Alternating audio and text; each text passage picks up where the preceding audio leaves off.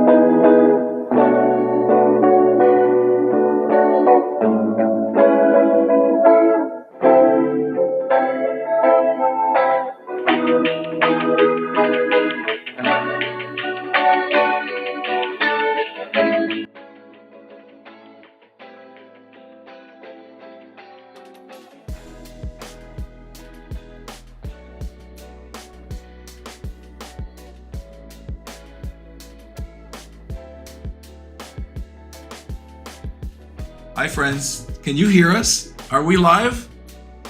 Are you there? This is my new partner here, LeBron James, or not. I don't know how this got here, but it's here. It's cute though, I like it. And I wanted to share it with you guys. Hey, hello everybody. Look who's in the chat with us. Hello everybody. Look, it's Mark.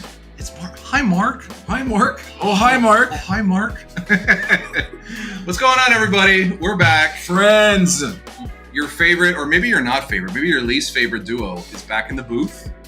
Last week last time I did a little bit of solo boothing because Gabe wanted to be a cool guy and wanted to play in the event. But now we are back in the booth. Yes, we are. And how you feeling, Gabe? We got some Lorcana today. We do have some Lorcana today after a world event. So we are post season 1. We're done. Season 1's over.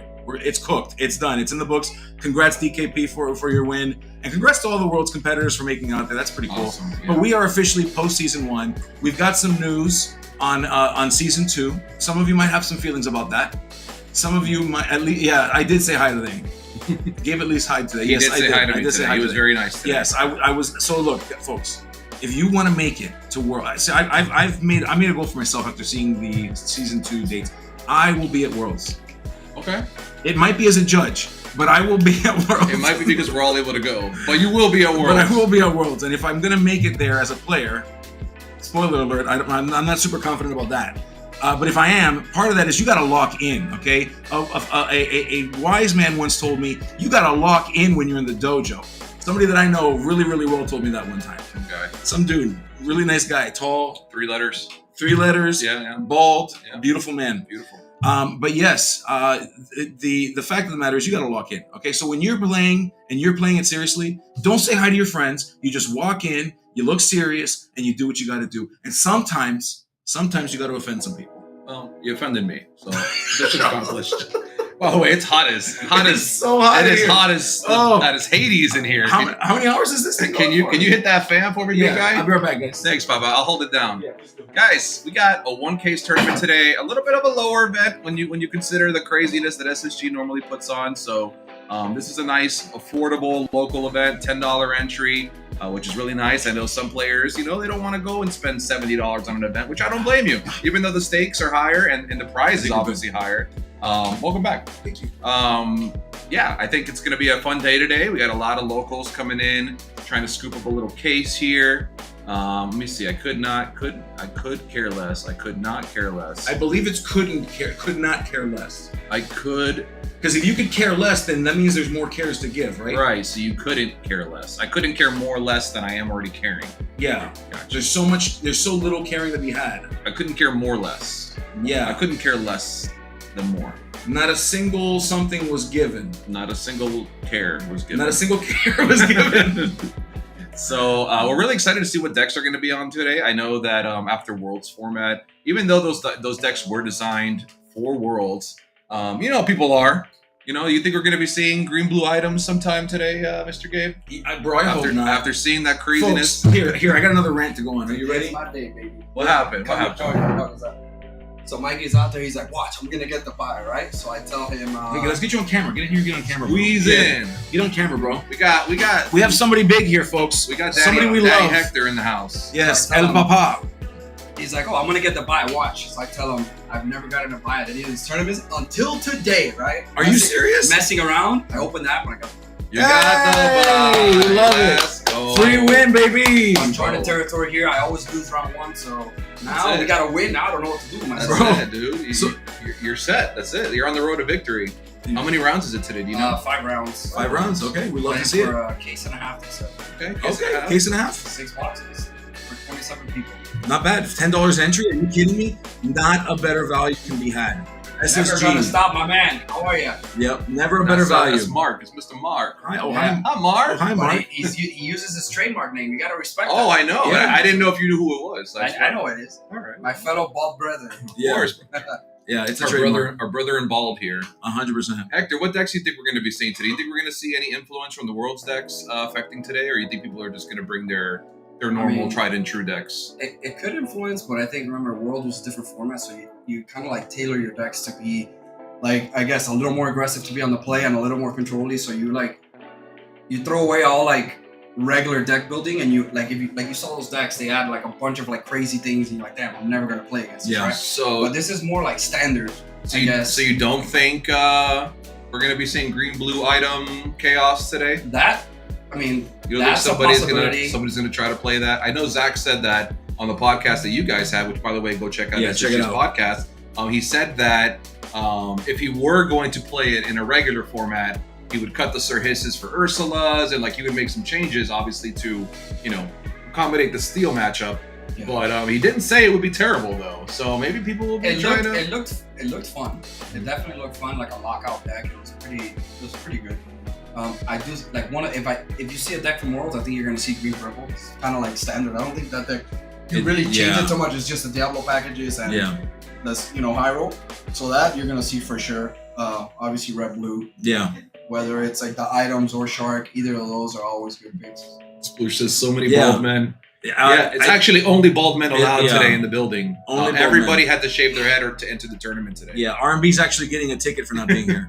He's getting fined. He's not here, so that's fine. We'll figure that out. R&B is over in Texas. Shout out to those out in Texas competing today for the PPG Summit, which is also going on. So a lot of Lorcana this weekend. And, which, if you have you been following that at all or no? Did you guys see those deck lists? Somebody was playing 8 popsicles. Yeah. There's some wild deck lists, people. 8 workshops. Let me tell you. That deck is very consistent. It's a crazy format they have going on. It's crazy. Yeah, but what I will say is that there's a lot of green steel. Like it seems like a reverse back to what we were doing before. I saw a lot of green steel discard decks. Amongst those deck lists, watching some of the stream matches, you got the classics, red, blue, ruby, sapphire, still out there. Which I mean, I don't know why is ruby amethyst still a thing? This is a deck that never dies, right? Everybody says it's dead this set, and then out of nowhere it gets like a top 4 somewhere, or like a finals, and people are like, we're back on this, boys. It's just good at doing what it does. And like, of course, it's pretty consistent. It down draws here, so many cards. The fucking Ember Steel decks. Oh yeah, language, bro. We're live, bro. We're on the air. Steel decks, man. You never can get away from those. Yeah, I'm so happy for rotation. I'm hoping that we get rid of all the ridiculous singers and just like let's redo the whole singer idea. Like we're going back to caveman. Give characters singer, but like don't put them on 1-drops that can sing. Deal 2 damage, draw a card, please. What if is it that the singing is a problem, or is it that it's exclusively powerful in one color? I think singing is just a broken ability to begin with. What if every Okay. There's not enough white noise out there to Okay. Guys, we gotta keep it down. Yeah, not like that. We're getting a little rambunctious. Guys, we're doing ASMR. We're gonna do Lorcana ASMR. Dad just came in here to tell us to be quiet or grounded. So you've got Senior and Ray. Oh, nice. What? We'll take a look at those. I'll get them in. Okay.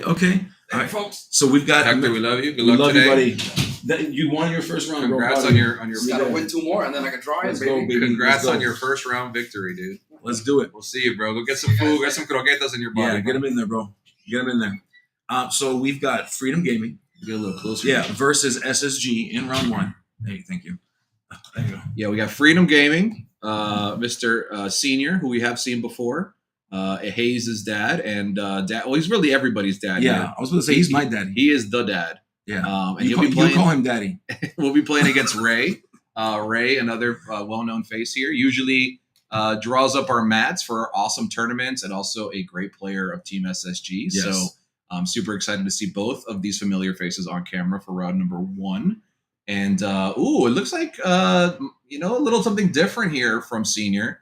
He's always switching it up. He was a green purple guy, then he was playing some amber steel, but it looks like today he landed on amber emerald. So that's going to be very interesting. Any SSG Invitational prizing leaks, Sploosh asks. Unfortunately, I don't have that information. Yeah. I am the wrong guy to ask. I have heard no leaks. I can go try to get some leaks. I'll go and try to leak some information for you if you like. I could walk around and keep my ear to the ground and see if I could find out some stuff about that. But no, technically, no information yet about the invitation. Yes, as Ray throws a brick on the table. Although I didn't hear Devin in passing say, well, if Charlie's is doing a 50K, we have to do 100K. my boy's wild, bro. My boy is so wild. That's what I heard in passing. Okay, Yeah. So take that with a grain of salt. Usually Devin has to be kind of reeled back in. Like he's real deep in the ocean. We got to kind of throw him a life vest and kind of. You know what the thing is though, and this is what I love about him. He's just so passionate. Like he's such a passionate person. I love Devin, man. He is like and he's like the one friend that if you don't want to do something bad, don't have him around because you're gonna do it. He's gonna hype you up. He's your hype man. Like Yeah. you are gonna go and do the bad thing. He's about it all the time. He's Always. just like, let's do the Let's craziest do it. thing. And we have to be like, wait, hold on.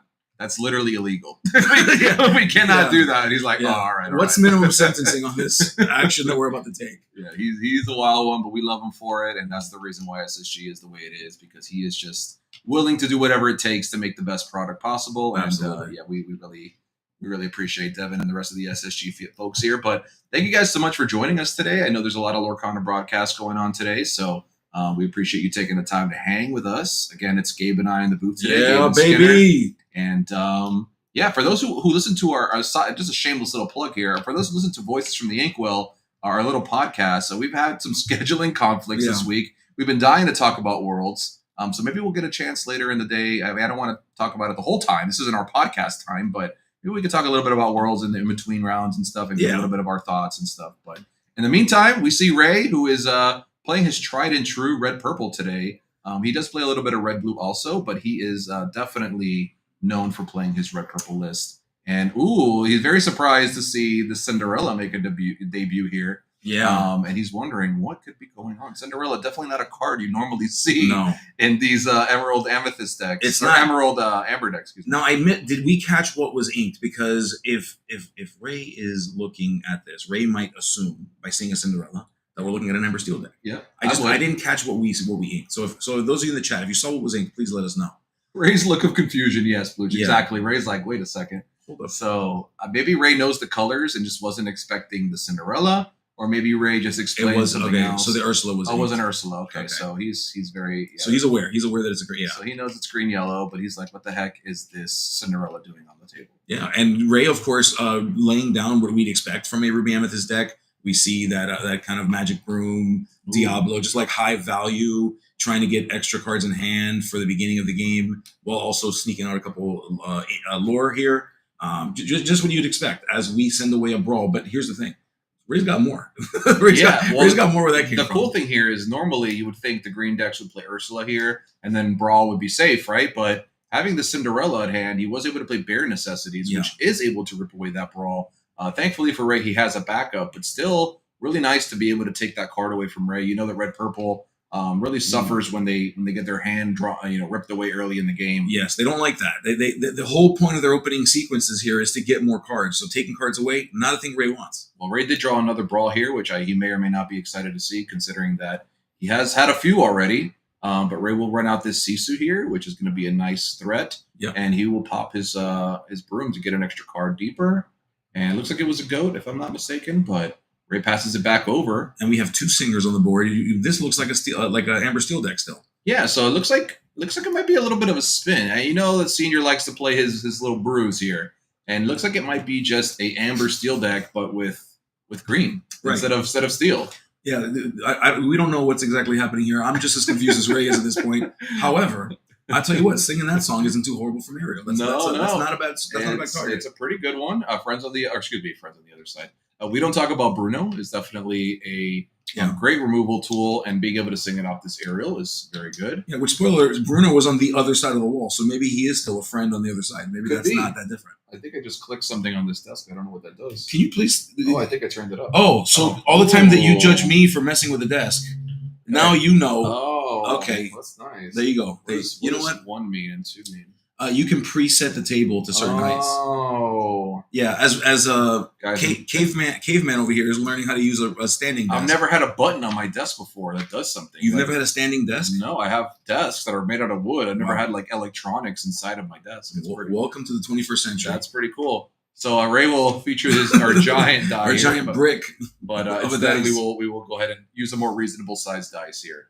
And it looks like he cleared up most of the board here. He used that Brawl to go ahead and take off some of the threats here. Ariel now hitting the bin, as well as the Ursula who was hanging out. But now is Senior going to be able to find a decent spell to be able to knock out this Sisu here? Looks like Ariel's back for an encore as she's doing one more song. One more song. And then she came back out. She was gone, but then she came back. But it looks like, oh wait, no, there is something to be thought of, and I do see another. Yeah. Oh, we're bringing Sexy back here with a Bare Necessities. Another Bare Necessity, which can be sang off the Cinderella if he chooses to do so. We'll put it in the way of the Sisu next turn, unfortunately, but Is it worth it though? Yeah. To get the brawl, which is still sitting. Yeah, you see. Yeah. So and we have friends as well. So actually we have some Nice. options. We have friends. We have brawl. So Michael is deciding on which of those to get rid of, opting to Ooh. keep characters on the I board. think I take the friends here. Okay. Friends, yeah. I personally I would choose the friends too. I mean, he doesn't want to lose his Ariel, so I understand the concept there. Like he wants to play this Bruno, he doesn't want to lose Ariel. But gosh, giving 2 more cards to Ray just doesn't seem like the best option here. it's not a good spot to be in. It's certainly a tough pick, and I'm sure some people would probably argue one or the other. Yeah, there's merit to both for Yeah. sure. I'm not calling it a misplay. I'm just saying I feel like, in this strategy where you're trying to just kind of starve Ray out of cards, I think that the friends might have been my pick. But again, both have merit. Definitely. I agree. Yeah, I think depending on how I'm feeling. Oh, I'm losing my voice, folks. We just started, Gabe. You Depending, got a long way to go. yeah, I got a long way to go. Depending on how lucky I was feeling in that moment, you're not wrong because you're choosing a sure thing versus 2 unknown. Oh my gosh! See, even with the The John, terror. now even more would probably have taken the friends. Yes. But here we go. This is what he was kind of setting up here. He didn't want to lose Ariel because he wanted to hit the Bruno Prince combo. So you can see why he chose the brawl here. Oh So, yeah, it makes sense. This makes sense, and we get rid of a goat. which will draw Mike a card here, senior, if he so chooses. Hopefully he remembers the trigger. So far, he hasn't touched He the has deck. not touched the deck. It looks like we may have forgotten that Prince John is a card. Mr. Mike. Oh, Mike. Mr. Michael, Senior. you're about to get roasted online, brother. No, Mr. Senior, you didn't draw your card. All right, brother. Don't worry. You'll get him next time. Well, when he watches this back, he will be very upset with himself. But in the meantime, let's show that card on screen. Yeah, the one that's not. Yeah, let's show the card. Yeah, It's like, this is the card. Yeah, this is the card. It's a great card, even, and we didn't use it right. Very powerful card. Yeah. It makes me kind of like, we set up this turn. We didn't take the friends, right? Because we wanted to set up this turn. Let's see. Does he draw? He's not going to forget about that one. Yeah, that one we're not going to forget about. Although, you know what's one that I always forget about? That when you have Prince John out, if somebody shifts Diablo, you get to draw for the Diablo. Yes, you do. I forget that all the time. Yep. You sure do. I forget that all the time. Absolutely. So, yeah, friends on the I keep saying friends on the other side. I don't know what's wrong with me. I really want to play that card. It's a great card. You have forgotten me, which, can never be forgotten. I wonder, do you think this card's going to get reprinted? I don't think so. No, I don't think I think it's a card that's strong, but was never like meta defining. Like it was never like, oh my God, that card's like out of hand. But it was always a card that when you get hit with it, it feels terrible. It's so bad. It feels terrible. It's so bad. Especially with Prince John in play. It's like such a swing. Draw 2, discard 2 is like pretty nuts. And we do see that Ray is, dealing with top deck mode here. Yeah, Ray is officially in a situation where he needs his deck to be lined up perfectly. As we see the aforementioned evil, devoted Herald, Diablo. Yep, the bird is the word. Oh, that's a good one. Yeah, that is a great one. Ray recognizing that the strength of the characters on Michael's side, not known for being very high. So, playing a location here, usually very high value into this color combination. Something like a Cricky can break that up a little bit, make it a little bit easier, but great play and potentially gets Ray some more answers in the form of card draw. For sure, yeah. We definitely want to get to this library sooner than later if we're going to be, trying to stick with... there he is. I called it. I called it. That's a great called it. That's a great play. Cricky, the great, the equalizer, if you will. Ray, of course, with the brick. We have 5 big damage on this library, real big damage. And we will pass it back over. Senior choosing not to trade in the Prince John here. Would you have? I'm curious. It depends what's in my hand, right? If we really want to keep John around to keep trying to chunk, I don't think he drew off this Diablo either at the beginning of his turn. Oh, no, he did not. I don't think he did. I think we're just missing all sorts of draw triggers here. So that's going to be rough. We're 2 cards. You know what, though? We should have been 2 cards deeper, and we're not. Yeah, but here's the thing, and this is not. There was no Diablo. Not creating an excuse for Michael. I will say that there's this primer period that I like when I enter into a tournament. My first round is usually just the messiest. Yeah, game. for sure. And you kind of get the engine revving. We've seen him on camera before. He's made it all the way to the finals here at SSG for our events. So definitely an experienced player. But it's his first round. He's on camera. It's not. I wouldn't say it's super early. It's almost noon here, but It's pretty early for me. You know, we've been here since early, so I get it. But we definitely want to tighten up if we're gonna, you know, want to stay in this race against Ray. Oh, Kita dropping down the strength of everybody, giving Michael the opportunity to just kind of quest for free here. Yep, he's gonna shrink everybody down. That way nobody can, you know, do any damage, but it will allow him to get that 2 lore off of John. Yep. So, yeah, I mean, obviously, everything so far has been great. If Mike would just try to draw on those extra cards, and he is going to go ahead and scoop it up here. Oh, did he scoop it up, or he just passed it back? It looks like a pass. Oh, he just drew the Diablo trigger. That's what it is. Oh, yeah. He just realized. So he almost missed the second Diablo trigger. They were laughing, so I thought the game was over, but the game is definitely not over. Yeah. So he will take a second Diablo trigger here. So now he's finally remembering that he has this bird in play. All right. Let's see. As we see him go, hitting the table. Good recovery from Ray here, considering that he was, completely out of cards a moment ago. These are 3 decent threats, and one of them is going to be able to either take out the Cricky. Oh no, actually no. I'm sorry, I forgot we're under Kita, so we cannot even do that. Correct. So we have to pass it back here, which is a great feeling if you're Mikey here or Mike here. He's big Mikey, right? He's still Mikey. You know, we call this one Michael, and the other one's Mike Jr. or Mikey. Yeah, this one's Michael, and I'm Mike. We all have different tiers. Yeah, different tiers of Mike. Yeah. Oh, hi, Mike. We need a Miguel and then a Mitchell. Yeah. Mitchell. We have a Mark in the chat. We have Mark. Hi, Mark. Oh, hi, Mark. Oh, hi, Mike. Oh, hi, Mark. So we get ourselves another Bruno here, which can be saying off this Kita if he chooses, which it looks like that's what he's debating here. All right, yeah. We'll take the Sisu out of contention. Sisu will die, and we will get 2 new cards. That is a great feeling. That is a very good feeling. And the fact that we're drawing off those 2, thank you for that. Yeah, we did get those 2 triggers in, so we're good to go there. And unless Ray, it's unfortunate, right? Because Ray's main answer... Oh, hey, it's a shiny. It's an enchanted Cinderella. We love to see those. Ray's main answer to this Diablo is Brawl. And we saw him start with 3 Brawls that all had to find different homes. So now this Diablo is just kind of running amok here. Yeah, Ray is not in a good spot here.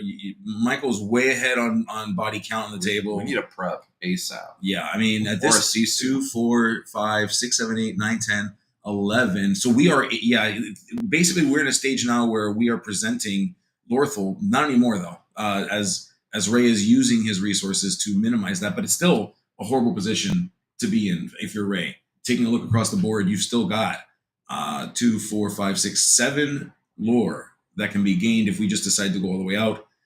So potentially a 16 point and a place to stand at for Michael. 1 turn away from winning the game essentially after this one. Yep. And it's pretty much been full control here from Momentum as he continues to drop more and more threats with Ward. No fear of this B prep, right? He's just like, you ain't gonna draw it. I'm just gonna play everything I can. Which you have to. I think if you're playing with no resources in hand, you just need to win the game. The longer this game goes, the more likely Ray is to draw the B prep. And you see Ray did the jazz hand. Is that what you do when somebody says yes? How many cards in hand and you every have no time cards? It is the only response. It is the adequate response. If you do not give jazz hands when your opponent plays a card that sees your hand, you are a sociopath. Oh, I didn't know it was all that. It's that. Wow. It's that. Yeah, I usually, I don't know if I do the finger wiggles. But I definitely put my hands up in the air. Like, oh my God, like freeze. Like you got hands me. up. You got me. Whoa. So we see a lot of exerted characters here from Mr. Mike as he takes his draw trigger. A little late there, but he remembered it. We're good. Hey, listen, a draw's a draw, whether it's 2 seconds from now or 3 seconds later. And he's going to get another draw here if he so chooses, which he... Momentum. Okay. Oh, yeah, it's a scoop. We're in the scoop phase. Yeah, so Momentum saying, I don't need those extra cards. I'm just going to, I have enough here with what I've got. Yep. And he will take game number 1. Pretty rough spot there for Ray early game, right? Like having all those brawls early and then not really able to stabilize the board. Yeah, that was tough. He no preps or anything like that. I don't know if he's playing preps or Sisus. I'm sure he's playing one or the other, if not both. But wasn't able to find any way to kind of equalize the board out. And overall, it just led to, it would have been really sick if the turn that he keyed and shrunk everything. Yeah. If he would have drawn a Sisu there. Oh, because then Sisu hits everything, Yes. So Ray definitely had opportunities there to really be able to equalize the board, but unfortunately, Mr. Momentum was able to keep that momentum going and keep him, out of the game by discarding that hand and multiple Bruno triggers and all sorts of stuff. So yeah, and it turns out it was a very heads-up play to ink that Ursula like on that first turn, opting to kind of hold out hope on that bare necessities. That bare necessities paid off for him. I would say in dividends, being able to rip those brawls really early, minimizing them, and then Ray seeing those brawls way too early, way too soon. I think that was a factor to getting to a place where he needed to. Granted, Momentum did make some play errors in not drawing when he needed to, but as you just kind of alluded to, thankfully we didn't need those. That wasn't game breaking enough. For sure. I thought he played it great. It's just a couple missed triggers, but as far as the board state, I mean, he did play it. We played it well. 100%. Yes. Obviously, it just would have been nice to have a couple extra cards there, but but thankfully it didn't cost him. And I'm hoping this game, we've gotten that out of our system and we're able to lock in and make sure we get those triggers in the next one. This also happens when you play a lot of different decks, right? Like, Momentum is known for, he likes to spice it up and play new stuff, and especially at an event like this where it's a $10 entry, you bring something fun sometimes. And, if you haven't had that many reps on something, it's easy to be, almost caught up in how you're going to play and instead forgetting your actual obvious triggers. So, certainly. These things happen. It happens to everybody. We've seen the best ever on stage forget triggers and stuff like that. So these things happen. But, missequencing happens even on DLC championship matches, okay? For sure. So, but we're getting over. It looks like Ray does have a brawl to start here, which is nice. We want to see one brawl at least, right? Because we do need it for that Diablo or that Aerial, but we just don't want to see 10 brawls at the same time. We don't, as we see a standard ink decision followed by a standard 1 cost character in Shutterbox followers. What we'd expect. All right, you have forgotten me hidden ink. Well, here as we start off with nothing. Okay, so no Cinderella. He just exerted that just to psych him out. He's like, I got one for nothing. Yeah, it was force of habit. Turning it sideways is force of habit. Here, I got nothing for you. All right. So Ray with a nothing on turn 2, which is definitely something that Momentum is happy to see. Wow, both of these players with a really rough start. That's crazy. I'm curious to know if Ray has a play. Oh no, he doesn't. He doesn't. Okay. Because I know sometimes when you're playing against discard, the strategy is to just kind of hang on to your hand until you're ready to get back in the game. But I think in this scenario, Ray he just didn't have anything. No, I'm seeing like the rabbits. There's a 1-drop. Yeah, I didn't see anything else for him to play. But yeah, we see Ray has a ton of cards in hand, and he's going to play. Oh, he's actually going to ink this. Interesting. Yeah. So you know what? I think at this point he is kind of using that strategy, like understanding that against a discard deck, it is better to keep those cards in your hand so you have options to get rid of. Yep. Versus just entering into a turn 5 or 6 running just empty. Absolutely. He does have the ability to outdraw. He's got 2 rabbits at hand. Yep. That's going to be very, very powerful for him as he goes into this next turn. That could be the difference maker here. I think Ray right now is at the advantage as a result of it. For sure. Ray's in no rush here, right? He's in no rush. His deck is not trying to win on turn 5 or anything like that. I mean, he can sit here and just draw cards all day. And right now that's what he's looking for, right? Just to kind of weather the storm here from the early discard. If he gets You Have Forgotten Me, he won't get caught with his pants down like last game where You Have Forgotten Me took both cards away.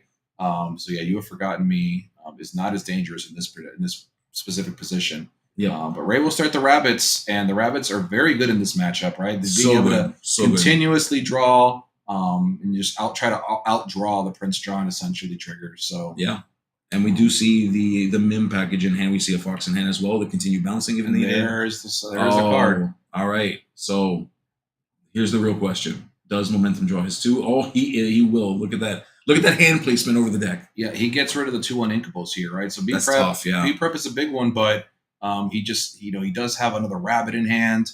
Oh no, and he's about to lose the brawl. Yep, he loses the brawl with a Bare Necessities as well. So Momentum up 3 cards, Ray down 3 cards. Rough decision here. Ray unfortunately choosing not to get rid of that brawl might have costed him here. Question for you, Gabe: do you like playing Bare Necessities first and then playing the You Have Forgotten Me? Or do you like the You Have Forgotten Me first and then playing? He might have drawn the Bare Necessities. Correct, yeah. But I'm curious, if I had the choice, it's Bare Necessities first. I have to assume he drew that Bare Necessities first. From so you like to look at the hand first and then hit him with the double discard. Always. You always want to go into it with the most information.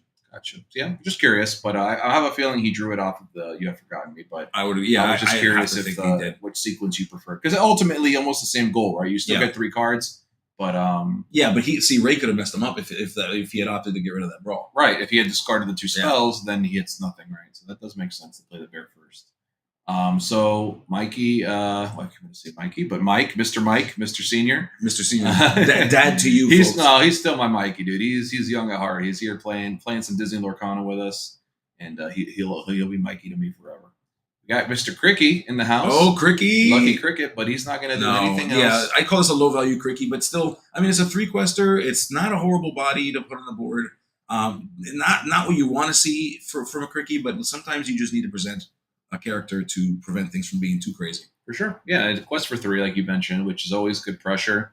Obviously, he would have loved to get that value and be able to trade into a bunch of stuff, but didn't work out that way this game. A lot slower pace here than the first game, where we saw Momentum just slamming aerials and doing all sorts of stuff.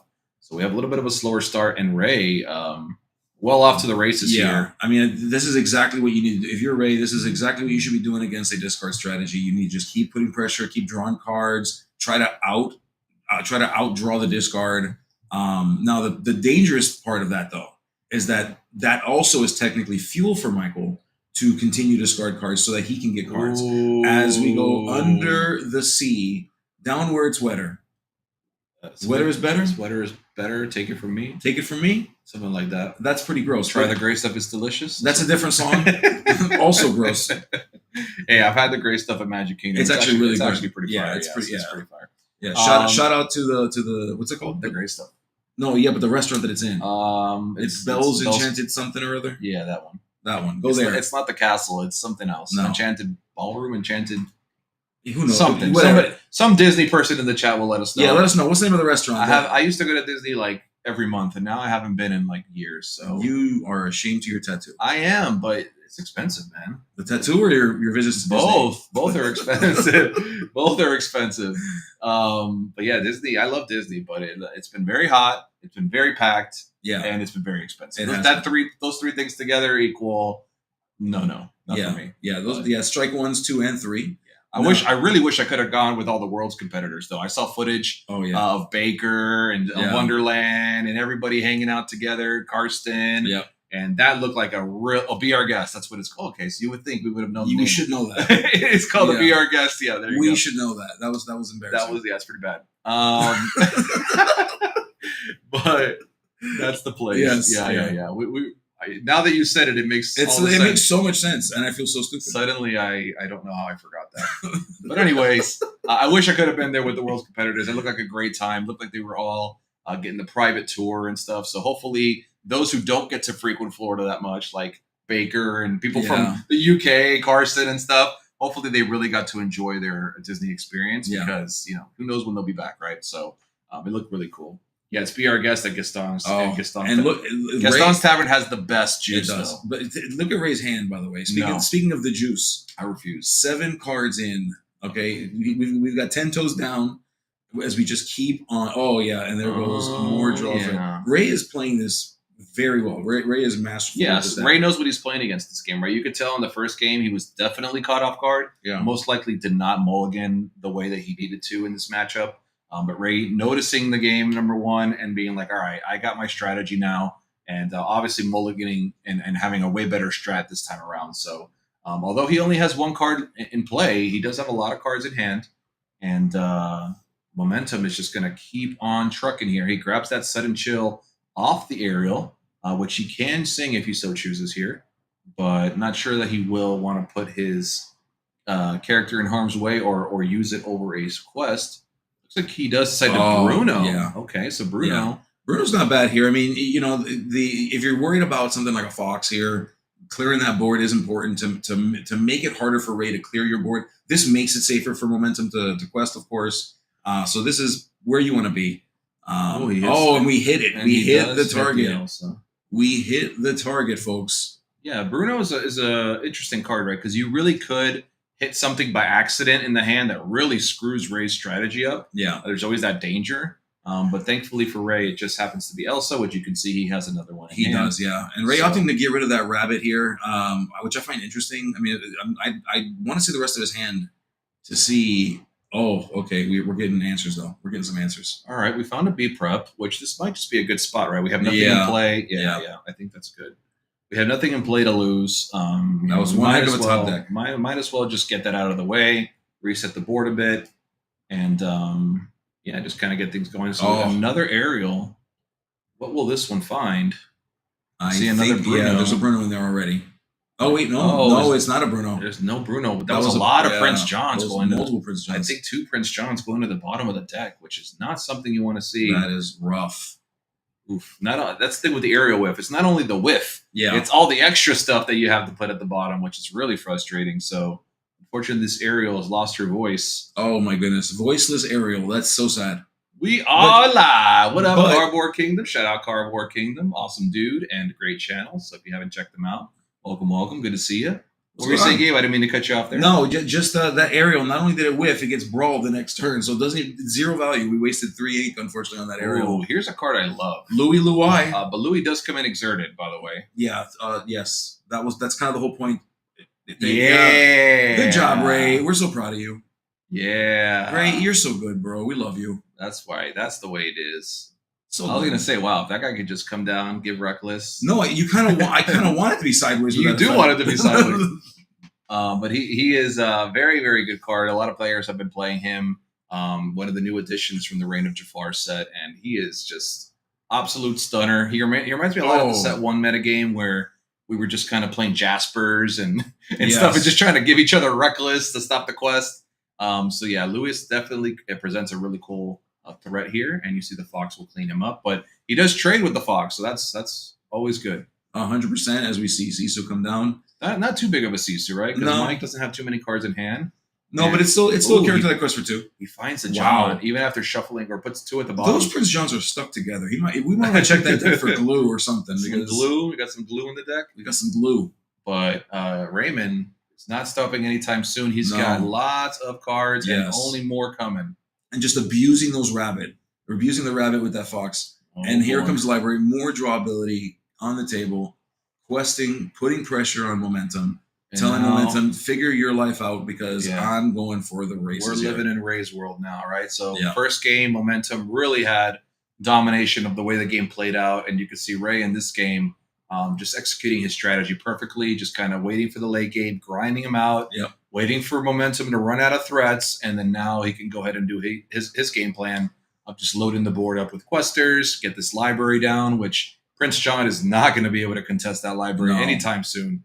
So that library is going to be ticking away and presenting more options for draw here. So I think Ray's pretty much got this game pretty locked up here, in my opinion. We're like a turn away from scoop phase here, I think, at this point. Never mind. As we see another rabbit calm down. Yeah, and then I'll take that out. Yeah. I think Michael, we know the writing's on the wall here. Yeah, we got it. Save yourself the time. You got 20 minutes to try to claim game 3 for sure. Yeah, I think it's a good scoop there, especially with time ticking away. Clearly, two separate games, right? Yeah. Game 1 player doing their game plan. Game 2, Ray doing his game plan. So now we get to go to a game 3, and both players have full knowledge now. It will be Momentum on the play, which is, an advantage for him, obviously. Correct. But let's see, now that Ray knows what he's playing against, if he'll be able to properly mulligan for the draw here and stay in this game. Yeah, I mean, certainly Momentum is going into this thing with an advantage that he'll be going first, something that his deck definitely loves to do. Mm-hmm. Momentum just needs to not draw poo-poo, I think, and might have a pretty good shot at sticking this. I have a question, Gabe. What's up? So these mats that they're using, they're 2-player mats, aren't they? I don't want to talk about it. So why are they? I don't want to talk about. I've already said this. If they're 2-player mats, why are we folding them for 1 player each? Listen, we've talked about this. I just started thinking about it. I was like, wait a second. Yeah, it's wild. Listen, I had the same comment. I've said the same thing. Listen, why not? All right, you know what? People, you know what? I'm just gonna go back to doing what I'm supposed to do here. This is just a random thing. Yeah, I was just thinking out loud. This is the kind of thing you'd expect from another game. Okay, like this is what players on other games do. Why can't we share the 2-player mat? I was like, yeah, I mean, it's not the point of having a 2-player mat. Is to post play on it. Yeah, well, you know, That's what? okay. That's okay. It's all right. We'll forgive it. It's not, not the player's fault. I mean, it is, honestly, though. They're on there. I blame Stefan, to be honest. Yes, it's mostly Stefan's fault. That's the way I. But also, these players should be. You know what it is? They're conditioned to play their mats like this, so they're just as bad. They're just as bad. You can see that Ray's mat is slowly consuming Momentum's mat. It's like slowly starting to kind of take over. Exactly. It's just just an interesting thought that was thinking there. But, no, I think it's pretty logical. Mr. Mike is taking a moment here to really think about the way he wants to mulligan. Maybe not happy with the hand, but doesn't want to risk, drawing something worse. So he does finally get 2 out of his hand, and he will shuffle up. Doesn't look like he's too happy with his hand. No. If I was sitting at the poker table right now, I would say, he probably does not like that. I would start betting I'd be going all in on him. We'd be like, brother, we'd be pushing on the I'm pushing so hard on this guy right now. For sure. So some players, I know I for sure do it. I can't control my face. In poker, I'm pretty good because I just kind of focus. But when I'm playing card games and I draw the wrong card, you can definitely tell because my face is like. Well, you do think you go, that's good. Yeah. Oh, this is a good card. Stop that. No, Mikey does that. Mikey's so bad. Mikey Hayes, that's pretty good. Yeah. That's a card. I'm like, I hate when he does that because I know I'm about to get blasted by something. Something's coming for sure whenever Mikey says, "Oh, that's a card." Yeah, I want him to do that against Zan or something, like in a Worlds format. Like, oh, that's good. I also love Momentum's little token that he uses there. Obviously, he has the poker chip as well, but the little hand he uses, I think, is a nice little touch for a hand marker. It's literally a hand marker. So, fun fact: I have a shirt. In fact, I'm wearing my Haunted Mansion shirt. Shout out to the Ghost Host. I have a shirt that's got Mickey hands, just like that one, but in different shapes, like thumbs up, and and I almost wore that one instead, and I should have. That's cute. I should have wore that one. Can you believe I saw some Haunted Mansion blasphemy on TikTok recently? Somebody was saying that ride is overrated. Shut up. And that people are just obsessed with it for no reason, but that it's actually not. I'm like, dude, get out of here. Nobody wants your opinions. Go ahead and go to Reddit with that opinion. Nobody likes your opinions, dude. Haunted Mansion is elite.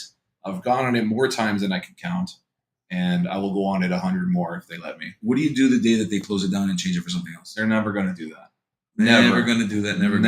Never will I see. That ride is way too popular, sells way too much merch for them to ever. Yeah, this shirt was like $60. I did hear, however, I believe it. I did hear, however, that they discontinued the idea of making Rock and Roller Coaster into the Muppets, which I'm very excited about because I am terrified of Muppets, Gabe. Wait, they didn't announce that. Who announced that? Yeah, they announced that, bro. They announced it. They said that it's coming. Like they even have a posters out that says coming in 2026. Yeah, but they said no. They're doing surveys to ask people what it should be, whether it should be Hannah Montana, something else. I forgot what the options are. Who are you getting this news from, dude? Straight from the mouse, dude. Yeah, the mouse told you specifically. Straight from the mouse. Yeah, that's a lie. Okay, Muppets all the way, Muppets all day. No, Muppets are scary. Dude. Muppets are terrifying. The way you feel about Haunted Mansion is the way I feel about Muppets. I love the Muppets. Muppets is it's like remember when they had the alien ride where you get inside and so good. That's how I feel when I see Muppets. You're crazy. You're so crazy. But anyways, we do get to steal away a Friends on the Other Side here from Ray. So Momentum deciding this time, it is probably worth taking that Friends on the Other Side. He could have taken the Be Prepared, but chooses to leave Ray with the uninkable in his hand. And of note, we missed another draw trigger on Prince John, by the way. Nice. Oh, he's asking for permission. Oh, Ray's a sweetheart. The take back. Ray is such a sweetheart. Good guy, Ray. Ray. He's like, yeah, you can have it. All right. Oh, wow. And now he's regretting it. He's like, I should have never given you that. You're such a jerk. I should have never gave you that. I should have never gave you that draw. You jerk. Oh my goodness. Oh man. We need a misdraw counter on the screen. Oh my god. Now hold on, was that Ursula in the hand? Or did he draw that Ursula? Because the right call is you Ursula first, then you bare necessities. Yeah, I don't know which one it was, but I know that all the cards in Ray's hand are disappearing very rapidly. Yeah, notice the illusion of his disappearing hand. So Ray's just got the hand exposed. He's just like, anything else? Yeah, bro, what else you got, bro? Like, what are we playing? Can I keep these or like what are we playing games here for, bro? Oh boy. Why are we playing games, bro? Only 2 cards left in hand here for Ray. One of them being uninkable. You can imagine he's going to want to play this rabbit next turn. Yeah, I mean, 100%. I mean, that's so he's going to have to most likely clock out this Chernabog to maybe get an extra card. Yeah, exactly. Yeah, Get an extra card absolutely. in. The right choice here. Get yourself more options as we see a fox enter the hand here, deciding which do it. What are you doing? The fox presents another card draw. With the tough. rabbit, it's a tough choice. The brawl could be an answer for later. That's tough. Yeah. Yeah. So I that's probably the way I would have gone. Yeah, I think I gotta ink the brawl here. I mean, he's scared of Diablo for potentially shifting. I don't think he has it, or he would have probably already shifted. Correct. So, I think Ray made the right play there. He is keeping the Maui around, which is another potential card he could have inked. But he decides he wants to use that on the defense. But he does have Diablo. Look at that. Maybe he just didn't have the card to discard for it. So he does have Diablo, which could be potentially problematic now that we got rid of that brawl. Yeah, and Momentum finally deciding to get some lore on the table for the first time this game. But that's how it happens, right? Like this deck kind of just sets up, sets up shop, builds it up, and then all of a sudden, once it's ready, it'll start doing what it's got to do to get to the game. Yeah, and Ray's got a choice here. Ray's got to decide: do we brawl something? Do we Maui it? The brawl presents a card that can be discarded if we see another Bare Necessities, if we see another Ursula. So having that in the hand is a liability at this point. For sure.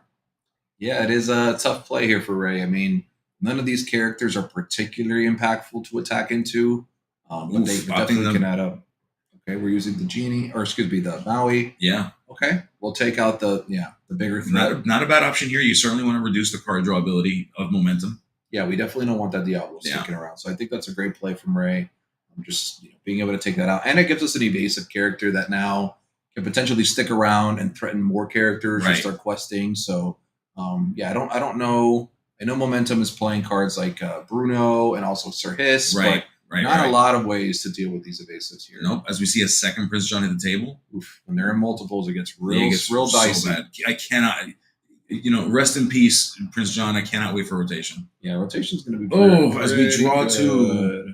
So that is going to be a powerful sudden chill. Yeah, Prince John just doing what he does here as he continues to dig Ray deeper and deeper into this hole. And he does get to Sir Hiss, which is one of his few evasive options to challenge against this Elsa. Yeah, so that's not a bad card here. And we see Cinderella hitting the inkwell here as cards start to go sideways on their quests. Yep. And we are two lore closer to our goal. And we interesting decision. Oh, that's not great. Is that a Lady T? It is a Lady T, but Lady T is not too good when your opponent has 10 characters in play. Yeah, not as good as you'd like it to be. For sure, yeah. Definitely hoping that he could get some sort of board wipe here. He will go ahead and just take what he can get, attack with the rabbit. He will get a card back. Okay, so Fox will draw us another one. Another Lady T, which is not great, but we'll have to deal with it. Yep. This Fox most likely going to be collecting this Ursula. Yep. That's the right call. So she's gone. We'll use the appropriate dice here. And unfortunately, we might have to just pass it back here. Yeah, it's a really, really rough spot here. I mean, we see that Ray is kind of like choked out at the moment with what he's got in hand. We know he's got two Lady Tremaines. Does he get an inkable to play them? Is the other problem here. Thankfully, Momentum also only has, I think, one or two cards in hand. It might just be one. I think it's two. Yeah. 2 cards, which is good for Ray, but obviously that can change very quickly with these Prince Johns in play. However, the good thing for Ray here is that he most likely is not going to want to quest with these Johns. Ooh. Oh, well, that changes everything. So I'll just backspace, delete everything I just said. All right, so Johns are going to get in there. I was going to say the good thing for Ray is he's probably not going to want to quest with John, so Ray can have more time. Makita will make a change here. I would love to see a Sisu come here. If he has I don't know if he has I can't tell. Maybe he doesn't. In which case, I would not love to see a Sisu. I would love to see a Sisu turn after a Kita. I think that would be so sweet. Like such a backfire. 100%. Unfortunately for Ray, he's not looking at that right now. No. You're not looking at that. He might not have Sisu. Just barely able to afford this Lady Tremaine. Oh boy. Yeah, that's an interesting choice here by Ray to not attack into a character with the Fox beforehand. It's shrunk. That's an interesting choice. That's why it's so interesting. That's the choice. It's tiny. It's a teeny tiny little baby foxy. It's a little baby fox. It's a baby foxy. I'm wrong. Yeah, that is that's rough. Yeah, Kita is pretty good. All right, so we'll go ahead and untap here and draw. Yeah, if Momentum decides to quest out here, that would put him to 18. by my math here. You can see Mike. He does a little head twitch there, saying, Yeah. "Damn, I didn't really like that one too much." So I'm curious what he has in hand, but we're gonna find out very shortly once he decides to show us his play. Really thinking it through here. He's going to. Okay, it looks like it Okay. was Diablo. Okay, so not terrible. No, not bad. I think Terrible. the only thing wait, hold on. We gotta double check. Does Ray have an inkable in the hand still or no? Not sure. I don't think he did. So at this point, he did draw. He got the rabbit back to hand, and then I think the other Tremaine is also okay. So even if we draw, be prepared here. It's not gonna be good. Yeah. So we can't even be prepared at this point. 17. It's 18. Yeah, it's 18. Holy moly! Yeah, this is GG. Yeah, that's gonna be rough. Ray's gonna really have to sink his teeth in here and decide. Okay, what can I do here? Is there a way to stay alive? Yeah. I don't know if we're on any kind of pirate's life plan or anything like that, but I haven't seen a shark or anything, so I'm guessing we're not.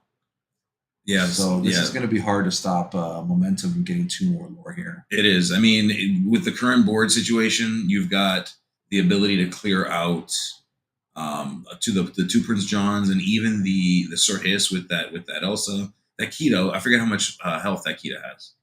Keto Willpower, I should is say. a 5. 5 willpower. So yeah, so even Lady Tremaine can't clear that. So the Keto survives, barring a fox of some kind or barring some intervention like with a crab or something. Mm-hmm. But even then, however the math breaks down, you've got 2 characters, each character with at least 1 lore. That is a game over situation. Yeah, I think Ray's. We do have the crab though. Ray's trying to figure out if he can squeeze out another turn here, but it's definitely not going to be easy. No, if at all possible. I mean, we'll find out. But I mean, right now, I think the play right now is you clear the 2 Prince Johns and the Sir Hiss. You can play the Tremaine, forcing a removal of either the Kita or the Diablo. But then you Kita wins. Yeah, Kita wins. right, so, exactly. Yeah, so that's not going to do it. Yeah. And then if you crab something, the crab can help clear the Kita, but then you're stuck with 1 more character. It's just a bad situation all around here. Yeah. Playing the rabbit puts you 4 resources down. Like there's no. I like playing the crab on the Elsa. Okay. Sending Elsa into Kita. Okay. Using Tremaine and Fox to clean up the Johns, and then playing Tremaine, which will get rid of either most likely the Circus. Yeah. So if he can get because he can ink and then he can shift on top of the Tremaine. Or he could do that. Or he could So if he could just play it for 6. He could. But you mentioned he also has he has he has a crab. He has a crab. You are correct. Yeah. So the issue here I think is the inkable count is what's really messing him up. He doesn't have the inkable. He wants to play the crab. He can. He needs to use the crab as ink. He's in a bind here. Yeah, it's tough. Ray's running the numbers in his head here, but he knows it's going to be. Yeah, Ray hears voices in his head for sure. It's going to be a tight one here. Yeah. Ray's trying to see, is there a way? There might be a way to squeeze out a turn, but even that is not going to feel great. You know, you're going to pretty much be on death's door here. Let's see. Ray doing the finger pointing. That's usually that's like the count when you start tapping on the table. You know, like the counting. 1, 2, 3, 4, 5, 6, 7, 8, 9, 10, 10, 10, 10, 10. Oof. So opting to use. Yeah. I think Ray is at this point just doing the table math like out loud just to see it. Yeah, he can't. He says if I could have inked is what he's explaining, but he can't ink. Yeah, so he's done. So ultimately the uninkable count is what messes up Ray. Oh, and he drew another uninkable anyway. Yeah. That just rough spot. Unfortunately, you know, and this is not a deck that's known for playing that many uninkables. Yeah. So you gotta assume just very unlucky with the draw pattern. Yeah. It's definitely a tough break there for Ray. It looked like he had the opportunity there to maybe kind of claw back in when momentum was running out of cards, but that Kita really was a big turn there when he was able to play that Kita and quest all those Johns. Really gave him a big lore jump that, I think if that turn didn't happen, Ray would have a little more breathing room there and be able to maybe stabilize. Yeah. But that turn was just huge. Not being able to use the Fox to clear anything is, just not a good feeling. So shout out to Momentum taking round number 1 And I'll be sure to let him know to make sure he's not missing his draw triggers later. I'm sure Ray told him after the fact. Ray's a good guy. Ray is a good guy, but I'll tell him too because it's good sometimes. to point out. Ray did let him draw that card after he had passed already. So yeah, I wonder how Ray. mad he is about that. Good guy, Ray. Maybe he shouldn't have because that probably would have been the inkle he needed to. Ray doesn't care. Ray, I think Ray does care to a degree. I mean, he wants to win. Yeah, but he's a fighter at heart. This is a low stakes tournament. It's still a tournament, but it's not. You're not playing for the world championship here, so I think. I don't care. I'll kill you. I'll kill you right now. Oh, he's more than happy to just let Mr. Mike get another extra draw here. So, so round number 1 in the books, and so far we have gotten to see a little bit of variety. So red purple versus yellow green. So that's an awesome way to start the day. I'm guessing that we'll continue to see some interesting decks throughout the day. Maybe some more red blue, maybe some green purple. I know some green purple players out there. So I'm expecting to see a lot of different stuff today. And we have 5 rounds today, guys. If you're just joining us, welcome. We're having and mine was really long. And then so let me tell you a story. So my wife bought me a razor, or not a razor, but like a machine for Christmas, right? To do my beard. But she hates when I do my own beard because she wants me to go to the barber because the barber, he fades it in, he lines it and up. then he leaves the bottom kind of longer, so it has like that long kind of jaw look. I don't know how to do all that, right? I just out here looking like Gaston. I just hit it with a little. So she didn't approve of this beard. I kind of had mine longer. I had mine longer than yours, actually. Yeah, you did.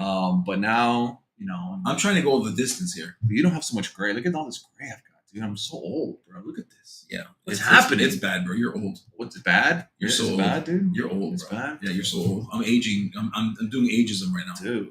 Totally wrong. I mean, I've become very gray. I did start doing the beard dye, though.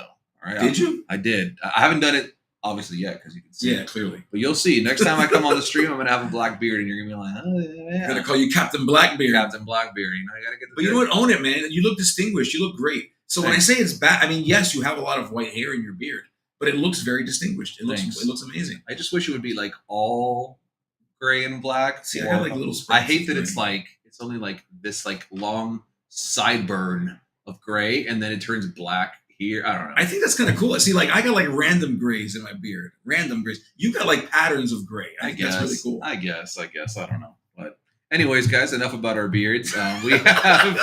You never know what to expect. Baby. Yeah, you never know what to expect SSG. with Gabe and I. We love our tangents, but we are gonna get round 2 going pretty soon here. I'm guessing that we still have some time left on the clock. We do. So you want to talk about worlds real quick? Like, how about we don't have to talk about it? How about we talk about like one thing at a time because each round. All right. And then that way we don't get interrupted. So let's talk about the first thing they talked about, which is the new format. Okay. So let's talk about best of 3. Best of 3. What are your thoughts on best of 2? How did you feel about best of 2? So we're not talking about World. We're talking about the announcements at World. Yeah. Let's talk about the announcements. Okay. Best of 3 is great. Okay. Best of 3 is great, Gabe. I think best of 3. I think it's good that they came to their senses. I know they said that 2-game format is just on the bench for now. It's not gone, but they're reevaluating it. I think they can reevaluate it somewhere else. I think that we were good for. We came for Lorcana, stayed for grooming advice from a couple of bald guys.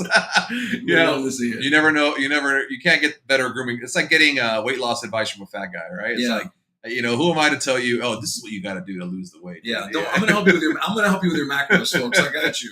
Yeah, so probably not the best people to take advice from, the 2 bald guys. Thank you, Cardboard Kingdom. Good shout out, brother. Shout out. Cheers to you. So I think 3-game format's great. I'm glad that they decided to make that change. I know the Candio was like candidly kind of making a joke that he had a little bit to do with that. I don't know if he does or not. He said, "What can I say except you're welcome?" Yeah. So I don't know if he had some push in there. I know for sure he was probably vouching for it. Yeah. But it's good to see us go back to that 3-game format. I think that's going to be a great change. I think it's one of the few good announcements that we got this weekend, Gabe. I think it was, there's some stuff to be excited about. There's some stuff not to be excited about. Well, because there's more. So in terms of the format, there's really a couple of components here. There's the best of 3 component, but now instead of just being like a day 1, day 2, you have to play into day 2. Where in previous DLCs, you kind of knew if you were cooked in day 1, and then you could just dedicate day 2 to side events. But now there's a lot of people who are going to have to overcommit and show up for day 2 I like because it. they might still be live. I like it. I think obviously I don't want to compare this to Magic too much, but look at my. Hi, Mai. Good luck out there. Mai tuning in from the showroom to check it out. Good to see you, Mai. And Mai is playing, obviously, fan favorite. We are one of her Mai Tais. Yes. Unfortunately, we are not rocking the jerseys today, but we are fellow Mai Tai members. So shout out to Mai in the chat. But number 27, baby. Let's go. Announcement the format is great. Day 2, no matter what. Yeah. So Magic the Gathering does it that way. I'm sure there's other games too. I'm just not as familiar.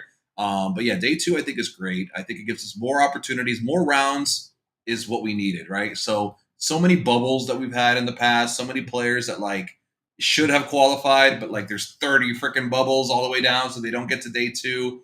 This should alleviate a lot of that. Having more rounds, I think, is always good. Obviously, as you mentioned, it does require a little bit more commitment because you might be stuck around for the next day.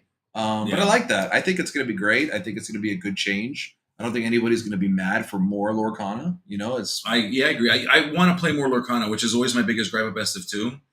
If there's side events to do though, I mean, you're playing more Lorcana that way.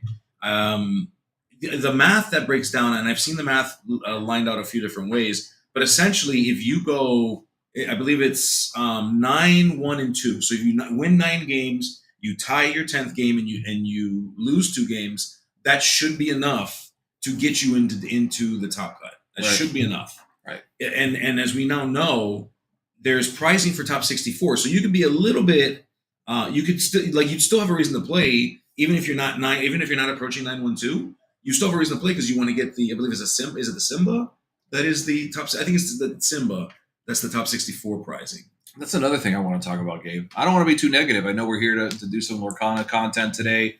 And I don't want to spend the day being negative about the game because I think there's a lot to look forward to. But I'm not a fan of the promos, Gabe. Really? I really just want the Pegasus. So you just have to show up. I just want to show up and get the Pegasus. Sorry. This thing is taken over. It's okay. It's probably me when I I'm going to keep smacking it until I get off the stage. Oh, hi, Mark. Alrighty. See you later, fam. See you later. There you go. Let's speed it up. All right. Wow, just unhinged content. I love Unhinged. Is it circle? It's coming back. How do I make it go back? This. You got to use your hand. No, not like that. You got to actually. Here we go. Here we go, hey, folks. You listen and you listen good. You listen good. So it turns out when I smack the top of LeBron James's head, the camera moves. So there you go. Can you cut that down, please? No, it probably sounds horrendous. It probably sounds really bad. That's like the worst ASMR ever. I'm playing the drums on LeBron's head here. Poor LeBron. But yeah, Gabe, I don't like the promos. I love the Pegasus. I agree with you on that. Pegasus is one of my OG favorite cards in the game. Like just a consistent one drop that's like always been just solid. I obviously play a lot of Emerald, and so do you. So I do. I'm very excited for the Pegasus. Yes, I am too. I want 4. I don't care about the Mulan. No, I like Red Steel, so I'm okay with the Mulan. I don't care about the Simba. The Simba's whatever. Here's the thing, though. You're saying that now because you're thinking about this format. You haven't considered the rotation, and they might be powerful cards at post-rotation. I still don't like them, though. I don't like the way they look. Oh, well, I can't help you with that. If you don't like the way they look, I mean, first of all, shout outs to the artist who probably put in a lot of work. Okay, so to be clear, don't listen to this guy. Art is subjective, guys. I could not like something that you guys can like. That's fair. I am not definitively saying that nobody should like it. I'm just speaking on my own behalf. I am much more in favor of the promos from the first season. Yeah, but because Let It Go, yes, Cinderella. You don't think their meta relevance was a big factor in that? Like, yeah, but they're like I don't know how to explain it, man. They were like big characters. Like Let It Go was cool. Dragonfire, like really Cinderella Stout-Hearted. Yes, like the Rapunzel one. You know, like although hot take, I didn't like the Rapunzel art. I didn't like the Rapunzel art. I like it. Skinner is a poo-poo head today. Yeah, sorry, I'm being a big poo-poo head, but I'm balancing it, guys. Don't worry, I got you. I think I will say the Elsa's nice. Yeah, the Elsa's nice. It's not like insanely nice, but it's nice. It's good. I think we've already have so many nice Elsas though. And you know who really loves the mat, by the way? Wochuk. Wochuk loves the mat. He's a big art guy. He's a huge art guy. Send him your art. He loves fan art. So if you're a fan of Wochuk, and you draw one of your favorite cards, send him the fan art. Every He time a loves new it. card comes out, he's just like, "Oh, who drew Yeah. this?" Like he needs to know Yeah. immediately. His favorite thing is when I build the puzzle and tape it together and give him the puzzle as a present. Every season, every set I do that. He loves it when I do that. Yeah, he's a big art guy. Yeah. Guys, we're being very sarcastic. If you don't He know. hates the art. Hopefully, y'all know we're being very sarcastic. Yes. Wochuk is he does not care about art. He just wants the cards to be good, and he wants to have tournaments to play in, which I don't blame him. So not a big fan of the promos personally, which is not a deterrent for me playing. Like I still want to go play. Yeah. But I do feel like the choice of promos is a little weaker in comparison to the first season. Fair enough. I don't disagree with that. I think that's a fair assessment. Yeah. I So think not that they're season- horrible and they're horrid and none of that. Yeah. It's just when you compare to the first season, like there were such bangers of promos. They were so meta relevant. Like they were like the most important cards for at least a set or two. Like Dragonfire was a Yeah. staple in set 1, so it was like classic. Yeah. Like Pegasus is amazing. Don't get me wrong, but like is it like the card? Yeah. Like wow, like thank God you guys made this. Like I don't know. That's just the way I feel about it. I think that there is a lot to look forward to still. I'm happy that they're doing a bigger top cut. I'm happy that they're doing a day 2. I'm happy that they're doing best of 3. All of that is great. Yeah. All of those things, those are good for the game. What about 3 locations in North America? So I don't want to dig too deep of a hole because I don't know how much time we have here, but obviously nobody's really happy about that, right? Unless you live in Milwaukee, Indiana, or wherever the third place is.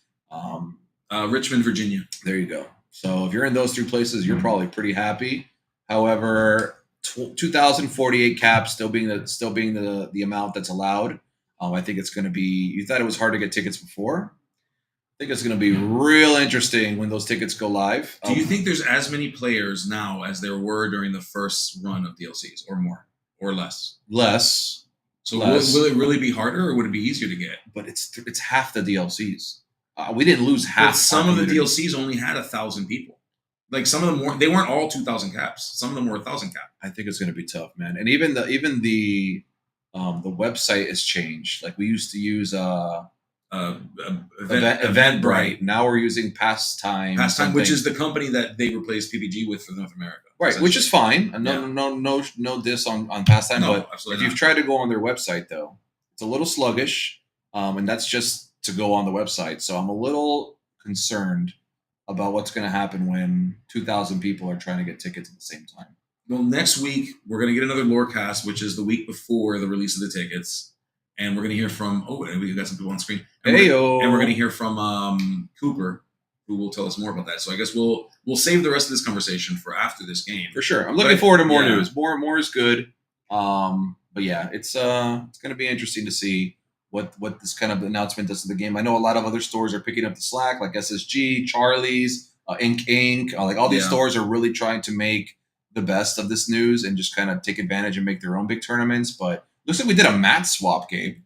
Did they listen to us? Is that a one-player mat? We went to the dark side. Is this a one? Is this one mat opened up, or is this 2? I can't tell because the table's Two-player black mats. and it looks like it might be the table might be in between them. I do see like a thin gray area. Oh, please, guys, can we get it together for the love of God?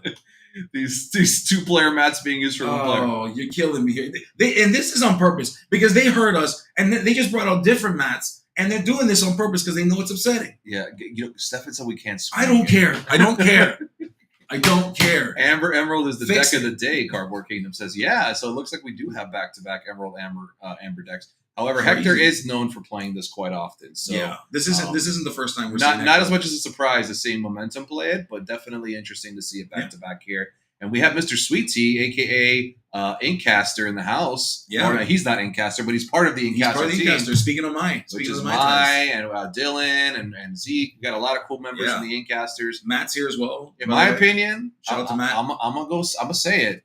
They got the best merch in the game right now. I agree. Actually, and I'm in the team, so that should tell you something. I just gotta say, I like Illuminati merch. I love the SSG merch, but the Inkcasters they're it's next they're level. swagging out. Look at this logo, which by the way was made by Ray, who we saw in the last round. He's got his fingers in all the cookie jars, and he made that really cool Inkcaster logo on the hat, and that's just looking clean. It does look very clean. He's I looking love clean. it. He looks like he's about to go play baseball right after this game here, and he is ready to go. He is He's all set. Yeah, and as we are seeing actually, this is a pretty slow start. We don't see a popsicle. We don't see a develop your brain here from Sweet Tea, as kind of which happens sometimes in Ruby Sapphire.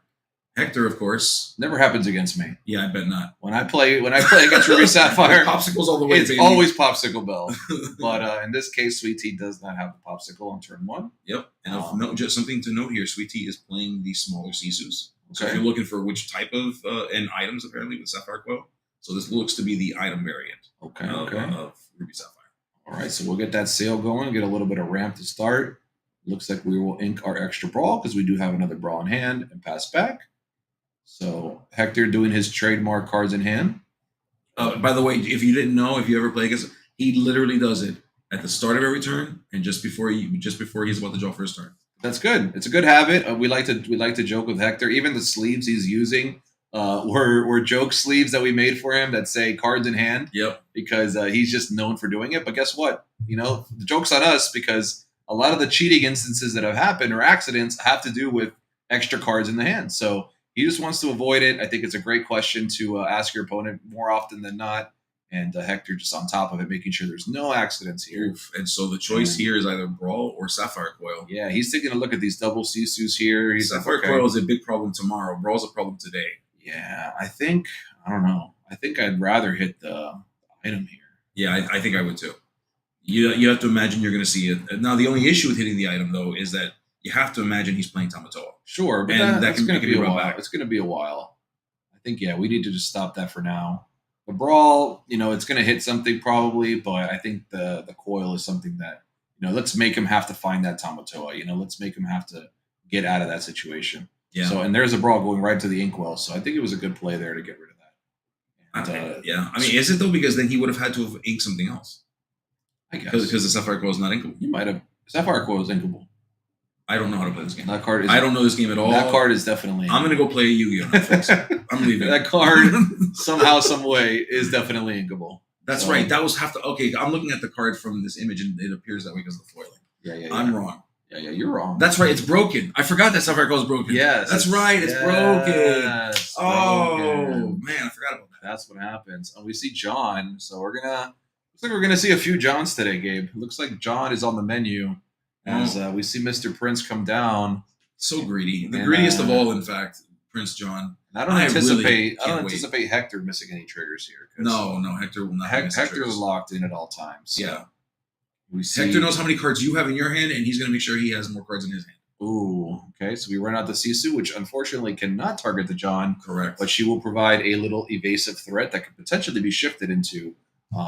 She's definitely a threat here. Yeah, and we do know that last turn, Sweet Tea did draw the big Sisu. Oh yeah, Big Sisu is in the wings, Oof. and we will forgotten me. Ooh, that's crazy talk. That's the danger of Yeah. going down to 2 cards against this deck. And That's Inkcaster, Sweet Tea runs right into it, Yikes. which is not a good feeling here. When you're That's unthinkable. This is bad. Yeah, our reaction was the same as Sweet Tea's reaction here. Yeah, He's that's like, rough. "Oh, that is so gross." Yeah, you have forgotten me. It's just Such a dirty people card. just have forgotten how dumb that card can be. There are just so few turns like you have forgotten me on 4 with a Prince John on the table by 3. Yeah, There's just so few turns like it. look at this, And then a sudden chill to boot. I mean, yeah, just whatever you have in your hand, if it's staying in your hand, it's not staying in your hand. so he's not even going to be able to ink. I mean, it's just like This is so rough. he's just undoing all the ramp that he had and stuff is Yeah. like literally being undone because he's not able to ink now. And this is going to be a tough This is so rough for Sweet Tea. I mean, this is a deck that you can top deck with, but the problem is, generally speaking, before you get into top deck mode, you're sitting on 12 ink. right. That's not the case here. Absolutely. Sweet Tea can't even afford to shift a Sisu on top of a baby Sisu. We might have to just ink that. Oh, he's trying. That's What was it? crazy I talk. missed it. It was probably, I didn't catch it, but if he's not inking it, it's an uninkable. I thought it was inkable, but maybe not. He better not. If he's keeping that and it's an uninkable, he's crazy. Getting in for another Yeah. one. Okay. Get what you can when you can get And it. he passes. Oh boy. Oh, yikes. Okay, let's see. It might be uninkable, Gabe. I didn't see what it was, but I have to imagine it is to keep it when you know you've got like just bombs waiting for you on the other side. It is pretty greedy if it is inkable. but we'll find out. It is possible that Sweet Tea drew back-to-back. Oh, it is uninkable. Yeah, it's is uninkable and expensive. So, yeah. So after the turn after Hector cleared his hand, he drew 8-drop Sisu, 7-drop Dime, both uninkable bombs. So that is like that is the total opposite position that you want to be if you're a Sweet Tea here. And Hector knows it as he just continues to get cards in his hand. He's got so many options, so many ways to deal with this here. Oh, and of course, Louis gonna just be the end of Scrooge McDuck here. A really cool addition to the deck. I know a lot of players really hadn't made any changes to this Emerald Amethyst list, or excuse me, Emerald Amber list, just because the deck was pretty much it's been the same deck for like 3 sets. Let's be honest, like, it's been card for card the same deck. So I do like seeing at least a little bit of flavor here. We're getting this Lewis, who is definitely. Is it Lewis or Louis? It's Lewis. If you watch the movie, yes, Lewis. Clearly, I've not. Yeah, it's Lewis. You haven't seen Princess and the Frog? I have. No, honestly, I have. I just forgot. I forgot the pronunciation. Because I'm going to say Dr. Facilier is like I have seen one of the coolest. I just forget the pronunciation. Friends on the Other Side is like the best villain song in a while. You know what it is too is because it's based in Louisiana, so you'd assume it's like Louis because it's very French. And it's spelled with the OU, so it looks like Louis, but it's Lewis. Yeah, okay. So we got Ariel coming down. We're looking at the top 4 here. What are we looking at? Okay, we got ourselves a little Painting the Roses red. I love that card found a home in this deck. When I first read that card, I didn't know how to evaluate it. I was like, this is kind of weird. You're going to shrink something and draw a card, but obviously it finds a home perfectly in this list. It does. Hector's just kind of putting on a clinic here. Yeah, things sideways when there's nothing on the other side for you to to deal with. I mean, it's pretty much solitaire at this point. Are we inking? Please. Yes, we do get to ink a card. Oh, boy. Thankfully. And we get to play. Hey, there's our dime. Better on the table than in my discard pile. Yeah, but there's no characters to even hit with it. I mean, not even one lore worth of character. Yeah, and I mean, we're looking at Hector's side of the board. One of the things about this color combination is that these characters traditionally don't quest for a lot. You've got 4 characters, 5 characters, and only one of those 5 characters has more than one lore. But the thing is, you get them all together, a little party going, and it starts to run wild. For sure. And there's nothing to attack back here, right? So normally this John would most likely be hanging out and what are we doing here? They're getting maybe the lore. Okay. Yeah, they're confirming the lore. Yeah, they're fixing the lore. They're fixing lore.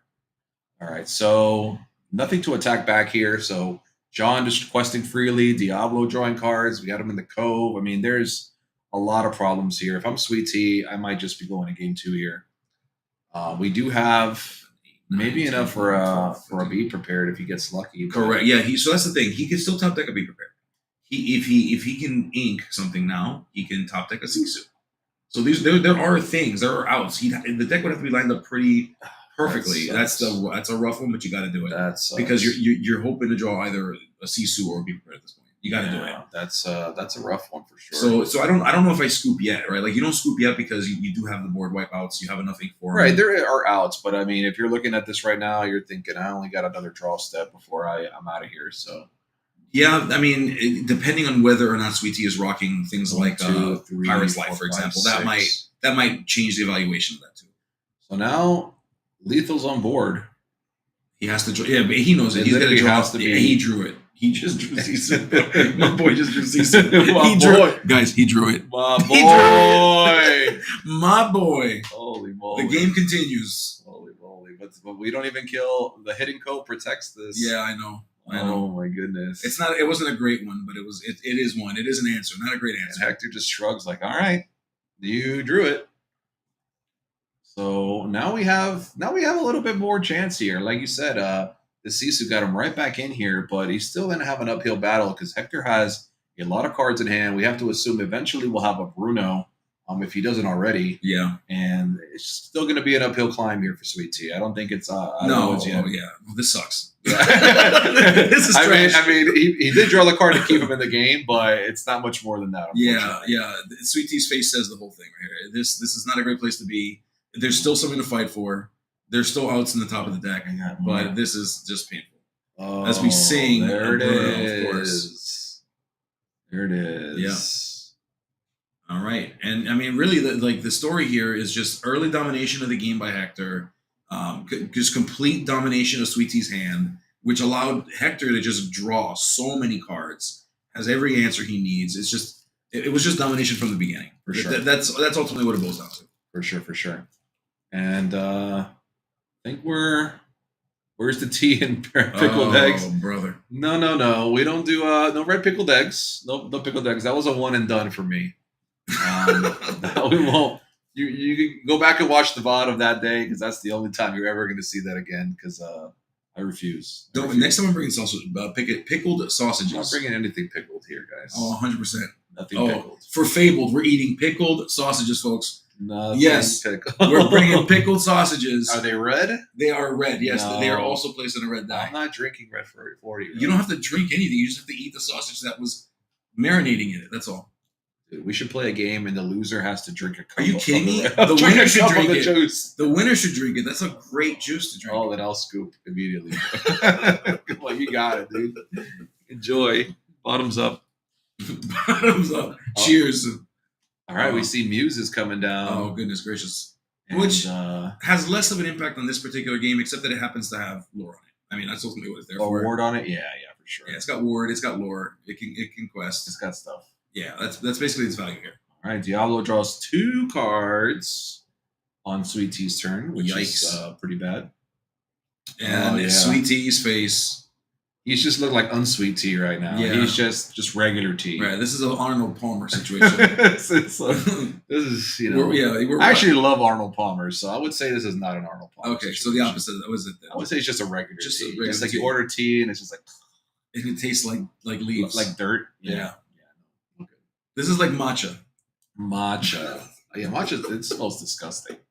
I used to work at a Starbucks out of high school, and I used to hate the smell of matcha. I gotta know. I've never had it. I don't know what it tastes like, but just based on the smell and based on the color, I've never been interested. I'm just not, anything that tastes like leaves. I've tried it. I'm not a leaf. I don't eat leaves. You never had a kale smoothie, bro? No, I'm not in for a kale smoothie. I've had kale. My wife tried the other day. She comes up with this green blended nonsense, and she's like, "It's so delicious. Try it. I added berries." Bro, it tasted like somebody mowed the grass and poured water in it. It was disgusting, bro. It was so nasty, dude. Oh, man, I can't. Wife. I know. I wish I could do healthier stuff, guys. I'm trying, but to be fair, there's tastier, healthier things. Why couldn't they make the bad stuff taste like the stuff that tastes good? Why couldn't it just be good for you? Yeah. Why? Why does chocolate have to be bad? You know what? I can't believe we can't figure that out. It's 2025. Yeah, 2025, and chocolate's still bad for you. Like, what are we doing here? You get rid of the Tamatoa with a Bruno. Oh my gosh. Rough. I can't believe we're still playing this game, Gabe. Yeah, I think we're burning time at this point. I think that we need to get this game over with because we are playing a slower deck here. We know that we're going to have to go to a potential game 3 if we want to win this set. I think we might just be hanging out a little too long here, but who am I to say? All right, gives him the bump. Let's move it along here. Let's head over to game 2. We're not over yet.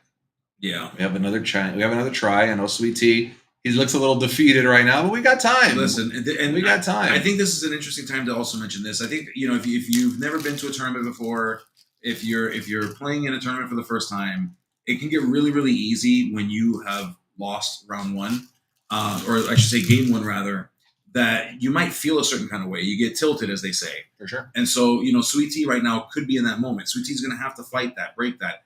That's one of the more difficult elements of tournament play is kind of the psychological element of this. So not only does Sweet Tea need the deck to line up right, he needs to not make mistakes. And not making mistakes is making sure that your mind is in the right place. For sure. I'm missing Popsicle turn 1. That hurts, right? Because that's another card you could have had.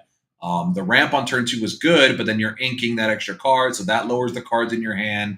So I thought that all his plays kind of just didn't line up for the discard package that was coming towards him. That You Have Forgotten Me just completely rocked him. And he was just really never able to stabilize after that. You Have Forgotten Me. So I think this time around, Sweet Tea is going to be playing a little bit closer to the chest, maybe trying to hang on to a few more cards.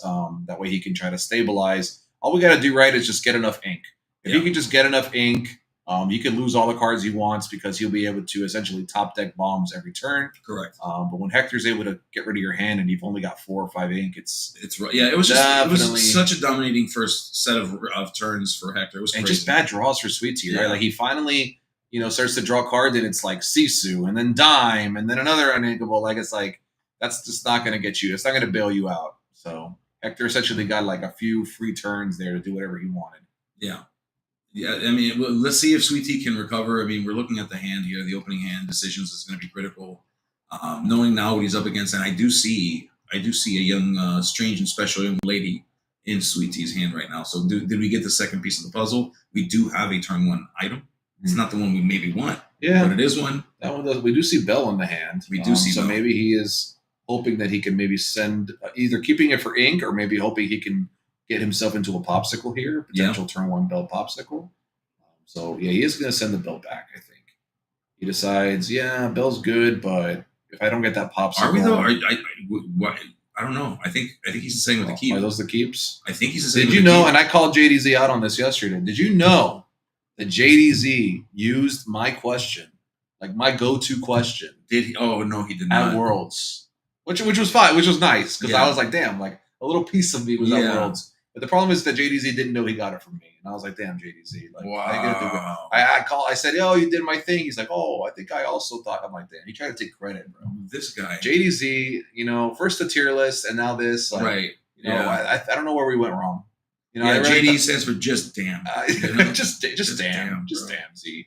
Damn, bro. Just damn. That's how. But he did ask on the world stage, are you a mulligan face down guy or a keep face down guy? Which is a question that I do ask often. Yeah. And he used it on the world stage, guys. So you know what? I'm going to say that he subconsciously thought of you, and a part of you was at Worlds. How does that make you feel? You were at Worlds, bro. Yeah. I try to say, oh, you got that from me. Good job. And he's like, well, I think I've also asked that before. And I'm like, damn. JD's just, I try to get a little inch in, and he's like, nah, dude. Nah, bro. Nah, get out of my house. Yeah, no blood. Get out of my house. I wonder what JD's up to right now. He ain't here. He might be watching the PPG stream. But no matter what you're watching, guys, hope you guys are enjoying some Lorcana today as we get a Diablo to take a little peek at Mr. T's hand. And we call him Mr. T. Mr. T. Can we do that? Sure. Is that a Mr. T? My Sweet Tea, I think is going to say, I pity the fool. That you're aging yourself, and I think there's going to be people who are watching this that don't even know what you're talking about. You don't know Mr. T, dude? Bro. Everybody knows Mr. T. You're so old, bro. It's part of being born. Like, as soon as you're born, they're like, that's the first thought. This is a picture of Mr. T. Yeah, I'm sure. Oh, and look at that bill being used for ink. There we go. As we ramp. Okay. Ramping is good. Yeah. We just want to make sure we keep cards in our hand, right? We don't want to get too nilly-willy. I do like that he inks that Fishbone Quill, although that is a very powerful card. Yeah, it's just we're not going to want to be dumping our hand, right, anytime soon. So I think we're safe to ink that. And, Sweet Tea, like I said, just needs to weather this storm here. Hector really thinking about whether or not he wants to shift in here. Could be a potential brawl waiting for him in the wings. So Hector really thinking about how he wants to proceed with this turn here. As he inks the Muse and potentially an Ursula or maybe a Sir Hiss. What are we doing here? Are we just questing for one? We're questing for one, putting us on the board. Right. It's a pretty safe quest. I mean, we do have that Vitalisphere that can come down next turn or give something rush next turn. Yeah, absolutely. But I think it's a pretty low priority risk here. Just go ahead and send in that Diablo for one. We see Sudden Chill hanging out in the front of the hand, I believe. That is exactly what that is. Yep. I don't like a Sudden Chill with no value here, but he does decide to just pass it back. Okay, so that's a good turn if you're Sweet Tea. You definitely like to see your opponent not shift Diablo and take the turn off. So that does give you a little more time. One less card you're discarding from your hand. Yep. And definitely a way better position this time around for Sweet Tea. Yeah, and I think a part of it too is like, Sweet Tea kind of opened this up, and you might not assume that Hector's on this color combination. We aren't. It's not like he knew going into this. So he mulliganed differently than he probably would have. Because if I'm playing against Hector, my go-to gut instinct isn't that he's playing Amber. Probably red-blue. I would assume he's playing Sharknado. Right. Is what I would assume. Right. These are like his two pet decks, I would say. These are the two decks I see Hector play the most. I would say Hector can play any deck because he's very skilled. But these are definitely the two decks I see him play the most. Yeah, so. crazy skilled. But we do see John right on 3. And John's so good in these matchups that are not aggressive, just being able to set it up. Yeah. I feel like when you're playing against Amber Steel and they're just like throwing hamsters at you, it's a little hard to take a turn off to play Prince John. But in this situation here, Prince John is perfect to just kind of set it up. And he's going to be getting some value very soon. Yeah, and you got to assume that you've forgotten me as incoming. Yeah. So we don't want to end up how we ended up last game where we're stuck with 2 cards in hand. Yeah, no deja vu here. No, and here, great card. This is a fantastic card here. If we do lose that, I think he has 2 cards in hand, though. Which is fine, but if you lose those cards in hand, at least they become ink. So yet maybe But the Greystone Dragon is a great answer Oh, yeah, for to sure. the You've Forgotten Me. Yeah. Greystone Dragon definitely great in this matchup. I think this is probably the matchup it excels in the most. However, is it 2-3? Is it 3 cards he has? Yeah, it's 3 cards. 3 cards in here. Okay, so not total blowout if he gets You Have Forgotten Me. There it is. There's a You've Forgotten Me. Well, yeah, drawing 2. No, there. it was 2 cards in hand. One of which is a character, so we will be able to ink next turn. So that's fine. Is it though? It is, because look, we're going into 6 ink next turn, and we maybe like 1 or 2 turns kind of like trying to stumble into some more ink. But if you are Ruby Sapphire, top decking is kind of in your wheelhouse. I think Sweet Tea can still deal with this. What up, Chuck? Oh, as we see him, okay, Marissa's Workshop can get him back in the game. So we're starting to see this kind of build up. Workshop is huge here. It's a very good draw. And Woodchuck, we were just talking about you, brother. We were just talking about how much you love art. And I can't wait to give you the next puzzle cards from Fable, bro. We were telling people to send you fan art, that you're like a huge fan of art, and that people should definitely write to you. So if you want to drop your P.O. box, just let us know so we could send some fan art over there. Chuck, you should be here with us today. I don't know why you're not here, man. I would ask you to put your email address, but I know it'd be a fake one and it'd be highly offensive. So don't do that. But thanks. Anyone have a link to the event? If you're asking for the Melee, I don't know. Are we using Melee today, or are we using Lorcana Play Network now? I am not. I believe I saw Melee. Box for 2069. Thank you, Chuck. Thank you, Chuck. I knew that's the response I would get. Yeah. I was afraid to ask him for the address because I knew something was coming. I'm okay with it. That was a light one. That was pretty people friendly.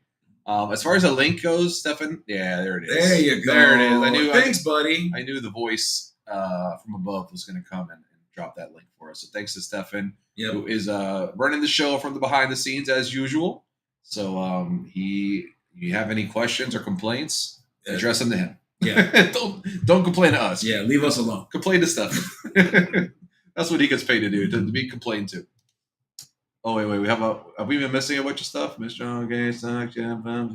So that is one mat. We're working on one mat. Okay, it is one mat. Okay. Thank you, Stefan.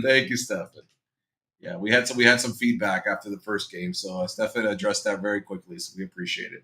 Okay. It also looks more centered, right? Like I feel like the last game we were slowly drifting. We were slowly drifting towards Mike Senior. There was a strong wind in the back office. But this looks a little more centered, so I'm happy to see this.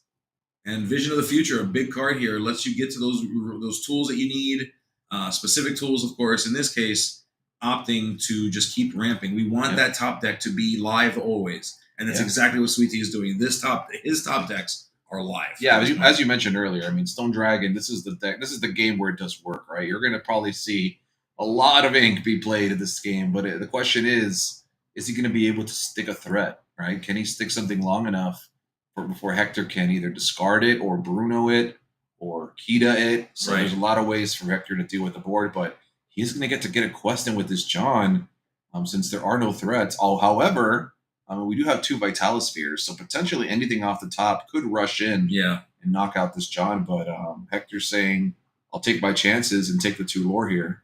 Yeah, I mean, I think you have to, because this is not, Ruby Sapphire is not a deck you wait for. The longer the game goes, the more Sweet Tea is at an advantage here. So you need to run for it. You need to start getting those points. You need to win. For sure. As another Diablo hits the table here, it's going to be tough. More cards is better. Yes. So we will untap here for Sweet Tea. As we see. Takes a peek. Oh, a little head nod. That's a little, Yeah. Thinking about it. What do we do? Are we inking this? What are we doing? Playing this? Oh, what is it? Rough. This is a rough spot. I'm sure we're wishing it was an item. It is a Tipo that was revealed. Opting to play it. Boy Wonder. And then giving it Vitalis Sphere, and then taking out the Prince John. It doesn't die. Yeah, it stays around. Yeah. Little boy, come slap up that Prince. Yeah. Get a shirt on, first of all. Second of all, congratulations on getting rid of that Prince John. I like it. So, not the best draw, but enough to at least settle the score with this Prince John and send him into the discard. Diablo potentially pecking back here. Yep, little call action. Little. You ever been attacked by a bird, Gabe? No, thankfully. That sounds terrifying. Yeah. I've never been attacked. Like, it's never bitten me, but I've definitely gotten too close to a nest before and like had the bird start like flying around me and yelling. Yeah. And then I just got out of the way. I just like, all right, I respect you and I'm gonna leave now. I had a cat who was just in the backyard. There was a nest in a tree in the backyard. Cat was not looking for the nest, but the mama bird did not know that and would start like going in on that cat. Yeah, yeah. That's exactly what it's like. They will defend. So that Diablo does that exact thing to little Tipo here. And we see Bell coming in for 3, though. Such low value top cards right now. Not what you want to see. You want to see just straight bangers coming out here. Yeah, but we're getting Vitellosphere action here, right? We are. All these characters have rushed in and got at least a trade on something. Not a trade, but rather a banishment on something. Yeah. Ooh, but the Hidden Cove. Man. You know what they say about the Cove. What happens in the Cove stays in the Cove. It stays right there. That's what happens. It stays right in the Cove, and right now we got John Bird hanging out in the Cove together. John Bird. John Bird. Who's John Bird? That's his middle name. Is that like John Hamm? It's Prince John Bird III. Yeah, Prince John Bird, the heralded. Diablo should have a damage from the Tipo, correct? I believe so. No, wait, Diablo should have damage? Yeah, from attacking the Tipo, yes. He attacked the Tipo, yeah. Yeah, so production, if you can make sure that there's 1 damage on that bird. Yeah, we got it. Thank you. We got it. Good call. Thank you, guys. Look at Blair. All the players that are out there playing. What are you doing? Are the ones texting us. Focus on your games, folks. What is happening right now? I'm kidding. Thank you all. They're probably out in the lobby watching the big screen and trying to report live commentary from there. Which they're doing the right thing, by the way. You're supposed to report these things if you see them. So good job. No, yeah, you guys are keeping everything honest. I do like that 1 damage call, so thank you for that. And a bunch of cards for Hector here. So many cards. It's crazy. Sweet Tea is drawing, but Hector's happy to see it because he gets to draw too. Yeah, I mean, that's always a weird spot to be in. Oh, look at that. A useful hideaway. Yeah. Crazy talk. We love to see it. Hideaway, getting some use here. It's rare that we get to see that, right? Usually it only hits McDuck Manors, but in this case, it does get some value on the Cove, which is really nice. It does, yeah. It also works on items, too, which is why we're starting to see it come out. It had a presence in the Worlds format. We saw a few of those. I think DKP was running 4 of those in his Ruby Sapphire deck. Sure. And with good reason, having seen the items from Sapphire Emerald, having seen decks like his own with a lot of items, I mean, for good reason it was in there. And it's not a bad card. Great card. For sure. And we'll get another turn here for Hector as we ready up. And my goodness, look at that spread. That is a lot of cards. So many. We see Lewis hanging out. I think that might be the first option here. Is just go ahead and play this Lewis out. Or maybe he's thinking about something else. He's got lots of options here. So be interesting to see which one he decides to go with. But we will start with Ariel. Dig deeper and find some songs. I think we saw at least a Painting the Roses. Yep. That's the Painting the Roses that we are taking back. Yep. So we will get a little +1 draw there on the Ariel, which is nice. Man, that's a lot of cards. It is. We're taking a look at the discard deck of Sweet Tea. I don't think there's any more characters in there. So that Great Stone Dragon's not really live right now. Right. So yeah, if some characters get banished here, we'll have more. But I think Sweet Tea is pretty loaded up when it comes to ink, right? I mean, obviously you could always have more ink. Yes. But I think he's in a pretty decent place when it comes to his ink. It is. Like the primary reason why you'd want more is because you like what is likely to happen is you draw a vision of the future. So you want 2 and then still be able to play whatever you draw. And so yeah, so it's a good spot to be in. Of course. Let's get more of those in. Let's get more ink for Sweet Tea so we can make this a fight. We get this to game 3. I'm right there with you, but it's going to be hard with all these cards Hector has in hand. He has so many ways to approach this, and he's just thinking about which is the best one. What's the most effective way for me to close this game out? And you see, he's really racking his gears here, grinding the gears, and seeing which one is going to be the right play. Yeah, absolutely. I almost prefer when I don't have a lot of cards in hand, right? Because it's like I don't really have to think much. Like this is what I got to do. This is what I can do. I got two choices. They're obvious. Let's play them. When you've got 500 cards in hand, although it is amazing to have so many cards in hand. Yeah, I mean you really have a lot of options, right? So correct. Hector deciding that Cricky is the best one, as he does go ahead and trade into that Bell, and keeps Diablo out on the table, which is going to continue to draw him even more cards. Oh my goodness, as if he needed that. I mean, you always need more cards. Yeah, there's no such thing as too many cards. Yeah, more cards is better, as I say. All right, so we will get another draw there for Sweet Tea, and it is a Sapphire Coil which is not normally a good draw here, but it does draw him an extra card off that Maurice's workshop. So we're happy to see an item.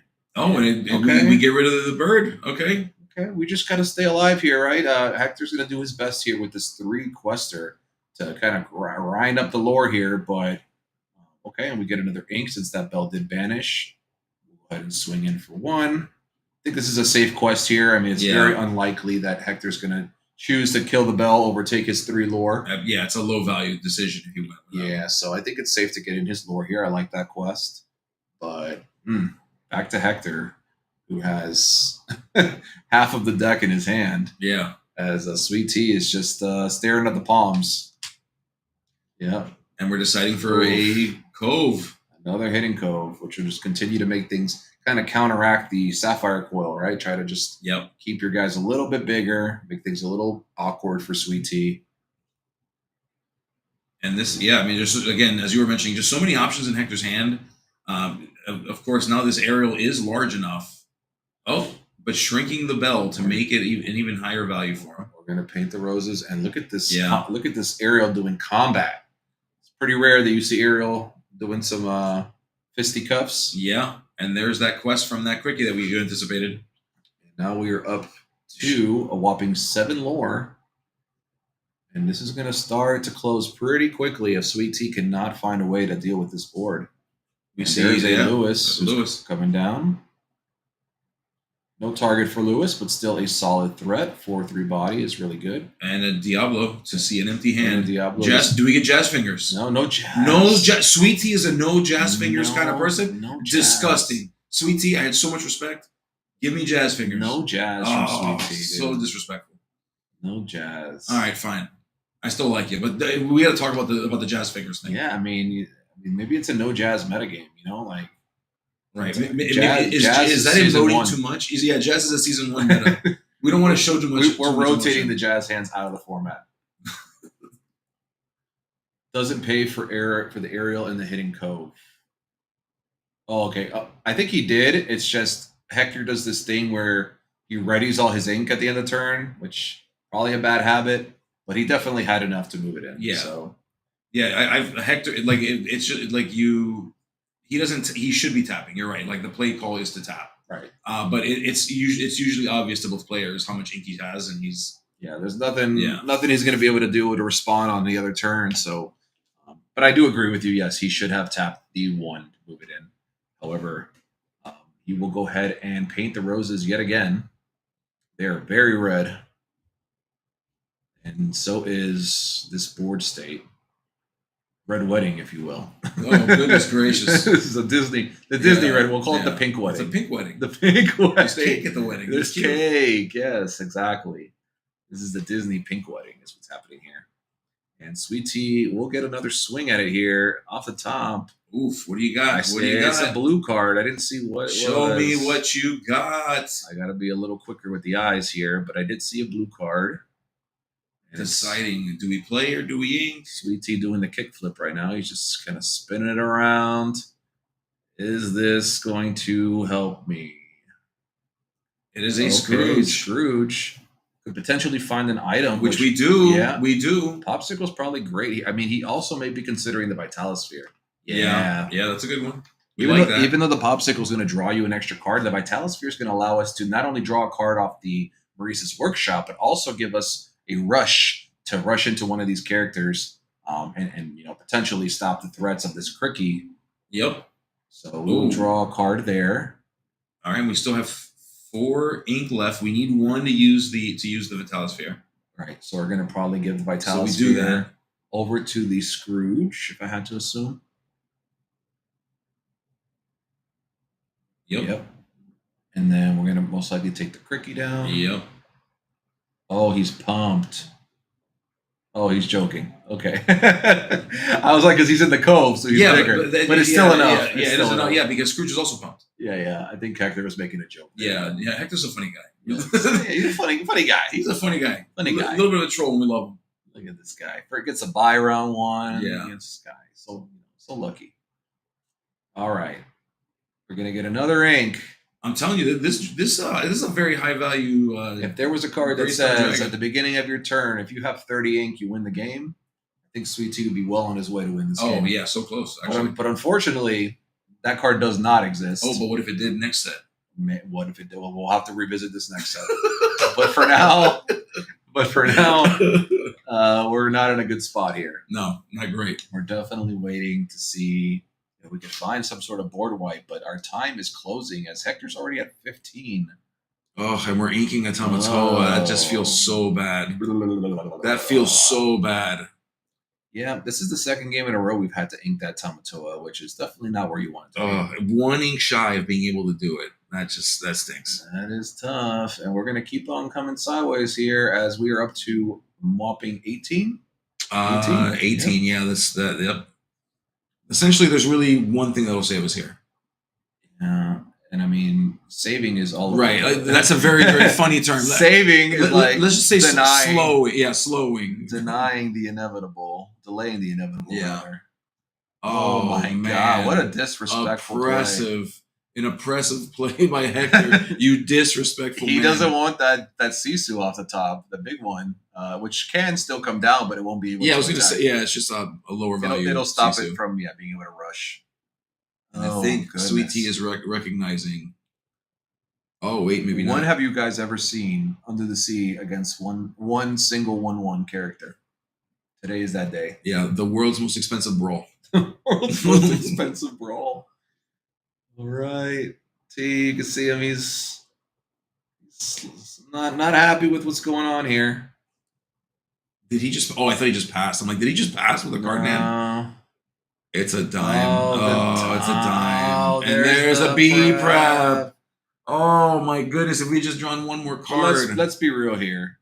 I mean, if we draw that prep, Hector's still got approximately 15 cards in hand, approximately 26 cards in his hand. Yeah. So I mean, although that definitely would have helped, Hector in clear control there. Unfortunately for Mr. T and here, get in here, dude. I don't want to be that close. Get in here. There you go. All right, guys. Check out my Robin Hood shirt. You guys like that, dude? That's a pretty. He's rocking the Haunted Mansion. Haunted Mansion shirt. I was going to show you my back of my shirt, but you can't see it with this. Here, I'll show you.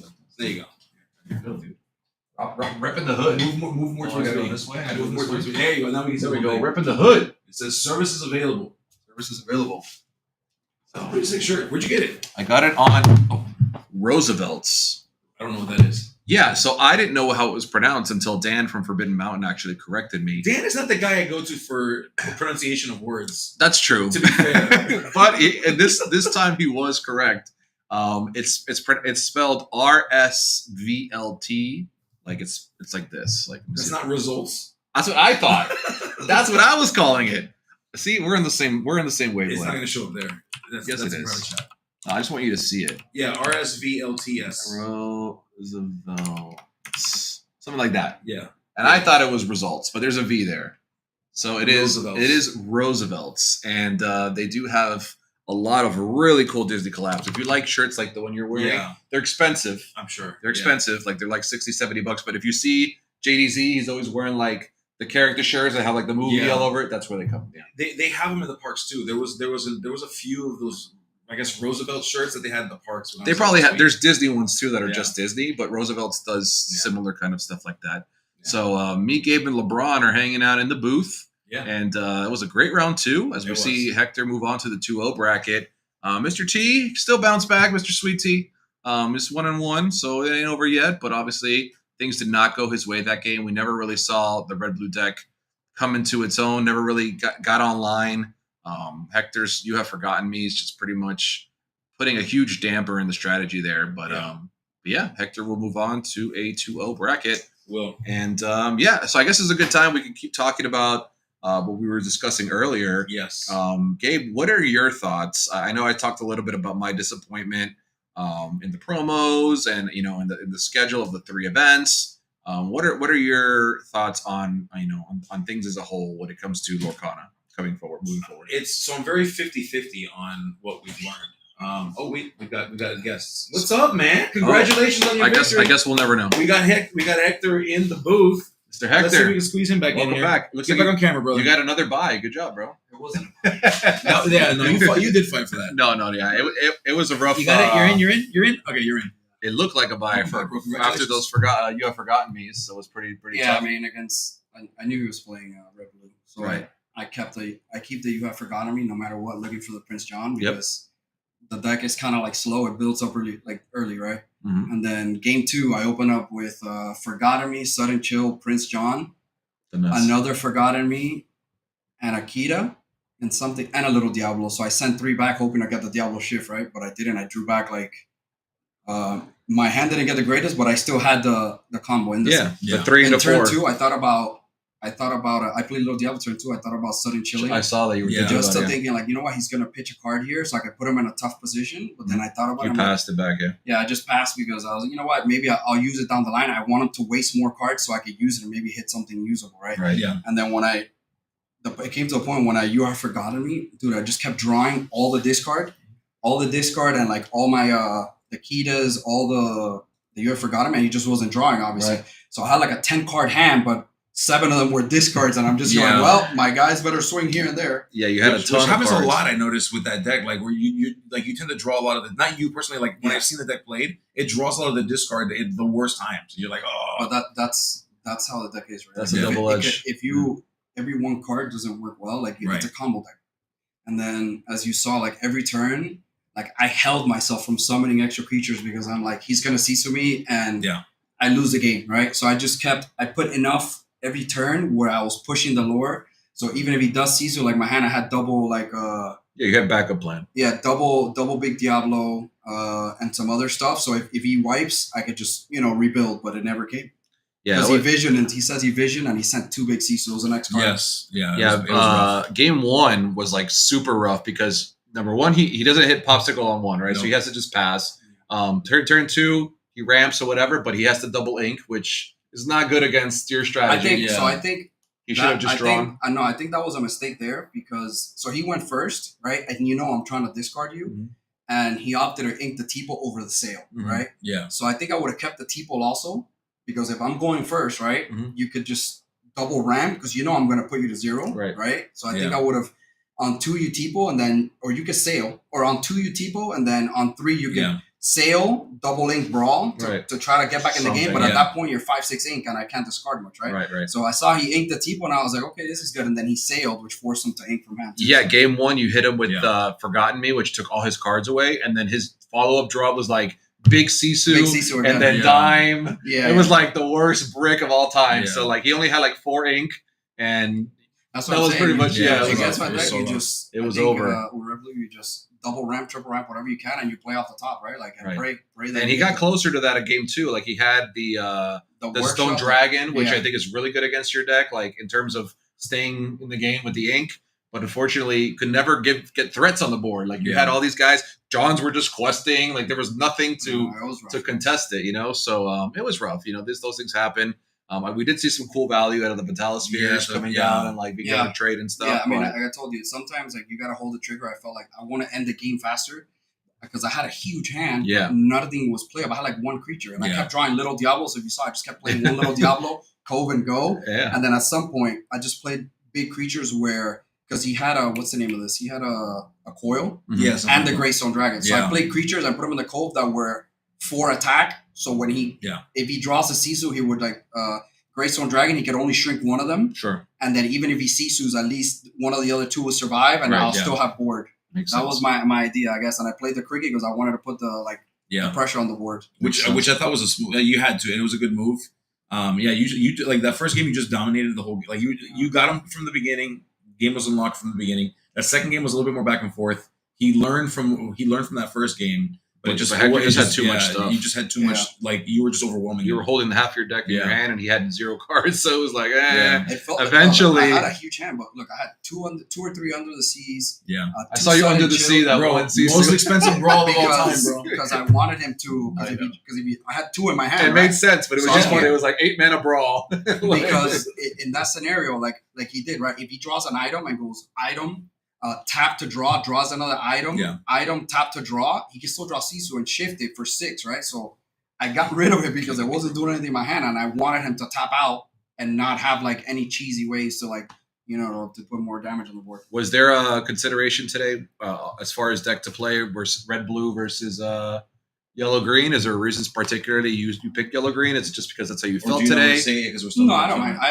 I have both decks built, right? We did like a team tournament and I played them both, but I swap back and forward based on like the tournaments. Just wasn't sure if there was something that made you be like, I'll play this one. Also, I feel like right now that the meta is like super aggro in a sense, right? So red blue, and here people love freaking Amber Steel. So I felt like red blue is good, but sometimes when they aggro you out too much, the item version lacks like a lot of interaction early, right? So I don't know. I went with green yellow because I felt more comfortable today, I guess. Cool. Yeah. No, I just wasn't sure. I know you're known for playing both.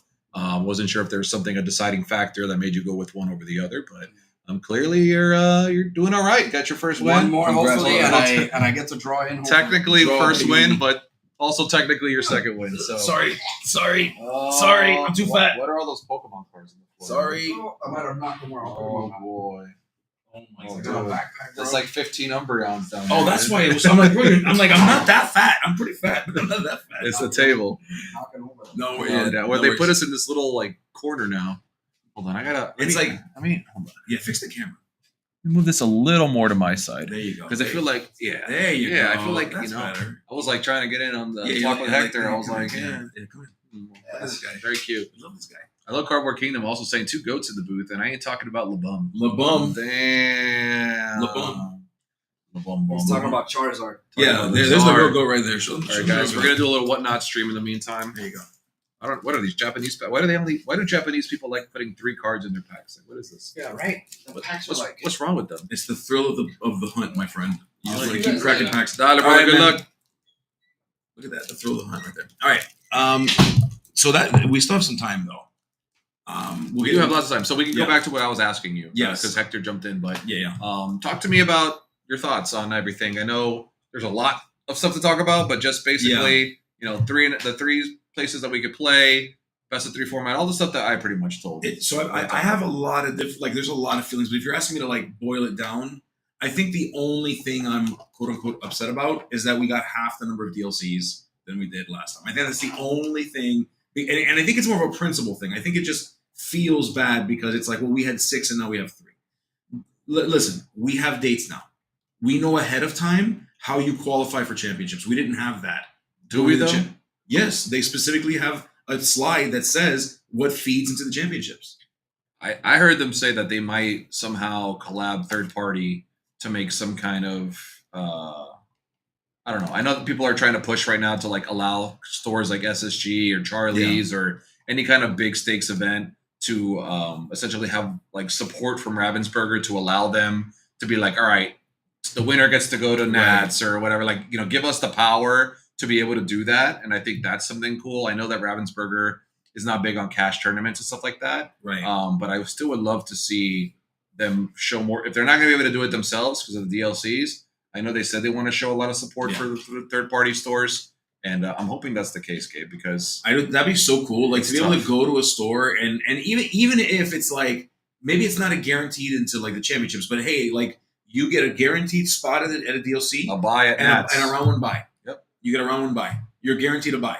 That's how it is in Magic. In Magic, if you play well at a qualifying tournament, which can be held at any local game store that does it, you actually get buys to your events. When you go to the GPs and stuff, you get buys. It'd be nice to see that. So I would love to see stuff like that. Like give other players reasons to support their local stores. And because some players might just wait for the DLC and go to the DLC. But if you tell them, hey, well, your local store could get you a qualifier where you won't have to play your first round or 2 at the DLC, that's a lot of incentive, right? Correct. So now you're showing support for your local businesses, but you're also prepping them for the DLC. So I think that's a cool way for Ravensburger without having to fully dip their hands in everybody's cookie jar to kind of allow us to get something from them. And I hope that they pursue that because I do too. It'd be nice to see that. I think it's good support for the stores as well. But I mean, in terms of my general feelings, the only thing I'm upset about is we got half the number of DLCs in North America.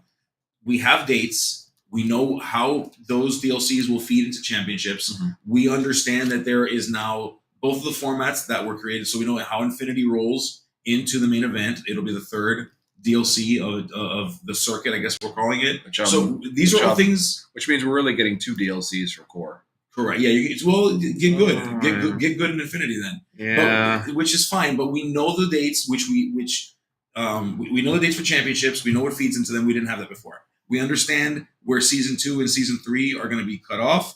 We understand that season 3 will happen starting post season 2, which they're expecting to be at the end of 2026. So we know that technically through the year, there's actually more than 3 DLCs, or I guess more than 2 DLCs, because we got 1 happening this year and then 2 happening next year. So we understand now that there's going to be more. We've been told that season 3 will have on par with the number of events that season 1 had. More in line with what we were expecting is what they said. Yeah. So which is fine, but we're talking about the end of 2020. So we're talking another year away. But we've already waited a year. I understand that. And I don't disagree with people who are upset with it. I get it. I 3 events in 2 years, in my opinion, is just unacceptable.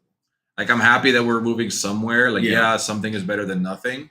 But I still think it's pretty embarrassing. I think if you look at Lorcana as not just what Ravensburger is producing, but if we look at like Charlie's Collectible Show, what SSG is doing, if they make effective use of whatever thing that they plan on doing that ropes in the other locations, that to me would help with the vibe. Like, is it access to Nats? If I go to CCS, maybe not, probably not, but maybe they will if they figure that out. But it's still a very competitive event. If we can get like exclusive pricing, like what UK Games Expo got for those mats, that'd be pretty cool. I will say now that you mentioned pricing, and by the way, Stefan, you want to come join us on this conversation? Sure. I didn't know if you were coming to deliver a message or if you're hanging. Yeah. No, just hanging. We're still waiting on 3 more matches right now. Cool. Okay. We'll get your take in a minute, but just so I can finish my thought, I just wanted to say that in terms of pricing, although I'm not the biggest fan of the promos personally, I do love that they're doing the uncut sheets now, which I think is we did see them use it over in Asia for their first big event, and I thought that was like a super cool item that you can frame on your wall. I mean, it's already framed, but you put it on your wall, and like obviously there's other games that do that are very popular for doing those uncut sheets. I think that's a really cool idea. So I like that they're incorporating that. I think that's cool that they're listening to people and taking advice from other things. But talk to me, Stefan. We were just kind of talking about the announcements in general. Obviously 3 DLCs. We did move to best of 3 format. We are doing day 2 for Top Cut and stuff like that. We're like having people come back for day 2. What are your thoughts on the surface of like generally what the announcements had in store? So in particular, some of the greater takeaways are obviously best of 3. I know a lot of people during last year it always felt like that there was unfinished games when you went to draws all the time. And draws are a different conversation to have when it comes to that, but making it to where it's easier to draw, it just kind of felt bad.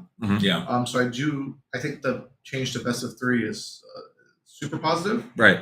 I agree with that. Yeah. As far as the pricing and promo, the one thing that always kind of kept me nervous is, you would book your flight or travel and hotel, and you didn't get a chance to find out what like the prize wall was after or like literally like days before, right? Right. So you couldn't plan like, okay, well, if I don't do people would take pictures like, guys, this is the prize wall, like on Twitter, you'd be like, oh, that's what's that. Yeah. So you would, understanding. I know a lot of people when they go on these trips, a lot of them are looking to like what their ROI is, right? Or at least net zero. Like exactly, right. They want to be able to go on the trip, obviously do the best they can, but if not, feel like to recover. Yeah, I feel like it was worth the experience. Worth the trip itself, and then being able to get ready to go to the next one. For sure. So I'm very curious to see. I love seeing the prize wall expanded. We have a new pin. There's a lot of people that are big fans of that. I think there's a new shirt, right? I think it's a hat. There's a hat. Okay, the hat. Before there was like you couldn't do merch if you wanted to you had to do like only items, and they weren't doing the merch. I forgot what it was, but it is nice to see them incorporate the merch in there. Yeah. So now you have 2 mats to go for. The non-foil promos. The non-foil promos, which I think is a really, really big move because it keeps the prestige for the players that have earned the foils. Yeah. And then for those who grind the side events to be able to get those non-foils, I think it feels nice. What are your thoughts on the promos as a whole? Well, they're not slighted towards my favorite colors, so Right. obviously, like I felt like last year was like a lot of just amber steel. Yeah, you got Rapunzel and you got and the Cinderella. matte. Yeah, like it was Yeah. just it was. It felt Mufasa really is good. still steel, right? I think the Mufasa is steel. Yeah, but Or is it Mufasa or Simba? I think it's, It's Simba. Simba. The It's Simba. Simba. Yeah, so the Simba is amber. Is that But amber? No, steel. Steel? The Simba that's a promo is a steel Simba. It might be. I think it is a It's steel the Simba. steel Simba. that's you're talking. It's not the. I thought it was the shift one. One of those things eating a burger. No, it's not. No. It's not burger. It's not that Oh, one. No. okay. It's not burger. It's not burger eating Simba. It's no. not. No, it's not. It's okay. not. It's Oh, I think it's the one that acts like Tinkerbell, right? Like I think is it that one or You pull it up. Yeah, we, let's look it up. we literally have the internet, folks. Okay, so anyways, Oh, look what's up in. focusing. That's from last time. Yeah. Yeah. So Well, either way, we'll figure it out now. Yeah, but overall, I think the promos in general, they're a good spread. I love the Pegasus as far as the entry promo, Yeah. as well as a farmable one for the side events. I think my favorite thing is just seeing playable cards. Yeah. So. Oh, is it amber? It is amber. It is amber. It is I amber. know what I saw. Or is it You're steel? right. Sorry. Yeah. That's amber? Yeah, I can tell. Like, I can understand why you thought that was steel because the amber is very, very weak Yeah. in comparison to the other. Like Pegasus, Oh, obviously. it is you the can tell by on-top the- Yeah. one. Yeah. Okay.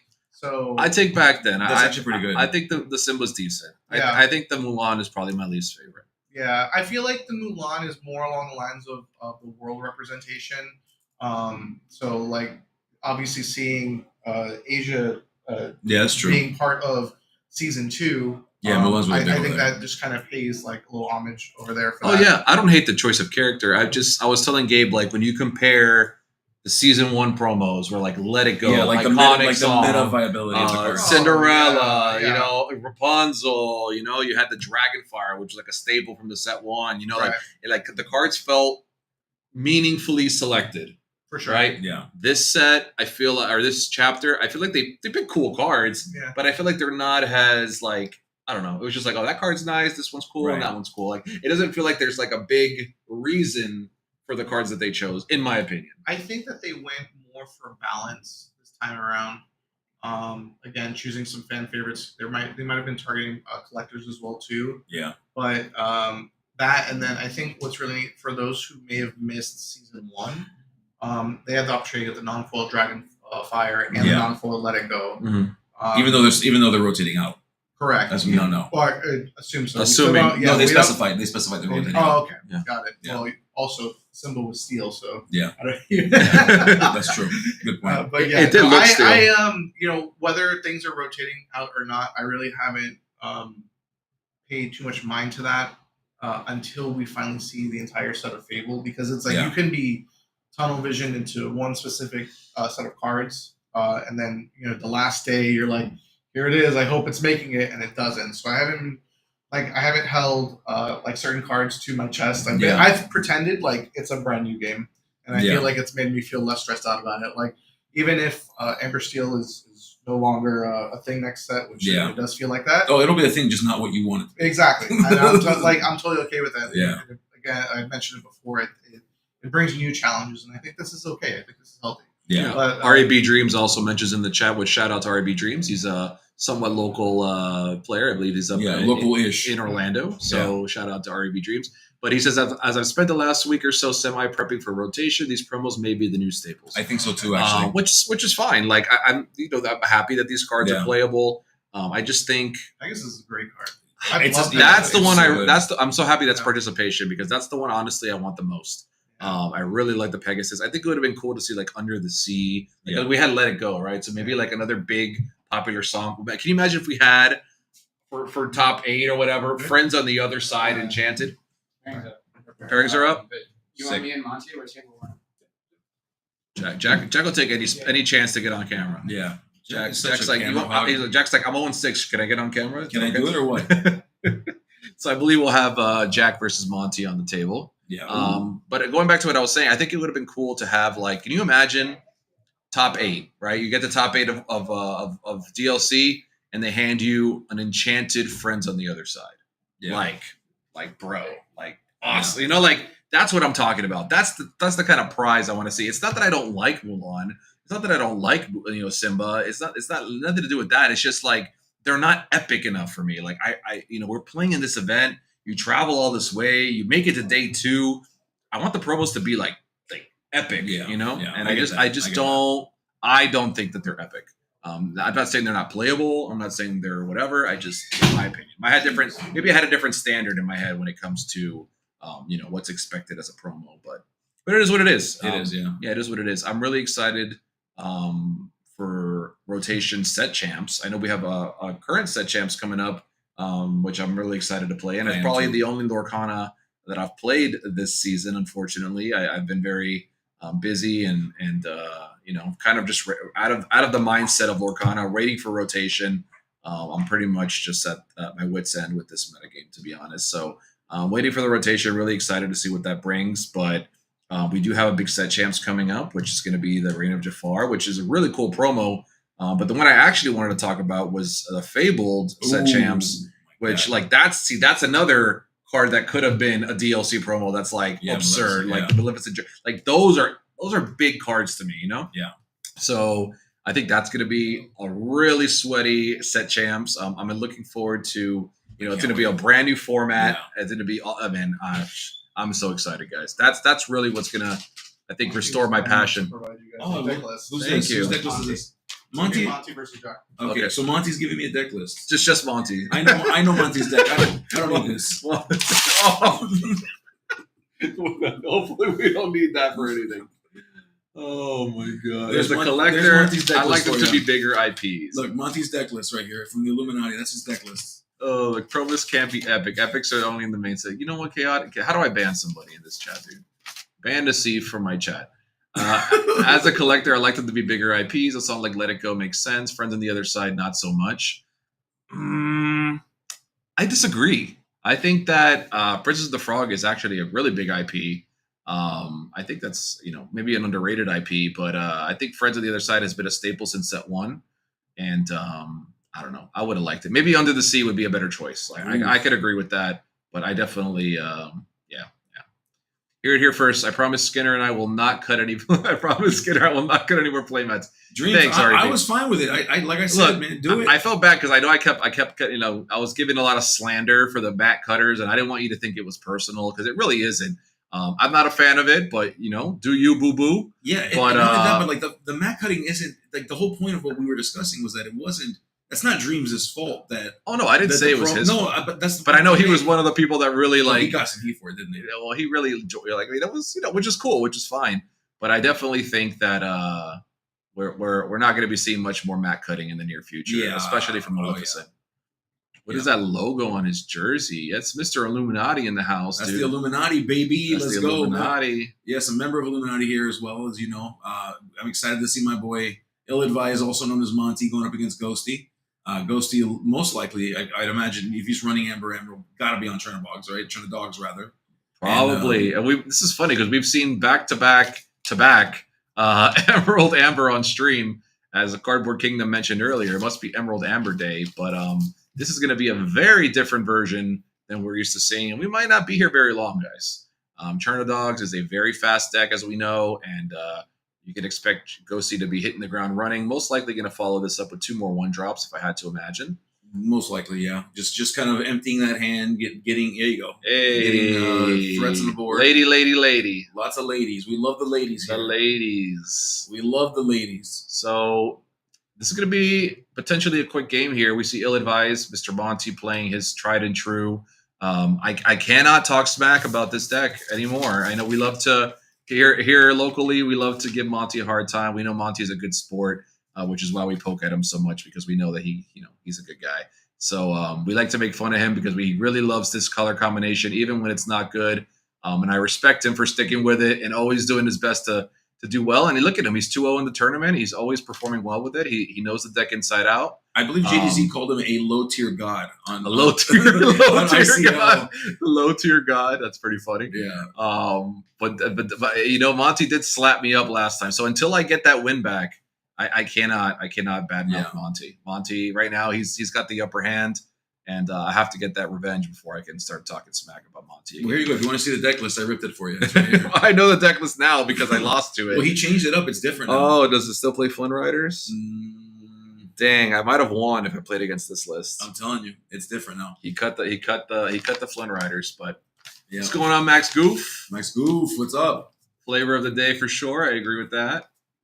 And yeah, I do admit, REB Dreams. I do admit that Jafar and Maleficent Dragon promos and mats are quite beautiful. So They really are. Yeah, as we see Ghosty doing Chernadog things, as we've got 4 characters on the board, one kid. We've got 3 ladies. We're seeing the Tramp. Oh, Tramp join comes in, which pumps up the ladies to a 2-quester and pumps up the ladies. Oh my goodness! And we are getting off to the races here. We're gonna draw 6, discard 6. Wombo Is the combo. monster in this set here? Do we see the monster? He kept that last card pretty easily, so I'm guessing that might be the bog, but maybe it's not. Yeah. Could be the bog. Could be a dog. Who knows? As we go up 1, 2, 3, 4, 5, Monty's like, geez, what is happening 6. here? Yeah, so we go up to 12 total lore here. And by the way, Gabe, we switched to the pink mat again. I don't know if you noticed that. Oh my god! But this time we're using We're using one side. we're using it as intended. Thank you, folks. I'm so Thank glad. you, specifically Stefan. Thank you for paying attention. I'm so glad we gave this feedback because Yeah. I am Of all the things we could do, yes, heart emojis to my friend. Of all the things we could do, the most important thing is make sure that the 2-player mat is used effectively. perfect. I love to see it. And Jack taking a little. Wow, is he drinking water? I cannot believe it's not Celsius. Oh my God! I don't think I've ever seen Jack drink water. Yeah, he might live today. That is wow. That's crazy talk right now. Wow, I didn't know he had any water in his system. And shout out to Celsius. Unless he poured Celsius into the bottle. Probably. But Celsius, if you're out there, you're missing an opportunity. Huge sponsorship opportunity for Ghosty. Please check him out. Dude, he loves your drinks. how cool would the Celsius logo look on the chest there next Kinda to that? sick. Yeah, bro. Kind of sick. Guys, Celsius, just somebody tweet Celsius and let them know that Jack needs to be representing them. Oh yeah, 100%. It's one of those powder Celsius packs. Yeah, he probably just added it to his water. I'm guessing. Oh, yeah. Oh, it's a card we haven't seen in a while. That is pretty good. Yeah, that is a Teeth and Ambitions. yeah. And that will also pump up our queen here. It does. Now, But too little, too late. Is that where we're at right now? but Jack's at 12, yeah. and we're bringing Lilo in. Not just any Lilo, the box set Lilos, which I do love me some box sets. Yeah, I like to call that Costco Lilo. The Costco Lilo? Well, no, it's the Costco is the Mickey. The Mickey is Costco It's the same Mickey. foiling though. I know. Well, we're getting Costco Elsa soon too. We so are getting Costco Elsa. Yes. Elsa is a really nice one, and I'm hoping that they keep that up. It looks like they're going to go through all the colors. So yeah, I'm guessing we're getting a blue one or a steel one next. Yeah, and Monty's just looking at this board saying, "What the hell do I do with this? This is crazy." Yeah, Monty. Can we deal something here? We do have a Queen of Hearts that is pumped up, so that's cool. Yeah. Queen of Hearts can take one thing out, but I mean, I believe we may be in a too little, too late scenario here. So if we do something like maybe a brawl or whatever, but that's still too slow. We're at 16, Gabe. Yeah, it's not ideal for Monty here as he plucks away a tramp. Yeah, the tramp is going to shrink down the ladies, so I think that's a good idea. Yeah. But we still have a potential tramp for, if he comes off the top or in the hand, that could be bad. Monty's still looking at it, thinking that there's something that can be done. We see an Ursula. Oof, Ursula is not fast And enough. we see Ooh, okay. another teeth. Another teeth. Okay. targeting that lady. So Monty does have a couple removal options here. He is able to clean up that board pretty well. But unfortunately, we're Yeah. still going to go to 20 here. Yep, recognizing not in the best spot here. Ghosty with a quick start. Yep. Monty will now get a chance to go first, which kind of a big deal. Hi, friends. We're back. Hi. Hi there. Oh, hi there. Hi there, Mark. Well, hi, Mark. Oh, hi, Mark. We love to see it. Yeah, so that was quick. That's and one word for it. It we are- definitely was quick. I mean, we are, that was 6 minutes. That took 6 minutes to do. That was all of 6 minutes, brother. That's like the game at Worlds that Ed won. Did you watch that game? Yes, that was so quick. It was like a 3-minute game. Yeah. Like I literally, I think I went to It the was so restroom and I quick. came back and they were shuffling for game 2. It was pretty absurd. Yeah. The worst moment to go to the bathroom, for sure. What's going on here? Okay, yeah. So production says that we're going to try to see if we can grab somebody. If this set goes as rapidly as it may, Yeah, we're gonna try to make sure we get somebody else on camera so we don't hang out for 40 minutes. So yeah, he could have cleared Lilo, bought a turn, but I don't think it mattered. Yeah, I think Monty just realized the writing was on the wall there. Let's just get on with the next one here. Yeah, And now Monty will be on the draw or in the play here rather, and that's with two. That's with two teeth and ambitions. Yeah. So that's rough, man. When you have two teeth and ambitions and you still get run down, that's it's going to be a tricky spot for sure. It was, that was quick. I mean, the draws lined up well for him, and he still couldn't figure that out. So let's see if we can make a difference here. We're looking for 5 fresh cards. Monty says. Yeah, as Cardboard Kingdom mentioned, Ed ended a best of 3 to go to a finale in 12 minutes. It was nuts. It was imagine you get to the semifinals, right? You're like, all right, I'm almost there. One more win, and I get to be in the finals, and your opponent just smokes you in 10 minutes. Yeah, it was so bad. It's like, holy cow, dude. That's so bad. Yeah. Listen, they don't pay Ed by the hour, okay? That's what you guys keep that in mind. That is crazy. They don't call him the landlord for nothing. It's crazy. He's a scary dude. I'd rather play against DKP's obviously he's the world champion. Yeah.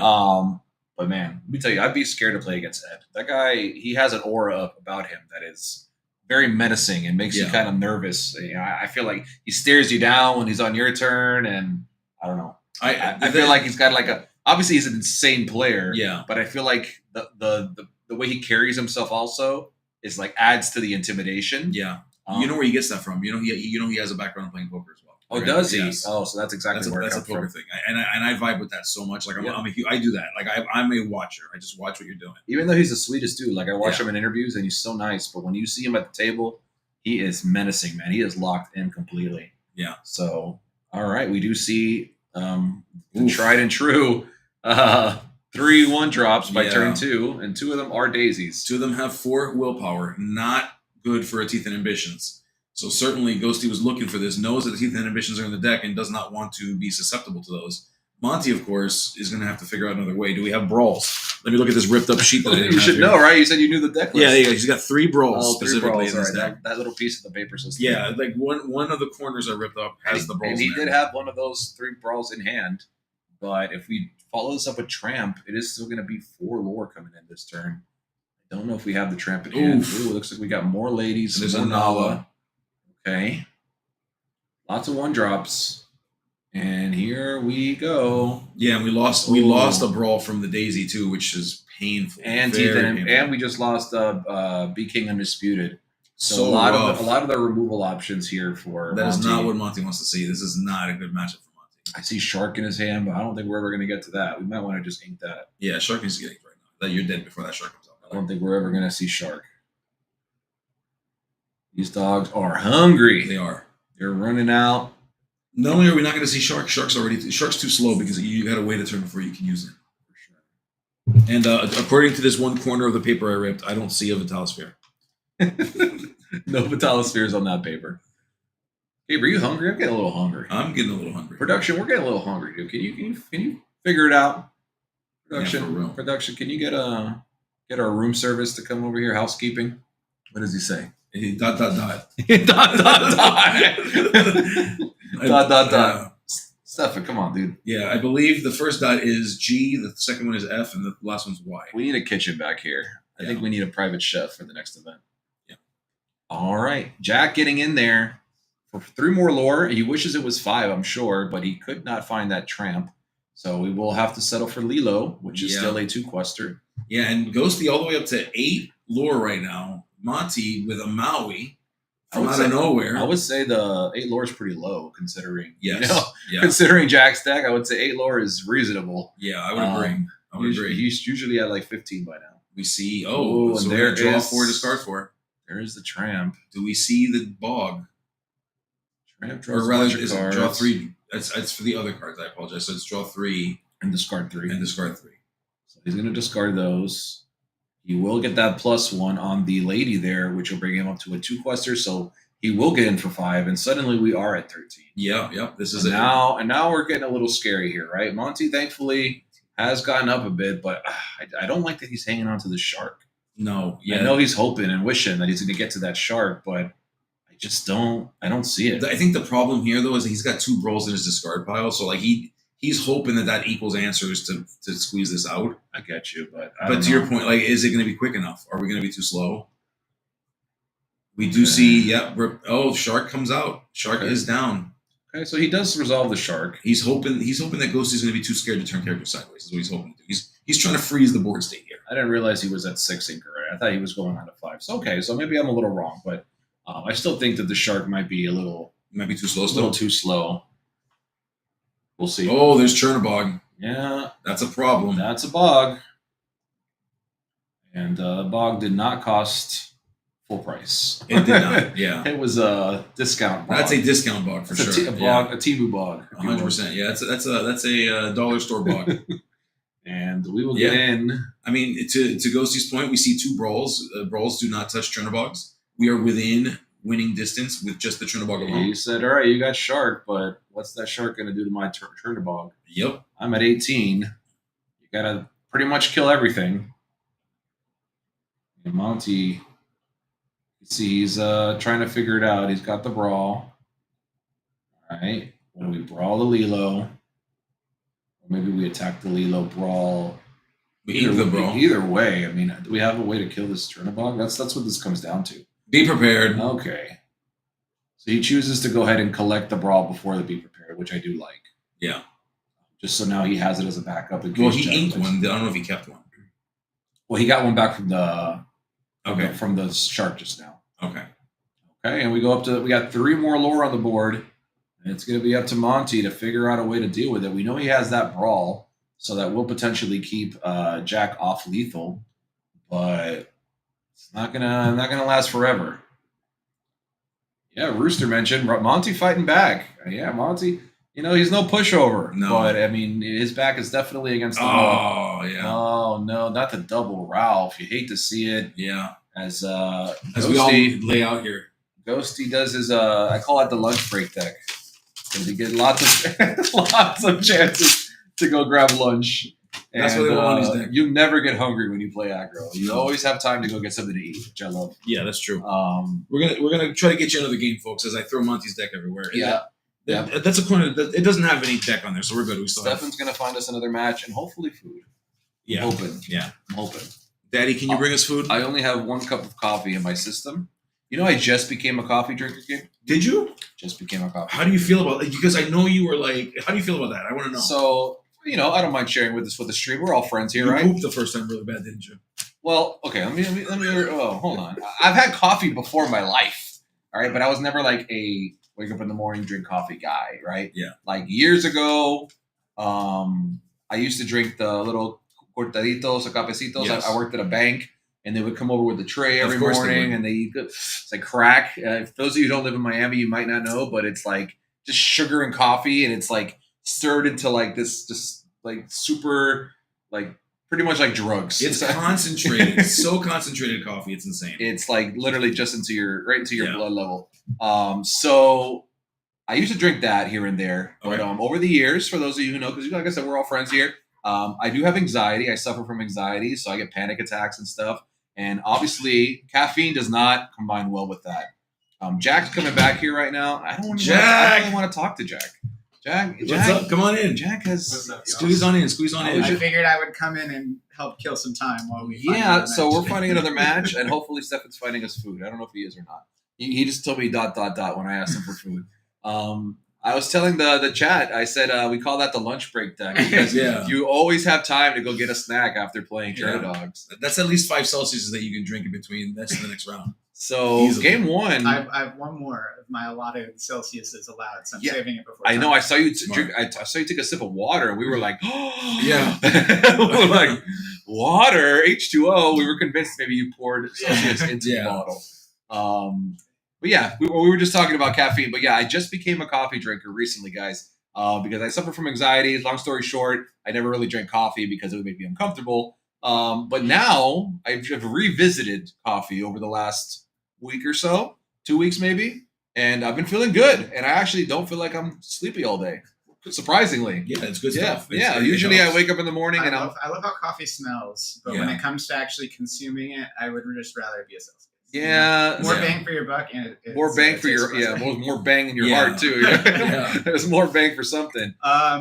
There's a question here from I can't read the names, but it says, "Why didn't you keep Rapunzel in the hand?" There you go. And the answer is because I didn't need it.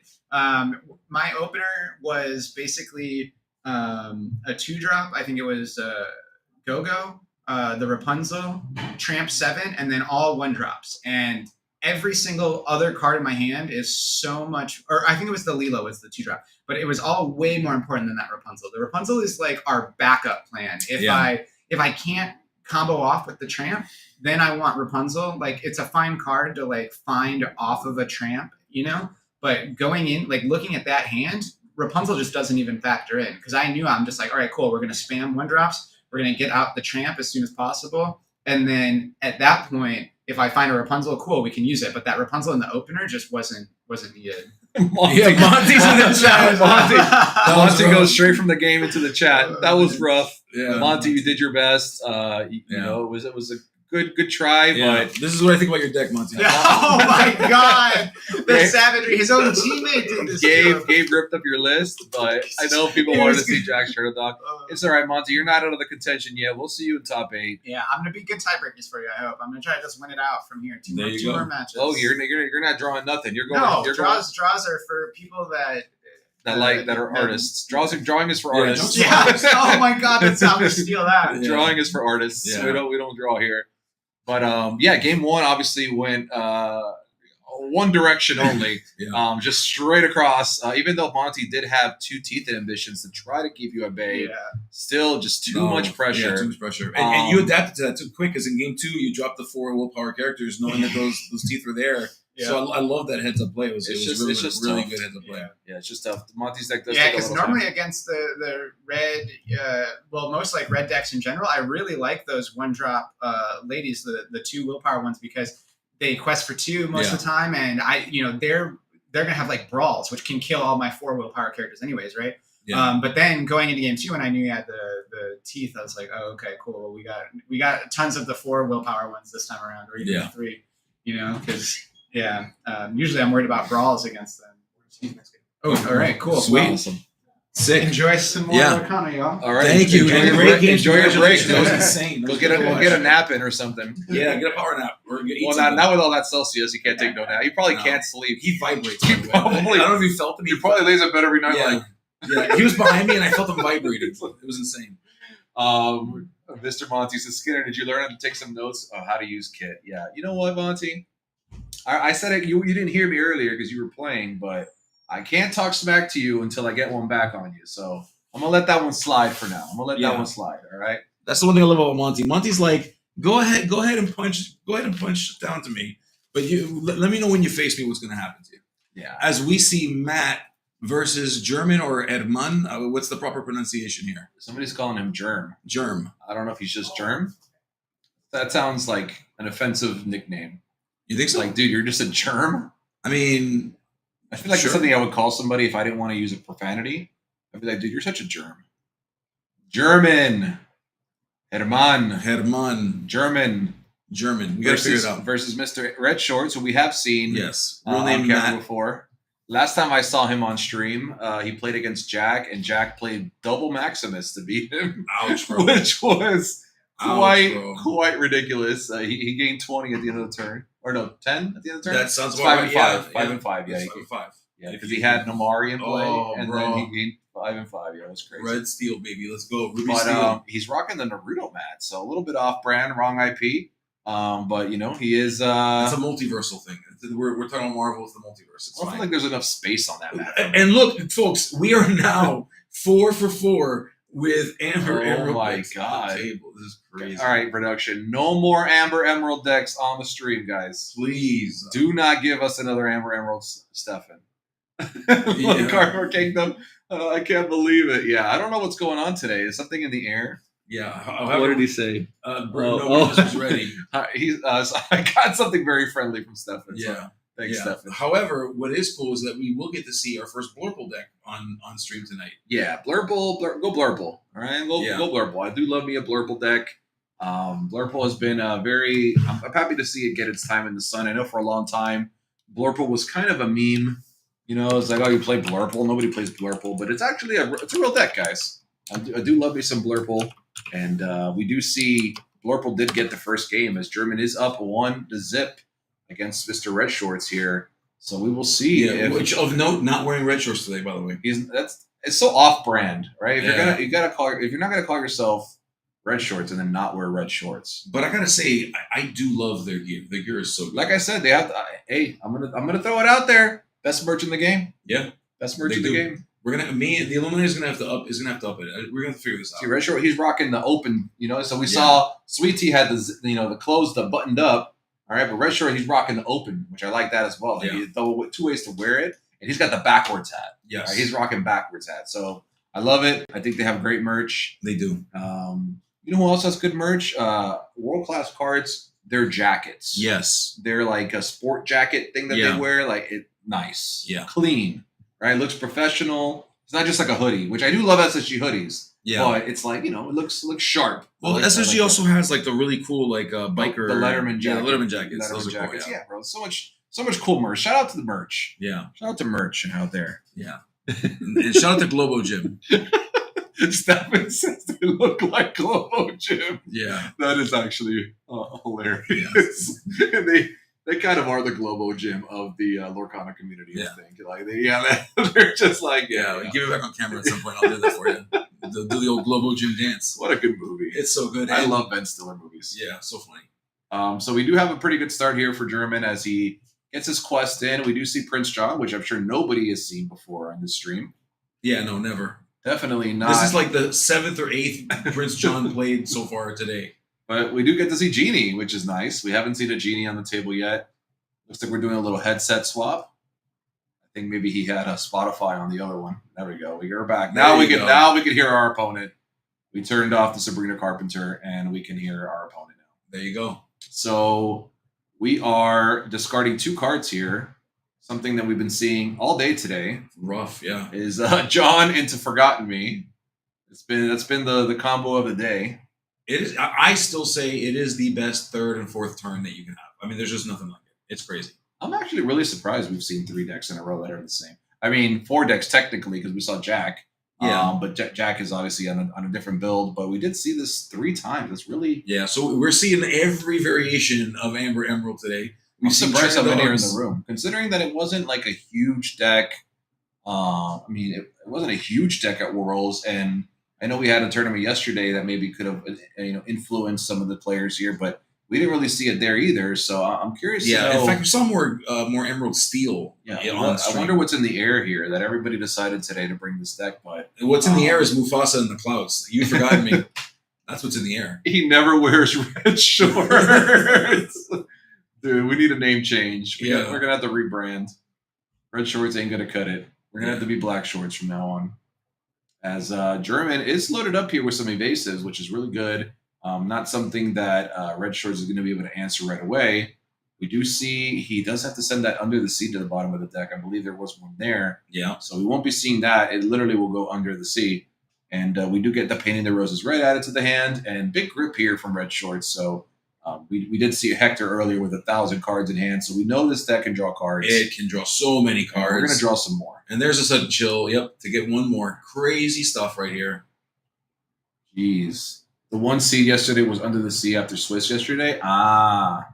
Okay. Good to know. Yeah. I was tied up yesterday for 4th of July, so I was only able to catch pieces of it, but thanks for the heads up, Cardboard Kingdom, undefeated. Okay, so that could be partially inspiring what's going on today. Now, to be fair, I will tell. So the players that we've seen playing it, of the 3 that were playing this variant, only Michael is not known for playing this. So I can tell you, this is Matt's deck. Like, this is what Matt has been playing. Red Shorts has been playing pretty much for a while now. This is his. This is not. He didn't just build this yesterday. So this is his deck. We know that Hector has it built because Hector specializes in that as well. I forget if he was playing this against Monty last time or against Jack last time. No, because he didn't have it. He was matching up with his teammates for the triple. That's right. He was doing triple deck format. Yeah, so he was matched up with his teammates for triple format. Oh, look at him! Funny enough, I played him twice. Me and him got paired up against each other 2 times, and yeah, he was just telling me like, "Man, I just want to go back to play my deck." And of course, he was talking about this one. Under the sea. And Under we the see sea. him using the Zach Bivens tech here with that set 1 Aladdin. Set 1 Aladdin. Which Zach is- Bivens, when did you start, bro? The Zach Bivens, that's the Zach Bivens tech. When he showed me that deck list and I saw that card, I gave him a very strange look. And yeah, it's definitely only there to be a ward character that can also sing. So cool heads up tech there, originated by Bivens, and you see it hanging out here in Mr. Red Shorts' deck as he does hit that. Oh goodness, this is going to be starting to look like how every other game we've seen look today, Gabe. Yeah, and I just want to do a quick shout out. We are rocking close to, we're like approaching 300 people watching us across all platforms right now. What? Which, considering that there's a pretty big tournament happening right now, that's huge. So thank you all for those of you that are deciding to hang out with Skinner and myself and to hang out with SSG. Shout out to SSG here in Margate. You know we love this place. This place has been just a place to be for Lorcana, a bastion of Lorcana. So we love being here hanging out with you. And thank you all for hanging out with us. For sure. And there's no better time than now to be supporting these third-party stores, guys. Like, not just us, right? Like, obviously, we love that you're here, but support your local stores, support SSG, support PPG, support Inc. Support your local stores because, you know, no slander to Ravensburger, but clearly we don't have a lot of stuff to look forward to from them in the for the time being. As you know, there are a few things to look forward to, but not a ton of tournaments. So it's really going to be a year of third-party stores, I think. Yeah. It's really going to be their year.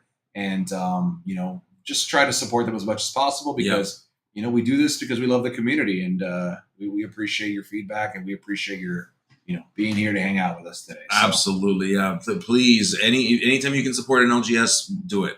yeah, we're going to just wrap it up and go over to a game 3 here. Obviously, the writing was on the wall there. Red Shorts doing what that deck does, right? Just going sideways, or not sideways rather, but going wide, just stabilizing with tons and tons of discard, drawing a bunch of cards, and then just pretty much choking your opponent out where they cannot draw cards, and the game pretty much ends. So we will have to go to game 3. German going first this time, though, on Blurple, and we saw he got the first game on the play. So it's going to be an interesting back and forth here to see if we could finally get some points on the board for a non-Emerald Amber deck. Yeah. Yeah, it's going to be tough. For round 1, Mike also, he won, right, with it? Yeah. Yes. So we haven't seen Amber Emerald lose yet today. Yes, that's the world-class cards. Yeah, this is world-class cards. We're coming into LGS. Oh, they're probably like these damn SSG guys. These trolls. Who do they think they A are? bunch of trolls. This is one of Blurple's hardest matchups, says Max. Yeah, I mean, I thought we watched game 3. I thought that was game 3 that we just saw. was it game 3? Was it game 3? Correct me if I'm wrong. That was game 2. At least there was only one little pink icon That was game 3. for German. It was game So 2. Wow, that's how fast. That was game 2. Okay. We didn't see game 1. Okay. All right, cool. We only saw game 2. All right, now more we're dancing. watching. Now we're getting into game 3, guys. So game 3 on the Do it with way. us, folks. Global Gym Dance. World-class cards. Get in there. Let's go, world-class cards. Let's go, Kendall. Let's go. Let's go, DKP. Oh my god. Frank Karsten. Let's go. Let's do it. All right, guys, on to game number 3. And as I mentioned, German going first here. I think it's going to be a good advantage. Mr. Havoc says, I'm coming into the LGS dancing like a kid in the front row boat. You guys have seen that, right? Wait, the kid in the front row. front of the rowboat. I've not seen that. A kid on the front of the rowboat. I don't think I've seen that one. No, you have. Yeah, we'll have to. We'll have to look it up. Kid on the front of the rowboat dance. I haven't seen that one. I haven't seen that one's not on my TikTok feed. I'm not in that algorithm. I'm not on the boat algorithm. I gotta. No, I'm on Yeti AI TikTok right now. You're on Yeti AI TikTok. Yeah. Oh yeah, those AI those vlog channels that they do. Yeah, They have so many now, dude. I'll show you afterwards. Yeah, They have a Yeti. Stormtrooper one. Yeah, They have yeah. a bunch of them. Oh my Yeah, god, there's some AI. good ones. Yeah, I got Yeti, and I also got Puerto Rican Yetis too. It's pretty. It's crazy. Funny enough, these two people in front of us are AI as well. Red Shorts and German are not actual people. They're just prompts. They're actually just prompts. Gabe and I are actually controlling the prompts. Like I just typed in laugh, and that's why Red Shorts is laughing. Yeah, pretty good stuff. German. Gabe, don't copy me, dude. Don't use the same prompts as me. Skinner, has anyone really been far even as the side? Wait, has anyone really been? Why you use capital letters on every word, dude? It's not every word needs a capital. Chaotic Beats. Has anyone really been far, even as decided to use even go I think he's trolling you right now. to do look more like? I'm so confused right now. Yes. I feel like I'm having a stroke. Yes. Oh my God, is this it? Am I dying? Yeah, Kids are for me going crazy. Yeah, the chaotic beats out here giving us strokes. We love it. Dude, that was hard to read. That was Yeah. I thought it was me, and then I No. realized it's not me. Yeah, this is why we read things internally first, then outwards later. True. One day you're gonna get caught saying something wild. Well, I usually stop if I see something crazy coming up, but yeah. Fair enough. As we see Bell on the table with a popsicle on the table. We are now 3 turns into this game 3. We have a pretty standard start for both players here. I would say that the only thing that's not too standard is that German probably should be 1 ink ahead. They should have been ramping. No ramping happening here, but that's not a good thing. Ursula did not hit anything, so that's a good sign for German. And the Diablo didn't shift, which is another good sign for German. So I think German is definitely what is going on? What is that? I'm sorry to hear that, or I'm happy for you, Chaotic, because I'm not reading that. So we will trade in the Bell to this Lewis since it has to, and probably worth doing anyway because we're gonna get rid of that Lewis, and we will play another Bell, and he's just gonna go ahead and hardcast it. Doesn't have anything worth spending his ink on. You see the sideways, he's giving that. He's giving that head shake. Why did I pay that entry fee today? Yeah, this is why. He's like, oh God, this is not the way I wanted things to go. Oh man, Baron assessed. Oh my goodness, no hits except Hades. Now we understand. We are all Hades. We are hanging out in the underworld right now. Yeah, but we're so far away from that. We've got 4 ink. And we've got 1 inkable card in hand and 3 Hades. That's insane. Yeah, that is pretty nuts. As Diablo will get in there for another 1. And hopefully German can find praying for an inkables. Okay. The problem here is you got to play it. That's not the worst thing ever. All right, we are inking that Tamatoa. Oh, we drew something that can be played. That's a top deck if I've ever seen one. That's a good one. That's a good top deck. Definitely. Not only does it gain us lore, which is not incredibly relevant at the moment, but a 4-3 is definitely a nice stat line to have at the moment, considering that most of Red Shorts' threats are pretty small. But if we know the way Red Shorts' deck works, we might be seeing some discard here in the near future. We do see, I believe it was Akita and maybe another Prince John. Yeah. Oh, yo, here we go. Here comes the draw engine. The double Prince. Damn, I'm surprised we haven't seen any steel decks yet, Gabe. I know. What's going on here? What's broken? No steel decks. Oh, we're singing Friends. And we're getting more cards. We're trying to get out from underneath. Oh my God, more Friends. We are getting out from underneath the rule of Prince John by drawing more and more cards. One more card. We are getting saved here by the tops of this deck here as it gets us right back in. Has got to be so grateful to this thing right now. Look at that double inking. Paying 5 to play Finders Keepers. More cards, folks. We're drawing more cards. Okay. We just drew 6 cards this turn. That's it. That's exactly what we need to do here if you're German. And Red Shorts. 7, rather. Red Shorts cannot be happy to see that. No, you hate to see it if you're Matt. I mean, he's definitely going to get to draw some more cards as well. As you have 1 discard here will trigger 2 draw steps. But now German's reloaded. We know he has tons of Hades. And they're going to be coming down. We have 7 ink available. Yeah, Hades cards just got drew into my hand.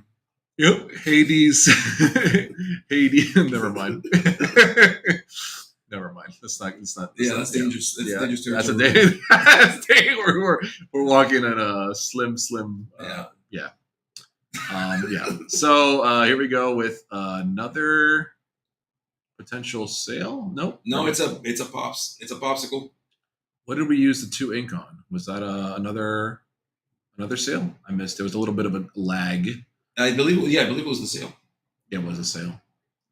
And we are doing the ink dance as we play a genie. Oh, more draw. We're just draw after draw after draw. Hades cards go into my hand. Yep. As we draw so many cards, which is what Blood Bowl is so good at. Yep. Nothing worth casting Hades on. So, can't repeat chat, but thank you, chat. We have no way to deal with these Prince Johns here, which is still pretty unfortunate. But we are loading up a lot of threats here. We're going to potentially double ink. It looks like he was going to thinking about inking the Big Bell, even though she could be shifted into. So I like that he chose not to. I think we're fine keeping it. It does give us the option to move this damage off the bell next turn. Digging deep with Ariel. Let's see what we can find. And we got some German fans in the chat. I love to see it. People loving to see. Oh, we hit a song. It's not a whiff, but it looks like he's not happy about it. Yeah, I mean it's a song. He can sing it. It is a song, but it is uninkable. It won't be useful singing it unless we get Akita. Now, if we can get to Akita, he'll probably love that card. Yeah, Akita would be great. And it looks like he does have Akita in hand, so he's going to have to wait. He's playing the I've got nothing game right now, but I think he's smart. I think that's what you do here. He's doing a little bit of a bluff, like, all right, you got it, go ahead. Which I don't think it matters as much going. I mean, it can actually, because then you'll play more into the board if you don't think anything's coming. Yeah. Do you bluff your opponents ever? 100%. I'm a poker player. Yes. You bluff them. You give them like some false hope and some false signals. I'm baiting you into high value. Be prepared all the time. You're baiting. I'll be baiting. I want to make sure you fall right into the trap. Ooh, so we got Hades, which was what did we take out there? We took out the. It was the Ariel. Ariel. Gotcha. I knew there was something else there. Yep, it was the Ariel. Ariel. Okay. Monstro hitting the Inkwell. And that's tough because Red Shorts cannot sing with these three characters unless he happens to have the ability to shift that Diablo, at which point then he could. But now he's got to discard a card to shift the Diablo, to play the Kita, and then tap all those characters to get rid of it. So that's a pretty huge investment. We instead are choosing to play Muses, which is a warded character. So we've got 3 warded characters, so they cannot be targeted. We'll be able to sing that under the sea, but again, we got to get that Kita down. Yeah, he was setting up with that Ariel, but unfortunately, he knows that the Hades is in the hand, so he couldn't have been expecting the hero to stick. But we have 1, 2, 3, 4, 5 lore coming in, 6, 7, and then if we do end up using that under the sea, it'll be 1 more for the goat that will be getting sent away. Yeah, this is looking rough for Red Shorts here. This is not a position you want to be in. Technically, when you're playing this deck, you want your opponent's board to pretty much be empty, and German's board is anything but empty at the moment. Nice recovery from German, by the way. I mean, those double friends into Finders Keepers, Sale, that was like a very big turn. That brought him right back into this game. That was a very, very big turn. And German pretty much saying, show me what you got here. Show me what you got. We do know that we see the key. Yeah, German knows exactly what's about to happen as he's prepping the board. There it is. Yeah, he's aware. So we are going to be German's losing. like, show it to me. Yep. Yeah, that'll do it.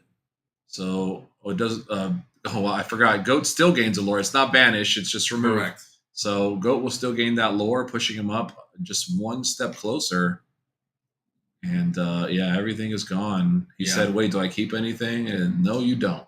Yeah, can just double confirming that Kita and the number amount and all that kind of stuff. So, unfortunately, that is a rough place to be. This is a very, very precarious situation. Yep. We do know that we had a bunch of Hades earlier in the game. We were able to get rid of a character, and so Matt, of course, pretty well off. He's got 4 characters to German's 2, having to pass, and Matt, Red Shorts from the Inkcasters team, has a nice board of characters and characters that do some pretty significant things. Curious why, maybe he just had nothing better to do with his ink, but he hasn't used Popsicle 1 time to play Bell. Are we just kind of saving these Popsicles to clear up some damage potentially later? Could have been forgotten. Or maybe, it could be just that he doesn't have anything else to do, which is fine. But I've just an observation that he has not played it once with Popsicle. At least not in the 2 games we've seen. So we have 4 spread out. We're going to do a little dice roll. And that's a 6. We'll do a reroll. By the way, those dice that they're rolling are they're like lead dice. Yeah, they're super heavy. They're so heavy. Rolling on your cards is a liability. I'm surprised he didn't dent the table when he rolled that. It is deceptively heavy. Yeah. But we do hit that other Hades, which could potentially put a little damper on German's plan here. And all of a sudden, this game it's a game. It is a game. It is a game. It's anyone's game, in fact. 16 will push him up to 17, which is so close. Obviously, we know that he does play goats, so if he could just stick around long enough to draw cards and get to that goat, Hades will come down Yeah, and make Hades things a comes little, make things a little tricky. Now these characters are all warded though, so I think that is it's a fox. I thought it was a goat. So it is a fox. Okay, he's going to use the fox. Have you been able to play small bell for either to pump and then shift it right away? The bigger bell with 3 ink. Yes. Is it 3 or 4 ink? It is 3 ink. It's 3. So he could have potentially done that as well. Yeah. I don't know the exact reasoning. Maybe he has something better to spend. Maybe he's waiting for more damage to move and get more value on the bell. Interesting to know. But yeah, if he doesn't intend on using the fox, for example, I mean, then does it matter if you pop a popsicle or pay the 3? Sure. Yeah. So there's variables here. Of course, yeah, definitely variables. It's just unlikely for me to see a bell come in with 2 popsicles sitting on the table and not use popsicles. And not use them, yeah. So we got another... my God. Oh, we do it again. We do it again, folks. Under the sea. Under the sea. Damn. Sebastian is singing right now. So crazy. That crab is something. The blowfish is yeah, whatever the thing is. What Let that blowfish blow. Yeah. That's disturbing. No? Don't ever do that again. Yeah. He's the one that yeah. You don't remember that? Why are you still doing that? Yeah. That's what he says. You're scaring the children. Let that blowfish blow. Yeah. That's what he does, dude.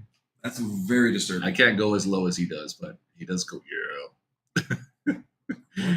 What the what? And all of a sudden, this game is shifting into Red Shorts' direction. It shows you how resilient this green-yellow deck is as it continues to just fight back. And now, all of a sudden, German just cannot get something to stick on the table. No. He needs to find a goat ASAP. If that was goat there, I mean, we'd be so happy. Oh. That is the fox. And the fox would have loved to have stayed for a potential goat. Of course. There's a friends? Is We that do see friends, yeah. Oh, goodness. This is just hurting so bad. He's like, there's the bell.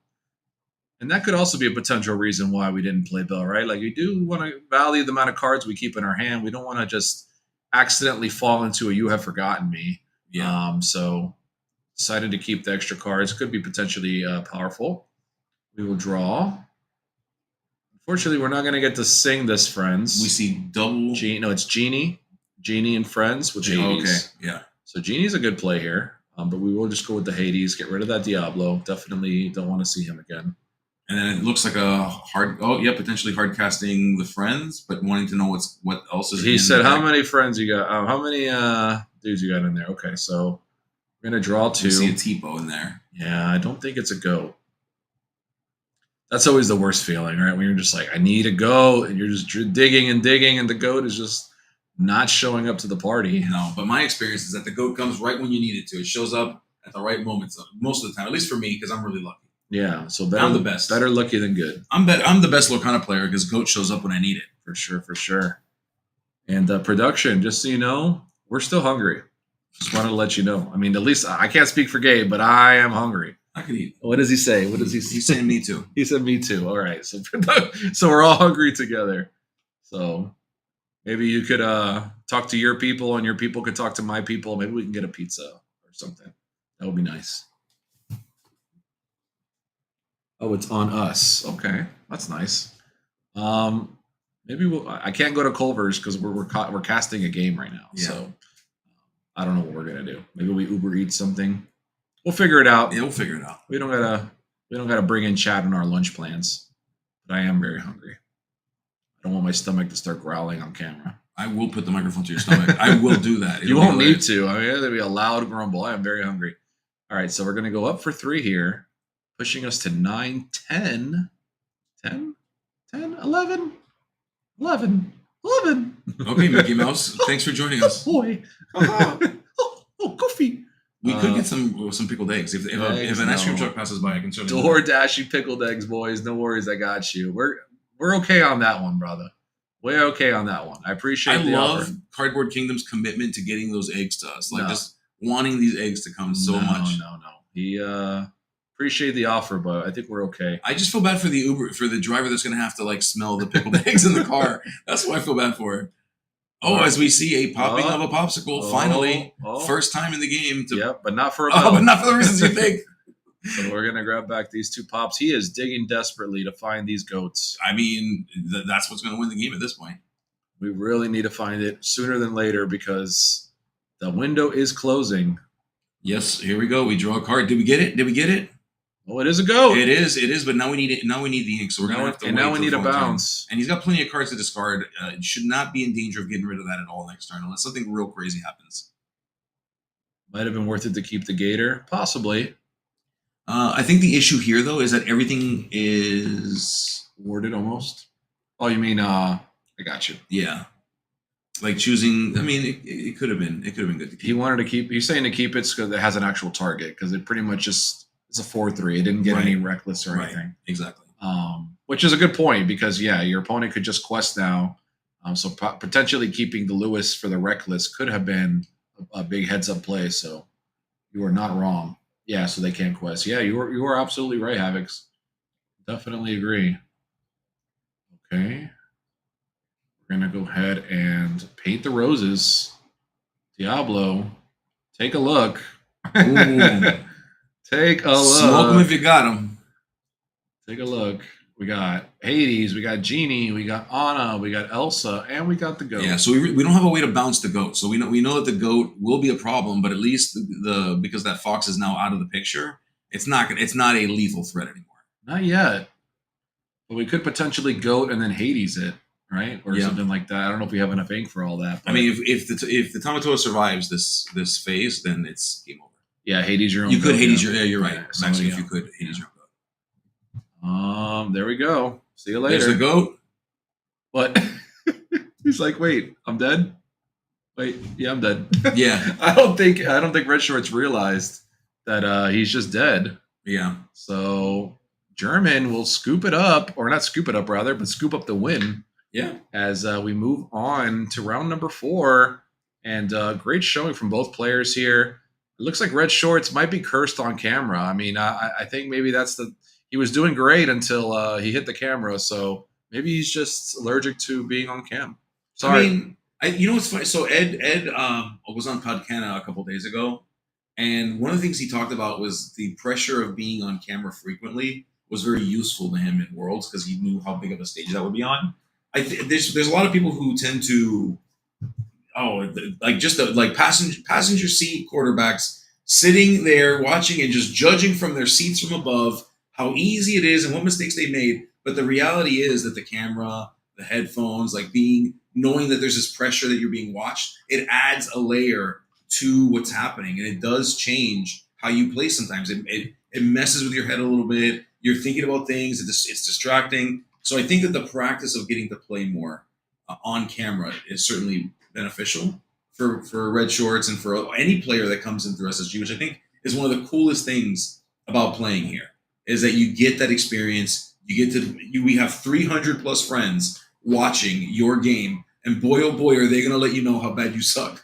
Absolutely. Boy, oh boy, are they going to tell you. It's stuff like people don't realize, like, mistakes and things happen, mistriggers happen all the time.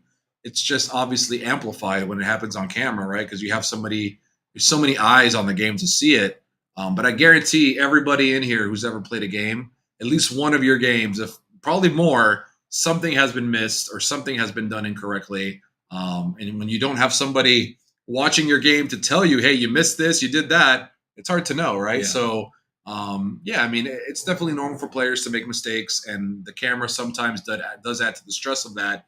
But I think getting comfortable on camera definitely can lean itself to maybe playing better and just, being able to work under pressure, which I think is a big part of this game. Oh, yeah. So, yeah. Doesn't matter, but you can't Hades your own goat. I guess it does say opposing character, doesn't it? Does it say opposing character? Here. Platypus might have a point. It might just be opponent's character. I haven't seen a Hades in a minute, so you could be absolutely correct. It says, and I quote, man, the internet's slow in here. Yep, you put chosen opposing character into the player's ink wall, so you cannot choose your own goat. That is correct. Well, I was going to choose it anyway. Yeah, maybe Matt wouldn't have noticed. Yeah, maybe he would have noticed. I would have cheated. Deal with it. Good call out. Good call out. So yeah, you cannot do that. I'm going to have La Suegra watch my games from max pressure at practice. Yeah. Always judging. And it doesn't matter if you win, you still suck. You're still the worst. My wife always tells me I'm bad at this game. Like she doesn't know anything about the game, but I don't come home with money, and it's like, dude, why do you suck? I'm like, I don't suck, babe. I did really good. She's like, where's the money? Yeah, you didn't do Where's that the good. money? If you're so good, where's the money? So yeah, you gotta do the show me the money. Yeah. But I believe it's gonna be. We got 2 rounds. We got essentially watching 2 matches. So I don't know how much time is left in the round. Maybe we could get a little bit of update on how long that is. But, I was gonna say if we're on our own for this eating situation, we may have to just tell them that we're gonna take a little break. yeah, that's what I'm leaning at, Gabe. I don't want to obviously leave chat for too long, but we have not eaten. It is 2:00, and we've been here since 10, so we are a little hungry. And Stefan doesn't want to feed us, so I don't know what to do. Yeah. So we shall see. But in the meantime, Gabe, Yes. so we talked a little bit about the positives and negatives of what's coming up here. What do you think about the Lorecast that we had recently? Were you able to catch it? I was, yeah.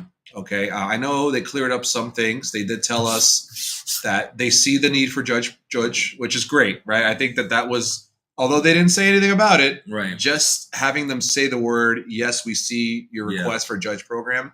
I think that's huge. Yeah. I mean, we had to have known that they had seen it, but just hearing somebody, Yeah. validate what somebody says, I think is huge. So we did get that, which is, fingers crossed. Yep. They also saw. They also said the words online client, I was going to say digital client. Yeah. That's another thing they said, which they said they cannot speak on right now. which means they're working on it.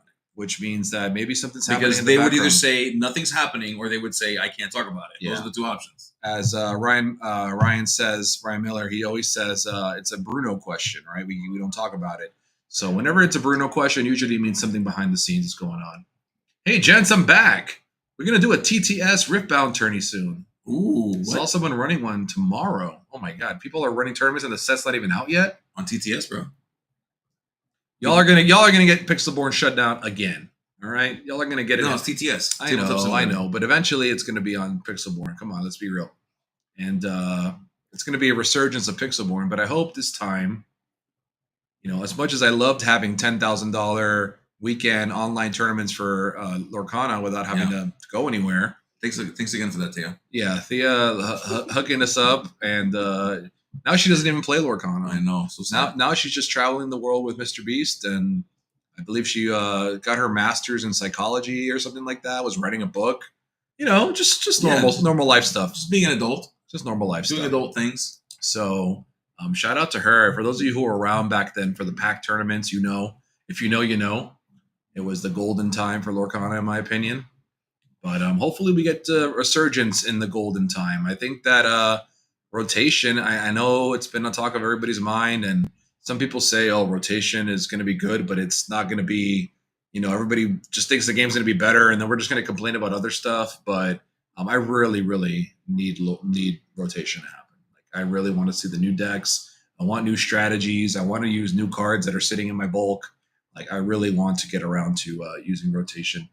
Not Disney cares about money tournaments, right? As I already said, they're going to support Pixelborn and not shut it down. Nice. Did they say that? I have no idea. I don't follow any of that news. Oh, I believe it. If Mark says, Oh, hi, Mark. yeah, if we look at for. Well, hi, Mark. Rotation is bad. Super fanboy. That's a take. I definitely don't think rotation is bad. I think it's a necessary. I wouldn't even call it an evil, but it's a necessary process in any card game. I know Yu-Gi-Oh likes to do their infinite thing, but honestly, I don't think that's healthy for a game. Yeah. I think we need rotation. We need a way to shake the meta up. Right now we're in a place where every single set you grab 1 or 2 new cards that fits in your deck that you're already playing. Sometimes not even. I mean, look at this yellow-green deck. This deck has the same cards it's had for 3 sets, and it's still the same. That's not healthy. Not only that, but listen, we got confirmation that Infinity is supported as a DLC main event. Mm-hmm. We both formats 2 things can are be true. supported. Yeah, exactly. Right. So Yeah. I'm happy for the people that like Infinity, and I'm happy that you can continue to play your cards, and you get Hiram back, and you get Yeah, Fortesphere congratulations, back. folks. You get Fortesphere back. And Yeah, Hiram. you got Hiram back, guys. Be happy. Yeah, I'm so happy for all you isn't- Blue Steel players. Isn't that what you wanted? Yeah, RMB is an Infinity player now. it's just I don't know. Rotation is good in Lorcana if they can get archetypes figured out, but it seems to be a little bit all over the place. I can agree with that. Michael. I think that time will tell. I know there's a lot of synergies that we've just never been able to take advantage of. Like you have the green red, like damage matters synergy. You know, like when things are damaged, you can't do this, you can't do that, and that's really never been explored, right? Because it's never been good enough. It's not good enough Against turn 1 Cindy, turn 2 this, turn 3 this. You know, like so many play patterns in this game make other decks impossible to play. And I'm just sick of the same play patterns. Like there's only so many Popsicle Bell, sort of Sail on 2, Fishbone on 3. Like, you know, there's only so many times I could see the same play patterns over and over and over and over again before it's like, you know. And looks like we're not going to get to Eep, Gabe, as Let's go. We're moving into a game 3 here. Game 3, as we see another member of the Illuminati. Is this game 3? No, I think that it hasn't been updated. It's being fixed. Yeah, so this is game. Yeah, this is round 4. We're game 1. The 55 minutes hasn't even started yet. So we have another member of the Illuminati, and Chris currently 3. No, wait, is that his current record? 3-0 right now. That is awesome. Yeah, looks like congratulations to Chris so far. Looks like Diego's rocking the 2-1. We do have Chris, aka the Rage. The Rage. I guess he didn't want to put the full name. Normally, it's the Rage of Demacia, which shout out to Riftbound and League of Legends. But yeah, it's just going to be the Rage today. Today, he's just the Rage. Yeah, probably for the best. And looks like Diego, we're finally going to get a non-Amber Emerald match. So, so thank you. Congratulations, and thank you, Stefan. So for figuring it out. Thank you for not giving us another one. For real, bro. I'm sure we're going to be seeing them in top 8 too. So it's nice to get a little bit of a break from that. As we do get red purple versus red blue, we do know that the Rage loves playing red blue and tends to always have a little bit of a twist on it, right? He always likes to. I call his deck the garage sale deck, right? Because he was like one of the first ones to be playing like all sorts of random items, right? Like he was just playing all sorts of techie item cards. And I know gets a little frustrated sometimes because he doesn't like playing the meta. He likes doing whatever he wants to do. And when it doesn't work out, it can be frustrating. But clearly the deck working out for him today. I love to see that he's 3-0 in the event. And worth noting that he probably could have drawn in, but because his opponent is 2-1, is required to play here because Diego needs the win. Yep. So, Chris will have to battle it out and take his chances here. So even if Chris does lose here, he could still draw in on his last round if he so chooses, if his opponent doesn't need the win again. But he's going to have to stick around and play it out. Yeah, but he is. But the good thing is, if he does win this match, puts himself in a better seating for top 8, which I know Jack is also trying to do. Jack is not into drawing. He wants to play every single round and try to get the number 1 seed. That way he can go first, all top 8, which is a great strategy. Honestly, yeah, that's helpful. It really is helpful. I think that if you bet on yourself and you know that you can win, and you kind of say, listen, if I was going to go last and I have to go last or I have to go second in every game, I'm going to lose anyway. Then who cares if you make top 8? I think is a very noble way to approach it too. For sure. And there's obviously the subset of people that are like, well, I just want to be in. I'm in, so I'm in. He's rocking the scar sleeves. I love the scar sleeves. They're really nice. Yeah, they're super cool. And they're double sleeved, of course. Obviously. So nice, smooth feeling with those outer sleeves. We love to see it. Only way you can use the Disney sleeves, in my opinion. And I'm curious, is Diego playing with clear sleeves, or is that one of like the Lorcana? It looks like the Lorcana sleeves. Like the Lorcana backed sleeves. Yeah. Okay, cool. All right, so we started off with the Chernobog's follower. Nothing for Illrage to start off the game. We don't have any kind of popsicle or any of those Fortisphere. We're gonna get probably a Tipo or a Sail here, if I had to guess. Yep. Based on every other game I've ever watched of this deck. Yeah, you know exactly. This is what I'm talking about. Like, it's just the play patterns. It's like all the same. Or like, you do this, I'll do that. You do this, I'll do that. And it's kind of what I'm excited to break. If I'm being honest. So we're gonna go ahead and figure out what's gonna be inked here. And are we gonna do a snake? Okay, it is a Pegasus. Okay, we'd love to see it. Pegasus, really good option here. It could be problematic for red blue. They can't get to it for a while. Can't be brawled. Yeah. And it just kind of ticks away. It's also really good in the mirror match for red purple. considering that red purple doesn't really have a way to deal with it right away. So this Pegasus can actually be quite a problem. It just kind of ticks away, adds some lore to the board, and whenever it decides to be on the offense, it can definitely do that as well. So, yeah, and it looks like Diego opting not to draw for that 200 followers, being punished for it with the Tipo. Mm-hmm. Now, granted, Diego still got plenty of cards in hand, but anytime you can get an extra card when it might go away, it's difficult for me to justify not drawing the card. But look at this: we got Peter Pan, we got 2 evasive characters now, so it'll be a little bit. It'll be at least 2 more ink before the Rage can start to put down cards like Maui Half Shark. We see the workshop down, so drawing is going to be here.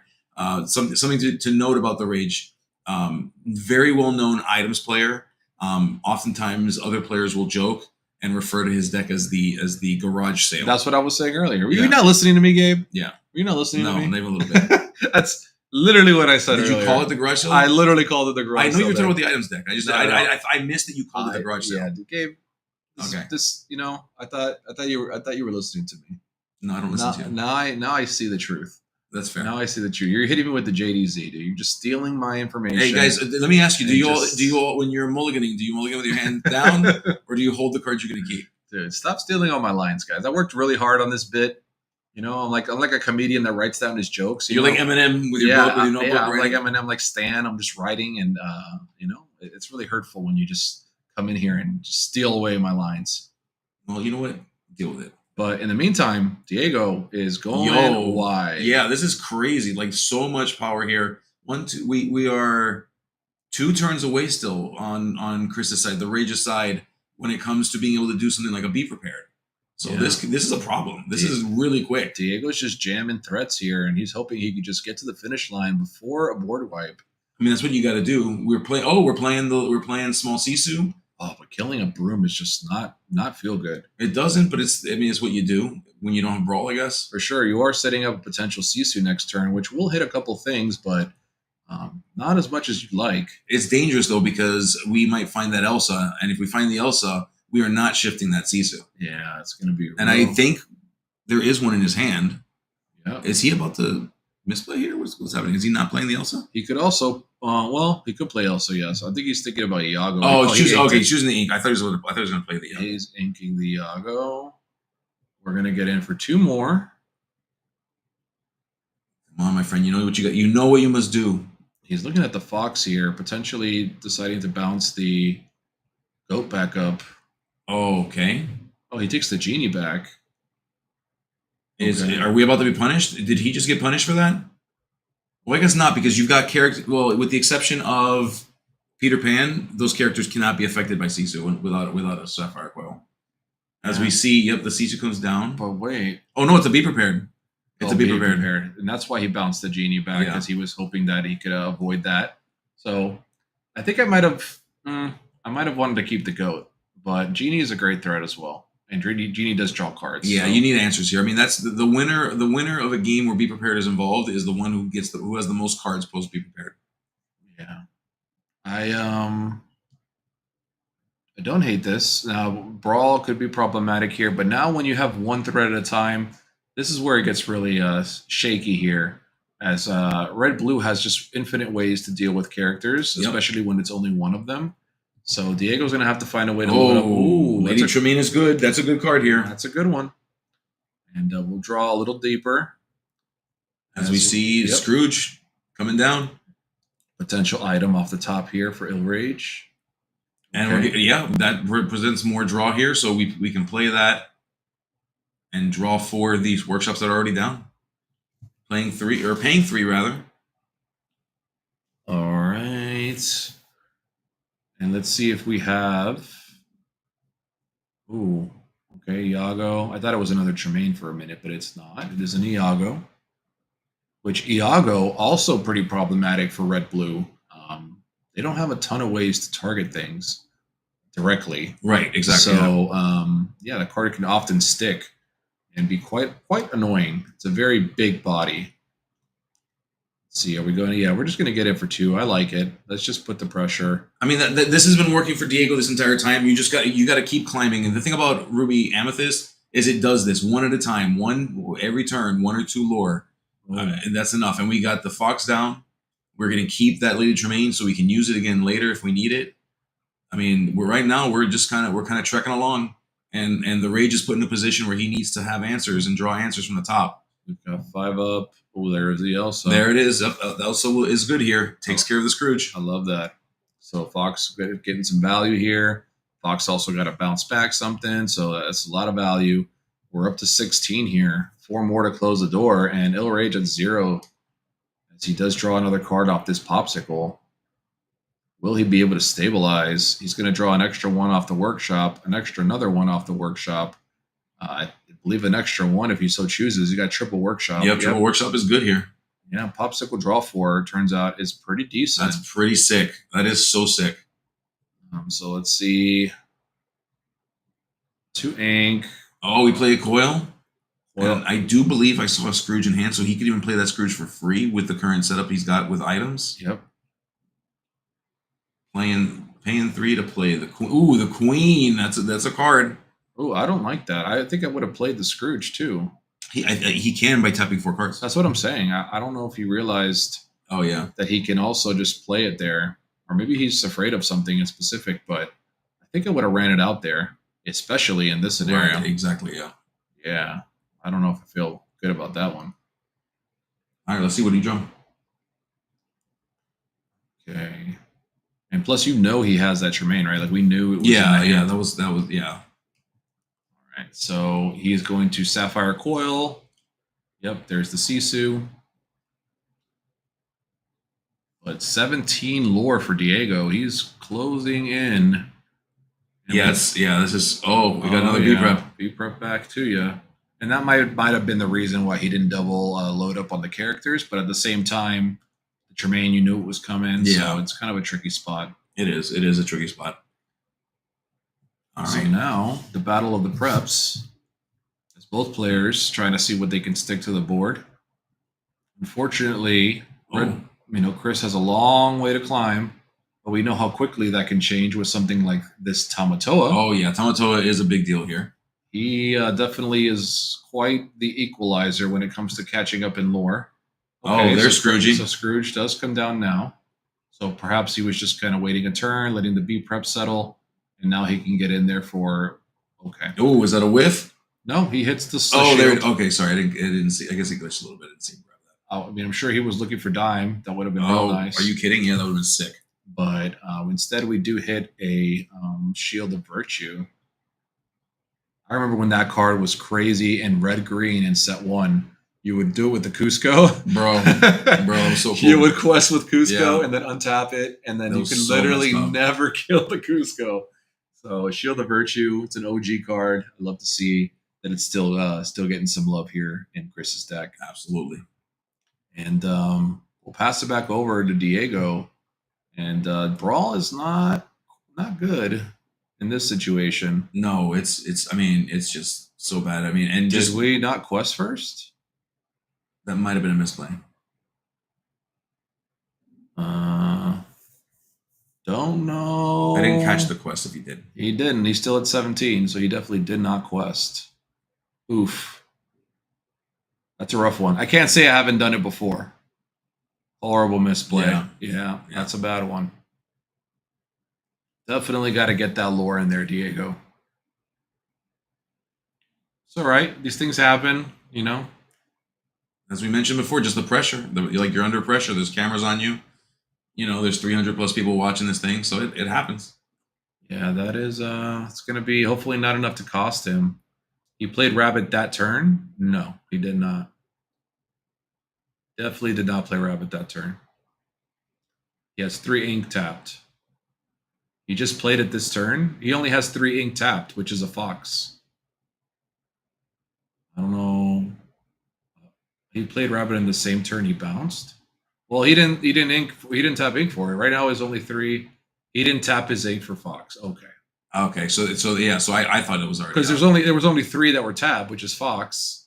So perhaps I missed these guys. LOL, these guys. Last turn he played B Prep, but then he played Rabbit Fox. Okay. All right, well there you go. How about watch the game? Okay, yeah. How about get banned from chat? How about that? All right, so we see 1, 2. How many items are in play? A lot. Okay. What are we at now? 10? All right, chat, we got it. They played Rabbit and Fox. My bad. My bad. I thought he missed the quest. It's all good. Crisis averted. True. True, chaotic. True. At least one of us. I can tell you half of that is true. Half of us definitely Half do. of us, yeah. All right, we're untapping the Mr. Toa there. Not leaving him open to any kind of attacks. No, Mark, you're bad, dude. Oh, hi, Mark. According to chat, you're useless if you didn't see it. All right, let's see. We have a lot of ink. A lot of ink. I wasn't okay. Juice can easy there, Capri Sun. Just calm down, brother. All right, so let's see here. We're gonna do Pirate's Life, and that'll be it. We'll move it up to 20. Trying not to laugh at the ridiculous. It's engagement. We love it. It's engagement. I don't care. I feed the trolls all the time. I love them. They're my biggest supporters. Oh my god.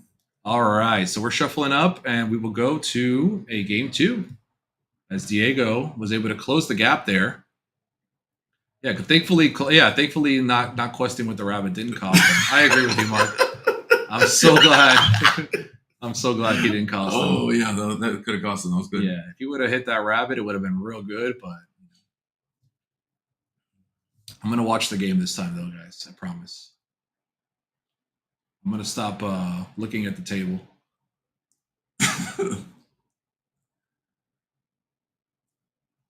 Alrighty. All right, so we are going into game 2 here. Now, as we mentioned before, Diego is kind of in a must-win situation here. The Rage would have preferred to have just go eat some food. I would have too. I would have loved that. Not getting that option though. The Rage is putting in work. Well, when you play Red Blue, you have to either be intermittent fasting or have a really big breakfast because you're not going to get a lot of time for food. This is true. Yeah, this is what happens when you grow up. You gotta figure out your schedule. Yep. All right. So we will get ready here for game 2. We see a pretty big mulligan coming in from Diego. I mean, whole hand? Is that what we're looking at, a whole hand mulligan here? Yeah. The full thing. He said, I don't like any of this stuff. Let's go on and get 7 new cards. Hopefully these are better than the others. No pickled eggs. No, you don't get it. You don't get pickled eggs or tea. Who drinks tea? Where did the tea come from? Because I brought you tea one time and you didn't like it because you're not a tea drinker.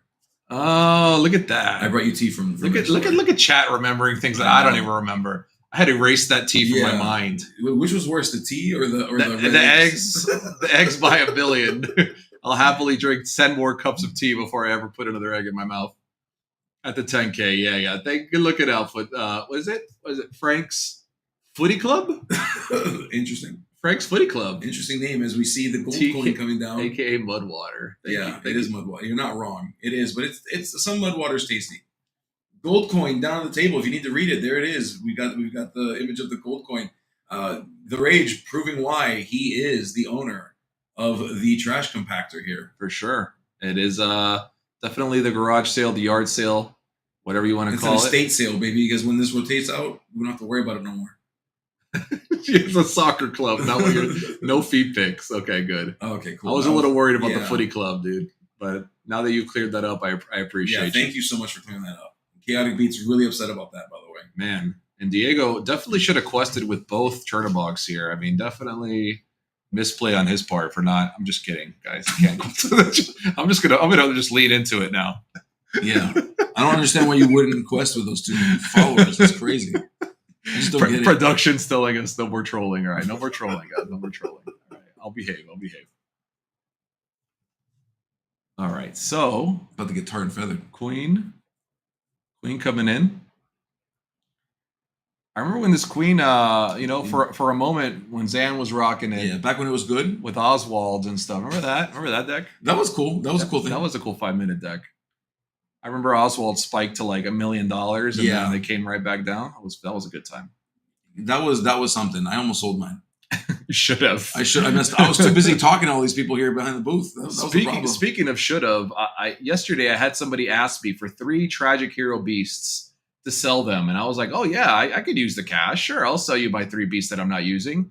And then I went on TCG Player and I saw that they were $14, and I was like, man, what a fall from grace! So crazy. That card used to be $40-something, and now they are $14. So. Champion of Sherwood, not so much. Oh, Champion of Sherwood is still doing numbers. All right, so we get ourselves a popsicle here, which we will play and potentially get a second draw trigger if we so choose. Yep, he's thinking about it. Do I want to play something, or do I want to take this ink and make an extra draw out of it? Oh, Frank's Footy Club saying it's down even more. Oh, good. It's down to 10. So I profited. You made $2, brother. Good job. I did good yesterday. Then, as we see the Kita, the Sapphire Kita hit the table. Okay, this is a great card. This is a card that I feel like is properly designed when it comes to ward. Yes, it is a warded character, but it does need to exert in order to activate its ability, which I think is the way ward should be handled, in my opinion. But this is overall a very solid card. I really enjoy this Kita, and I love seeing it make its way into some of these red-blue decks. Yeah, and Diego's over here just going wide, just getting as many characters as we can down before we enter into like that B prep phase or that Sisu phase. Just saying, hey, you know what? I got to get as many points as I can, as much lore as I can before this game kind of shifts on its head and becomes a different game. For sure. Yeah, and you see Tremaine in the hand there, as well as a Maui. We also have Crow. We have Pirate's Life. And then we have a Chernobog's Follower, which is also nice. Yeah, certainly. So, all right. We will do a draw. Potential second ink here for the Rage. What's the melee? We'll get you a link in a moment, Kachik. Or Kasik? Keep going. Yeah, keep trying. It's funny every time you try it. Kasike 7 _ Kasik. I know I've seen him before in chats. Okay, there we go. We're doing a highlighted comment. Nice. There it is, folks. So you're gonna Stefan, you're gonna make the people type that in. My guy. That's my favorite part, is when they have to type it in. He just played that genie. I don't know. Did he? We're not sure. Are you sure you didn't miss it? The game. Did you miss it? You might have missed it. All right. Genie goes back to the hand. You're not watching the game, Marcus. That's the problem. All right. So we're going to quest 2 here. Nice. Draw a card. Melee should be pinned. Okay, gotcha. Perfect.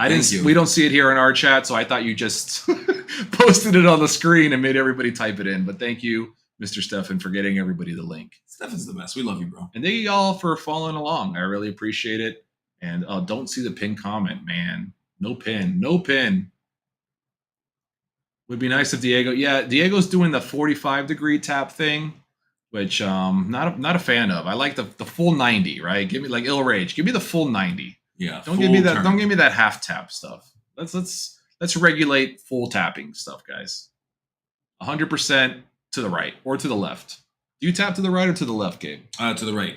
To the right. I tap left. I don't know why, but I also put my deck on the left for some reason, even though I'm not left-handed. Well, I am left-handed. Are you left-handed? I am left-handed. Oh, yes. Wow, that's very interesting. I am. Yep. I learned something new today from you. I didn't know. Very nice. All right, so we're gonna go ahead and draw. This Tremaine was able to clean up the Sisu, which is really nice. Good value. Interesting that Rage chose to get rid of the Sisu over the Kita. I guess he's just valuing the Kita, being able to keep giving him ink. So gonna keep climbing up here. Yeah. I mean, it's a slow, steady climb. You know, when it comes to what Ruby Sapphire wants done here, given that Diego is climbing slowly, It's not too bad for him. As long as we can control the board, as long as we can get nice LeFou. This is a Nice. little bit of Chris Tech here as this LeFou. This guy used to be a menace, man. I used to love LeFou with the Arthur back in the day. You could just keep bouncing LeFou and untapping the Arthur. Yep. So this LeFou's definitely had its time in the sun, and looks like Ilrage is not ready to retire him quite yet. Correct. Yeah. Really good combination with the Kita though, being able to untap her and get an extra effect. And so That's I really I cool. do really like that. Yeah. And question being asked by Mark: no judges on the table. No, this is a smaller event. We run the table judges when it's a much larger event. Yeah, Chad is the judge in this game. Yeah, Chat will be our judge. You guys are judging. Yeah, not even us. You didn't know, but you're judging. Yeah, it's just a one case tournament, 27 players. Nothing, no super crazy stakes. So yeah, no need to fly in the world's best for this one. But yeah, well, we're keeping it honest. If we need to run out there and tell production something was missed, we'd be happy to. But I think so far so good. Yeah, we're doing all right. So far so good. Especially when you play Rabbit and Fox on the second turn. Yeah, that's my favorite. All right, so a little bit of a stalemate here. I mean, we do have 4 lore worth of questing coming from Diego, but we see Chris finally starting to get his bearings here. He's going to play this Tamatoa, which does grab back the lucky coin. Or is it lucky coin or is it just gold coin? It's Sorry. gold coin. I was And thinking it's of a lucky lucky. dime. I was thinking of lucky dime. It's a lucky dime. It's not a lucky coin. It's just a coin, guys. It's made of gold though. Gold is pretty special. There's no luck involved with that No, one. just really expensive. Every time somebody plays lucky dime on me, it fits the name because it always feels like they got lucky as hell. Oh, 100%. Yeah, because they're only playing 2. It's like, how did you find that?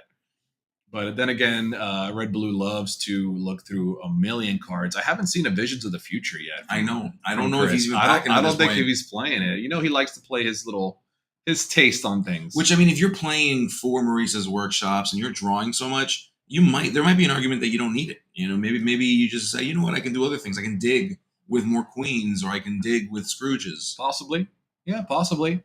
And the other good thing about Ilrage's deck is not a lot of players are prepared for his build, right? They're used to very specific play patterns from Red Blue, and Chris does mix it up with some interesting choices. So Yeah. We think about like the action variant with the half sharks and things like that. You're not sure what to expect, and then you see gold coin, and you're like, Yeah. And LeFou is like, what? What's happening? Yeah, why are we playing that? Like, what are Yeah. you doing here, and why are you undefeated? But Okay. yet he is. Okay, And so he he's plays gonna- it well. So to put 2 damage on the genie here, I'm curious to see why we didn't just go for the quest here. I mean, Maybe a bounce with the Fox. I don't want to criticize because maybe I'm missing something, but just curious as to why we might just want to push up a few more lore instead of worrying about the LeFou. I mean, Ilrage is at 0, so we definitely don't have a lot of pressure. But we will see. Hopefully we can get some tapped ink this turn. All right, Diego, we'll send it in for 2 more.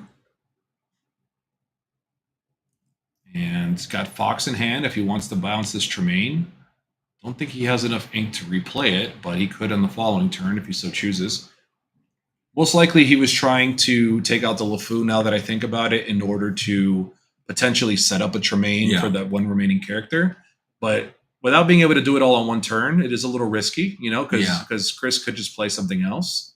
But I do see where his head was at there. I definitely see where he was going with that. Yeah, Tremaine's much better when you can play with only one character. Oh yeah, right after a B prep is her bread and butter. That's her spot.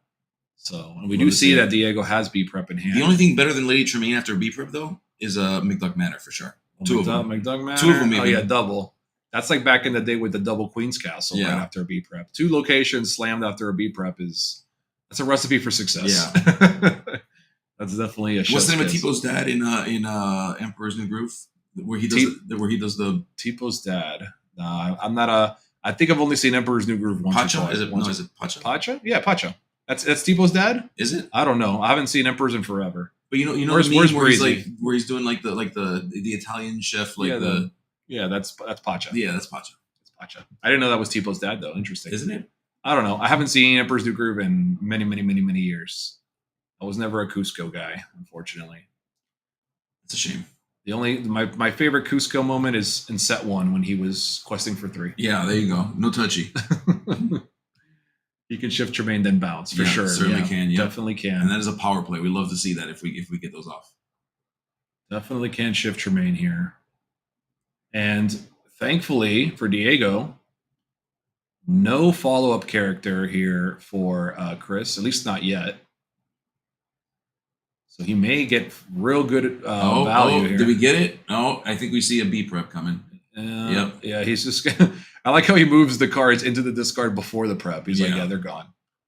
All right, so a little bit of a reset here. However, this kind of goes into Diego's strategy here, right? Because Diego has that Tremaine in hand. So whatever Chris plays on the next turn, unless he does play multiple threats, is going to just get removed. But we're going to run out this it's a goat. Goat's good. Goat is not bad. I think he has Fox also. Right.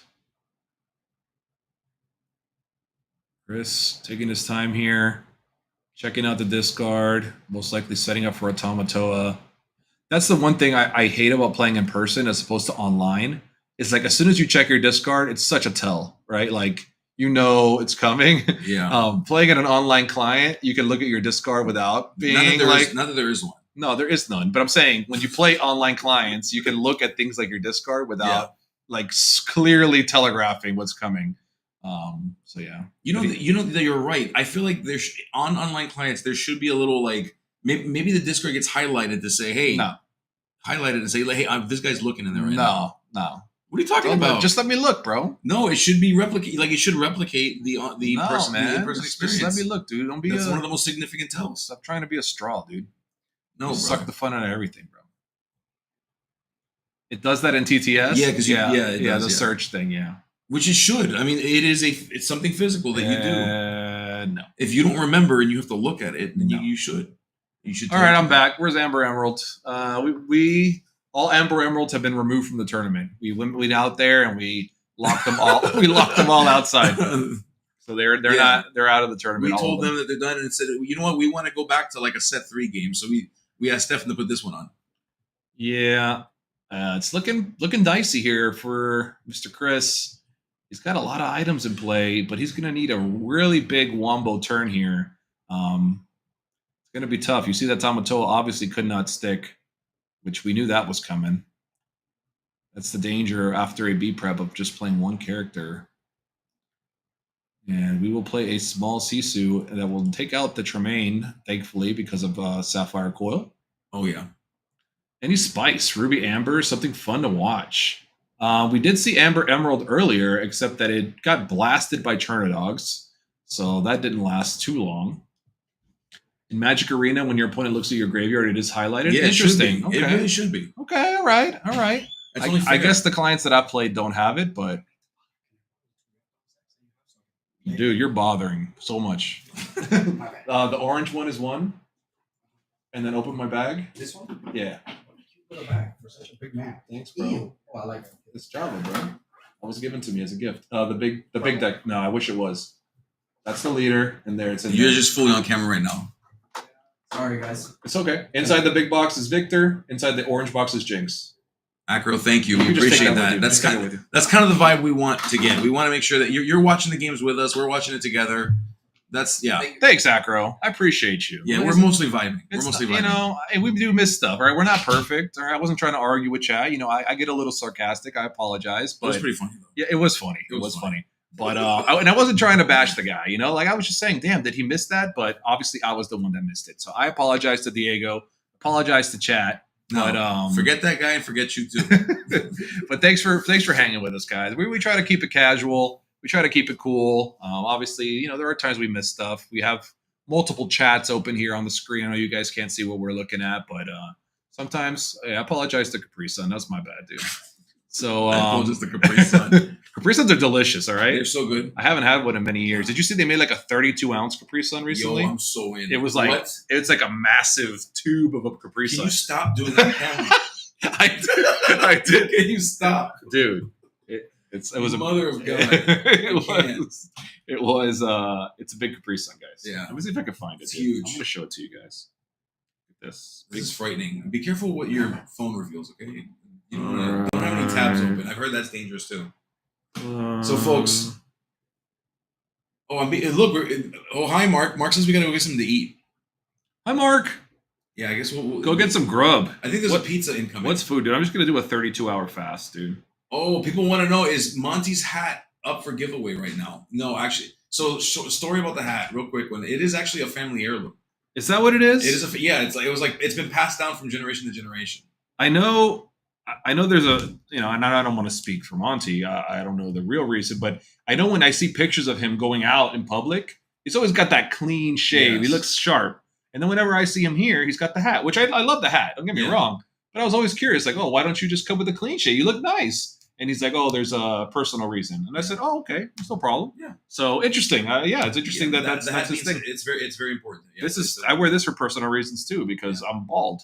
Yeah. So That's pretty personal. nothing exciting going on. I didn't know you were bald until you just showed me your head. I just assumed there was a full head of hair under there. No. You know I'm bald. Don't lie. Yeah. I used to think Monty had a full head of dreads. No. He just takes it's like Rapunzel. It just all his hair, his hair just comes out blonde locks. Yeah, that's the real reason. He doesn't want everybody to know he has magical hair. It's like perfectly smooth, so it melts as it falls. It's great. For sure.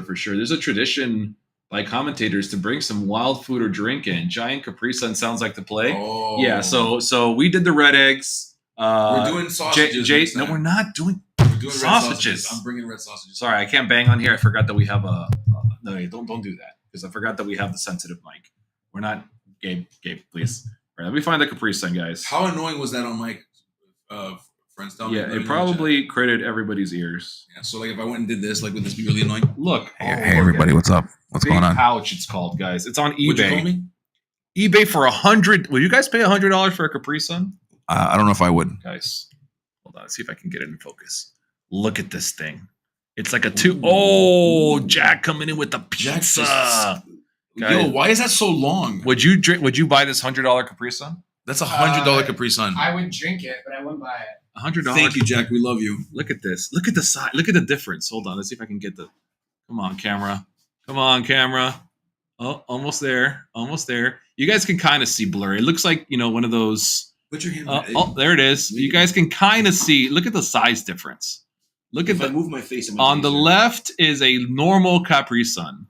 On the right pull back. is the Omega Capri Sun. Pull There it it back. is. Oh, there it is. There it is, guys. There you go. This is $100 right there from Ants Kicks. That guy, $100 Capri Sun. That's there. wild.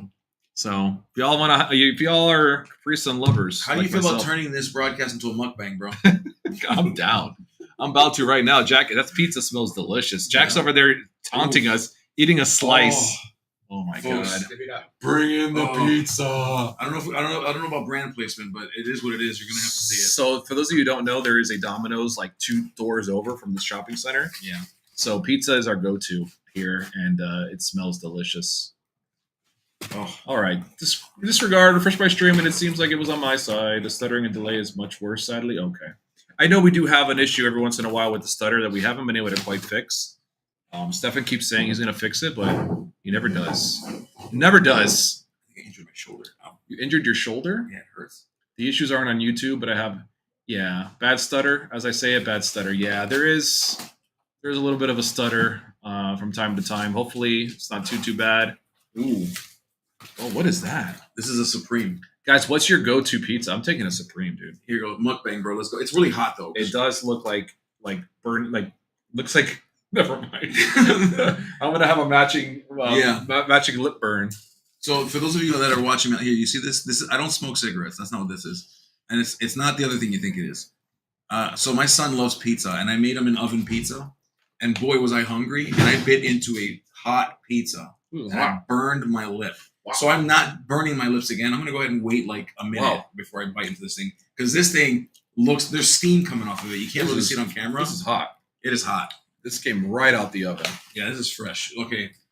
I heard that people like this kind of content. So how many of you watch mukbangs? Let me know in the chat. Chatters, how many mukbang watchers Don't are be there? weird. How many of you like to watch a good mukbang? Let me describe the taste. It has You got to be really noisy when you eat it too. It's got a salt. It's a little salty. The black olives, a nice touch. Are you doing, We're doing a mukbang. Are you doing mukbang right We're now? doing a mukbang. You wanna challenge, get some bro. pizza in your wanna life, get dude? Mukbang, bro. I'll eat off screen. Off screen. What do you mean you don't You don't want screen? people to watch you, dude? Bro, okay, I here's don't some. want people to clip me. Mm. Oh, Mm. that's so good. Oh, It's so hot. It's like Chat's right. Hot pizza bird versus hot pizza roll exploded. Bro, Dude, the pizza rolls. pizza rolls are like little napalm bombs. It's the worst. How are bro. they always cold on the outside, but then when you bite into them, it's like lava? It's that's how so bad. microwaves work. It's They so heat it bad. up from the inside out. That's the G mukbang. Mm. Yeah, eats it up. Cheers. Is that how microwaves work? Here, cheers, crust. How do Cheers. magnets work? Cheers. Do you remember that I don't song? know how do playing characters work. You get to question them as soon as You get you question with the same turn and then you fox them away. I know. Stefan was like holding his. He was probably like, "Oh my god, why is Skidder arguing with chat right now?" You're not going to win. And then the thief trying to dunk on your Hey, I know, the Steve is over here trolling so The hard. Steve is just trolling all the time. I love it. Mm. Do you fold the pizza? I'm a folder. Mm. That's the only way to eat it.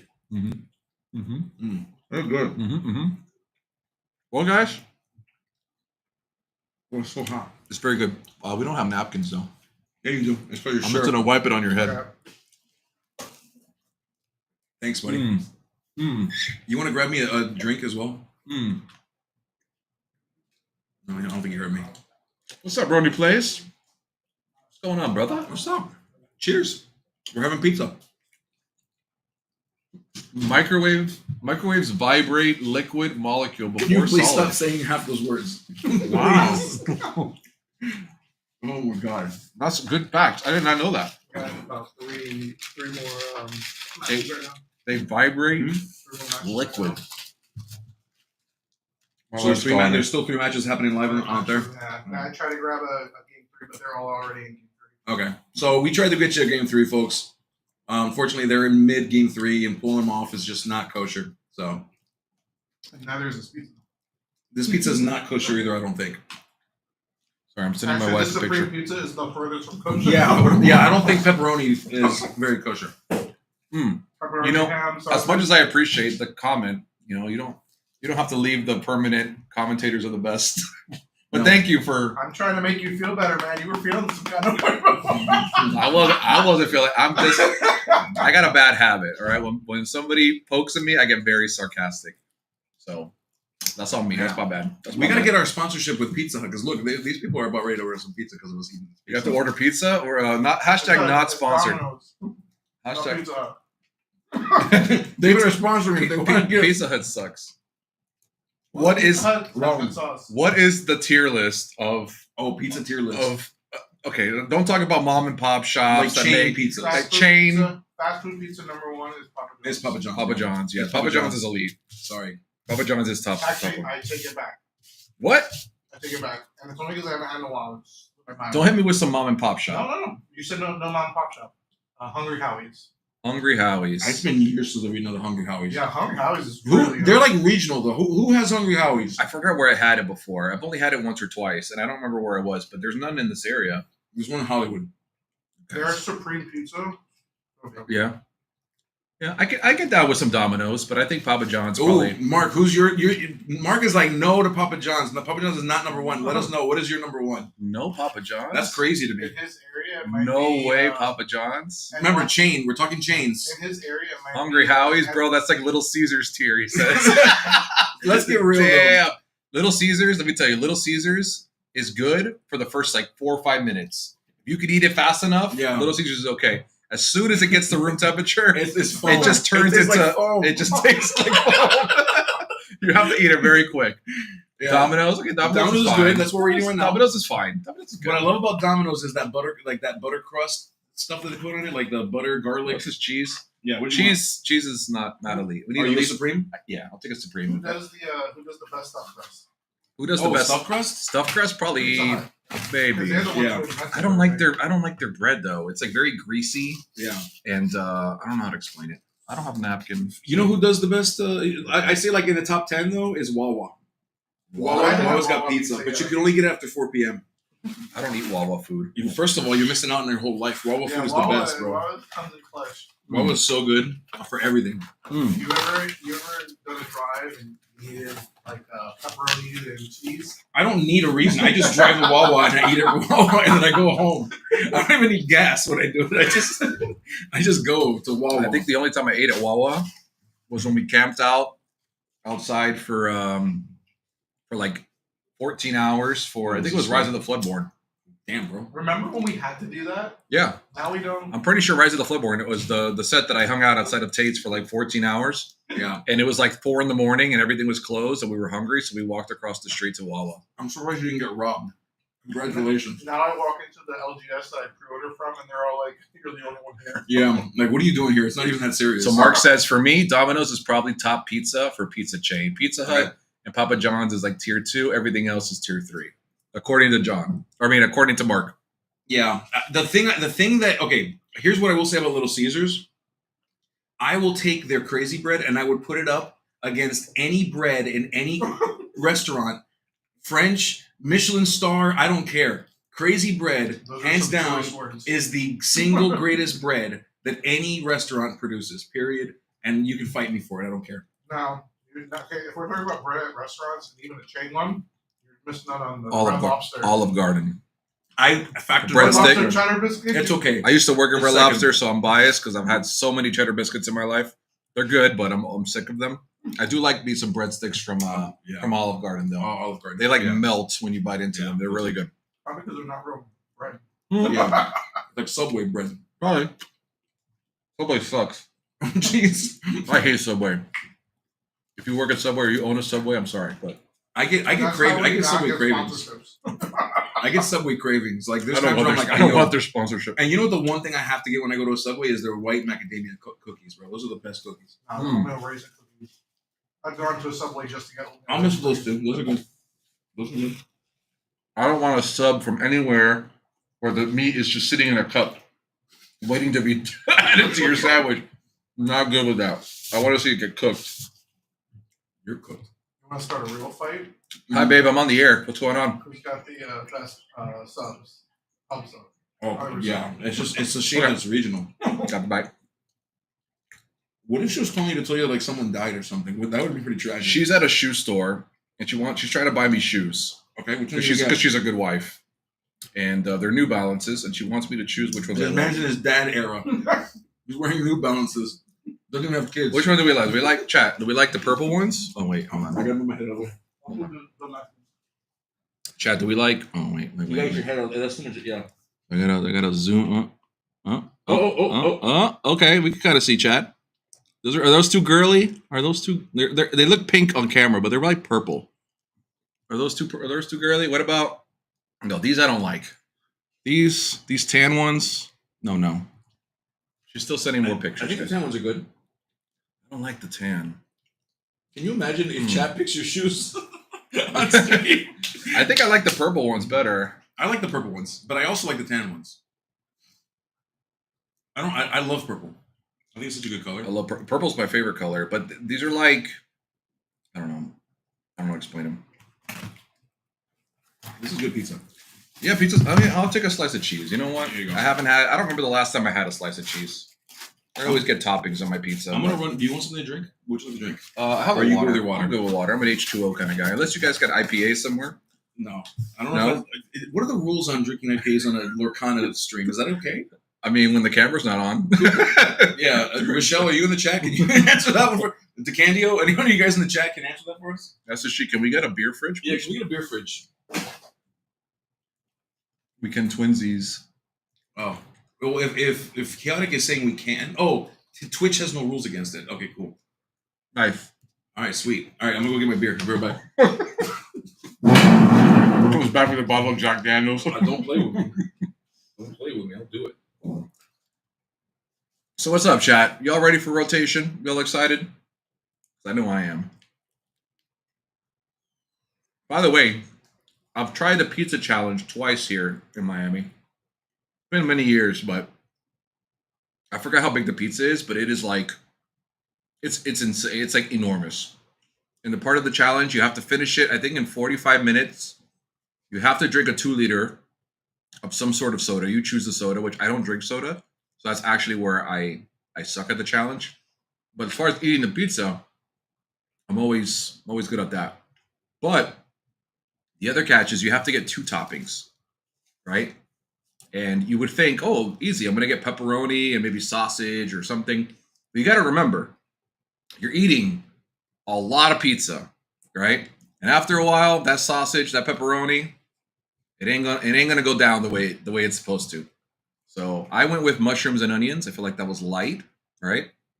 But after a while, I've never gotten to the point ever in my life where I'm chewing and I cannot physically swallow. Like I'm trying to swallow and it literally physically will not go down. That's how much pizza we had that day. And I always get the friends that tell me, "Oh man, take me with you. I eat so much pizza. Easy, we'll win it." And they always let me down. So if y'all are pizza people out there, if y'all think you can hang the challenge, I'll do it one more time. I want to go on a weight loss journey, but before I go on that weight loss journey, if y'all want to scarf some pizza, let me know. And Mark says the Fable tourney is going to be nutty. I agree. I hope they can compete with the reveals earlier so more people have time to cook and test.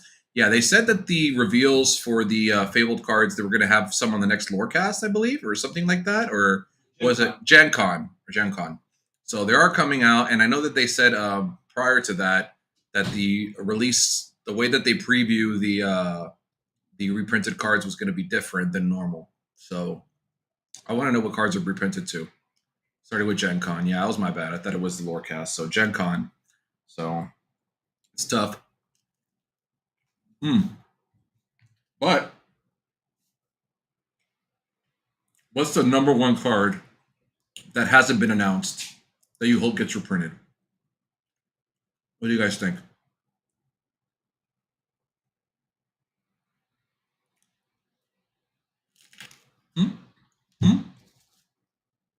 Don't say Ariel Spectacular Singer. You're not allowed to say that card.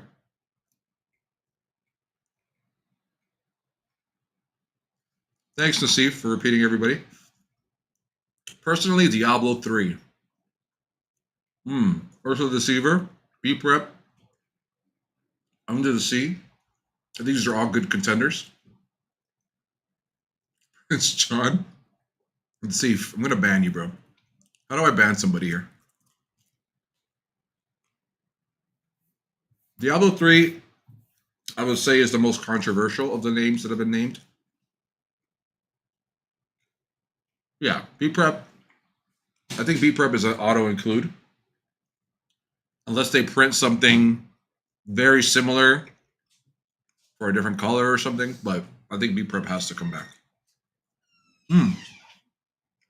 Good. Yeah, but you didn't bring me a Gatorade? You just told. I'm gonna punch you. I'm gonna swing on you. I forgot we have Gatorade, bro. Yeah, It's Gatorade Zero. Yeah, I'm trying to keep my diabetes What's low. with you and red dye, dude? Red is the color of blood. It is natural. It belongs in your body. What is it with you and putting red liquid in your body, dude? I love red liquid. Red dye 40. Which red dyes are in here? Let's find out. Oh, red 40. There's red 40 in this thing. Sweet. We love red 40, Your folks. favorite. Diablo 3 is a good video Diablo game. 1 is probably fine. Yeah, I like Diablo 3 better than Diablo 1. Diablo 1 was like the story was kind of weak. And then 2 was okay. I asked Chad, what is the card they picked to they're reprint? talking about the card? I was talking about the video game. Oh, no, God. Diablo 3. Gabe's like, yeah, I love playing the Necromancer, dude. Yeah, That's my Necromancer's favorite. my favorite on Diablo 3. I think Rochelle and Greg had the same problem where somebody said something about Diablo 3 in the chat, and Rochelle was like, I keep thinking about the that's video funny. game. Yeah. If they reprint Little John and Muses, then set 8 is my last set. If Little they John. reprint- Oh, you mean Prince John? I was like, Little John. Why are you picking on my boy Yeah. Little John? Little John is a vanilla 1-cost 04. It's a 1/4, bro. The card's broken. No chance, in my opinion, that you could. No, I don't think Prince John. If it comes, I'd be very surprised. It can only come back if they have a prepared answer for it, which is going to be wild. I just can't see it. I don't think they're I don't going see it to. going back. I don't think they're going to reprint anything that defines an archetype from the first set or from the first season. Like cards that are staples or like that control the archetype. I think they want to switch it up, right? I don't think they want anybody playing Amber Steel after rotation. You mean At like least a, not like a singing Amber Steel, right. Not the colors. Obviously, we're going to have to play the same colors, whether we have new stuff or not. But I think they want to just get rid of all the themes, right? Amber Steel, get rid of the singing. You know, green purple, get rid of the bouncing. You know, they're trying to just like even everything out, which I think is going to be good. So I don't think anything that contributes to the same play style as the first year is going to be redone, in my opinion. B prep is required. I think B prep, you got to have board wipes. Every game has a board wipe. You need to have. I don't think it gets reprinted. You're crazy. You really don't think it gets reprinted? Mm-hmm. Oh, you're out of your mind. What do you think? What do you think is going to happen? Do you think they're going to make a new card? I think they want the game to be faster, and I think they want there to be more challenges. I don't know. Have you seen Dogs? What are you going to do against that deck with no B prep? Be faster. Be faster. Be faster. Got it. So the game's just going to become who could be faster. No. So like more characters will rush. Mm-hmm. If you have more rush out there, more early, like a 1-drop rush, a 2-drop rush, suddenly those kind of aggro decks don't work as well. Yeah. There's it's going to be interesting. Yeah, I see people mentioning a lot of good points in the chat. Green card should not have ward. I don't think ward should be specific to a color. I don't think so either. I just think as long as you have to exert to do the effect, or the effect is once per turn, or I think there's a lot of ways to control the power level of a warded character. Ward itself is not the problem. Ward on a character that doesn't have to do anything but sit there is the problem, in my opinion. So, yeah, I think we're still going to have cards that discard. I mean, we just got pull the lever and stuff, but I think it's going to lean a lot away from from what it is now. I think as a game, you can't ever just get discard just can't ever not be a thing. It shouldn't be so much of your deck that it's just abusive, but not having discard period is not good for the game either. Mm-hmm. Because then you have to make less cards that draw. Because that's, you need to be able to counteract that thing. I think that one of the problems with this game is that there are things that are identity defying that should be for all colors. Mm-hmm. I don't think that Amber should be the only effective singing color. Mm-hmm. Singing is a special mechanic in Lorcana, only exists in Lorcana, and is something that's unique to Lorcana. All the characters in Lorcana, or at least all the colors in Lorcana, should sing to an equal degree. I agree. I will say we do know that we're going to be getting. Obviously, we have the Madrigals, right? Which clearly the game is pushing for that deck to be the singing deck, right? They want the Madrigals to have the singer and all that interaction, which is cool. But also, for those of you who have been following, not leaks, because we know Powerline's coming, but there's an HD version that's been 4K version of the starter deck box. Yeah, that was funny. And you could see that enhance, literally. And it does show that Powerline is a red card with Singer 9. So clearly they're going to be making. Of course, they were not going to give him Singer, but it's surprising that he's not Amber, right? Everybody figured, he's going to be a Singer, so he'll be Amber. Yeah. But we're switch it up. Yeah, let's change it up. I love that. The singing color. Pete should rotate. I don't think no, when did he come out? That's another thing I don't know. I get so confused of which sets things came out. Yeah, there's I don't even know what's rotating. I know some stuff that's rotating, but there's stuff that I'm like, is it gone or is it staying? Pete, I think, needs to be reprinted. I think Pete stays. I think Pete's a good card. I think Pete is annoying, but I think it's a necessary evil. I mean, songs just get a little too crazy sometimes. Yeah. What makes Pete broken is being able to bounce him over and over again. Pete is from set 5, so he will be around for at least a year more. Yeah, Pete's going to be, set 5. Okay, yeah, people mentioning, set 5. Pete, set 5. Pete, set 5. Got it. Yeah. I beat you, losers. So he will stick around, but he won't have the bounce package anymore, which I think is part of the reason why, obviously he's already powerful, but being able to go Pete, the next turn Snake, Pete, and the next turn Fox, Pete, that's what really is oppressive, right? I think that's fine. I think playing one good Pete on the right turn is totally fine. Yeah. But it's when he's over and over and over and over again that it becomes problematic. Yeah. So this card is toxic. It does not belong in Lorcana. Yes and no. I think this card in its current form is quite toxic. I think the worst it was ever, in my opinion, was the Bucky era. Yeah. I think that was hands down the most toxic we've ever seen. But the problem is you can't not have a discard strategy, but also have cards like Maurice's Workshop. Also have cards like the Carpet Bag.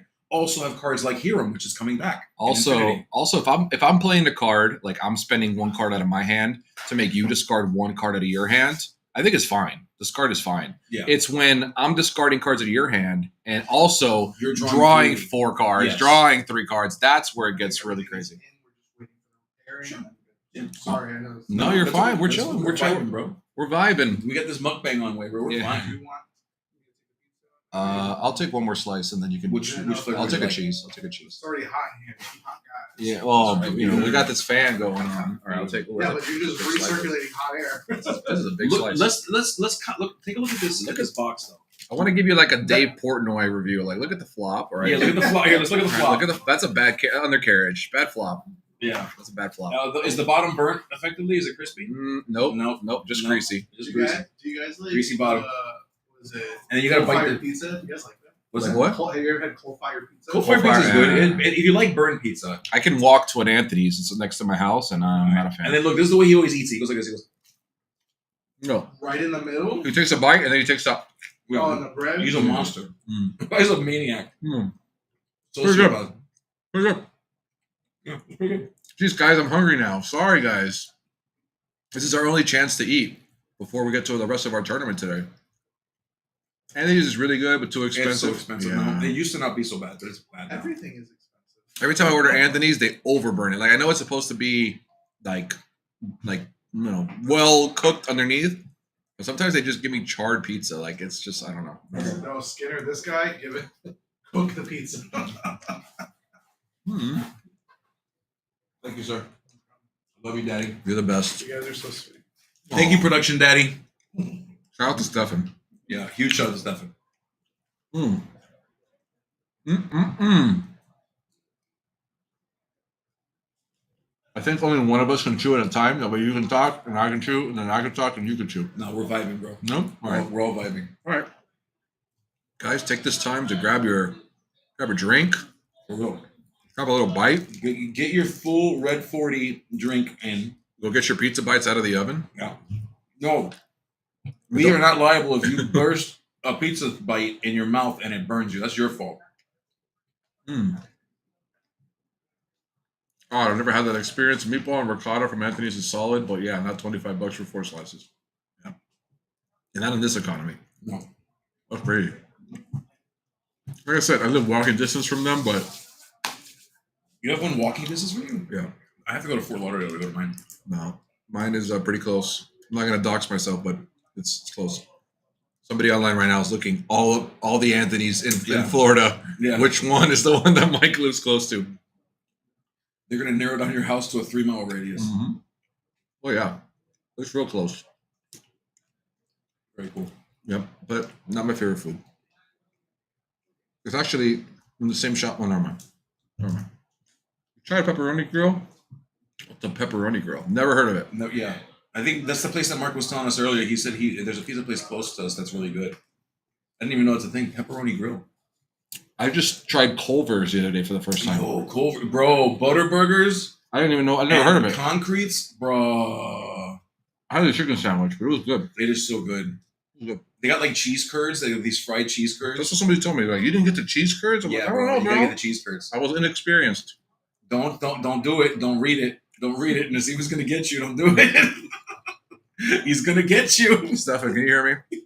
How do we ban this thief, dude? If you read that, he's gonna get you.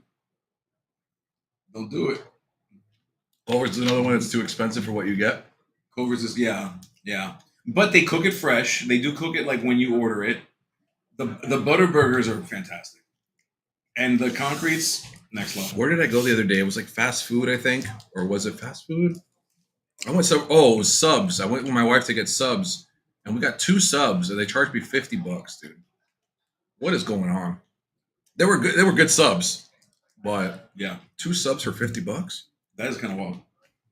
Subway's like $15 for a sandwich and I like, won't a go to drink. Subway. I'd rather eat dirt, Okay, that's a little extreme. You know you would rather eat Subway than dirt. You would not eat dirt. What are you talking about? dude. I'll eat dirt, dude. Firehouse subs. I live also. Well, is it still there or did it close? You're like triangulating your address. Like, and which like Anthony's and Yeah. Firehouse. What? How long will it be before Hiram and Fortisphere are banned in Infinity? Here, if you tune in to the SSG Invitational, I assure you it will be shortly after that. Yeah, I don't know. What kind of sub? Mine was a honey mustard chicken. And all the way with onions, peppers, cheese, tomatoes, which this place was good. This place diced up the tomatoes. Sometimes people just stick the tomato in your sub. Yeah, and then they slide out. Then you buy one and the whole thing worst. comes out. No, these people, they diced it up, which is beautiful. Love that. If you're ever down here, by the way, Las Patas, you ever eaten at Las Patas? I've never. I live down here and I've never eaten at Las Patas. You got to go to Las Patas. They do that with their tomatoes, and it's so beautiful. Their sandwiches are so big. Yeah, I'm a big sub guy. I love pub subs. If you all are not from Florida, sorry that you guys have never experienced the chicken tender sub. It is out of this world. But cheaper here. Oh, you're in Europe, right down the street. Ooh. Okay. Okay, we got some locals. Got some locals. Who is it? I heard Hayes Robbie versus Robbie. Oh, Hayes and Robbie. Oh, very nice. So we got Mr. Hayes on camera with another local Robbie. Who Robbie hasn't been on camera in a long time, so it's going to be really cool to see him play here. And really dangle the carrot and Infinity format in front of them as an else higher. Yeah, I feel like they said that. So carrot's moldy. It's true. I feel like they really did do that. Like they're like, guys, Infinity format. Everybody's like, I don't care. And they're like, guys, Hiram is back. And they're like, oh, Infinity format. Infinity format. So I think that they use that as like, it's gonna be a bunch of Blue Steel players. that's where all the Blue Steel people hang out. Yeah, RMB is gonna be an Infinity format only player. That'll be the Blue Steel format, and then everybody else will be playing Core Constructed. Yeah, which again, gosh, cannot wait, man. We're so close. We're so close. I at least want to know the card pool. That way, I can start like crafting. I know everybody wants to start crafting, but like that's what I really know want. the number of cards effectively. Because the only clues that we know is that the reprints are going to equal more than half of the set. So and they also said that the number of cards in the set, reprints included, would be expanded beyond the 204. So we don't even know what the real number of cards is going to be, of new cards. Yeah, it's crazy. Like we have less information now than we did when we started all this stuff. It's going to be interesting. It's going to be so crazy. Yeah, I just again can't wait to see the game get a not a reface, rebranding? No, not a rebranding. A new slap of paint, a facelift. A facelift? No, I don't know what I'm trying to say. I'm excited for change, guys. I love change. It is a refresh. I think refresh is fine. I come from Magic the Gathering, where and I hate to say that. I hate when people are like, oh, I come from this game, I come from that game, but in Magic the Gathering, I played since I was in middle school, and I only ever played Standard. And for those of you who don't know, Standard is the rotated format, right? It's like the most up-to-date format. And I know people that love Legacy, which is like anything goes, and people who love Modern, which is like, like the first 8 sets instead of just the 4 sets or whatever. But truthfully, I love rotation. I love that the game changes, new combos, new deck lists. Like that's what keeps the game fresh. I don't want to play Amber Steel for 3 more years. I just don't. Gabe, what are the 5 cards you want to be reprinted? Chat wants to know. Ooh, the 5 cards. So I think Ursula 2. Mm-hmm. Ursula 2. Somebody mentioned that. I think it has to be. Great choice. I think we want to see Brawl. Brawl? Is Brawl? Yeah, I think Brawl's is Brawl set 3 or 4? I think it is. So I think Brawl's got to be in that list. Because if you're going to get rid of Be Prepared, which I do think they will, I think you got to keep Brawl. Which, by the way, it looks like Hayes is playing red purple. That's wild. That's a new one. Yeah, I got to pick 3 more, and I'm on the spot. And these guys are about to finish the mulligan. And these guys are playing pretty much a win in it potentially. Yeah, both players here at 2-2, so this could potentially decide who goes on to the top 8. Robbie, known for playing his Amber Steel deck, plays it almost exclusively. Really likes the deck, and just finds that it's the best way to go. And I can't disagree with him. The deck is consistent, powerful, and a lot of reasons to play the deck.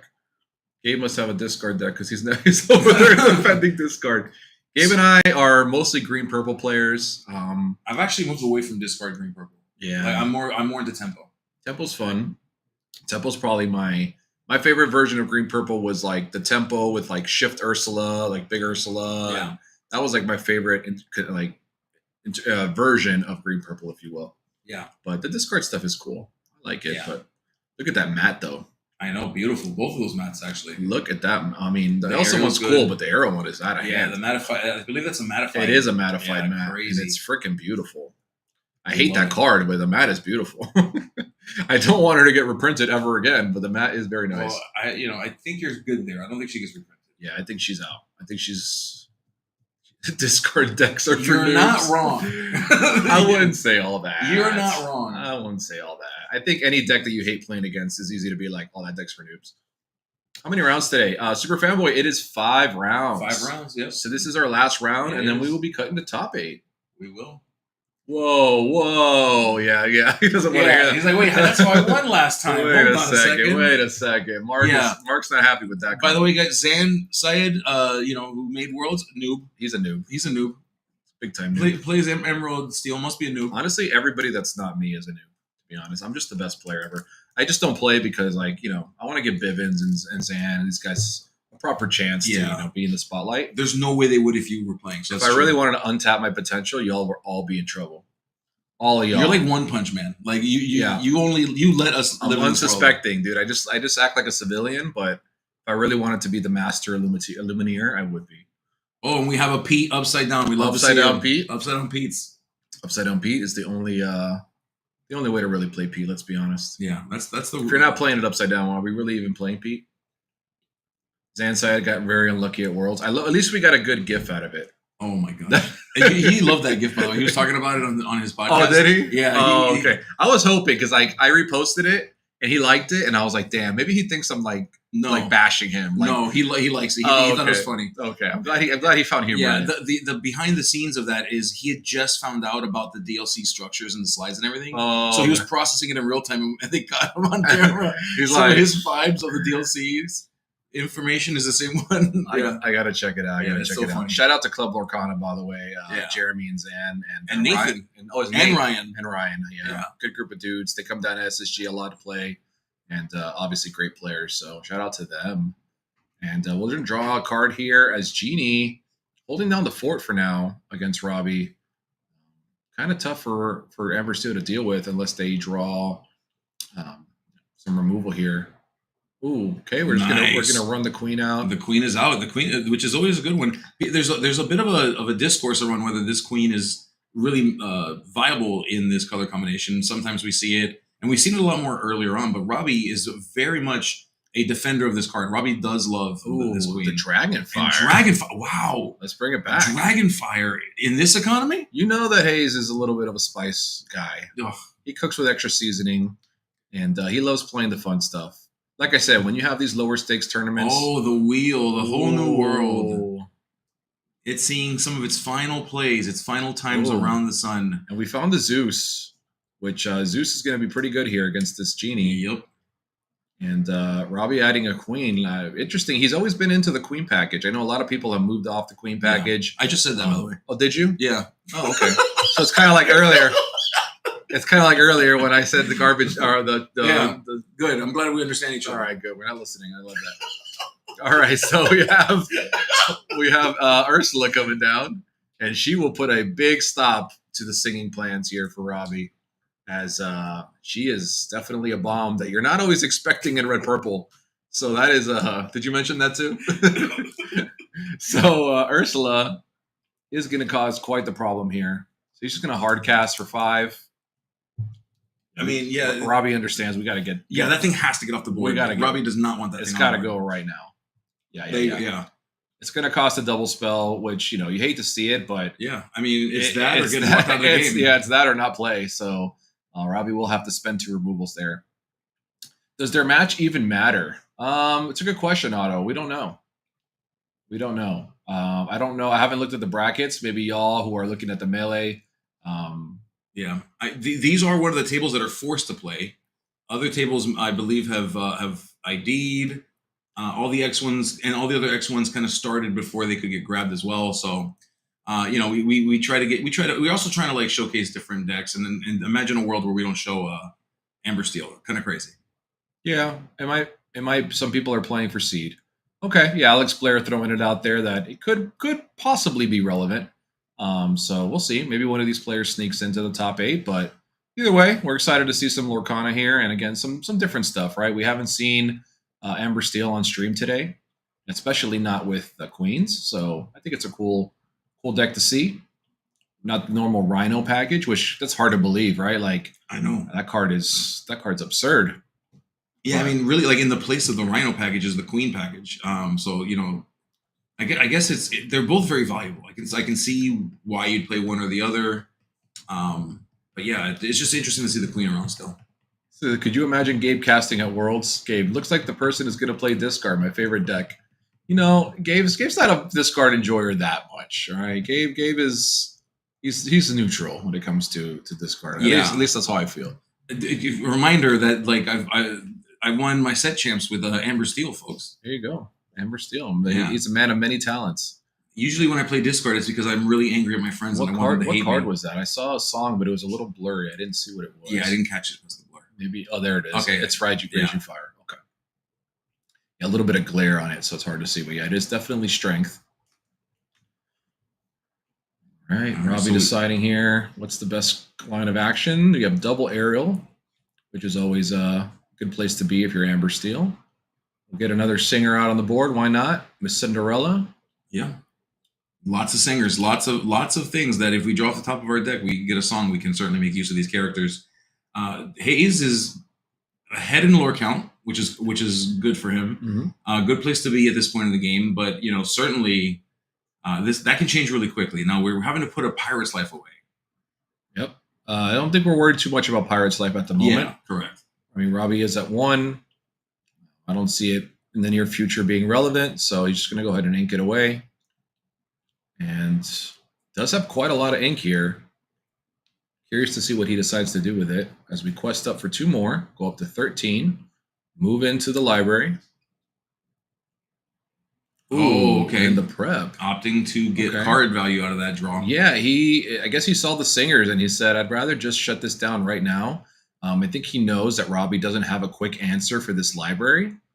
So he can get maybe 3-4 more lore out of this library if he so chooses, which I think is where his head's at.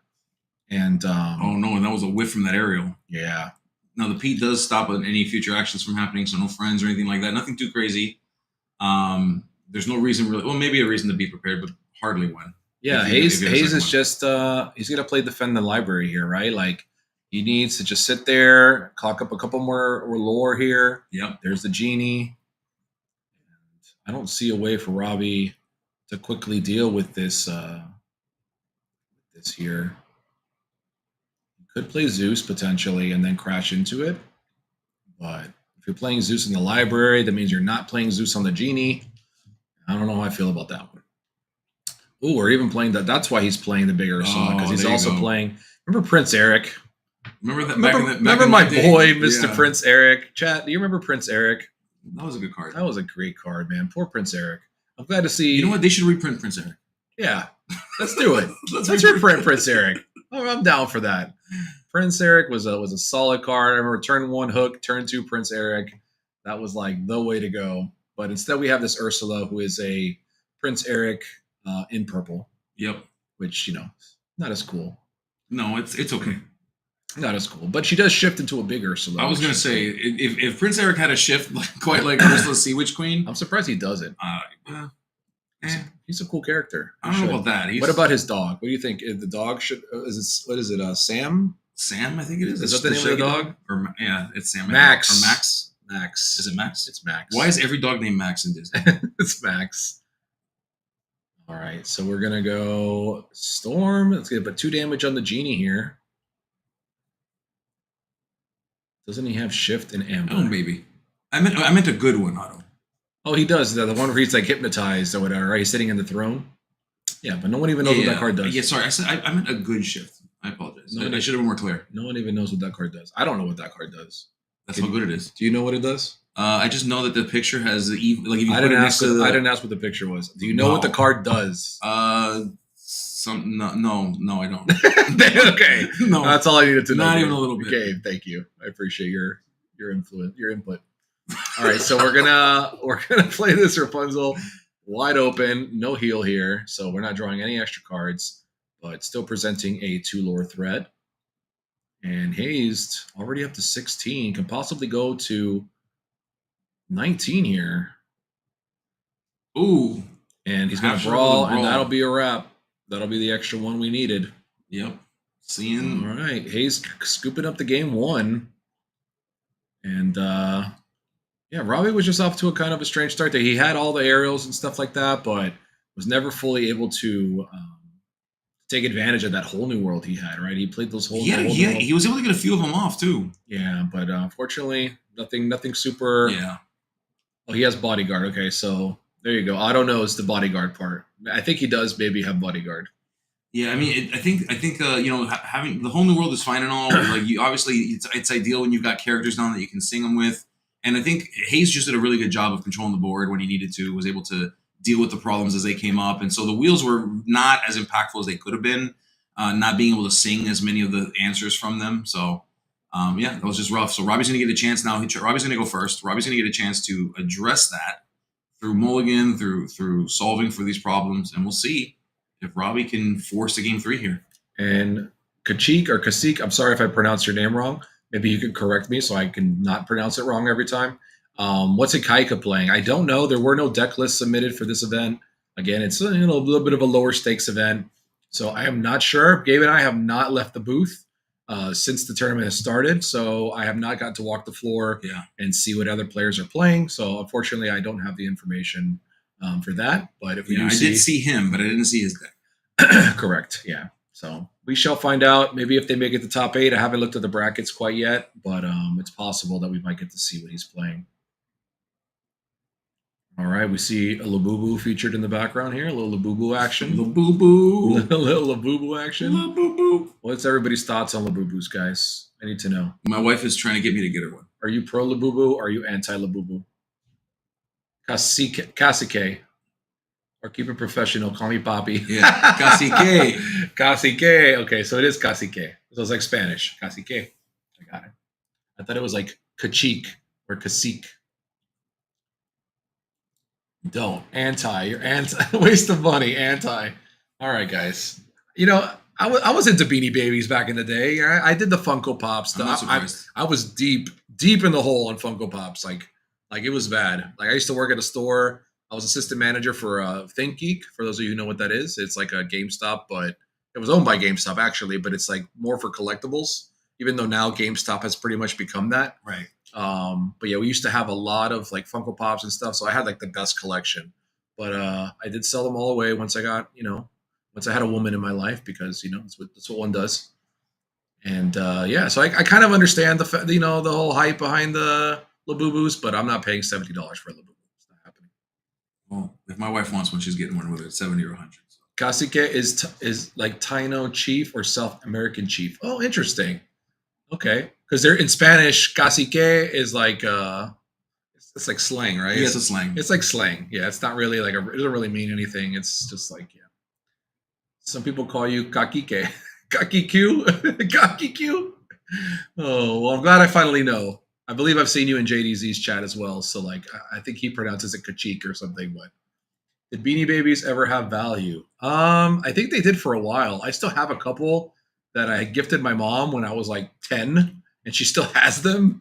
And I did look up their value, and it didn't look like they were worth much. So maybe there's specific ones, but is Red Purple dead yet? No, it's never dead. No, it's just dying. It just takes naps here and there, but it never really goes away. It's at a stage in its life where you might want to think about care for the deck, but we're not there yet.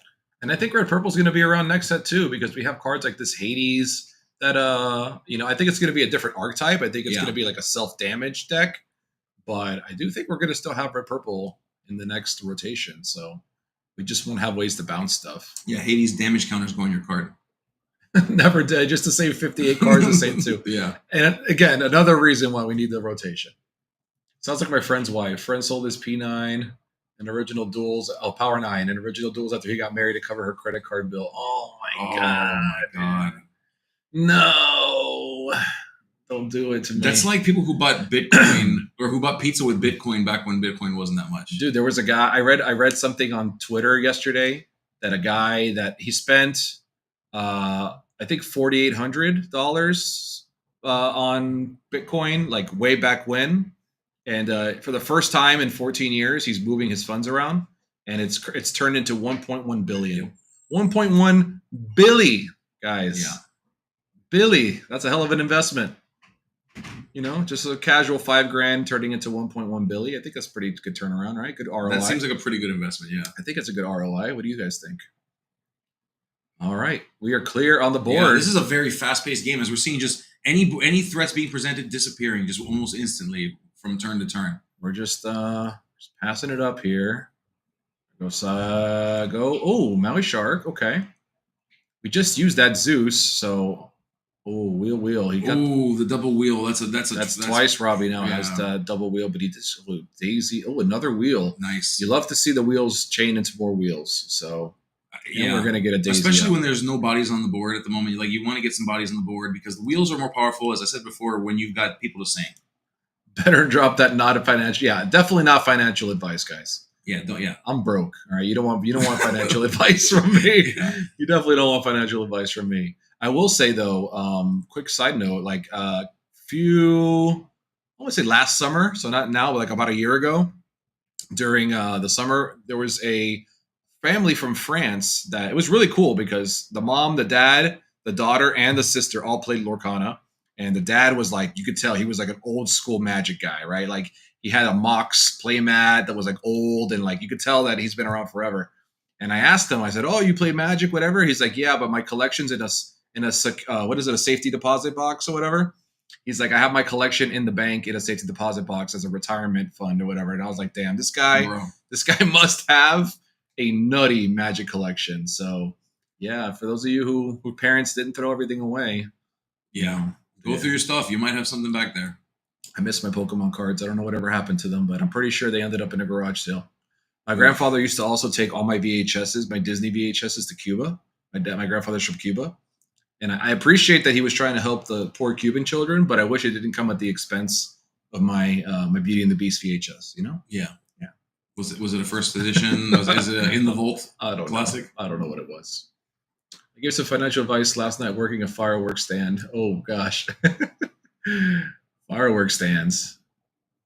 You see that?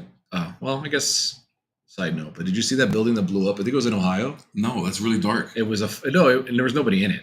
Oh, okay. It was a firework warehouse, and it caught fire. And you can imagine what happens when a warehouse full of fireworks catches fire. Bro. It looked like a nuke. I mean, there's like a smoke, like a mushroom cloud that came out. It was nuts. I forget where it happened. Maybe chat knows, but yeah, it's pretty crazy. North Cali, there you go.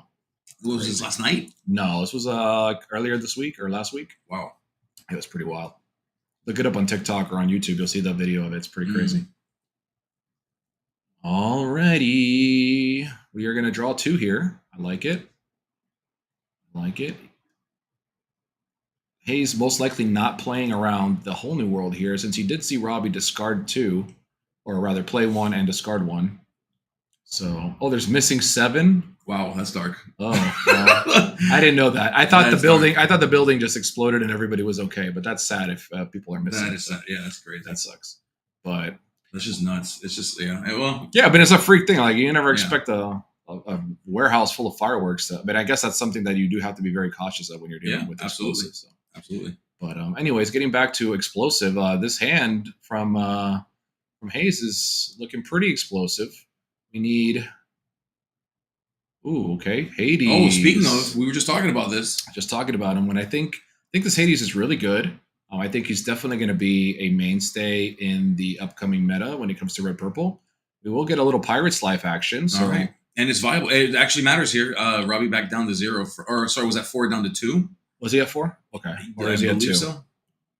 I'm sure the chat will let us know. Yeah, production will know. I think he was at 2, but maybe he was at 4. Yeah, went from 4 to 2. That's correct. Okay, cool. All right. Cindy, Big Cindy, and Promo Cindy, actually. Shout out to the DLCs with those really nice promos. Not a foil one, always room to level up, but still really, really nice. Nobody tell them. Pretty cards. Yeah, pretty cards is right. Robbie does love himself some promos and some foils, so he loves rocking the max rarity stuff. Yes. I believe he also has a Cinderella mat, but I do like this aerial mat the most, to be honest. Yeah, I'm a big fan. Especially Huge fan. Especially with the deck he plays. It's like so on brand. So I love it. All right. Yeah, there's like no hiding it. Like Robbie's not really worried about you not knowing what he's playing. Yeah, Robbie's like, yeah, you know what, bro? I'm playing songs. Yeah, he just I'm plays playing it. songs, bro. Yeah, he plays songs, but that's the deck he knows inside out. So why not stick with it? So Mikey, trying to keep putting on the pressure here. He's at only 8, which is not as far along as he was in the last game, but he is going to get in for 2 more. And here comes the prep. You see Robbie already ready for it. Knew it was coming. But the good thing is Hades was able to sing it, which is really nice. And now we see the combo, which is be prep into location. Right. Ooh, and there comes the wheel, which is a full grip here for Hazed. But Robbie did have to hard cast it, which can't feel really good. Yeah. I mean, it certainly puts them on an even footing. I mean, the tempo's worse when you have no cards in hand and your opponent has 7. For sure. To be fair. For sure. Speaking of pretty promo, that Elsa looks nice. Which Elsa was it? I guess the new one from I'm guessing from Worlds. Oh, yes. That Elsa looks nice. I don't know if it's that one or if it is the new one from Worlds, then yes, it does look nice. And the playmat is also really nice. Probably one of my favorite promos out of the ones that they revealed. That one and the Pegasus are really nice. Everything else is meh, in my opinion. Meh. This guy. I said it. All right, don't go to a DLC then. I probably can't because there's only 3 and it's probably going to be sold out pretty quickly. So, yeah, the new one. Yeah, Sky. It's really nice. I agree. It's very nice. Very nice. Okay. Diablo will join the field here. Bounce it back up. And Genie. Redeveloping some threats here. Yeah, just drawing cards, replacing resources in hand, just trying to keep the threats in the right direction. You're trying to keep them moving.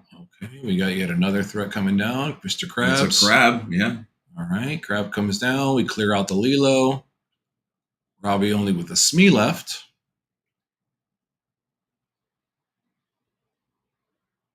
Yeah, it's tough. This is a rough sports day for Robbie. Robbie could not be too happy with this. I mean, uniquely though, has a lot of ink right now. Tons of ink for Amber Steel here with 9. So we're seeing 4 turning sideways to play that queen, or 3 rather. That's yeah, something, 4 and 3. Yep, that's something that I struggled with when I first started playing, and I sometimes still struggle with it. But knowing when to keep inking and when to stop inking, sometimes I'll stop inking because I'm like, oh, I have enough. Like I want to keep these cards, and then later in the game, I'm like, oh, I wish I had one more ink. Yep. So it's kind of back and forth. Like yeah, it might look like a lot of ink, but being able to wheel and just play a bunch of stuff is really good. So although he might not need 10 ink, it does open the door for potentially a lot of plays in between. Yes. So, but yeah, I definitely struggle with that. Like I'll stop inking too early, and then they'll be like, "Why didn't you ink there?" And I'm like, "I don't know. I didn't feel like I needed it." But you know what this Ursula means? No singing. She's like Pete Plus. Yeah, no singing. She's like where nobody's singing. She's the only one that could be singing. So Ursula. This is a wild board state right now, by the way. Very wild. 5 characters on Hayes' side, 4 characters on Robbie's side. I mean, just so much can happen here. Yeah, this reload off the Whole New World really, leaned towards Hayes here, as he clearly has a ton of threats. It's going to be an uphill climb for sure here for Robbie to see if he can climb out of this. But there is a lot of evasives, no way to sing. Are you going to want to spend all your ink on removal yet again? I don't know. Pete will come back to his place. Yes, we're no longer under the effect of Pete, unless of course Robbie plays another one. But we are under the effect of Ursula. Yes, Ursula, so powerful. She's perma Pete right now. And Robbie's trying to figure it out. Definitely a rough situation here, and definitely a difficult board state. Let's see if he's able to shake it up. Right. Robbie inking the 3. All right. Playing upside down Storm Rage on. We got 1 off the board. Yeah. But we have a lot more. And we're going to have to pay full price. So that's really tough. Yeah, and we're choosing. Let's see. Which character does he choose? We've got the. He can shrink 1. He'll shrink the crab. Yep. We'll bash turtle into crab.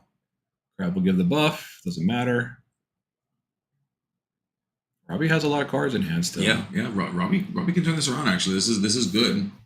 It's Robbie's just looking at this. that Ursula is just going to be so hard to deal with, and she Yes. quests for 3. Yeah, Oh, Robbie. Yeah. Robbie's seeing the writing on the walls here. No way to deal with all the threats. There's just too much stuff going on. Yeah. But great games from both players, and hopefully Hayes is able to squeeze into top 8. We don't know whether or not that's going to be the difference maker. It might not be. It may or may not be. It may or may not be. But either way, great set from both players there. Yeah. And that wraps up our rounds. We're pretty quick today, thankfully. Yeah. And we'll Pretty get smooth. ready for top 8. I'm excited to see what makes it into top 8. I would imagine we will see some Emerald Amber in top 8, considering how much we've seen today of Emerald Amber. Yeah. Seems to be the flavor of the week. Seriously, if it doesn't convert, we got problems. No, I mean it was 3-0 earlier, so Yeah. I mean it has to convert. So we're definitely going to see some of that. As far as what other decks made it in, I don't know. We haven't seen any green purple today. I'm always sad when I don't see green purple. You know, I always like to see my favorite colors represented. Yeah. Hamsters over queens. Yeah, hamsters are nuts. Hamsters are nuts, chaotic. I have to agree. But no hamsters this time. And fortunately, they didn't go Robbie's way. But Robbie has been cooking up the locals lately. So he definitely, just a bad run for him today, which is unfortunate. But hey, that's how it goes, right? Sometimes you get him, sometimes you don't. Yeah. So, and so I'm not sure how much time is left in the rounds. But And that only went 2 games, so I would imagine. I think it was like 20 minutes according to their matchup. nice, dude. I love 20 minutes. I love 20 minutes. Yeah, I'm gonna keep drinking my Red 40. Red 40. So what's new, Gabe? What else we want to talk about? We talked a little bit about Worlds.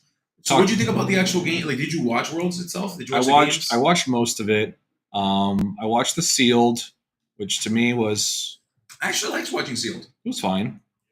It was fine. I thought that Sealed was fine. 3-deck format. I don't know. I wasn't that big of a fan.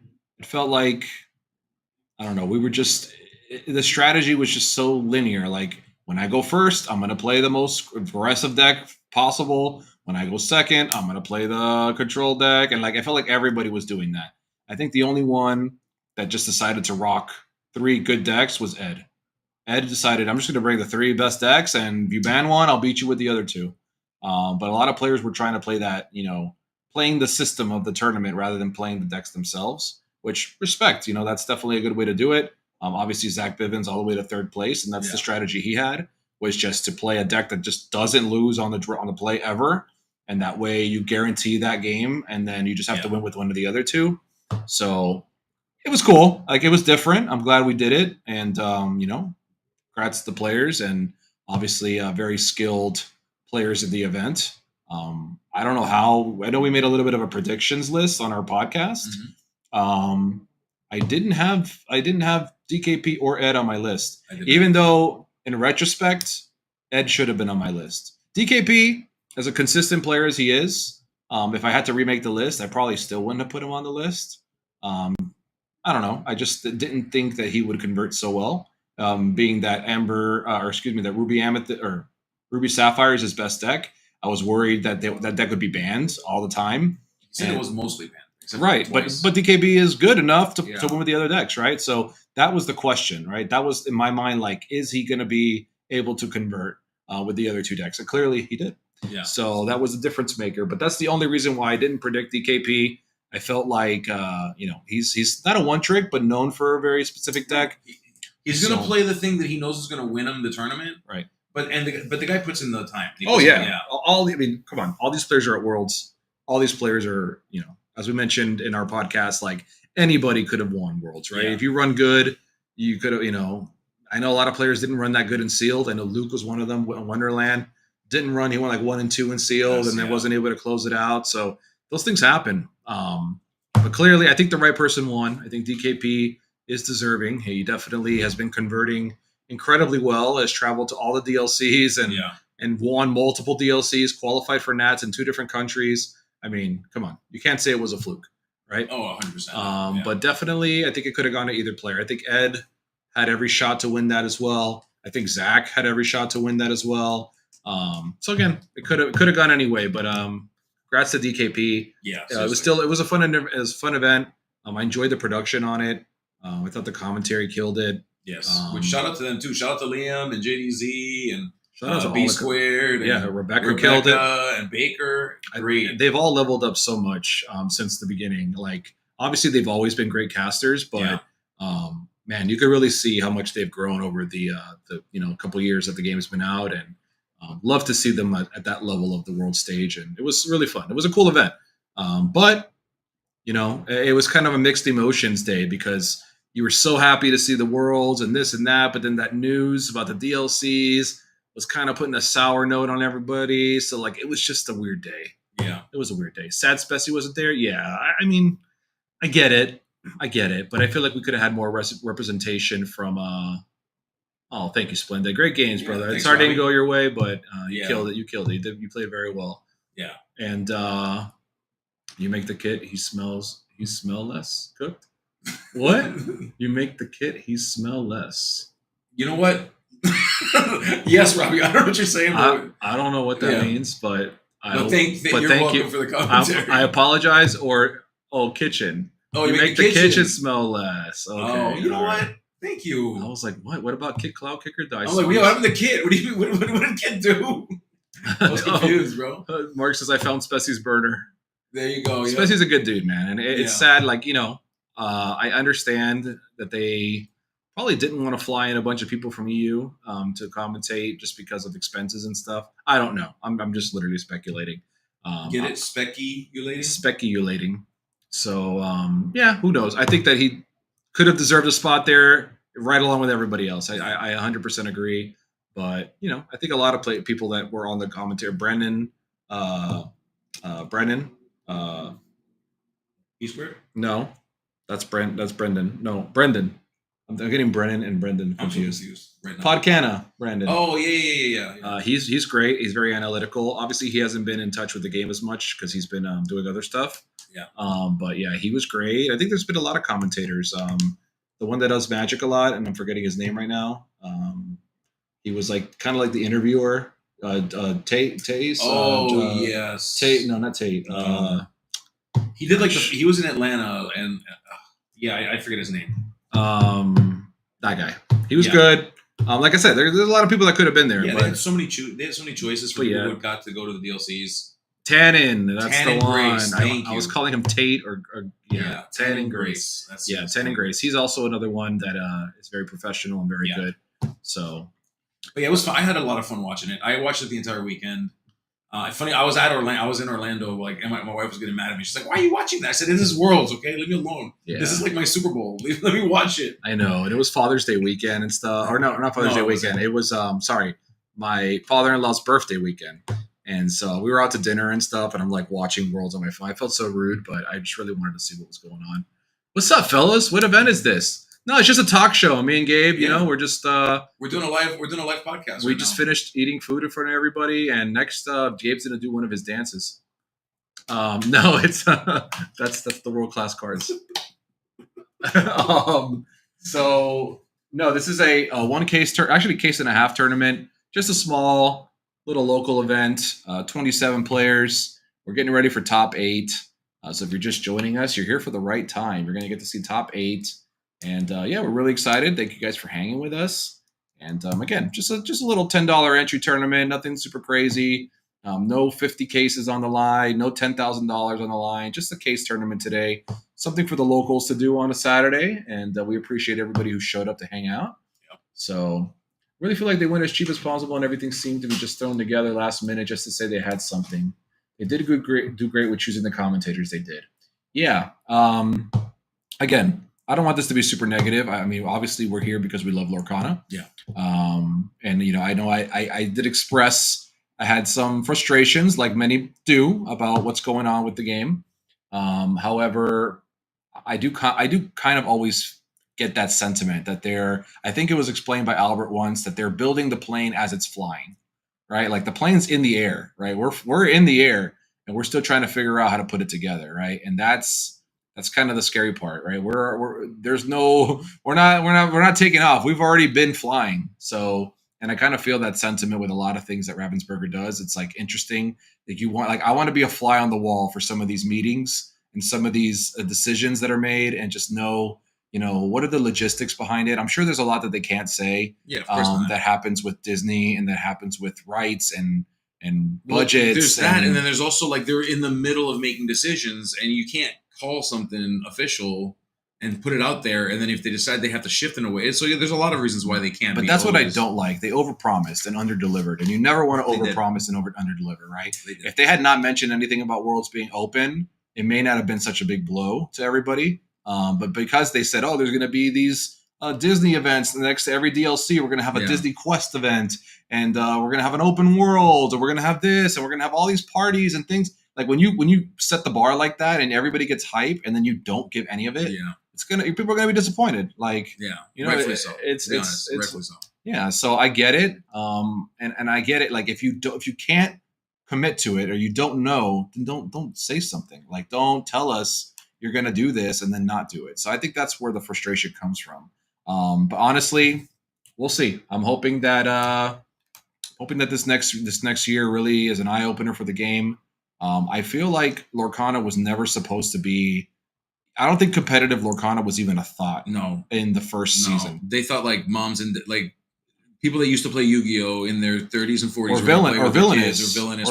Yeah, like Ravensburger has villainous. They were probably like, "Oh, this would be a cool game. Like people will play with their friends." And I don't think they were expecting people to be like, "Yo, where can I compete? Where can I be sweaty as possible?" And I mean, I feel like PPG kind of picked up a lot of the slack in the first season. I feel like they weren't really prepared to have a competitive scene the first year. I think they planned it for year 2, but it just happened to play out the way it did. And I'm happy that it did because I think that we had a really good first year. But it's just sad to see. It feels like we didn't learn much. We know the hype, we get it, and then they still keep acting like, oh, we didn't expect this demand. We didn't expect guys like. When are you going to expect it? Like, how long have we been demanding this game? I mean, how many DLCs have sold out? Like, how many products have been sold before you're going to realize that this game is a hit, right? This game is huge. It has potential to be huge. Yeah. But they need to take care of their community, man. Like, all the day one people that have been playing, I've seen so many people walk away from the game. All the people that I started playing with when I first started playing, majority of them don't play anymore. And it's sad to see. Like, I want this game to be around for a long time.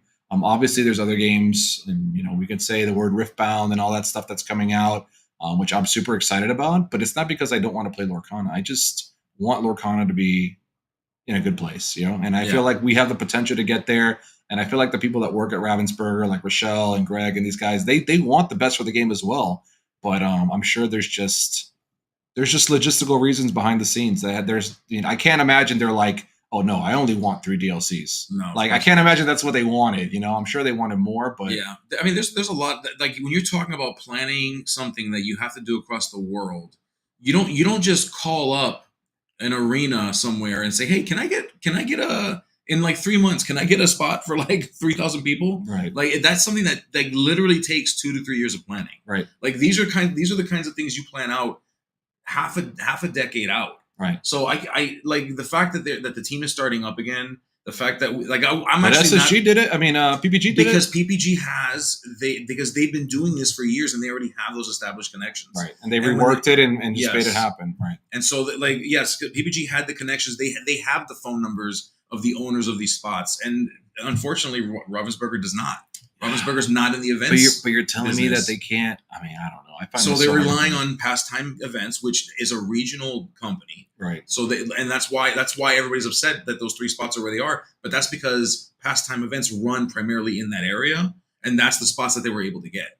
Right. Because and no hate on Pastime, but like, why not?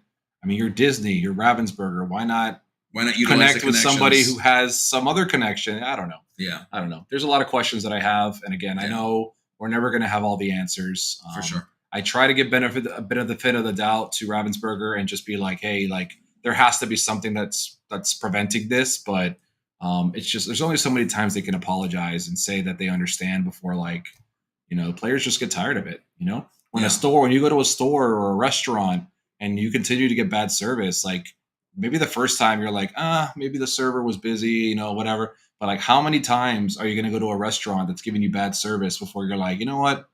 I'm just not going to come back to this restaurant, right? And, the community's been so loyal and so willing to stick around and so willing to try to make this game good try to keep the game alive. And I feel like Ravensburger really hasn't done anything to show that they care about that. I don't know. I'm hoping that now that they're saying they're going to show more support to third-party stores, I'm hoping that's true. I think they have to. I think they need to recognize. I mean, I'm not just saying this because I'm at SSG. Obviously, SSG has been a big needle mover, in my opinion, for the third-party Lorcana competitive community. Yeah. Obviously, there's other big stores, and I shout out to Ink, shout out to Charlie's Collectible Show, shout out to PPG, shout out to all the people doing these events, because honestly, that's what's keeping this game going. And I hope it gets to a place where, for those of you who are familiar with Magic, obviously Magic has had their Pro Tour and their Worlds events and stuff. But the real one that was keeping that game afloat from week to week was Star City Games, right? Yes. Star City Games would have tournaments every weekend. And that was the real way to find out the meta and stuff. It wasn't Magic tournament. It wasn't like their tournaments. It was the SCG tournaments. Yes. So I'm hoping we get to a point where that becomes like just a mainstay for Lorcana as well. But I don't know. What I'll say is it's very, very clear that that Ravensburger was not in the TCG space before this. It's very, very clear. And it's very clear that they had a lot of passion, and that passion is not translating very well, because a lot of what you need to happen to make a TCG community happy and excited requires you to have a lot of things in place for a very long time, establish relationships. Ravensburger's new in that field, and so relying on the relationships that they did with PPG was cool. But unfortunately, did you win? Did you win, son? We played a couple games. How'd it go? It was fun, but the red deck sometimes they folks. drop like 3 dudes at once, and then you're too slow. Like I'll have a token or two and control the board, and then he'll be like, "Well, I play this guy, and since I discard, I play this guy for free, and then play this guy." They play 3 dudes, and then it puts a little slower. Yeah, speaking of Riftbound, you can just put it there next to the bag. It's all good.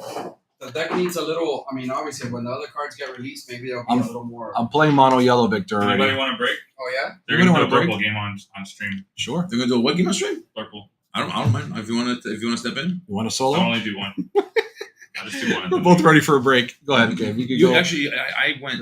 You went on I a saw break? the pipes already, and they're good. I need to use the restroom. That's what I'm saying. You probably.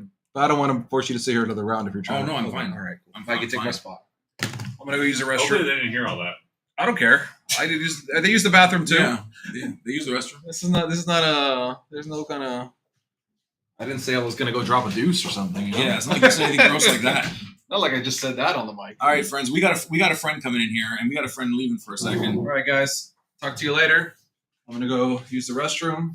Mikey's gonna come in here and lend you his knowledge. Oh, Mikey Hayes from Freedom Gaming, my brother, because his dad is my dad. Did you make? Was the match get you in or no? No. No, it didn't. It did. Oh, I was like, "This is match batter," and I'm like, "I don't know, we might." It could. It did not. My match with Ray should have been streamed. That match was insane. Good. Yeah. I just kind of crushed Robbie in that stream match. Oh, what's up, brother? It's been a minute. Look at this. Look who's here. Yeah. We just saw him. He was just on screen. We got to see his Blurple deck. To all our Blurple lovers, show some love in the chat for us, please. Yeah. We'd love to see it. But hey, congratulations on that match. That was crazy. Yeah, that was something. I felt like rotation's coming. I didn't really want to play Blurple. Okay. I wanted to just play something different. And Red Purple Evasive has been pretty fun. Red Purple Evasives is a lot of fun. I'm a fan of Red Purple Evasives. Yeah. Yeah, look at that. Let's go. Everyone giving some shout outs to Blurple in the chat. We love to see it. And our resident Blurple expert here. Not on Blurple today. No, not today. It's a case tournament. It's competitive. It's fun. But I think it's a good chance to get high level gameplay with decks that you may not be super familiar with. Yeah. And just so Carlos, thank you. It was fun. I had a fun day. Very cool. Mufasa. Yeah, look at that. People I love that. talk about throwbacks. That's a throwback. Yeah, That's the speaking of OG Mufasa, days, the red, yellow Mufasa. Those were classic days. Yeah. Days that Monty misses, I'm sure too. My goodness. So we've been talking about Worlds in between these breaks. We've been talking about the announcements, and we know everyone's got like 50-50 feelings on the announcements. How many times did Skinner say he's moving to Riftbound? Oh, at least 3 times. At least 3. He won't stop talking about Riftbound. Yeah. Oh, okay. So so people were asking before about Ikaika's deck. So we see it. We're not going to say it out loud because the door is open. So we're going to let that door close. I'm pretty sure that these two came together. Oh, okay, then they should know then. Yeah. I just don't want to. Yeah, okay. Just in case. If not, they're very friendly to each other, as you know, which is awesome to see. But I'm pretty sure they know each other. So I'm pretty sure they know what each other is playing. I haven't seen German's exact list, but this matchup can be a little hard. So let's say this was you right now going into this matchup. Yep. Let's say you're going into green steel, and we're assuming discard. Mhm. What are your thoughts right now? What are you thinking about for your mulligan? What's the pre-game thought process as you're going into this? Yeah, if first you part? know you're playing against green steel, it's Elsa's you want for sure. 5-cost Elsa's integral. Getting some early board presence is nice. So if you do have the bell, is nice, but it's kind of hard because you're using a lot of your hand if you put the bell down. Kita, but I don't know if German's playing Kita. Kita's actually number 1 in this matchup. That's why it's in the deck. But I don't know his list exactly. I know he's playing Honest, but I haven't seen Kita's. He is playing. Was he playing the Kitas? Yes. No, I think we saw Chris playing Kitas. No, I don't know if he's playing think Kitas. He's playing Kitas and Radigan, which the meta has kind of shifted away from green steel. You don't see it as often, so I agree with really not playing Kitas anymore. It was more for the discard meta. Well, although there's been a lot of green yellow today too. A ton of green yellow. Yeah. We the first four rounds is what we got was a green yellow. And then that's the thing, right? With Blurpool, you play Kita on turn 3, and it lives forever because green can't swing into it profitably. They're not going to swing their Diablo into it unless they put it in a cove. And even then, you're like, okay, that's okay with me. Kita got her value. Exactly. So, I think so we see Tipo, Iago. Yeah. Okay, that's going away. Iago is not great in this matchup, obviously. Yeah, that's a weird one. That's a very weird one in this matchup. I don't ever keep songs against them. Okay. You're obviously going to ship that. Although he's second seed, so he could, if he has exactly Bell Pop, he could sing before Ursula comes down. So on the play, you could keep a song, but it's a little greedy. You'd have to have like everything line up perfectly. Let's see here. All right, so we kept 2. We sent back 5. Pretty hard mulligan. It is, yeah.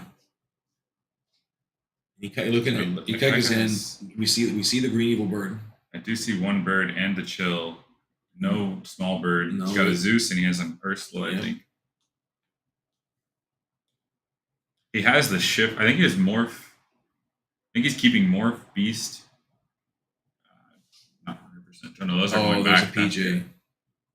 There's a PJ, there's a Pete. Okay. Oh, and he found the one to cost Diablo. Yeah, so he has the shift target. He's got actions to deal with it. So both of them, looking at their hands, we did see the ramp, I believe, right? We saw the ramp over on German's side. I'm not sure. Or did we not? I thought we saw Tipo. Yeah. So, Which is also better ramp in this matchup. On the play, it doesn't matter as much, but on the draw, when you only see Sail is the worst if they shift Diablo. Yeah. Because you're ramping and they draw a card. It's Correct. not fun. Yeah, it's rough. Feels awful. So both of them with what I'd call a pretty average start for what they'd expect. I think. Well, I mean, he saw the Diablo. Yeah.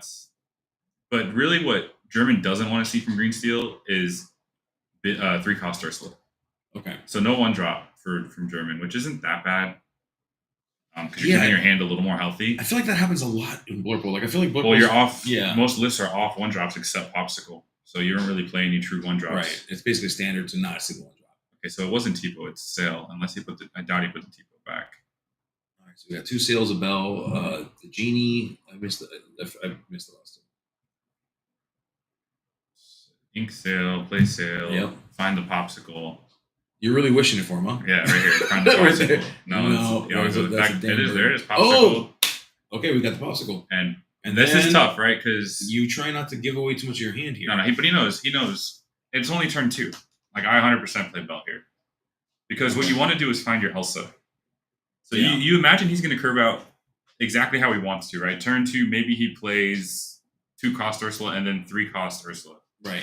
Or 2 Morph and then big Ursula. But that puts German on Elsa-ing the big Ursula. Bell swings in the big Ursula, and Elsa kills the Diablo. At that point, the game's over. Oh yeah. The game was written at that moment. At that point, we see. Yep, Ursula, of course. He knows he didn't see like that. Yeah, I get it. Green doesn't have a lot of options on 2, but I see a lot of people do this where they, even after they don't have friends, you still play the Ursula. Yeah, but I know he's drawn, I think, 1 extra card or 2 actually with Sail, so it's not that Yeah, it's always a rough one. I know Wocho was talking about that earlier about like why would you play the Ursa after seeing the hand? I mean, I think you're right though. I think it depends on is it better to save the card, use it as ink, and then not play something? Is it better to at least have a body on board? Yeah. You know, like I think there's arguments to be made on either side of that. So I think he has Genie in hand. Doesn't have the Elsa, right? So I still think he played the Genie, let him draw off the Diablo here. Yeah. You have to find Elsa. Honestly, like that's. I don't think that was it either. I don't think so. There's an It Ana looked there. like a Bell and an Ana. That was not bad. I could be wrong with the Bell. I'm seeing like a half of that card, but it looks like it might have been a Bell. But Could be wrong. Genie can hold Diablo at bay too. Yes, you're right. That does it does. It can, but it yeah. normally doesn't. But it could. All right, let's see. So, yeah. Probably PJ, Sink, Sudden Chill, and go from there.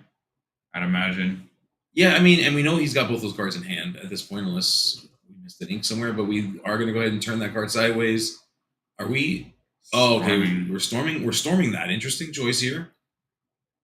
Very interesting choice. This is really punishing if he doesn't have a second one because you're just loading it for Bell now. Yeah. Okay, so we're playing, we're tapping, and we're doing it with a strength. Ouch! But that's two cards, two very powerful cards to use on a Genie. Yeah, but you have Diablo out, and you're just banking on German not finding the Elsa right off the top. I don't think it was. Yeah, his head shake. Yeah, I don't think so. Yeah, I don't think, yeah. No, it is. It looks like it's another Genie though. Right? Yeah, it looks like another Genie in hand. But even playing Genie doesn't feel super great. It It's does. like Yeah, now it's he so draws slow. another card. Yeah. And he's 3, 4, 5 cards in hand. Yeah. I mean, eventually we're going to see it. We're playing 4. I have to imagine he's playing 4 of the Elsas. We've got to see it at some point, right? Show it to us. Show it to us, German. That's a fox. That is a fox. Oh my goodness. But yeah, so we see Ikaika's kind of playing a play line that I think we generally see in this matchup. We see the first turn bird. We saw a second turn Ursula with a shift of that bird. So far pretty standard for my Kaika. Nothing too crazy in terms of decisions. Of course, there's some arguments to be made about that Ursula play, but let's take a look here. It wasn't. I mean, the storm strength was good. I forgot that we saw that strength earlier, but he is going through a lot of his songs already. Yeah. And another Diablo. See what else German has in hand. We're seeing a lot of hands here, and we see those finders. Pretty good if you can kill that Diablo. Yeah, certainly. All right, yeah. So those are some high-powered cards there. He did draw a John, right? He did draw a John. Yeah, he's had a John. And he had a Sudden Chill. Yeah, I mean, he valued keeping that Diablo alive because if you. There it is. Okay, there it is. See. Yep, there we go. Get some value out of that John. See, now he could have. So if we're going back a turn, right? He could have done this exact play and then just not turned the Diablo sideways yet. But he got rewarded for playing it the way he played it because now this Diablo is going to be really hard for German to answer. I mean, unless he finds else. Yeah, it really stinks because Germans brought down 2 answers to that Diablo theoretically. Yeah, both times get the Genie getting wiped off the face of this planet, and just repeatedly trying to find ways around it. So this Diablo getting value every single turn after turn. The more times that you draw from that Diablo, the higher your percentage to win is. It's one of the most annoying things about this particular meta that we hope to see gets rotated out. Yeah, come Fabled. But until then, it's the world we live in, and that's what we got to deal with. Is he gonna play this? Are we? It looks like we're playing the Ana. Is that the Ana 6, right? Pitched the Ana. I think he pitched it last turn. He's probably gonna. You can't finders here, right? Maybe the goat. He's got that. He's looking at that goat, and he's got Hades, but yeah, we're playing that goat. Yeah.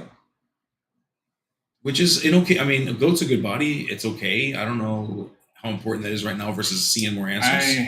I'd rather see more answers. I would have held the. No, you can't. You can't play the finders with the. Oh, no, the Diablo. Diablo. Sorry, yeah. I think you almost need Bell there though. Like I almost think inking goat and passing. It feels. I mean, if you've got the Bell, you've got 1 damage right now on the Bell. Yeah. He's probably waiting for an opportune time to get rid of that Diablo. Yep. So I mean, that's the only thing. That's what I'd be doing too. If I was going to wait on that, that'd be the reason why I'm waiting on that. And he has the Hades in hand, right? So he's trying. Yes. He's going to try to Hades here. Yeah. Okay. Oh, I was going to say if he got discarded here, it'd be pretty rough. That's rough. Okay. He does have the chill. He should definitely. I don't know. You're not going to sing this with John though. Yeah, I think I would have. I think I would have sung chill instead of strength there. What's the goat really doing to you?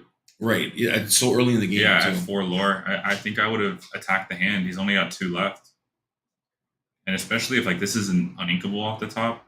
No, it wasn't. But that's not bad. Yeah, for real, and that's the right time to do it. So he's holding finders. It's tough. Yeah, German's like Because debating. His beast is about to pop off. That's why he's shaking his head. He's like, "This is brutal." No, Elsa. Yeah. Elsa there is great because you could swing. You could turn the beast off and kill the Diablo. I think at this point, you know, what the best we can hope for is that Finders nets him an answer to the beast. Now, to your point, it's rough. Is there a world that we should have Hades the beast and then dug for and just maybe dealt with Diablo one more turn and then dug for an answer with the Finders Keepers? Like, is that maybe even if we were getting him to 3? Well, then no, I don't think so. I mean, he's already got so many cards at this point. I'd imagine he's gonna chill here. Yeah. Yeah. And that sends away the Finders. And there's the other Diablo. He can play this Diablo. No, yeah. He is. I'm still here, right? He can shift the Diablo. Yeah. Yeah, I think this game's over. Yep. This game's over. And of course, we say that, and maybe we get surprised. But I mean, just given the state of the board, given where we are, too wide. Yeah, John, and that's no the thing with answers in Finders hand. Keepers that's also really hard. Like, yeah, sure, it doesn't get hit by Ursula and stuff, but when they got double John out, you want to be playing off the top. You don't want to fill your hand back up because you're just giving them more essential gas, right? Yeah. For any discard that they find. Man, oh man, this is a little bit rough. Oh wow, okay, that's a top deck. Interesting choice here to be made, which is for the beast. It's a good one, yeah. Said he didn't sing it the previous turn to make sure to get rid of the last card in case.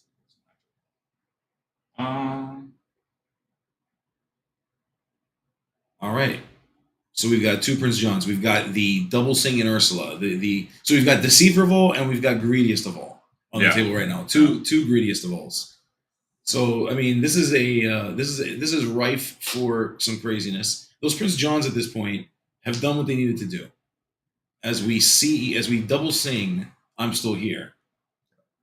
And Unc, I get your point, but I think that if he would have chilled, it would have been essentially the same thing, right? But he wouldn't have had a hand. I mean, it worked out again, but now he had to use that strength on a goat. Where I'd rather have that strength now when you got Ursula out and you can just start blasting the board here. Hard cast. Wow. Okay. Interesting. Yeah, and then sending. I mean, the hand's empty, so he's thinking. Oh, he gave it resist. Yeah, because I'm still here. Yep. So we're using them as little fighters, and those things are rough and tough. So that Hades can take out one of those things this turn. But I mean, at this point, that's a damage to the pretty hand. Good line. Yeah, that was pretty sick. I like seeing that. That was good. Oh, here we go. It lives. Also lives. Oh my goodness. Now he doesn't have a hand, so do you just banish the beast here? Or do you swing into I think you swing into the cost Ursula and then turn the beast off. Yeah, that's a tough one. Because that beast is gonna eat up that Hades. If he does though, you're okay with that, I think.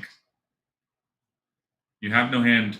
Blurple's good at playing off the top though, especially without the 1-drops. That's why you can just empty your hand out and go for it. German just needs to be able to manage the board because I know that going wide against Blurple is a problem. But Blurple doesn't like that. Yeah. And so like if German can just maintain this board state, is able to kind of keep it soft, German can see on the other side of this. So Akaika needs to close this out, and Akaika's pretty far away from winning. But we just dropped double Diablos on his ass. So there you go. And he does have the Elsa though. Oh. Had the Elsa. Oh my gosh. Yeah, that's brutal. This is crazy. What else did he find? Oh no, I'm still here. Oh, so he's gonna give resist to the beast. Yeah, this is a game 2 for me. I'd probably scoop at that point. Monstro, I guess. Well, Monstro doesn't even do that much because you can't shed the hand, right? You're only killing one thing. That's not bad. Okay. Before the Diablo turn, I think he has one popsicle There's in there. one in there, yeah. There's been one in play so far. Just enough to play it. All right, make it a big one. Let's see. No whammies, no whammies. And it's an inkable card. So that's exactly where it goes. It's only 7-4. I don't know if he's on like Big Elsa would be good. Really, just any Elsas would help. Oh my goodness! But the Johns, again, there's no hand with that. So it's not, but these are they're still awarded 2 questers. Yeah, Yeah, it's awarded 2 quester. This is a problem. Yeah, no, you send it away. You go and you try again, German. No worries, German. You got this. As we go into game 2, German hoping for a game 3. Yeah. So analysis of that was rough. That was rough. That was rough. That was rough to watch. I mean, Akaika just kept the pressure on the board. We've had 3 Prince Johns by the end of that game. Yep. That was just crazy. Yeah, and again, I think we talked about what you want to see as the Broco player in a green steel, and it's Elsa, man. You have to see Elsa. It's not the deck kind of just loses if it doesn't see the Elsas early. So we'll see what happens here. He's teched for this matchup. Okay. I mean that he kind of drew everything he needed there. Yeah. Well, they tech specifically for Blurple. That's a choice. Sell your strength early, no Elsa's for Blurple. So I'm guessing he's playing Beyond the Horizon, and I mean if you ship Diablo on turn 2 is pretty good against Blurple. Yeah. All right, so German's going to get another opportunity here to go first. Oh, we love you, Otto. Yeah. My goodness. All right, so. Hey, Freddie, what's up, buddy? Yeah, Freddie's watching. What's going on, Freddie? You should be out hanging out with your family and stuff. What are you doing, man? That's too funny. All right, so let's see. Okay, so we're making decisions here. We see, I see the bell. What else do we see? That seems to be. Where is it? Okay, so we're going with 4. The only thing I was able to see that he kept was a bell. I didn't get to see the 2 cards. Yeah, it's hopefully he's looking for Elsas. and again with Green Steel, if they have a normal start that's not Shift Diablo, I don't think they're favored in double. They have to kind of see that start, but we'll see what happens here. Ooh, yikes. Yeah, sorry, Freddie. Rain in Magic Kingdom. It's not supposed to rain in Disney World. For real, they do. They say. I thought they have a weather machine. What's going on over here? Tell Mickey Mouse to turn the weather machine on, bro. All right. As we now go into the second game of the quarterfinals here of the Lorcana Case tournament, can German turn this into a 3-game situation? He is on Monstros, immediately going to ink. A little bit too high for right now. This is probably just straight up JDRR's list because I saw Anna, solid Monstros, no Big Elsa. Dude, again, no Elsa. Holy cow.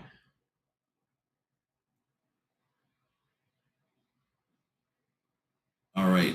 And I didn't get a chance to see Akaika's hand. Did we get to see? I don't think he has the no bird shift. Yeah. No, I actually think he might. I think he does because I think it's the only card he kept when he mulliganed. Okay. Was Big Diablo. All the sales. Ink sale, play sale, ink sale. Well, he's got Genie here, right? Thinking about it. Akaika's thinking about it. Okay. All right. Interesting. Ooh. So there you go. So a choice was made. Oh, okay. All right. You know, the punish to that is just bell. Yeah. Yeah. If he chooses to quest into, oh my god, he drew a Zeus, he's just gonna Zeus the Genie. Yeah. He'll only be on. Yeah, it would have to be the following turn. Yeah.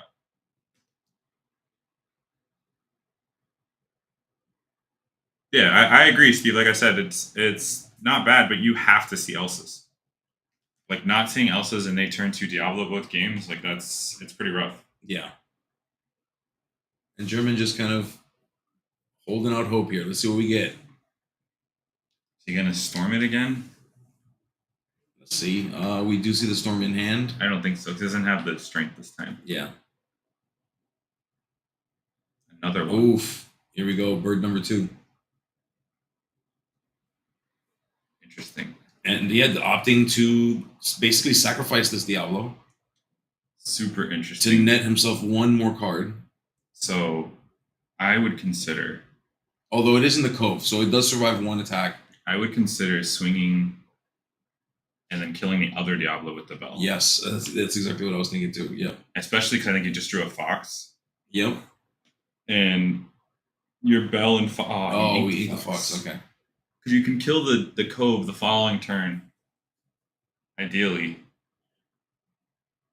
and then be able to banish the other one. So you give him the option to swing into. I mean, yeah, I think you kill the standing. Yeah. Kill the standing one, bro. Just do it. Unless he has plans to draw something. I mean, I can't imagine why he... Yeah, he's not going to draw anything. This turn, he's tapped. So you may as well, just send it in. And then you have... but I wouldn't have inked the fox there. Right. Yeah. Well, yeah. There you go. Because now if he outs the genie, now you can't banish the cove. That's a little harder. Yeah. No, this is probably just going to be the... I think I saw a second one in hand, though. Unless, no, I thought it was a... I'm sorry. I don't think it was. Oh, okay. So there's a Zeus, as we knew. You're 100% fine with that. Yeah.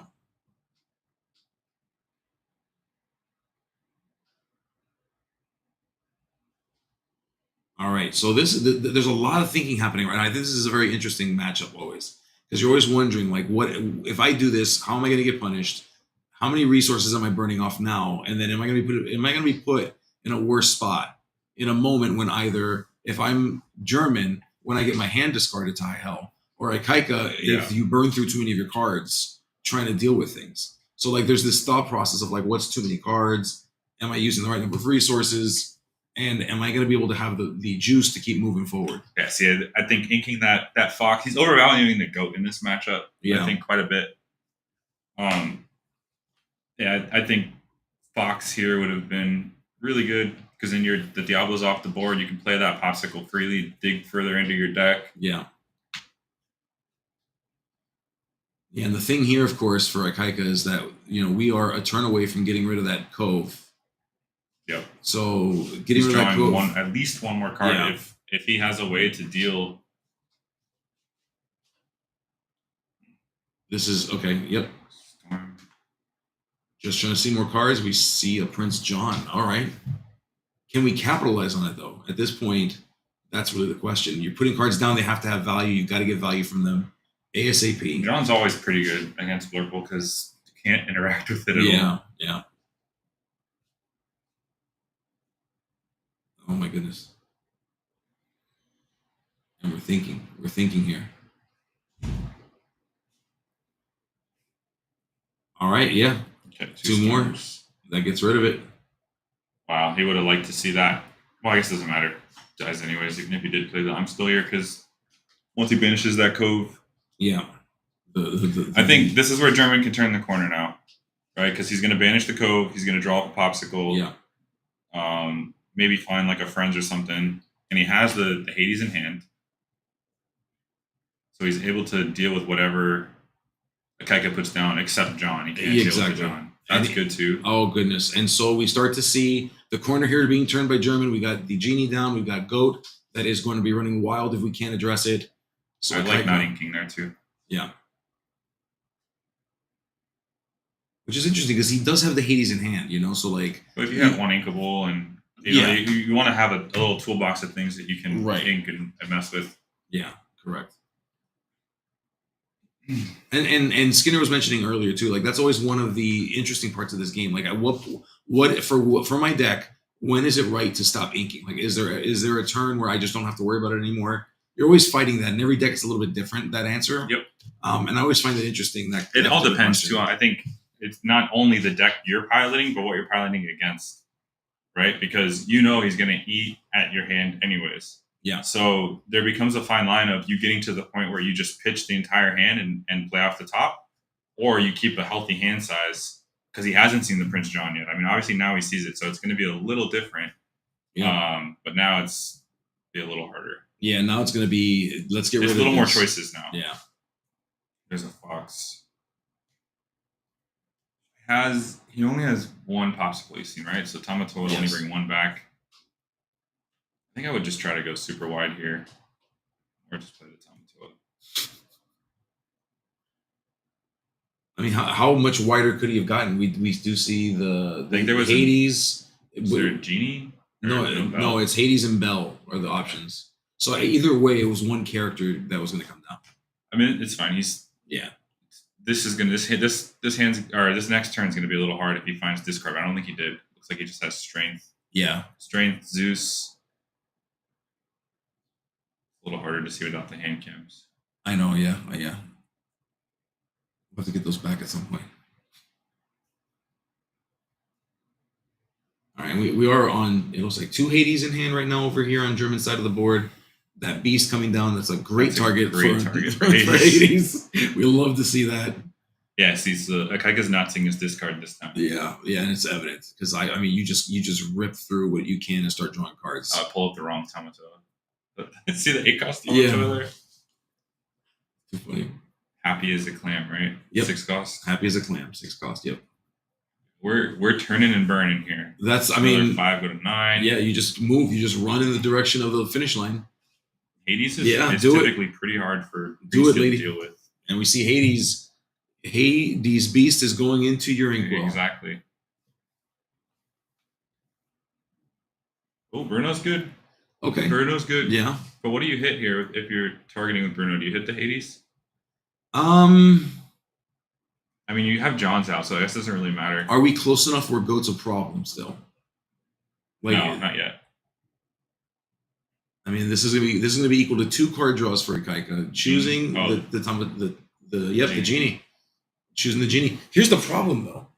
You don't hit the genie, and then that means you draw one more card. I love it. We love the dice. That thing is like a cinder block with pips on it, folks. That thing is crazy. 4. And we reveal, Finders. That's rough. I think he's all right. No, still, I don't think he found discard off of that, unless that's a Diablo. I believe it's a Diablo. That's a 1-cost Diablo, yeah. Yeah. Well, I haven't seen a surfboard yet. No? At least not. I mean, I can't see one in his hand. I mean, I haven't seen one yet. So either he's running like 2, and we just haven't seen it. We just been really unlucky. But we've got Bird. We've got 2 Prince Johns down. So we have a board of very effective characters that make this game state weird. Actually curious if German plays 4 Elsas. I've never seen someone not find their Elsas like this. We got to see that deck list. Yeah, Skydoll pointing out this feels like a setup to a. I mean, I feel like if you're teching for Blurple, I mean, most Blurple keeps the high hand until they get burned one time by Horizon. It only takes once. All right. What do you think he's gonna play that Ursula to try to hit a song? I mean, what song are you really worried about? I mean, you're just trying to get discard. You're trying to get discard, right? Because he doesn't have any discard in his hand. I mean, I would if I can still play other things of value. Oh, Chip's good. Chip is not bad here. We do see the bell, so that's 2 more cards to draw. There's more discard. Oh, yikes! Yep, here it comes. Here it comes. Oh goodness, yeah, that's it. This is. But he's at 14, so he doesn't have bodies on board. Yeah. So it is going to be hard for him to start dealing 15, with 16, 17, 18, 19. Yeah, because we have a game on the board. We do. So we have to answer that problem. And he has a Zeus, so he can banish the Tamatoa, and then puts German on finding a bounce pretty much to end it. Yeah. Yeah, because you're right, because we cannot get rid of the goat. Wait, what is happening right now? Maybe he doesn't realize he has lethal on board? Does he not know? Does he not know? I don't think he had a strength. Maybe he has a strength. But even strength doesn't do it, right? Unless he plays one more character. Yeah, because he would need. Yeah, because it's you got to get rid of the goat. It can't be the goat. Yeah, so maybe. Oh, and he's goat. And yeah, this is GG. He's German kind of indicating that like it doesn't matter. Yep, game is over. I don't know what he was digging for. I guess maybe. Yeah, I don't know. I mean, so did he not have the Zeus in hand? Did he? I didn't catch I thought it. that was a Zeus, wasn't it? The chip, and he played the chip. I thought he had a Zeus. I didn't catch it if he did. Folks, that is our quarterfinal matchup that we just saw. And we saw Blurple. 1-1. Was it 1-1? Yeah, still one more game. One more game. I'm out of it. It's been a long day. It's been a long day. Friends, give me something to drink. Give me something to drink, folks. Oh, yeah, After a long day yesterday, 4th of July, I'm sure. Oh, yeah. This is definitely a crazy time to pick a tournament. Thank you, folks, for that, by the way. SSG, we love you out there. Thank you so much. No, it's good. There's actually a lot of people that aren't from around here that were in town for visiting their family that lives in the area. Like there's someone here from Pennsylvania. I see you guys talking in the chat. There's a few people from Central Florida that came down. I didn't get to play any of them, unfortunately. I lost to locals today. So that's the way it goes sometimes. I mean, locals is tough out here. Yeah. Well, I mean, I think they're some of the best. So. Skydoll's out here saying, I get you, Gabe. Don't worry. Skydoll was working a fireworks stand Oh, my God. last night for the last 4 days. At 12 hours each day. My gosh. Dogs is 6-0 at Texas. Wow. Yo. Jack is also undefeated, I think, today, at least right now. I think Crazy. he's playing George. Did he play all the way through, or did he Not like collusion or anything like that, but once he saw Chris play, Yeah. I think he offered it to his opponent, and I think they may have drew in the last time. Okay. There you go. Sorry, folks, fixing the camera here. So we're about to go into game 3 here. So we are going to have Ikaika on. There you go. So we're deciding on what we're going to. Oh my God, he found an Elsa. Can you believe it? We gotta ask him how many he's got there when we get a chance. I'm curious now. How So unlucky are we? He's not keeping friends, right? That's not friends in the middle. Like it's foil. It's hard to tell. Okay. All right. So we sent away 2. I didn't catch a lot of that hand, unfortunately. I really hope that. I don't think you keep friends. I mean, you could get out of. I don't know. It's not. I don't think that's the way to go. But go ahead. All right. And German's got a lot of fans, by the way. There's everybody shouting out German in the chat. We'd love to see it. Ikaika also a fan favorite here. Oh, these guys are all awesome. We're talking quite a bit earlier. They're super nice crew of people. Yeah, they're good people. Yeah, I know, Freddie. Right? Jack takes an ID. Surprising. Not the Jack I know. Listen, This is unfortunate, right? Because I think his only ramp is Sail. Otto's over here poking at you. It's because there's a situation that happened that I told him. Basically, this exact matchup was going on. The Green Steel player played a turn 1 Diablo and saw that the Glorpo player had the friends in hand. Yeah. And the Purple player did not ink the friends. Okay. And the Green Steel player didn't follow up with the Ursula. And I was like, just because it worked out that one time. And it's going to work out. It could work out here. But I don't think you ever keep it in your mulligan. Yeah. There it is. Yeah. Inking it, saying, I ain't playing with you. All right. Yeah. So the decision to ink the friends here to avoid that Ursula, that targeted Ursula hit being made. Do we have other songs? We see the popsicle. And we're using the popsicle. Wow. Okay. Using the popsicle to play the bell. And now he gets the reverse punish for inking that friends. Which is what? If he doesn't have the Ursula, and he could have held the friends, and he could sing it this next turn. Yeah. Unless he shifts Diablo. Oh, beast. And he does. No, beast. Yeah, that's what I'm saying. Well, I'm sorry. He shifted the morph. Yeah, my apologies. He did shift, though. All right. So we have a beast on the table. That is card draw. Fox, Elsa. Yeah, this is not. See, what I was talking about with the Green still has a moderately normal start.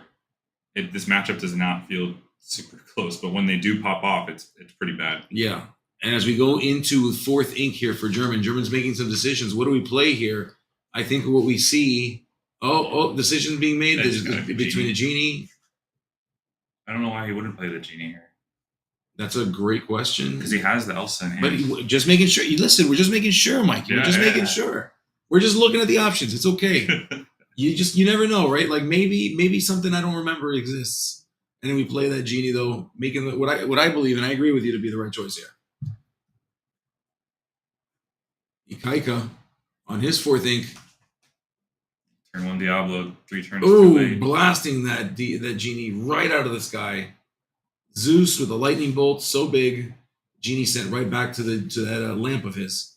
But I again, as the board pool player, you're completely fine with them not developing their board. Yep. Right? If they're paying 4 and not getting wider, you're fine. The late game, you can just everything off the top is better than what they have in their deck. Yeah, this is a good point. It's funny because you know that if you're going to go into a top deck battle against the discard deck is usually not the one that is going to win a top deck battle. Okay, we blast away. Again, he still doesn't have a board. Both players boardless right now. Oh my goodness! So we are going into the turn, or I should say, like the 6th ink turn here for both players. No characters on board. This is crazy.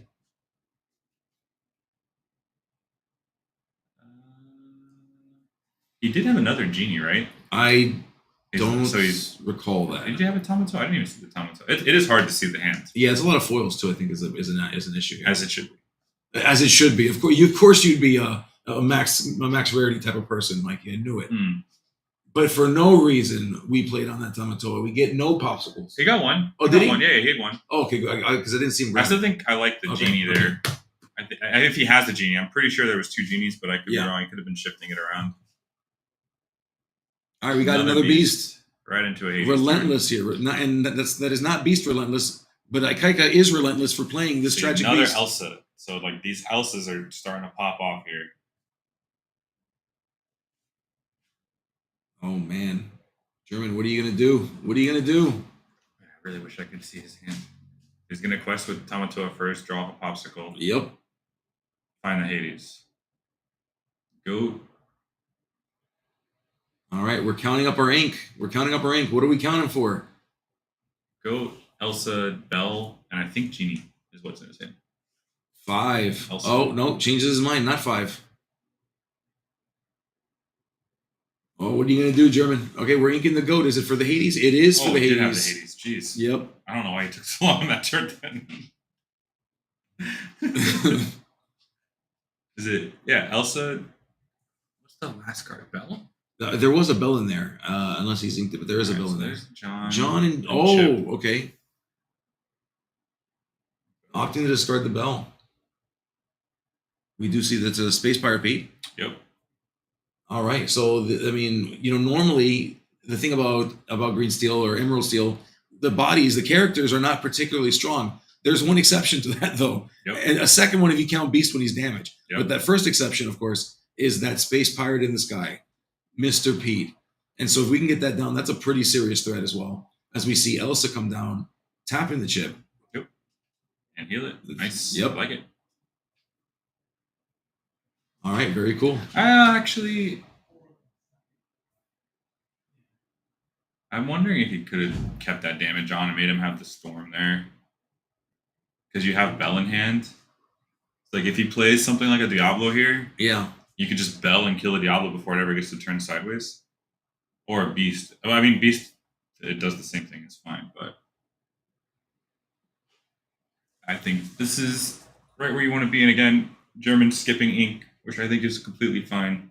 Yeah, is there anything more expensive than the Hades in local traditionally? That's it, right? Like, and you've got enough 3 and 4 cost characters that if you do have those, you can sequence those out if you need to. Yep.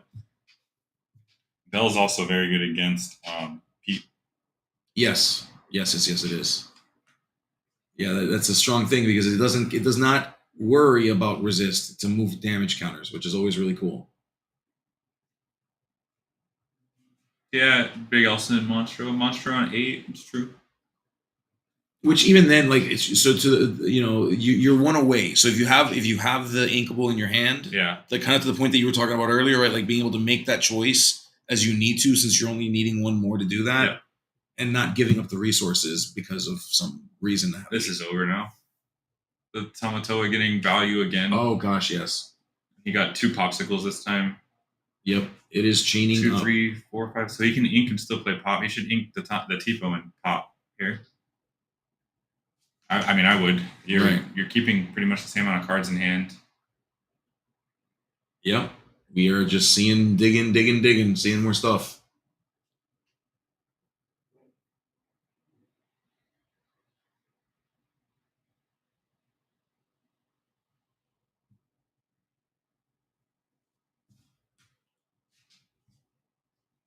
All right, so Yeah, I think he's kind of cooked. It's 12-0 right now, and 3 cards in hand. This is okay. Now, if he doesn't hit Tamatoa here, this is bad, yeah. right? Unless I don't think he hit multiple discard.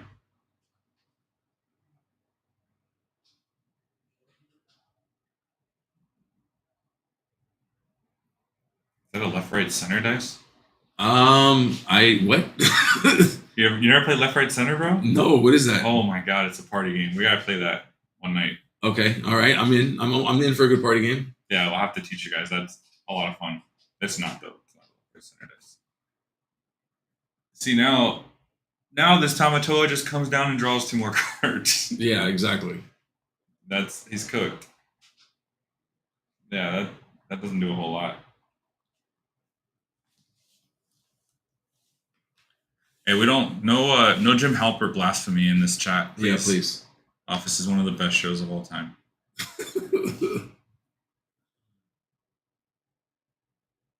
All right. And it is German's turn now. Yeah. That seems to be the way. So just pop the 2 popsicles. I guess he could actually take out this Pete. Oh no, he can't. Never mind, he can't swing anything and that'll Right. live. Yeah, not with the Cove happening right now. Yeah. That's so cute. Why didn't Prince John punch the popsicle? You know, it's a good question, Freddie. That he should have quested with a popsicle for sure too. I don't understand this. Maybe he's between playing Genie and Iago. I mean, Yeah, I feel like it's always Tamatoa here. yeah. That's it. Like that's always the choice. Draw off a 1 for free. All right. Yep. Requesting, playing the popsicle. See if there's we got that other popsicle to choose from. And now his hand is just so healthy. Yeah, he's in good shape right now. Man, the Fox is actually kind of good here too. All right, we see the Elsa coming in for a quest, and we pass. And we do have lethal on the board. Chill's good. Chill is pretty okay here. He is going to have to deal with things in order to not have a game on board here. We do see the Ursula come down. Do we get a hit? We do not get a hit. We see what looks like Finders, Tamatoa, Genie, Fox. Yep, and the Fox. Yeah, when you're looping Tamatoas against Green Steel and they don't have a Diablo out, you're just drawing so many cards. It's pretty hard for them to get rid of your hand at that point. Yeah, and that's where Beyond the Horizon comes in, right? Like that's exactly what they want to see if you're playing Beyond the Horizon. Slap them down. Chuck, you should be a detective. Yeah, seriously, bro. I'm on mega tilt right now. Chuck, I thought you were coming today. Yeah, Chuck is always on mega tilt. Checked my deck for Steel Song and didn't even see Chuck. Right, Freddie's not here. Chuck's not here. Like, what the heck's going on? That's why there was no Steel Song in top 8. That's it. Although if they were here, the Steel Song probably would still not be in top 8. Not wrong. Not wrong. Had to clean the house. Oh, that's what you call that? That's crazy. All right, so we are thinking through here.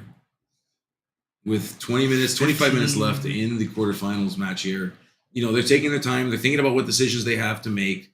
Akaika's in a bad way here. Akaika's I mean, there's just no two ways about it. Still at 0, has not even had a single opportunity to quest yet. Well, we do have some bodies on board.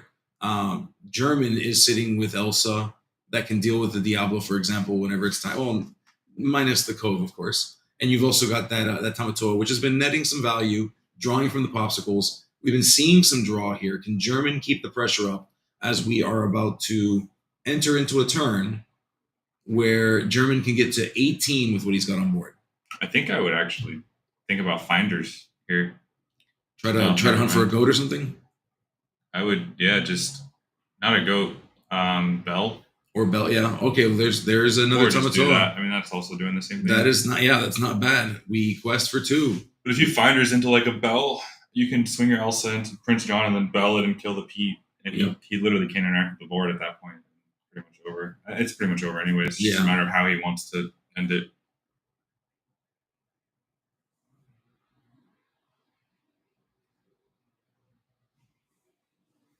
All right, as we see, they're kind of looking it over, but yeah, this game is on. This game is done. I mean, I think at this point, Ikaika unfortunately is cooked. German and the Blurple deck appear as though they will be moving on into the next portion of this top cut. Yep. I mean, I think for Ikaika, not having the Diablo when he needed it was a big factor here in this game 3. There was a lot of draw that German was able to take advantage of because that Diablo was kind of just nowhere to be found. Yeah, it's when they have a normal opening, I don't think Green Steel is like super favored. It's when they pop off in high roll that it feels really hard for Blurple to do anything about it. To be fair, I think most decks have a problem when Green Steel fires off like that. So there you go. There you have it. That is our quarterfinals match as we see Blurple and German moving on to the next portion of this top cut. Yeah. We've got a lot of people in the chat who have been sharing, and thank you again. Stephanie, if you can do me a favor, when you get a chance, I'd love to know how many friends do we have watching along with us across all the platforms, across X, YouTube. What's the other one we do? Is it Twitch? Twitch, yeah, those are the 3 that we do. Twitch is definitely one of them. That's a big one. That's kind of a big deal, that Twitch one. This damn camera keeps moving. Stop it. There you go. We're good. All right, cool. So you had a chance to see Blurple. Scooting away from you. Yeah, it's that free arm needs to be locked down somehow. Or put a weight on it or something. How many are bots? How many are bots? just Freddy and Wochuk primarily. Yeah. Those are the 2 primary bots that are on this. Look at it's floating away from me. Yeah, that's what I'm saying. It's like floating no, away from you. I don't want you. So talk to me. You had a chance to watch this deck in action. Mm-hmm. What is the placement, and how affected is Blurple going to be by rotation? Do you think? I think it's hard to say until we see what the final reprints are. I think it needs the least amount of reprints to be viable. What are we talking, like Hades? Hades, I honestly think if it doesn't reprint Hades, it's going to struggle. Okay. For sure, like that's like the number 1 card. Obviously, if Popsicle gets reprinted, the deck is almost the same. Okay. Fox. Some decks aren't even playing Fox anymore. They just go more into just drawing cards and outvaluing the opponent because they're ramping ahead. Yeah, I mean, Goat. Some decks aren't playing Goat either, So there's definitely options there. Yeah, definitely options. Yeah, and you're right. I think that's we don't know the entirety of. We don't know any of Fable except for like 5 cards. I think is the number right now. Yeah. Well, we know Elsa. We know Elsa, which is pretty powerful. It's good stuff. So maybe Elsa comes back because I don't think she's in your build right now. She's in my build. Okay, but she's not like in JDRR's build. No. He went back and forth on it. We talked about it a little bit. I think she's inherently better with Ana in the deck, and I was playing her before Ana was even in the deck because I thought Green Purple was going to be really popular in the beginning of the set, and I've really kind of taken a hiatus. I play in locals every once in a while, but beginning of the set we had the big tournament, and I haven't really been playing, so I can't really speak to what exactly the purple meta right now. But Big Elsa is still a great card. She can turn any purple match. Big tempo swing. Yeah. So. Yeah, I think Blurple is going to wind up being one of the big winners, even though we don't know what's coming out. Yeah. I think the fact that it needs the least number of things to make it. Well, you think about the core, right? The core of the deck is ramping into your 4 costs, which become 3 cost cards. Turn 3 cards, I should say. Yeah. And doing everything faster than everybody else, and none of that package is getting touched, right? So none of your sales, your TPOs, that's not getting touched. What's the other big thing Blurple does? It Elsa's you, it Genie's you, Diago's you. All those cards are not getting touched. Belle would be another big one. 5 cost Belle. Yeah. Losing her, she's a pretty big. She's not set 5. No, she was like set 3. Wow. Because I remember I was playing her back when Mickey Mouse was in Blurple, and you would Mickey on 3 sing Friends. That's That's right. Yeah, no, it's I honestly don't think any of the bounce mims are going to be reprinted. I don't. Maybe it's an elephant, right? The Mim 4-cost Elephant. one. Yeah, that one's pretty recent though. That one potentially could come back, but yeah, I don't know. I think Lurple's almost untouched. Like really. Yeah, and I think that's important, right? Like you think about like Amber Emerald. I mean, Yeah. 75% of that deck is in set 3 and 2, so that deck feels like it's cooked from the start. Top 4, George won. Wow, George beat Jack. George beat Jack 2-0. Nice. Oh man, he's got to be Ray right. screwed you. Ray scooped to Hector, and then Hector lost. So Scrub. Hector's out. Scrub life. And then whoever just won between match you saw. Yeah. Okay. So Blurple's gonna win the whole thing, is what I'm hearing. Who's the last one? George, the guy who beat Hector, the guy you guys just watched, and one other effort. Who it is? I'll use the restroom and then I'll be back. Yeah. All right. Yeah. Steel Song. You want to talk about the big winners of the rotation? I would say Blurple's one. Steel Song is definitely the biggest loser in rotation. Yeah, 100%. 100% cooked. Like there's just no two ways about it. I think I think it's Mark, right? Never gonna stop. Yeah, at Mark. that's Mark. Yeah. I still think you could go back to the 1-drop shells with Crab, and the deck is still very good. You got to think the stuff that beats it is going away. So your Cindy Steel Song is going away. Your Prince John, there's no way they're reprinting Prince John. They may reprint Diablo. I don't think there's any way they're reprinting Prince John. So I don't think Fox is needed, and it's not even being played in a lot of the Blurple decks now, and it's been tested to not. You really don't need it because you don't really want to bounce a lot of the board. You want to keep tempo and keep characters on board. So, I mean, we don't know what's getting reprinted. It's all speculation, right? But as far as like the Mim purple package, Blurple uses the least of it. Yeah. Oh, you're right. Crab is gone. I'm so dumb. Yeah. But you could play, what's the new one? The +2 attack. Yeah, Crab at home. Yeah. I mean, it's still Quest for 2 though. Imitation Crab. Imitation Crab. Oh, that's pretty good. But no, I mean, it does that one Quest for 2, which could also be something. Yeah. And Skydoll's pointing out for Amber Steel, I mean, it's only dead if you're only looking at the Steel Song Correct. traditional variant. There is, of course, Lady has kind of revamped what aggro means, and you might have to replace some of the pieces of that. But I think a lot of the more dangerous pieces go away. Yep. You know, like you're talking about Smee, you're talking about Piglet, right? Piglet is set 3 or 4. Yep. So Piglet's, unless but you have Lady now, right? Like Lady's still Doc. Lady and Doc is going to be a terror. Yeah. Come rotation for sure. And I think you have to look at all of purple as a whole, and that's why when you're talking about like Blurple compared to some of the other purple, I don't think they use as much of that shell that the other decks do. Yeah. That's all. It's going to be interesting. I'm excited for rotation. I've never played a game that has a rotation in it and that I've played all the way through it. So I'm actually kind of excited to see how the game changes as a result. There'd be a lot of angels with less wings for sure, Freddie. What's going on here? Every time you say Steel Song. Every time I say Steel Song is dead, the same sentence. An angel loses its wings. You've got George and Jose. Okay. All right, I'm going to get up, so it's going to come back. Amethyst. Okay, so we're going to see. Okay, so George versus Jose. Oh, nice. I didn't realize there was a Steel Song in top 8. There is a Steel Song. Freddie, your dream might come true. I'm out. Skinner's coming in. Yeah, Skinner's going to jump in. Skinner went to go grab something. He said he's on his way back. Steel Song being on stream I'm going to grab a water when Skinner gets back, unless you can grab it for me. Steel Song is my cue to lead anyways. So. Oh, yeah. I don't blame you. Yeah.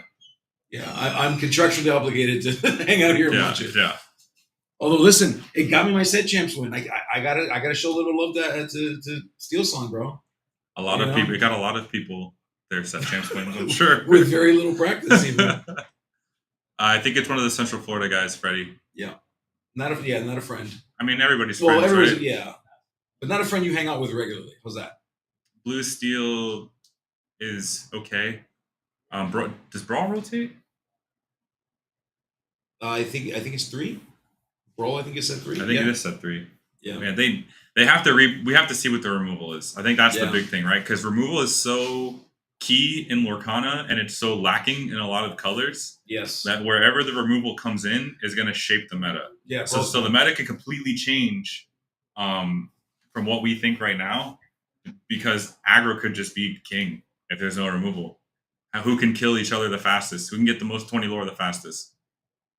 I mean, Sisu is, it hurts red blue, but there has to be some removal that gets reprinted, right? I think Brawl is a fair card. Yeah, honestly, I agree. Yeah, it's not broken or anything. And I feel like in a world like this, it is. Yeah, B prep. Yeah, you are though. You are pretty hot. B prep might not make it. Do you see B prep being reprinted? Like if it was up to I would 100% reprint B prep. Be prepared. We need board wipes in the game. You have to have board wipes in the game because it's a hard balance, and I also think discard kind of needs to be present in the game too. I don't think it needs to be as oppressive as it is.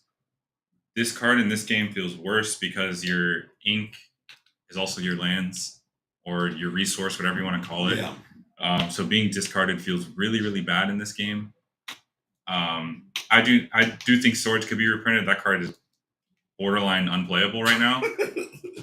So I don't see why they wouldn't reprint it. Yeah, there needs to be something for. Okay, I actually watched Jose play an earlier game. All right, very cool. And we're going to go into the semifinals here. We've got George, local here. Love the shirt, by the way, George. Beautiful shirt. As we going up against Jose. George, a perennial Ruby Amethyst player. Perennial, of course, for those that don't know, means that's all he ever plays. And so we're going to see them start up their mulligan and fire this thing up as we go into semifinals with a matchup as A Tale as Old as Time. This is A Tale as Old as Time. Versus Ruby and Amethyst. I'm not going to lie to you. I had a lot of fun playing Ruby Amethyst today. It's fun, man. It's a good combination. With the sharks? Yeah, it's so much fun. Creates some fun lines for sure. And it's like, it's fair. It's a fair deck, but it's still not like, it's not underpowered fair, right? Like George just looked for the hand cam like I did when we got on here. Yeah. He's like, I'm trying to show them my hands. All of a sudden, George thinks he's DKPs and is showing his hand to everybody. Yeah. Just point it up like this. Just point it upwards. He does look like he just came from 11. I like it. Looks good. Yeah, it's a good shirt. I really do like it. Was that no? That was a 5-card mulligan for Jose. George, of course. It looks like one. Wait, how many do you get? 1, 2, 3, 4, 5. Yeah. 5. So we have an equal mulligan, folks. Both players are doing about the same number of cards. All right. A little bit of table talk here, of course. We do love to see it. A lot of when you've got a case and a half on the line, and there's a little bit of pressure here to do well. Yeah, I think the ambiance out there today has been very, I don't want to say super competitive, it's very casual. Everybody's laughing, hanging out. I mean, that was my point for coming today. It's a fun tournament. Yeah, it's like just enough stakes where you want to play it out, 100%, but not like super sweaty. Yep. Yeah, that's always a good middle ground. Like I said, a lot of new faces today, which is nice. Which is good, yeah. Like I mean, we're everybody's worried that like the changes to the game are killing the game, and you always hear that, but I don't know. I did hear one of the people that were from up north say that they think their scene is going to be completely dead when the rotation happens because people aren't willing to buy cards. And I was like, that's kind of weird. Like I feel the opposite. I'm like, well, I'm waiting for rotation to go full force again. I mean, what kills me, it's like, so wait, are you saying that you're not buying cards now? Like, how are you playing the game? They don't like that the cards that they bought will no longer have value, potentially. They're probably all Steel Song players. That's all it is. It just goes in the book box until they get reprinted. Exactly. Or you just play Infinity format tournaments only. Yeah, and now that we know that DLCs will support them, like we didn't see his Daisy trigger there. I did not either. I don't think we saw that. As okay, we are revealing a Tremaine. Pretty. That's a very pretty Tremaine. This is a card I was not playing today, and I think I should have been. You think so? We saw it a few times today. Yeah. Ray blasted me with double Tremaine bounce. It's so sick. Blasted me right back to set 2. Yeah, sounds about right. That's usually what happens with that thing. Deucer. Interesting. Look at the Mother Gothel from set 8. We'd love to see it. We'd love to see new cards in the deck. That's Medusa. That's what I meant. You're crazy. You didn't hear me right. Medusa. You heard me wrong. It's somebody. Madam M. Man, not being able to play any cards yet feels This pretty is bad. bad. That's not good. Because I mean, Jose doesn't have any singers yet, but if like he were to shift Sing Whole New World with Robin Hood, oh yeah, yikes. That's not great. I mean, Oh no. Uh-oh. oh god, George. No, he didn't have it. No, okay. Yeah, but we are. I mean, still though, like we're up to 6. The thing about Ruby Amethyst here is that generally in this stage of the game, they're dropping Diablos, they're dropping Chernobog's followers. Yep. They're kind of collecting a little We bit of just lore got and drawing. one Diablo in hand, but now it's hard because you want to play a 3 Yeah. 3-cost card, but you want to fit multiple bodies down, especially if Whole New World comes after this. Exactly. Yeah, you're trying to maintain you got to get tempo before you can maintain it. We don't even have a character on the board. This is crazy. Oh, Cacique knows Jose and is calling Jose out pretty hard in the chat, folks. Poor Jose over here, just trying to survive, trying to play some Lorcana, and that's okay. Sorry. So if somebody got stranded because of Jose, I want to apologize to them. But Jose is currently in the semifinals. I hope they understand. Yeah, Skydal, I get your point for sure. As far as it being, it costing more money and it is a new TCG to them. I think it's more of a compounding thing of them not having events to play for, and now that we have DLCs announced for meta that's going to be after rotation, it'll be fine. I think the argument he's making is that so like as a casual player that it matters. It doesn't matter if you're a casual player. You don't have to follow any of the rules you don't want to follow. You can play whatever you want. Yeah, you're playing kitchen tables. That's it. It literally only matters in competitive because if I'm playing with my son, he doesn't care if the cards rotated out or not. I'm all about rotation. I want new cards to brew with and new cards that get spotlight. Even if the deck I played was completely neutered and wasn't able to be played anymore, I'd be okay with that. Yeah. Speaking of neutered, we have Ariel on the table and a bunch of singers. And I think he missed the song. Yeah, which, wow. Wowie, wow. Oh, no, I think he actually got his Zeus. Never mind, I lied. I think he did. But, He did reveal his Zeus. yeah, like this is still, okay, yeah, so we're climbing. We're an aggro deck now. George has had a very slow start. Yeah, George cannot be excited about this. The look on his face is telling me everything I need to know. The poor guy, although at least he's getting hits with that Daisy, but these are even the hits from Daisy are just too far outside of where he needs to be effective. He's not seeing cards that are going to get him any control here. Let's see what he draws. I am surprised that he didn't Zeus that Medusa because it's a big punish if George crabs the Medusa and swings into the Robin Hood. Correct. Yes, correct.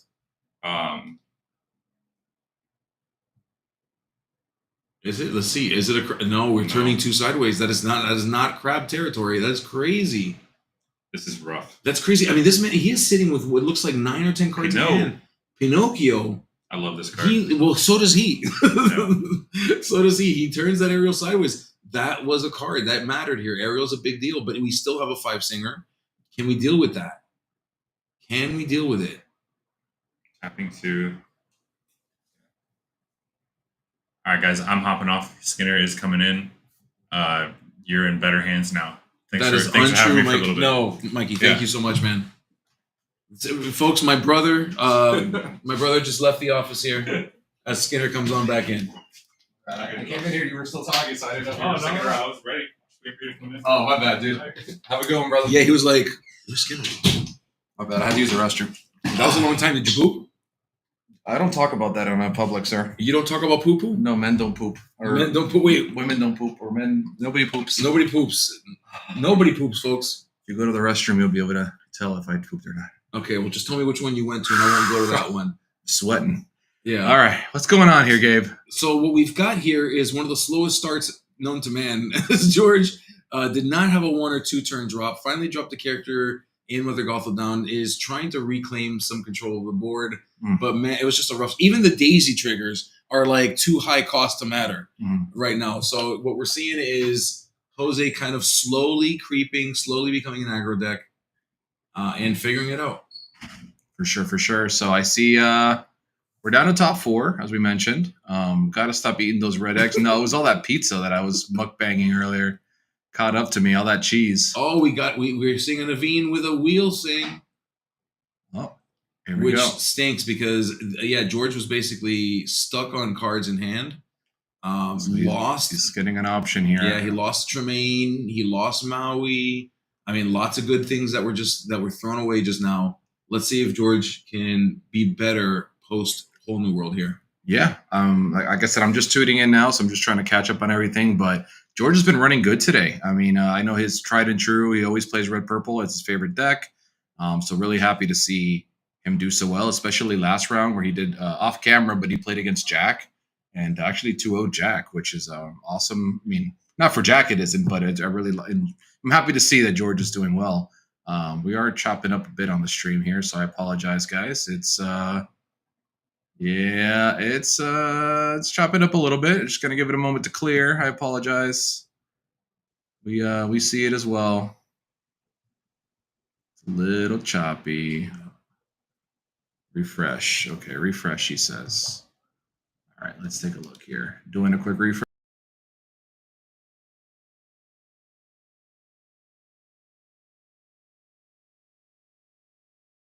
Hey, we're back. And it's still blurry. It's all right. It's all right. It's okay. What we do see on the table, though, is a number of singers on Jose's side. Of course, we got George trying to clear them out. All right. So I see that Jose's up to 14 already. So that's going to be tough with the whole new group of cards. Yeah. Someone forgot to tell Jose that he's a steel song and not an aggro Amber Steel deck. Well, when your opponent doesn't play cards for X amount of turns. Very odd sequence, but here we are. Sorry, I missed the sequence. I'm just trying to catch up on everything here. But let's see. Thank God Jose don't run Bolt, right? Okay. Get rid of that. Just George cannot keep a board on they cannot keep a card on the table. This is crazy. Yeah, George with the slowest start and being punished for basically being very unlucky in this first game. Just hoping for something to stick. Yeah, it's not over yet. I mean, it's not over, but it's not great. We're not in a good spot, and there's a mountain to climb here as Mr. Smee, another aggressive quester, hits the table. I don't think George is playing any way to pull back lore from Jose either. I don't think he's on Pirate's Life or any of that. He showed me his deck list earlier, and I don't remember seeing any Pirate's Life. So I think this is a one-way trip for Jose. If he does not turn this around real soon, which is looking pretty rough. Yeah, you've got the only both characters. 5 ink. I mean, both characters standing are enough to win the game here for Jose. So if we can't clear standing characters, the game's over. Yeah, I think we might have to go to game 2 here, give George a fresh start on the play. Clearly, bad opening here for him. But Jose running him down, and we'll go into game 2. Yep, that'll do it. This camera has been running away from you this whole time. I think it's fine, dude. Looks good. I look great. You look great here. Let's move it back. Okay, we'll move it back. There we go. And I could actually Perfect. read when Stefan talks to me. Is that better? Ooh. I wish we had like an angle where you could see the south side, but like if you do that, then it's just me. So we can't do that. Okay. What in the heck? We're drifting. We're drifting away. Hey, folks. Drifting away. and scene. We're back. And we're gone. Gabe, act like you've done this before. No, I've never once. I'm like a child. I can't be trusted with the camera. You know how we get in top 8, guys. You know how it gets. We've had an interesting day. We had, lots of Lorcana, Skinner fighting with the chat. We had a lot of stuff going on today. So, yeah, it's been fun. It's been a lot of fun. It's been a good day. It's been a good day. We had pizza. We had a little mukbang earlier with y'all. Yeah, doing a little ASMR. Y'all. And I like how the camera autofocuses on Skinner. Yeah, I'm not human. So I'm AI and I'm not human, and that's part of the problem. Yeah, Gabe's actually at home right now. He's just a hologram. What is that? Is that? I'm trying to figure out what tattoos he's got in red. Is that a rooster? That is in fact a rooster. It is a rooster. You can tell by the what's the thing called? The cat comb? No, what's it called? Is that what it's called? A comb? Is that what they call it? A coxcomb? Who did I fight? Nah, nobody. I don't fight, dude. Yeah, Skinner's a lover, not a fighter. No, somebody just said I was a trash commentator, so they're probably right. Yeah, I was gonna say, like, where's the lie? Where's the lie, bro? They're probably right. There is no lie. It's okay. I'm sure they're not watching anymore. Probably watching the PPG stream, so it's okay. Yeah. And shout out to Dan over at PPG. Shout out to Dan. Shout out to all the people out there at PPG. Y'all are doing the thing. I see R&B. He's still playing at the tables. There's actually a robot Japan developed as a school teacher. So yeah, plausible for both of you are robots. Can you not give away our bluff? Wait, our how do I know that we're not in a simulation right now, though? How do I know that I'm not a robot? Yeah, what if I was programmed to not know that I'm a robot? Like, what if I'm an innie and not an outie? Oh no, here we go. That's that show that I have to watch. That I haven't seen yet. Well, you might not like it because according to Severance. your taste in shows, you don't like Arcane somehow. So Yeah, but I like shows like Severance. I like Lost. Lost is my favorite show. Severance that's one of the best shows on TV. I gotta watch it. Yeah, you gotta watch it, dude. Oh yeah, Cassie K is right. I ate pickled eggs, so robots know better than that. They're programmed to not do stupid things like that ruin their internals. Chad, have you guys seen Severance? What do you guys think? Would you ever do that? Would you separate your mind, your cognitive, mind to I love art. Thank you, Wojciech. Would you separate your mind into two different people? One is at work and one is out of work. Would you guys do it? Would you do it, Gabe? I feel like I would. And if you could have a procedure done where every time you go to clock in, you essentially fall asleep in your mind, and you wake up and you're out of work. Yeah, my innie can deal with that. But then the innie only ever knows work. That's his problem. That's not my problem. So yeah, that is what Severance is about. If you guys haven't seen Severance, definitely go watch Severance. It's an awesome show. Yeah, really, really cool. Yeah, controversial take. Do we share sense? It's still you, but you have no memory of who you are outside of work, and who you are outside of work has no idea what you do at work. That's how that works. So it's literally two different personalities in one body. But your work version only knows work. They wake up and they're at work, and then when they leave, they wake up again and back at work. So that's crazy. Yeah, it's a very interesting show, and wow, crazy show. Definitely not though. Yeah, it's a crazy show. I don't know. Some of the people that I work with, I don't want to deal with them and have to think about them after I leave work. To be fair. Yeah, I don't blame you. And as we see here, George with a much better start here. We do see a Diablo hitting the table. So we're watching an actual game this time where characters can be played.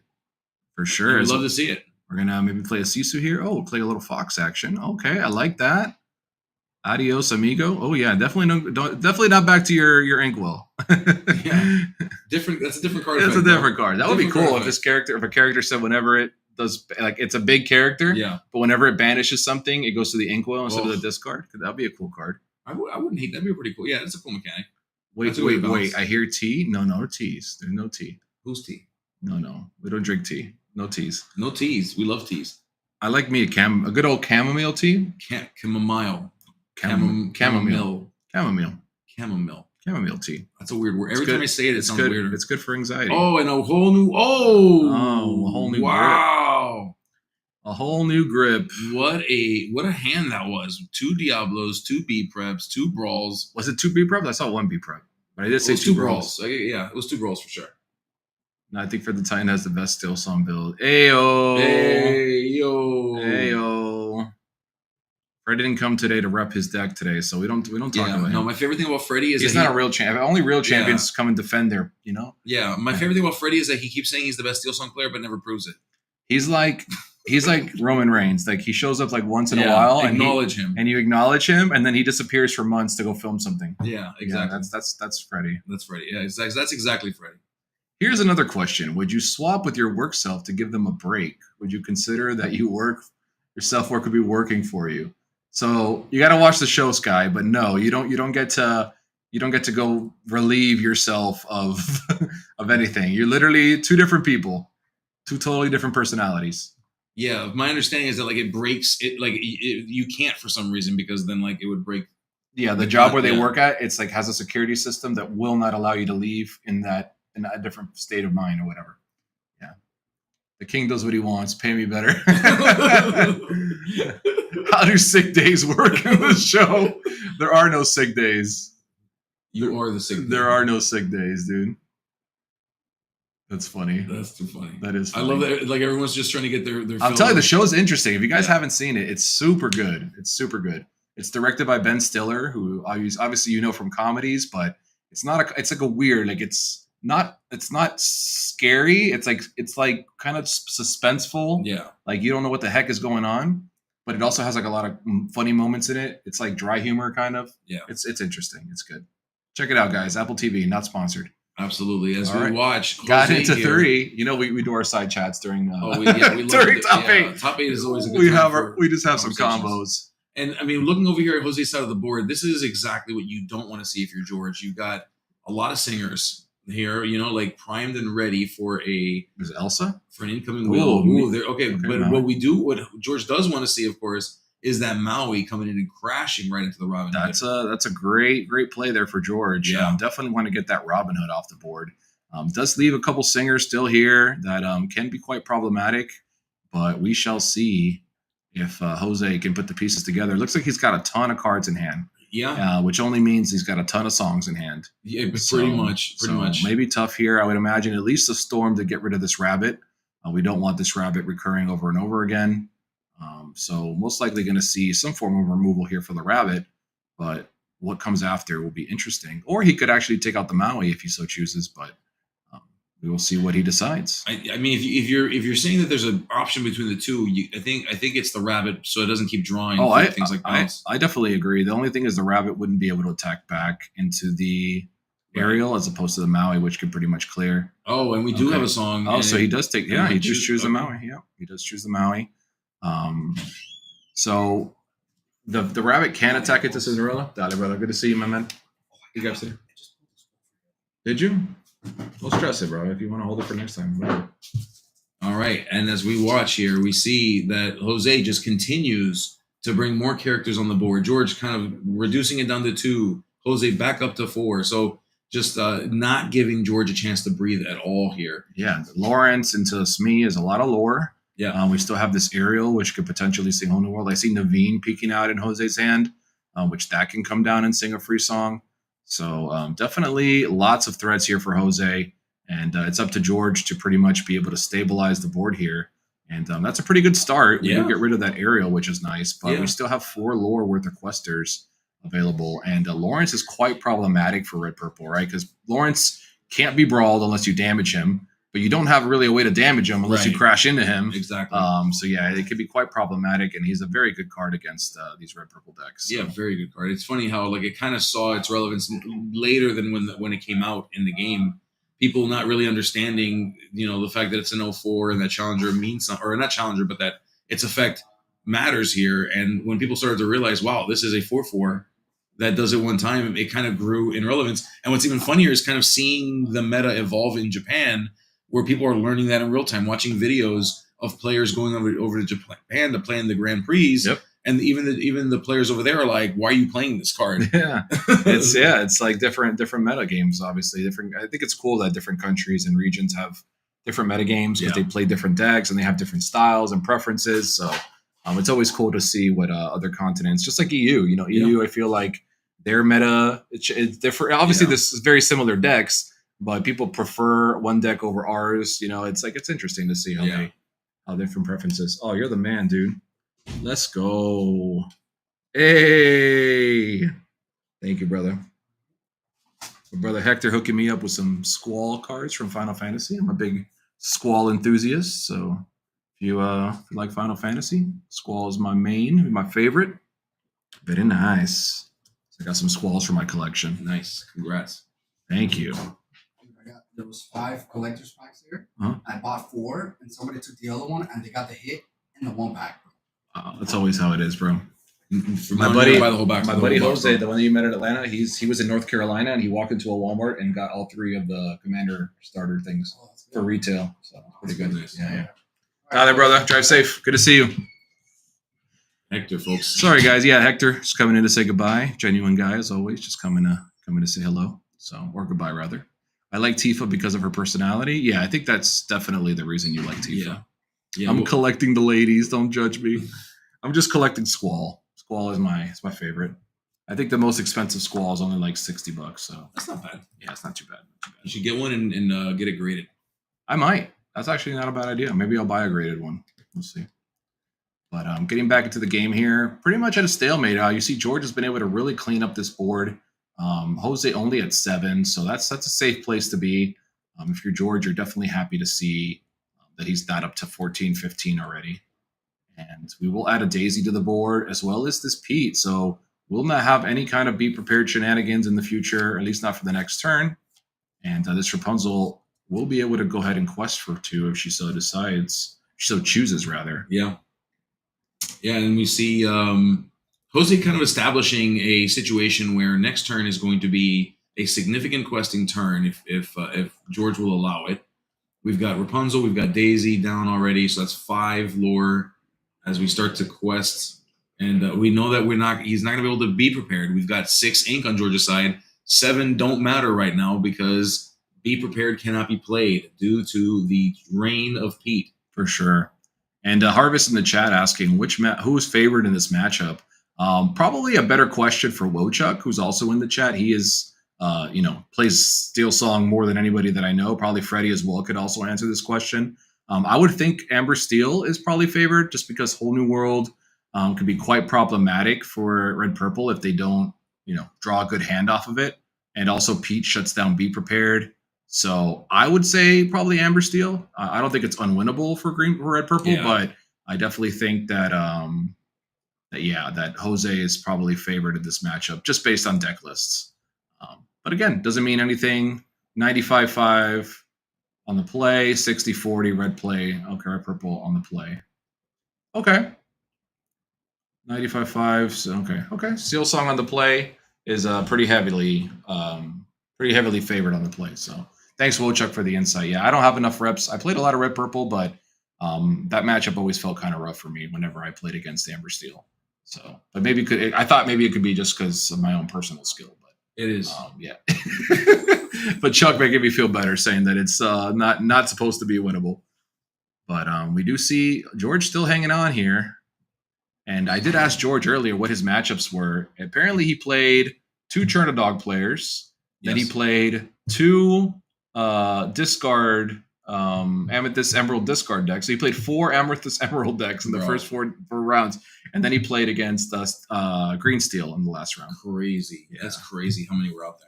Yeah, and then he played Jack in top 8, was also Emerald Amethyst. So Jack, this is the first taste that George is getting of any steel today. Oh, actually, he played Green Steel. So the first taste he's getting of Amber Steel, I should say. Yeah, as we see this board state, just they're trying to just present bodies here. They're trying to make sure that questing isn't easy. Jose, of course, in the lead right now for his lore count. George making a climb here, getting rid of these characters, and trying to claw back some control. Now we do see that George is in a position here to play characters, and I think with 6, we got us. Yep, it is Lady Tremaine, as we could so rightfully assume here. That's good. Yep, that puts George in a very good spot here in his board state. Can Jose recoup?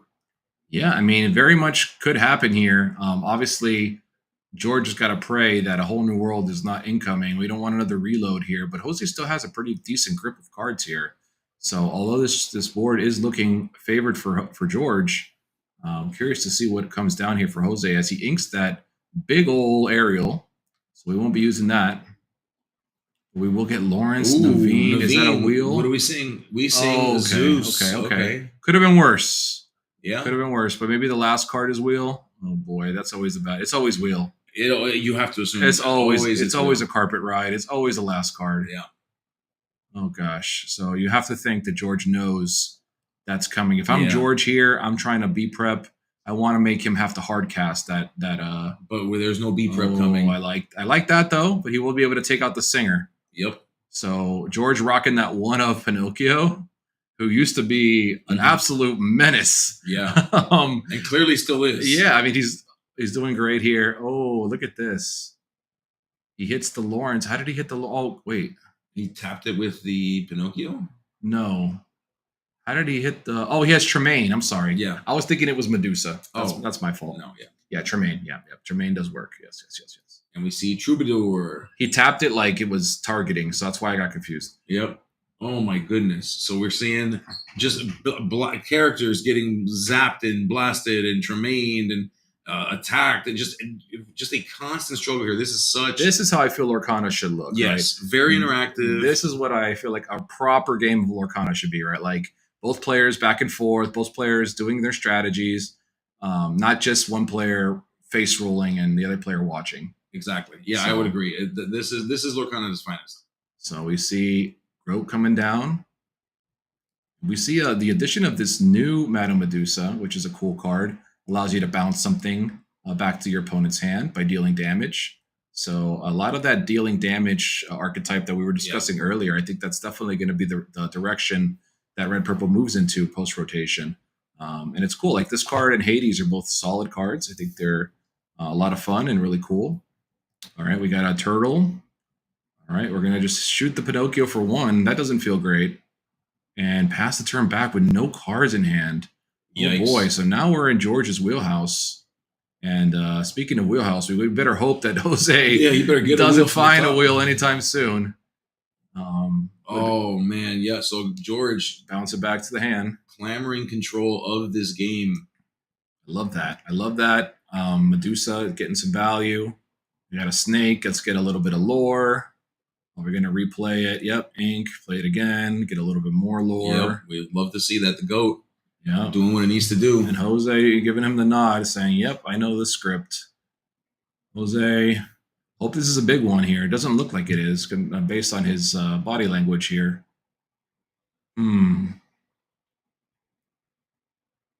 Yeah, Wojciech saying game 3. Wojciech, Wojciech knows the writing on the wall here. Okay, Turtle's back. Oh, we got a big tap here. Oh, grab your swords. Okay. Weird.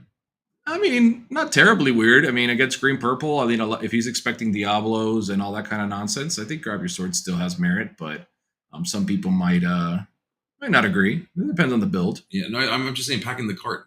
It's weird. Chuck, so what year is this? All the Amber Steel players in the chat saying pack it up. You guys are not believers. Yeah, you guys real. are not real Amber Steel Y'all players. are the worst. Like y'all are fake. Yeah, tell me not to turn to you all for support, okay? Fred says just go on the play and win. Just go with OTP and just win. go back. All right, we're bouncing. We're big. Yeah, we're bouncing. We're bouncing. Bouncy goats. We're playing. Yep, we're doing bouncy things. We're bouncing. We're playing.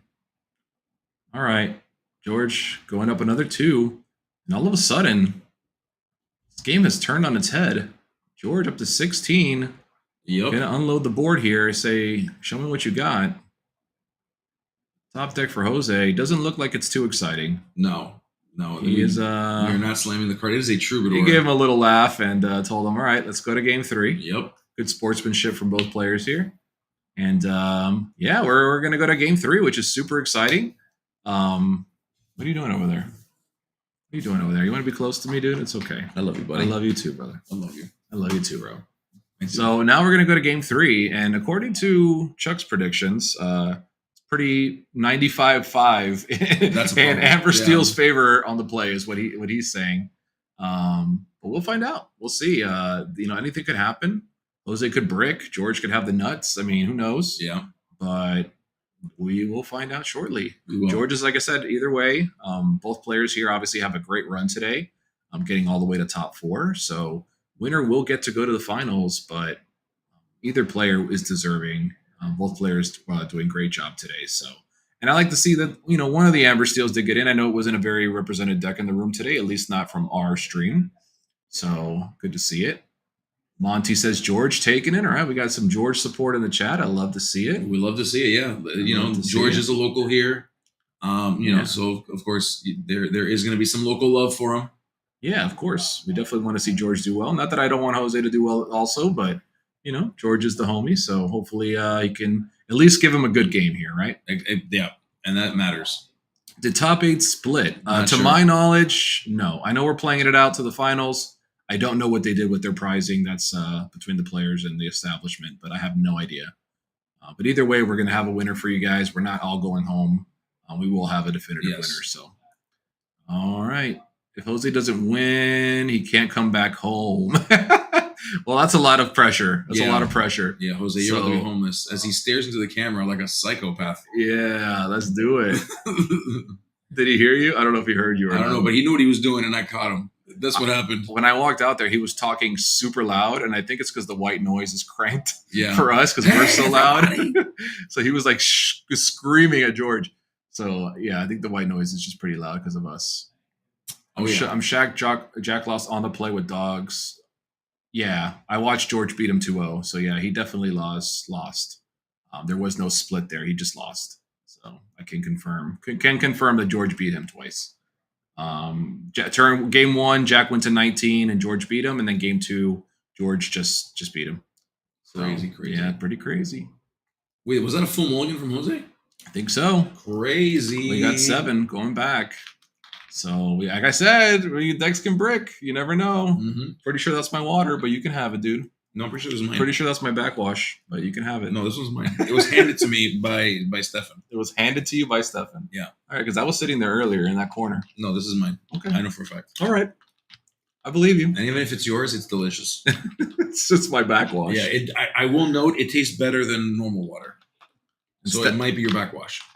Let's see. Amber Steel never bricks? Nah. Never. Not when I'm playing against it. But when I'm playing it, it always bricks. Yeah, exactly. Trust me, I'll never forget when I played Freddie. I think it was one of the first times I played him when he was still playing Neverland, or one of the first ones to play Neverland, actually. Which, by the way, he would be upset with me if I didn't mention that he actually taught Wochuk about Neverland. Wochuk didn't start playing Neverland. Just like Bivens taught him about Nala. No, that was also Freddie. If you ask Freddie, that was also Freddie. It was also Freddie? Yeah, it was also Freddie. I thought that was Bivens. Gotcha. Freddie actually taught everybody Amber Steel. Yeah, there was no Amber Steel until Freddie played it. And then Wochuk's like, that's a good idea. I'll never forget Freddie. I hit him with the Ursula and ripped away the whole new world, and I felt so good. And then right off the top, whole new world. I mean, it's like never fails. 100%. As we see a Robin Hood, rife and ready for a shift in about 2 turns, Diablo hits the table. Still never breaks my PPG stream as a dude with 3 storms in hand going into turn 2. Yeah, well, Freddie never breaks is the correct term. Yeah. All right. Okay. What do we do for turn 2, Jose? What you got for me? Show me what you got. All right. We inking that Ariel, go in for 1 here with the Robin Hood and pass back. Wow. Ooh, no Smee, no Turtle, no That's nothing. Crazy. No Ursula, no Turtle, no Smee, no nothing. Did I jinx the Jose, man? I told you sometimes. You know, that's the thing with this deck. It's so incredibly powerful, but sometimes you just lose to itself. Yeah. Yep. And I know Nassif also mentioned that in the chat. Sometimes you just draw the uninkables or all the whole new worlds at once, and sorry about it. Right. Sorry about your luck. That's it. But hopefully that's not one of those games. Hopefully we see a little bit of back and forth here as George does line up his turn 2 play, which is nice. His best Chernadogs impression here as he adds the Chernabogs. That's right. To the table. Different Chernadog, or Chernabog rather, but hey, it's a Chernabog. It says Chernabog on the card, and that's what matters. It's bogs over dogs, right? Absolutely. So back over to Jose, who will be moving into his turn 3 here. Potentially Lawrence or an Ariel, which he just anked the Ariel. So we can only imagine maybe another Ariel coming down. I can't imagine there's a right. Yeah, the Padme meme. There's another Ariel coming, right? Oh, okay. That I don't hate it. It's still a 5 singer. Yeah, but this is indicative of the fact that he had nothing else to ink. Yeah. This is a problem. Well, and he's sitting with a Smee in hand. Yep. And you see Wochuk saying probably a shift, correct? And he does cash in 2 lore there, which is nice. Presents a threat that cannot be dealt with by a Chernabog alone. Maybe a crab could fix that situation. So let's see if George has a crab here. That would be a really nice cleanup for George. Oh, that'd be so sick. Being able to trade a 1-drop into this Robin Hood. So we shall see. If I don't have it, I'm definitely questing with 1 and drawing and seeing if I find it. Yeah. But George may already have it. Well, even a crab wouldn't. Crab. Yeah, no, a crab wouldn't clear the Robin Hood. Robin Hood's he's a 6. He's a 6. Yeah, it wouldn't clear the Robin Hood. I'm sorry. I'm thinking, both bogs. I'm sorry. I forgot. I thought he was a 5 for some reason. Yeah. Good call. But still, could have potentially cleared it. But it's okay. He didn't have it. He will play the library. And there comes the Smee. Little late, but better late than never. Yeah. But never late's better. Never late is better. All right, Drake, relax. And George thinking about what's coming up here. As Jose more than likely going to swing into this library, or maybe he has a song he can sing. Yeah, there it is. Draws the card. Gives us an ink. Most likely his hand is pretty bricked. Yeah, I mean, I see him inking like right off the top of the deck, which usually means you're holding a bunch of uninkables. I do see Whole New World, potentially double Whole New World in hand. So I think I may have spoken into existence. yeah, you might have wished this on the German, or Jose rather. Jose's going to be so mad if he doesn't win this. Yeah, you damn hope it. Jose doesn't see this, okay? Sequencing should storm before the SME. Yeah, for sure. Always draw cards first, guys. You never know. Might change your play. Even when it seems obvious, you never know. But all good here. We end up with the SME. And why are we talking about who's bricked? Oh my god, dude. Ban the sieve, bro. I've been asking for it all day, bro. All day. Crazy. This is just the chat's just wild right now. Chat's always wild. We're wilding out. Chat is just wild, folks. As we see a Lawrence hit the table here. Okay. All right. Let's see here. All right, what are we doing here? What are we doing? We're questing with Smee, Yeah. getting us to 4. We're going up. Yep, we're going up by 2. Okay. All right, thinking through our options here. We've got a Robin Hood that can do stuff. Do we sing with it? Do we quest with it? Do we leave it alone? Let's find out. I definitely don't think we leave it alone. No, I don't think. I mean, it's an option, but it's not a good one. You can do that, but you probably shouldn't. I mean, I can't see a world where he just doesn't do anything with this Robin Hood. Should be at 5 lore, right? So 1, 2. What did he quest with earlier? He got 2 off the Robin Hood, 2 off the SME, 1 off anything else? No, I think that's it. I honestly think it should be at 4. I think it's 4. Well, I could miss something. You never know. Chad is going to start screaming at me, but Baby Robin Hood once, yeah. So he should be Did up. he quest Was it? all? Well, no. Was that No. 1 drop Robin Hood? Did he quest with that on turn 1? He did quest with it. Okay, so he should be at 5. So let's see. Jose should be at 5. There was a quest on turn 2. Yeah, I don't remember either. Yeah, I don't remember. I honestly don't remember. Yeah, they got it now.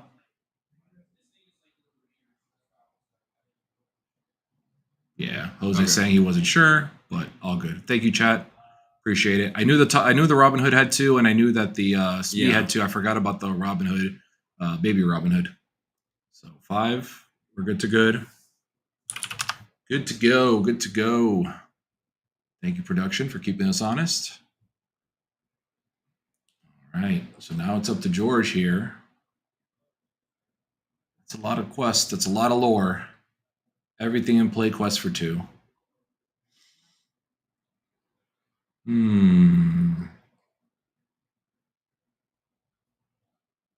Smee and oh yeah, Smee he has a ping on him. Yep. We're good. We're good. Yes. Thank you, chat. Chat's always on it. Bro, that's the best part about you. Chat are like the best judges. Honestly. Chat. They're the best judges. They're like, oh, this guy cheated. This guy drew 9. I'm like, how did you even see that? Yeah, Chat is just eagle-eyed at all times. All I right. love it. Now he does. Freddy, you just gotta be patient, bro. You have no patience. Yeah, bro. Just ease up, man.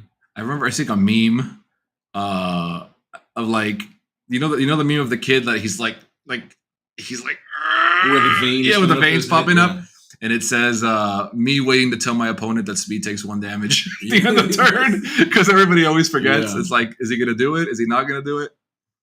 Lawrence is a captain. No, he wishes he was a captain. He's the captain of my heart. Yeah. Now we got 2 4 willpower characters in play, or 4. Is it willpower? I forget. Willpower. It's willpower. Is that their defense? Willpower. Yes. Okay. And it's strength, Strength and and willpower. willpower. Got it. I forget sometimes which is which. Yeah. So willpower. 4 willpower characters. That's the word. And we do have a baby Robin Hood joining the fray. Yes, we do. The beloved outlaw Robin Hood and an Ariel. Oh, an Ariel. Do we find something with that Ariel? That's the real question here. Let's find out. All right. Let's take a look. Top 4. What do we find? We don't. We fail to find. There's a whiff. Potential whiff. Or Yeah, could be a choice. Could be by choice, but definitely did not hit anything there. All right. George waiting to see if his library is going to be sticking around, which it does look like it is based on the current board state. So we'll go up by 4. Yep. Daisy Trigger. Let's see it. Daisy Trigger. That is a That's fox. a fox. That's good. That's a good one. It's definitely a card I want to see when I see Daisy and Lawrence across from me. All right. Rapunzel. Yeah, if you're George here, you definitely don't want to see a Be Prepared go to the bottom of the deck. Oh, no. So it's good to see that he is getting to draw some cards here off that Daisy. He's paying 3. Okay, 5. Okay, cool. Ariel. Okay, interesting that he's choosing the Ariel. I guess he's fearing the whole new world on the next turn here. Pays 1, moves. Very nice. We'll tag into the Ariel. Okay. So far, so good. We've got characters that are close to triggering draw in the library. We've got Elsa. Yeah, we don't want to put damage on any of these characters because Rapunzel could be pretty bad. Well, here's the thing. I mean, you've got the snake now that is giving value for that. I mean, at this point, that's the maximum value you can get. Oh, that's actually not wrong. Yeah, you're right. He could always trade into the snake if he had Rapunzel. Yeah, which is a good point. It's kind of a dangerous game to leave a 3-powered character tapped against Amber Steel. Yep. But I don't think there's a punish, as Monty in chat mentions. No Rapunzel. Yeah. So all that talking for nothing. As we shift again, the Robin Hood, the champion of Sherwood, shifted on top of the beloved outlaw. This card is just really annoying for Red Purple to deal with. If you're not on Medusas, this card is just an absolute menace. 6 defense is just so much.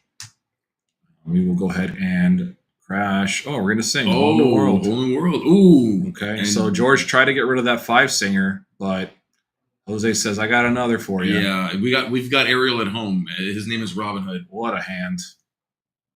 George is in disbelief here. He thought he really had that under control. Yeah, he lost the B prep. Lost so many removal options. Finders keepers. That was a rough Whole New World. Let's see. Chaotic says Hood feels bad in a red purple. Yeah, it could, depending on the build. And Stefan, I'm not sure if you're seeing this, but I double check and make sure that George got lore for his library. Yeah, I don't know what he's supposed to be at this point. Yeah, that was he did, says Stefan. Okay, that's a pretty sick wheel there. You can see George not feeling great about that one. I mean, his hand was stacked. I mean, he had foxes, he had bee preps, he had all sorts of stuff. Yeah, that was rough. Yeah. George's face says he has bee prep. He's doing a read on him, Monty. He could. He drew 7 new cards. Very much could. But I do know that the cards he pitched were probably like 9 or 10 cards, so that doesn't feel good. Right. And we will pay 1 to move. Yep. This is everything about this is saying. Yeah, we know what this means. Yeah. And so does Jose. Oh wait, he's trading in. Oh, wait a minute. Oh, so we don't have it. Oh, he got peated. Yeah. He got peated. We need to fix the screen so we don't have a bar going through Pete's face. All right, so he just trades in there. Still keeping Jose at bay here, but Jose is slowly ticking up. He's going to have 3 more lore here, putting him up to 16 if he so chooses. And George only have 5. So Jose can pretty much ignore this library if he wants to and just try to race, I think. Which honestly is not a bad thing to do here. Especially with a full grip of cards. All right, let's find out. What do we got? We're going to... Oh, Namari. All right, so Namari will allow a draw and a discard. Namari is a fantastic card. Interesting. I never thought about it in Amber Steel, but now that I think about it. It is so good in Amber Steel. Every time you wheel, you have so much cards in your discard pile that Namari is an actual problem. Not only that, but the other cool thing about Namari, you know how the problem presents itself when you've got like 2 Whole New Worlds in your hand? it allows you the ability to throw away a whole new world, Yeah. draw into something else. I love the card. I think It's the card such a is. good card. I think the card is super good. I just Yeah. haven't seen it in Hammer Steel. But now that I'm looking at it, yeah, it makes perfect Yeah, sense. it's so good. Yeah, I mean, it definitely lends itself correctly to the strategy. That's crazy. And as somebody said in the chat, yeah, this library, its days are numbered because this Namari is able to punch through pretty much anything. Yeah, it that wants. that discard stack is looking kind of thick. Yeah, this Namari is gonna super punch. I'm gonna One Punch Man. We're gonna do a quick guess. I'm gonna say the number is like 13. He's got 13 cards in discard. I'm gonna throw a guess out there. Something close, maybe even more. So, And even then, I mean, like that Namari puts Jose into the. Stefan says definitely more than 13. It's like More- 31? More like 31. Oh my god! No, I don't think it's that many. That's a high He has bar more than Namari. he has more than half his deck on the table. No, it's not that much. But maybe close to 20. Maybe close to 20. Oh, B prep. Okay, that's a good B prep. And that will leave the library in play. It will. It will. So this Namari will not be able to punch through. So let's see if George can hang on. Can George do it? Can George limp across the finish line one lore at a time with that library? We're gonna find out. Lawrence comes down. And what is this? Another Troubadour. And potentially a 1-drop. Is it Daisy? Nope. It's a Cindy. Cindy. We're at 16. 16 is this is lethal on board if George can't, figure this out. George does have a full grip of cards. George looks locked in right now. Is he going to be able to put the pieces George, here? can you do it, buddy? Let's see. We know three B preps are gone. And I don't think he's on Sisu's. Not that Sisu would help a tremendous amount, but it would help a little. Yeah. Oh boy. That would be something. And we do have just so many resources in hand. So definitely not be prepared because we're throwing out Elsa's. We're taking care of Cindy's. Okay. Can we do that again with something else? What else do we got? We've got a crab. We've got a Diablo. Oof. Oh my god, you're gonna let him go to 19. Jose is gonna get to 19 next turn. Holy moly. So rough. Does he have the spaghetti dinner? Does he have the Right. does he have the Sleepy's flute? Does he throw Baloo down right now? Does he have the Sleepy's flute? Does he have Neverland? Do you remember Sleepy's flute? Meta? Yes, that was a good card. That was such an annoying meta. I don't hate it. Play a song, gain a lore. Play a song. My favorite was when people decided that the flute was too slow. I thought that was cool. If a Pete comes down here, that's not a Pete. That's a Naveen. That is a Naveen, and it will sing a Zeus. Oof. Yeah, this is going to make things wild and crazy. Yeah. He's at 18? He is at 18 because he quested the Lawrence. Going to 19 because of the Troubadour. Troubadour. There it is. Okay. I thought he missed the lore, but yeah, no, there's the 19th. Yeah. Troubadour was still standing. Gotcha. Oh my goodness. So, George, do you have it? Show us what you got, bro. And he needs to get a lure if he hasn't. I believe he was at 10. So if he has the Peter Pan, or not the Peter Pan, excuse me, the Pinocchio, he can attack with the crab into Naveen, pump the Diablo, but that's not enough to take out the Lawrence. So he would need to have potential second crab in hand. Crab turning sideways Oh, to sing friends. Ooh, He's looking for a be prepared. He's looking for a. I don't know if I like that. I mean, maybe that's his only way out, but I kind of wanted that crab to stick around. Maybe he finds a fox, but I don't know. It's going to take quite the. There's two more. Well, at this point, he can't be prepared. And now he can't prep. Oh, he can ink. He's got 6. Yeah, Wojciech mentioned Diablo into library would have given him 2 draws potential if he would have ran it in. Now we're not at enough lore or not at enough ink here. Oh my goodness, George, what do you got? What do you got? Show us what you got, bro. Yeah, George still looks like he's potentially thinking about what he could do here. He is in the tank.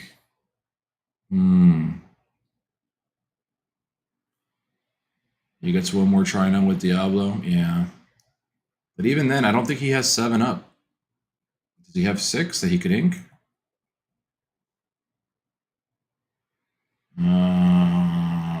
Jeez. That wheel earlier, I mean, just absolutely crushed. Yeah, George. that was a soul crushing. That was a brutal whole new world.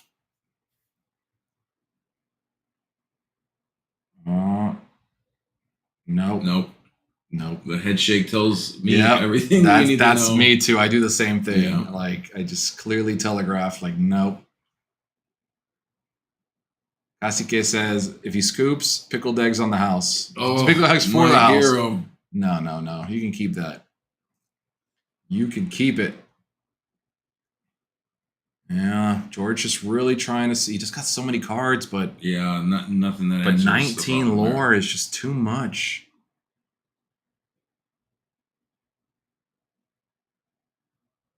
Oh Just goodness. thinking, doesn't want to scoop too early. He wants to make sure he makes every decision he can. Jose's just waiting for the hand. Does he have it?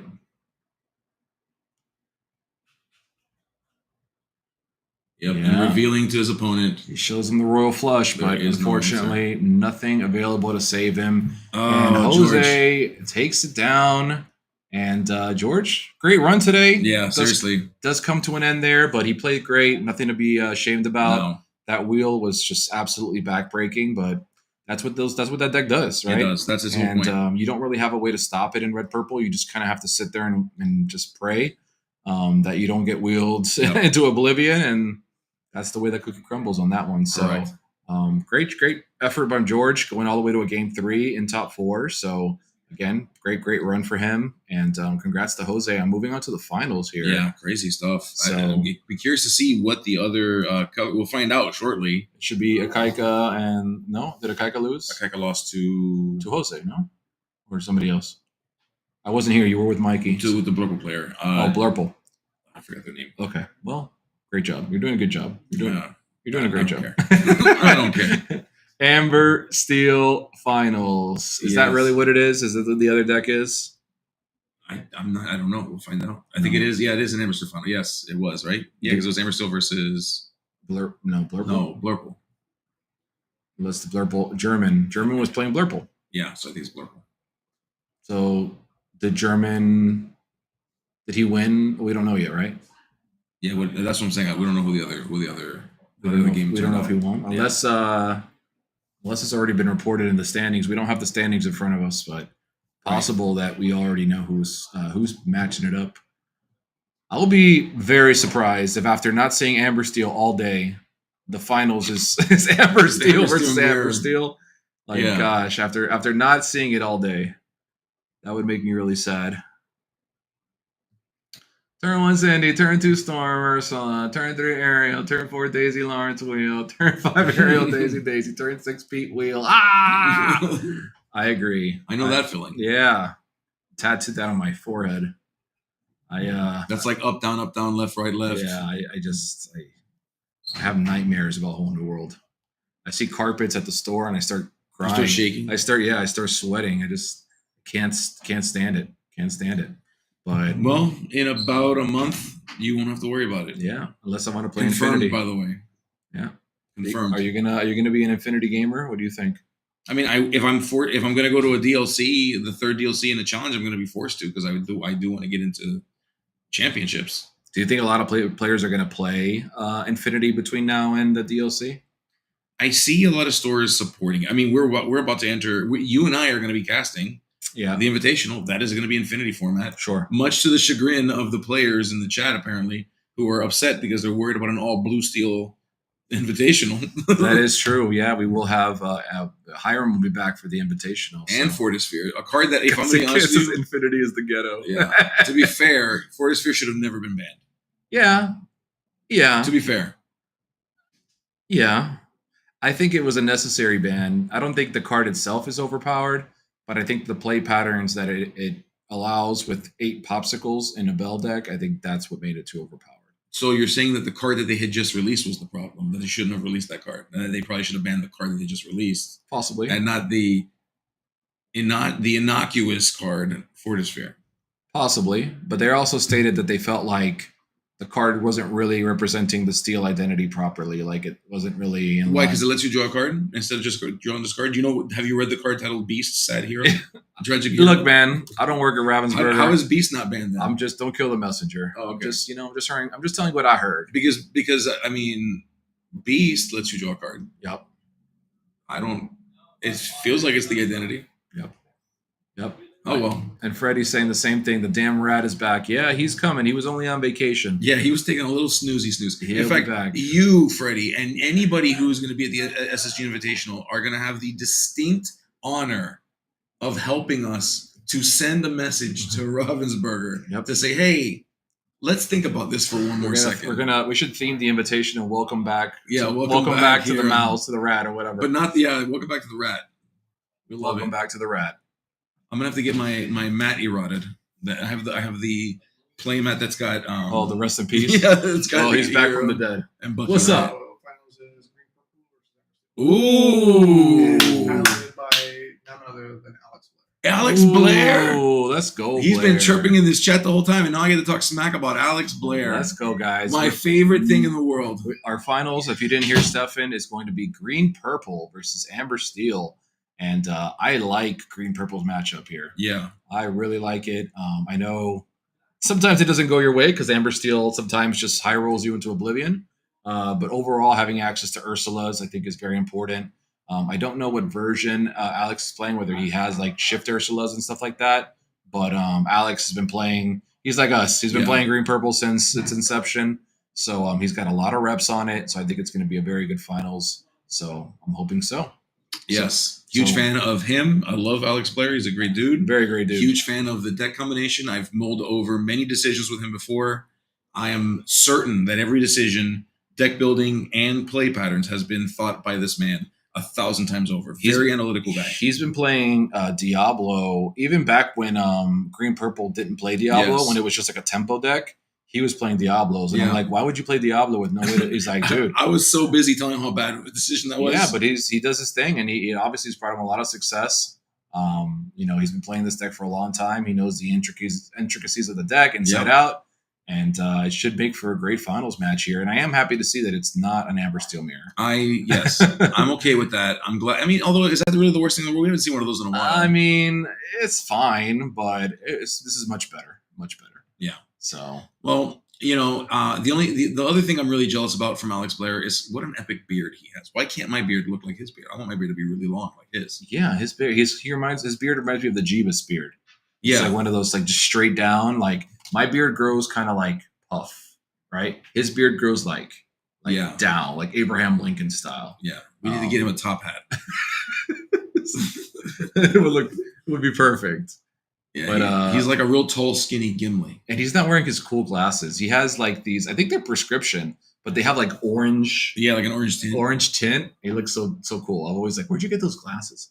So shout out to Blair, another Alex Blair, another local player here. And Jose, I haven't seen him around, but I'm guessing he's local also because I don't think anybody traveled for this $10 tournament. So most likely a local as well, but just not as familiar with him. Jose's from Orlando is what I'm hearing. Okay, nice.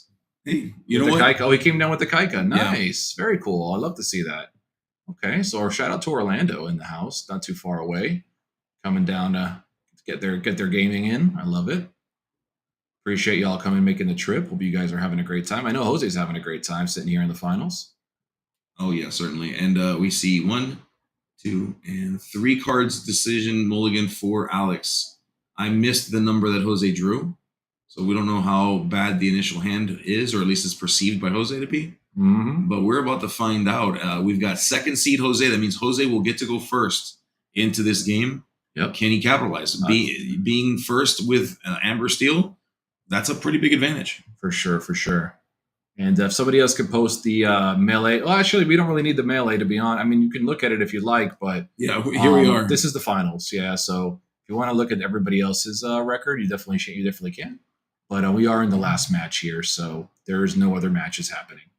This is the last. This is why you're here. This is the one match to rule them all. This is the reason, which is interesting as you say that with Alex with his Gandalf beard. For sure. Except that Gandalf, not the gray, the white. Gandalf the White. Yeah, that's like when he's reborn. Yeah, Gandalf the White. Gandalf the Gray is the OG. Yeah. And then Gandalf the White is when he but he becomes white, and Alex's beard is it's got some white in it. I would say he's Gandalf the Gray. I would say he's gray right now. Okay, Gandalf the gray. I'll take Yeah, it. if he comes next time like in a white robe, I would say he's Gandalf the White. Yeah, fair With enough. like dye his hair like gray and Yeah, you shall not pass as we play Diablo on turn 1 after inking a Diablo. okay. So we're off to a pretty average start here for the green purple player and double daisy, turn 2. oh boy. You all called it in the chat, and here it is. And Blair said, "Yep, We don't like this. that's a thing. Let's hope Alex has some kits to start bouncing them away. We're gonna get in there for one." And do we have an Ursula here on turn 2? Do we? Yeah, we do. Do we ever? We do. Yeah, yeah. Then yeah. there's a double. Oh, wow. Ooh. Interesting. So we have choices here. I think the Storm is probably still correct. Yeah, we don't want him to draw any cards. Although that sword may be problematic, knowing that he has it will allow Alex to perhaps play around it, or maybe even get another Ursula in soon. But man, Jose's been hitting these shift. Oh, another Ursula. There it is. Mana Goat. We'd like to see that. Yeah, that's not. Those are not bad options for those daisies. Fox would have been sweet, but we might already have a Fox. Yeah, no, and I believe I saw a crab in Alex's hand as well. So crab They'll do it also. can help a little bit here with the Ursula, take care of one of those daisies. Let's see what else he's got as he is debating. It's just tough, right? Like we attack into this daisy, and then we just get gobbled up next turn by the Robin Hood. So Yep. just a tough position here. Jose's really been hitting these Robin Hood shifts. So Robin Hood shift double daisy, definitely a good opener here. You're right. You're right about that. I mean, and it's one of the toughest It was one of the toughest turn 2s that you can encounter in this game's meta. So tough. Especially for green purple, right? Like I Yeah. feel like every time I play green purple and my opponent plays Robin Hood on Yeah. shift, it's like such a wall. Like it's so annoying. You could definitely kill it eventually, but it's just so problematic. Yeah. But we will see as Blair plays the second Ursula to rip away. And now Jose's with no cards at hand. Very early on, 3 ink, no cards. So if Alex can stabilize here and just find a way to not lose to these 3 characters, we might still be able to turn this around pretty easily. Yeah. We are going to get in there for 2. Interesting. Okay, so choosing to just quests Yeah. here. What else can we do? I Yeah. mean, we going to have to give up this 6 lore here, which is a big bummer, especially because we're going to lose this Ursula. Certainly. Yeah. Yeah. That's he's just going to quest. Wow. Okay. Deciding that Jose's going to put Alex on the spot. Alex thought that would be enough bait to bite, and what Jose is saying is, But he gets 2 lore anyway. I guess he doesn't want to be in range of, I don't know, maybe. I mean, I don't know. That's a weird one for me. yeah. But maybe he just doesn't want any damage on his Robin Hood. So, all right. The crab will come in and clean up with the Ursula. So 1 daisy down, Yeah. but we still got problems. Hey, Georgie. Great run today. We were saying earlier, brother, you played great. Yeah, nothing to be ashamed of, brother. That was a sick wheel that you ran into, bro. but you played great, man. You should be very proud of yourself. So congratulations on an awesome run today. It was a pleasure to watch your game. It was. Yeah. And Blair, trying to find a way to stick around here. We got 4 more lore coming in. That's going to be 17. Yeah. Oh, look, see, now he's going to attack. Okay, so he'll take the Diablo. He'll gain 2 lore. And he'll get the quest in. Yeah. I mean, you just run it through. Yeah. And yes, Georgie, we did. Yeah. That Pinocchio. We love Pinocchio. Pinocchio is great. Oh, Pinocchio was a fan favorite. Did we not get a trigger there off the daisy? Yeah. I think we missed it. Yeah. I don't know if we missed the daisy trigger. Game's over anyway, I think, but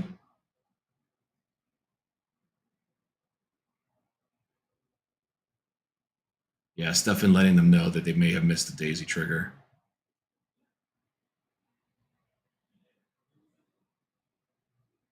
That was last turn. Okay, so I think it might have been resolved. I think it was resolved. We just didn't see it.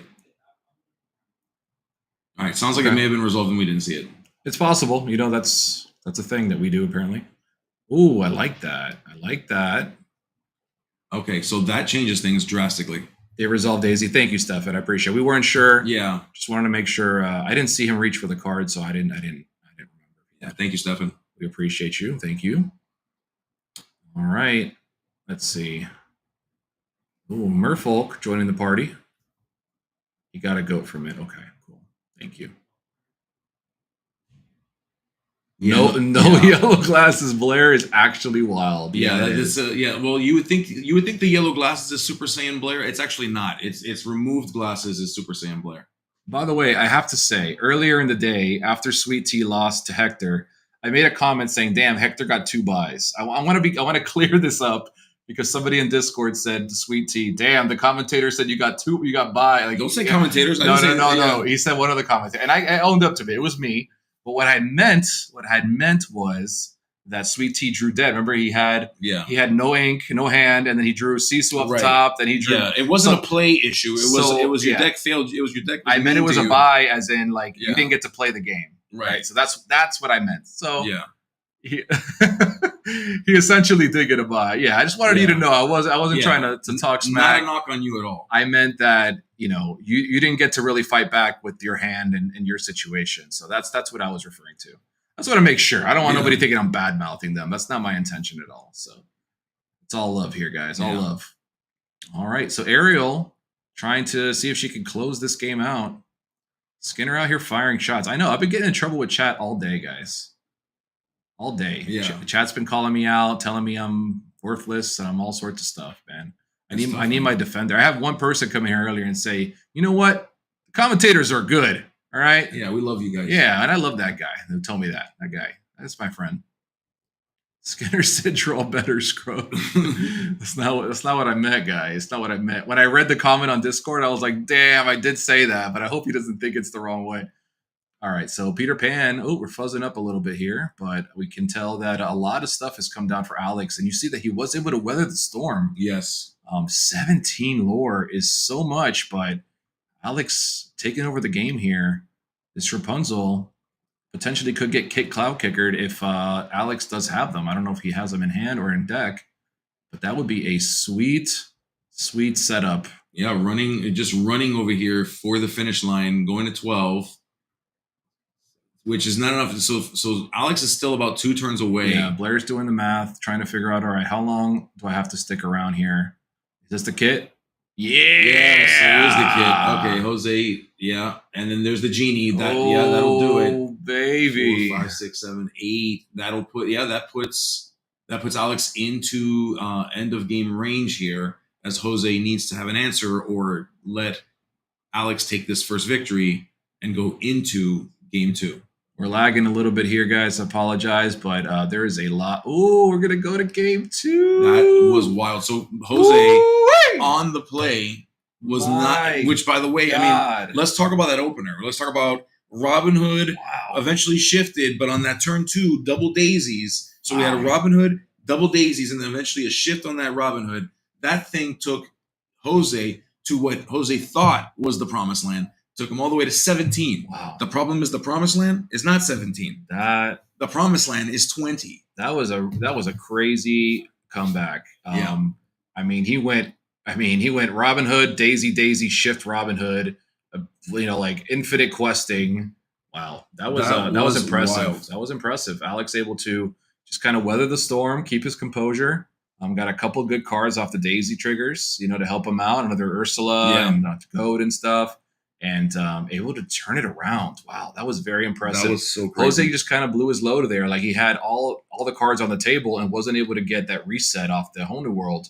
And that's kind of what happens sometimes with Amber Steel. You dump your hand, and if you don't get that whole new world, you're out of gas. So insane. That was very impressive from Alex. And we're going to go to a game 2 here. But now we've flipped this on his head, right? Because now if Jose wins, Alex gets to be on the play on game 3. So Alex gets to take away that win on the draw, which is a great feeling. Yeah. Essentially putting the ball on his court if we do go to a game 3. So yeah, very powerful place to be. Whenever you can win on the draw, man, that feels so good. For sure. Feels so good. For sure. Yeah, definitely, especially with that opener. Yeah. I mean, that was a pretty scary one. But like I said, I like green purple into Amber Steel as a matchup in general, but it's it's sometimes that's how it goes. Sometimes you just don't have a way to close it out. Alex mulling 7 here.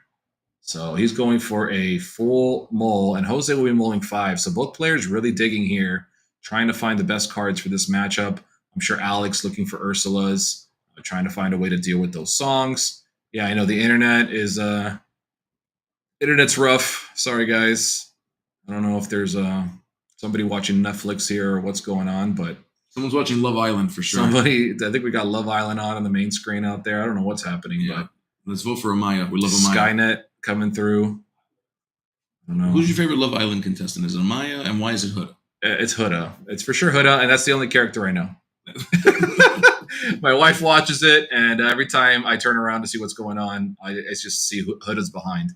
So Huda's my favorite character. Or my favorite character. My favorite, She's your favorite character. She's my favorite character. Yeah. Love Island is peak. Yeah. Love Island is, Yeah, where are my Love Island folks out there? Let me know in the chat who watches Love Island and who's your favorite character? My wife Or person. watches it, but it's. I'm like, how do you win? You did not just say Huda. Fire both these men, dude. This is a family friendly stream, but we could talk later, Fred. Oh, for sure. We could talk later. I'm a fan of Amaya. I'd vote for Amaya. She's cool. She's very genuine. She's a sensitive gangsta. I like the girl with the nose pierced thing too. I forget her name too. They're all cool. I don't know anything. I don't watch enough of the show to know the characters or the people. This commentating is always wild. You might as well put Chuck on. You're not wrong, dude. It's not my fault. This is chat. I blame chat. Chat is but Alex off to his own form of a daisy start. Yeah. Alex said, "You know what? I like that thing that you did so much. I'm gonna do the same, but with green cards." And so here we are, as we see one of the Merfolk are dealt with. The what? What'd you call it? The Merfolk. You said something else. Merfolk? No, that's not what you said. That's what I said. Merfolk. I think you said Merfolk. Merfolk. No, watch out. You're about to say that. That's what you said. Merfolk. Merfolker is what you said. I did not say that. I did not. Yeah, he did say Merfolker. I'm telling you, he did definitely say a Merfolker. And I was like, excuse me? Oh, well, there you go. I'm adding syllables. We'll take it. Oh, my God, the Merfolker. But you're getting closer to a word you shouldn't be saying. I can't say the words because then I end up saying something else. Murfolk. There you go. A different character. Murfolk. Perfect. Murph, isn't that a person from a comedy show? Murph? His 4th of July liquor is still working on. It was working hard. Yeah. No liquor on 4th of July for me. I went to go see Elio last night, actually. Oh, cool. How'd you like it? It was good. It was the first half was a little predictable. I was like, okay, is this the movie? But then the second half, really entertaining, really cool. A little scary for kids. What? Scary? There was a little kid next to me saying, "Oh, this is too scary." Really? Yeah, they have a couple scenes that I don't know what they were thinking. They're trying to mimic a horror movie, and it's supposed to be childish, but bro, I was like, damn, these kids. It's pretty intense. Kind of wild. It was pretty intense, but great movie. Highly recommend it. It's a nice message. It's about how you're not really alone in the world, even when you feel like you're alone in the world. So that's nice. Which is not true. Yeah, you're definitely. Which is a nice thought, but just outright lying. You're only alone. No, I'm just kidding, guys. But yeah, go check out Elio. It's a cute movie. If you like Disney movies, which you probably do if you're watching this stream. Fair enough. Yeah, and as we see, Jose off to a significantly slower start than last game. He did manage to clean up those merfolks, which is nice. The Merfolkers. But it's going to be a little more of an uphill battle than that because we have this evasive genie in play. And Crab also makes for just some really, really awesome possibilities for Alex. Personally, that's probably going to be the Merlin card that I missed the most after rotation is Crab. Okay. I know there's Fox guys out there. I know there's Rabbit guys out there. I know there's Goat people out there. The Snake. You're Mim. a Goat person. I love Crab. I think Crab is just he's done so much work for me. As a green purple player, he just creates so many good trades, and I never feel bad when I have a Crab. He's always useful. Yeah, Crab. I am going to miss Crab too. I think Crab is a fantastic card. If I could choose one to stay, it probably would be Crab. Crab is. I mean, we have a card now. I forget her name, Yolanda, whatever her name is. Not Yolanda. It's Yelena or Yelena. Yolana, whatever her name is. She's a 2-quester that almost does what Crab does, but doesn't do it. Yeah, Yelana, that's the one. She's almost a Crab, but not as good. Not as good. She's like a nerfed Crab. Yeah, she's imitation Crab. She's Crab with a K. She's imitation Crab. She's imitation Crab. I love that. So top 4. Let's take a look. And I apologize for the fuzziness, guys. I'm not sure why the stream is fuzzing up. Internet having a little bit of issue here, but we're doing the best we can. Absolutely. So appreciate your patience. As 2 genies in play is definitely going to be a problem. That is rough. Yeah, I mean, essentially, the only way to deal with this in this deck is through songs. So he's going to have to find 2 songs to deal with this. He's got 3 cards in hand. And, yeah, it's just going to be rough. Yeah, it's a tough one. All right, we're going to Do we find it? We find one answer to a genie. All right, so we're definitely taking one of these flyers out. All right, he's out. What's a flyer? Genie? He flies, dude. He's a genie. Oh. But also evasive in Magic is kind of like flying. Or it is considered flying. Oh, we find the wheel. Dagger. He was trying to be cheeky. The dagger. Jose tried to be cheeky. He was going to wait till next turn to sing it, and Alex punished him for it. Wow. He was trying to be a cheeky little Jose. That was a dagger. Great Ursula there. My goodness. And thank you, Sploosh. I appreciate you, brother. I know you're being nice because you love us, but I appreciate the kind words, man. That really means a lot. He says, yo, I just want to say y'all are doing a great job today. Solid numbers for a relatively small event by SSG standards. And while the PPG event is still running Hype City. Yeah, I thank you guys. You guys are awesome. Yes. I'm sure PPG is doing great stuff on their stream as well, but I appreciate you guys hanging out with us, even on a relatively, like he said, relatively low stakes tournament, just like, a bit of a local fun tournament. So we appreciate you coming and hanging out with us here. And it's always a pleasure to have y'all with us. So thank you very much. And we do have big tournaments in the near future. We got an invitational coming up. Oh, I can't wait for that invitational. The invitational is going to be wild. We haven't announced all the prizing yet, but it's going to be a movie. That's all I'm going to say. Bring out your foil heroes, folks. Yeah, it's going to be nuts. And right after that, we will be rotating. So it's a lot to look forward to in the near future. SSG is going to be doing big things. So, yeah, looking forward to all the cool Lorcana tournaments that are coming in the year. Unfortunately, most of them will not be provided by Ravensburger, but I am excited for playing all the other events. So Alex has everything in hand. Cacique says, oh yeah, we got a little, my boy, one of my favorite cards from set 1. Oh man. Yeah. We're just going for it. We got evasive characters questing like crazy. You got Flynn Rider, double questing. It looks like he finally cut Diablo. It took this long, but I haven't seen a Diablo, so I think he may have finally cut it. Yeah. Oh, jeez. Wow. We just ripped a wheel. The dagger, the backwards dagger. Jeez. But that's how it always works. That's what happened against when I played Freddy. That's the same thing that happened. I rip away the whole new world, but it doesn't matter because it's coming. It's there. The whole new world is coming. You cannot stop it. The carpet ride. So crazy. Okay, so now things get interesting. All right, Jose, what do you do with this? Show me what you do, man. We definitely see a Zeus, which is a good start. We'd rather not use a whole Zeus on this genie if we don't have to, considering he's got 2 damage on him, but we definitely need to address him ASAP. Also, this Flynn Rider, also problematic. Let's see. He's going to Zeus. For sure. Yeah, he's going to have to Zeus the genie. Oh, he's going to Zeus, actually, the Flynn Rider. Okay. Interesting. I believe there's more songs. Yeah, there's got to be. But he's most likely going to have to hard cast them. Thanks, Fred. I appreciate you, brother. You're always teaching me something. All right. What's up next? We have a Smee. We had the removal. We have the ink. Oh, we're paying 5. We're ripping the wheel again. Oh, boy. Another wheel rip. This is crazy. But now he's all tapped out. Yeah. 2 of his characters are exposed to an attack. Yes.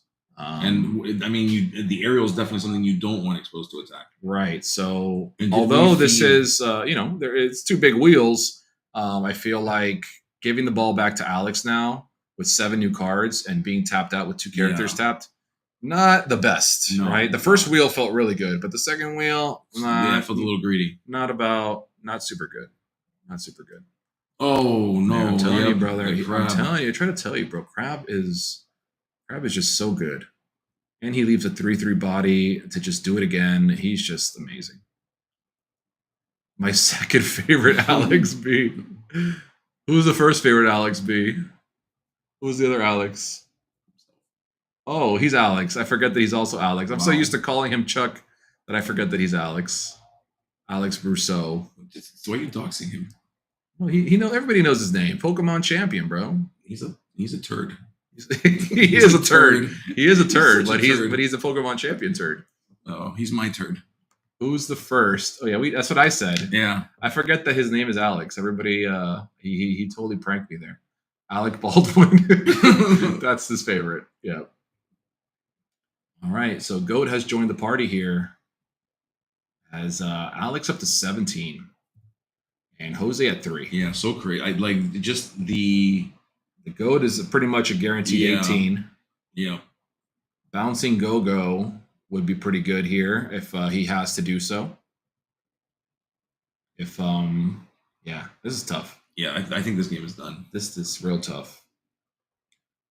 I'd be so happy to see Green Purple take it all. Look at Blair giving him the stare. Oh, hey, Ed Chu, relax with the stare there, bud. He said, "Hey, you got something?" Or Yeah, show me what you got, bro. it's a tough one. Never want to see a goat in play when your opponent's at 17. It just never feels good. Yeah, this is tough. I mean, there's not a whole lot of answers here. I don't think you've got your Robin Hood. Yeah, he's gonna dump. He's gonna dump the hand, but you're dead. Yeah, I think Alex sees the writing on the wall. He's just waiting. He wants confirmation. Jose just looking at everything, making sure he's not missing any opportunities here. We're gonna go ahead and sing. Okay. What are we dealing with here? There's so many options. Yeah, Everything is a threat. Everything is problematic. So bad. I mean, we probably have to hit the genie here, right? But then, Hitting the God, goat. the goat. Yeah, but then you're now what? 18. So rough. Yeah, I don't know what to do. Is there? I mean, what else can you do at this point? Let's see. What other? I'm trying to see the Does he hand. have maybe grab your swords? Grab your swords would be Yep, a way to stay in the game for one more turn. That Looks doesn't look like grab your swords ink. Okay, he's got another. But now that raging fire is still raging on the board there. Oh, I think we missed the we missed the handshake. It lagged, but yeah, we did get a handshake as Alex Blair takes it down, gets himself some prize, and a shout out to Jose who put up a great fight. Obviously, we got to see Jose do his thing in the game before, but didn't quite go his way on this one as Alex Blair takes it down. What does second place get? I don't know the exact breakdown. I know that there was a case and a half tournament, so yeah, they'll get themselves some prize, and they may have decided beforehand. I don't know if they split it up or what they did. Sometimes top 4 will split or whatever and just play it out. So no idea how they determined it, but shout out to both players for playing absolutely amazing. Alex Blair, he's overdue. I feel like he's always in contention. He always shows up. He's always playing tournaments, and it's been a while since I see him, really cook the whole event. So happy to see him do that. Definitely a cool guy, very deserving. And again, Jose coming all the way from Orlando and absolutely taking down a mission of a tournament. 5 rounds, clean house, got all the way to the finals. So very happy to see both players, give it their all in the finals there for sure. Yeah, that was awesome to watch. I mean, we had 5 rounds with 3 top cut games. Awesome sub. 2.5 boxes, and Jose will get 1.5 boxes. All right, so Okay. Alex Blair 1.5 boxes. Alex Blair, 2.5 2.5 boxes, and 1.5 boxes goes to Jose. So they did not split then. They decided to play it all the way through. I guess not. Alex wants to, or bring him in. Yeah, of course. Talk to me. What's up? Hey, my boy! What's up, my brother? I'm in good company here. All the green purple guys. Yeah, there you go. Let's We're so happy to see it. Yeah. We're so happy to see you represent. Here, you want to scoot over the way he can scoot in, or do you want? Yeah, Yeah, let's yeah. Here, that's the that's I'm just scooch stand. here. No, don't stand. Whatever's Come on in. All right. Come on in. Get in Squeeze in here. here. All right. Mr. Blair. Here, Okay. I'll We're gonna have to get a little close. I showered, I promise. Here You look tiny in that chair. We look like Yeah. the levels. What are you doing there? What's that? There you go. Oh, you're. Oh, you were Thanks. using that as a. I gotcha. Alex Blair, not this small in person. I promise. Yeah, very tall. He's actually very tall. Much taller than both of us. I was saying, yeah. He said, ask him about the glasses. I was saying you weren't rocking the trademark glasses today, so I thought your powers were going to be taken away from you. But clearly, you've unlocked your potential by unleashing Yeah. the glasses. I mean, I was wearing glasses for a while, but I realized that people can see my hand, so so I had to stop wearing them, unfortunately, because They're reflective. yeah, they were reflective, and I couldn't find a pair that worked. But Oh man, that's yeah. I love. not a how much big I fan love of fluorescent lights. Gotcha. So generally, I do wear them, but yeah, I have a pair of clear ones. I left them. Oh, gotcha. I was Well, talking you about didn't need how 'em. much I love Yeah. the orange ones. Yeah, The orange maybe I ones are could sweet. see more clearly. For sure, but you didn't need them today. You saw pretty clearly here, and Yeah.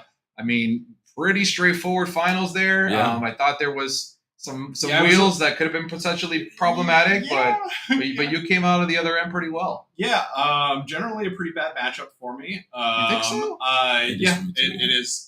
Especially on the draw, if they open Cindy Storm.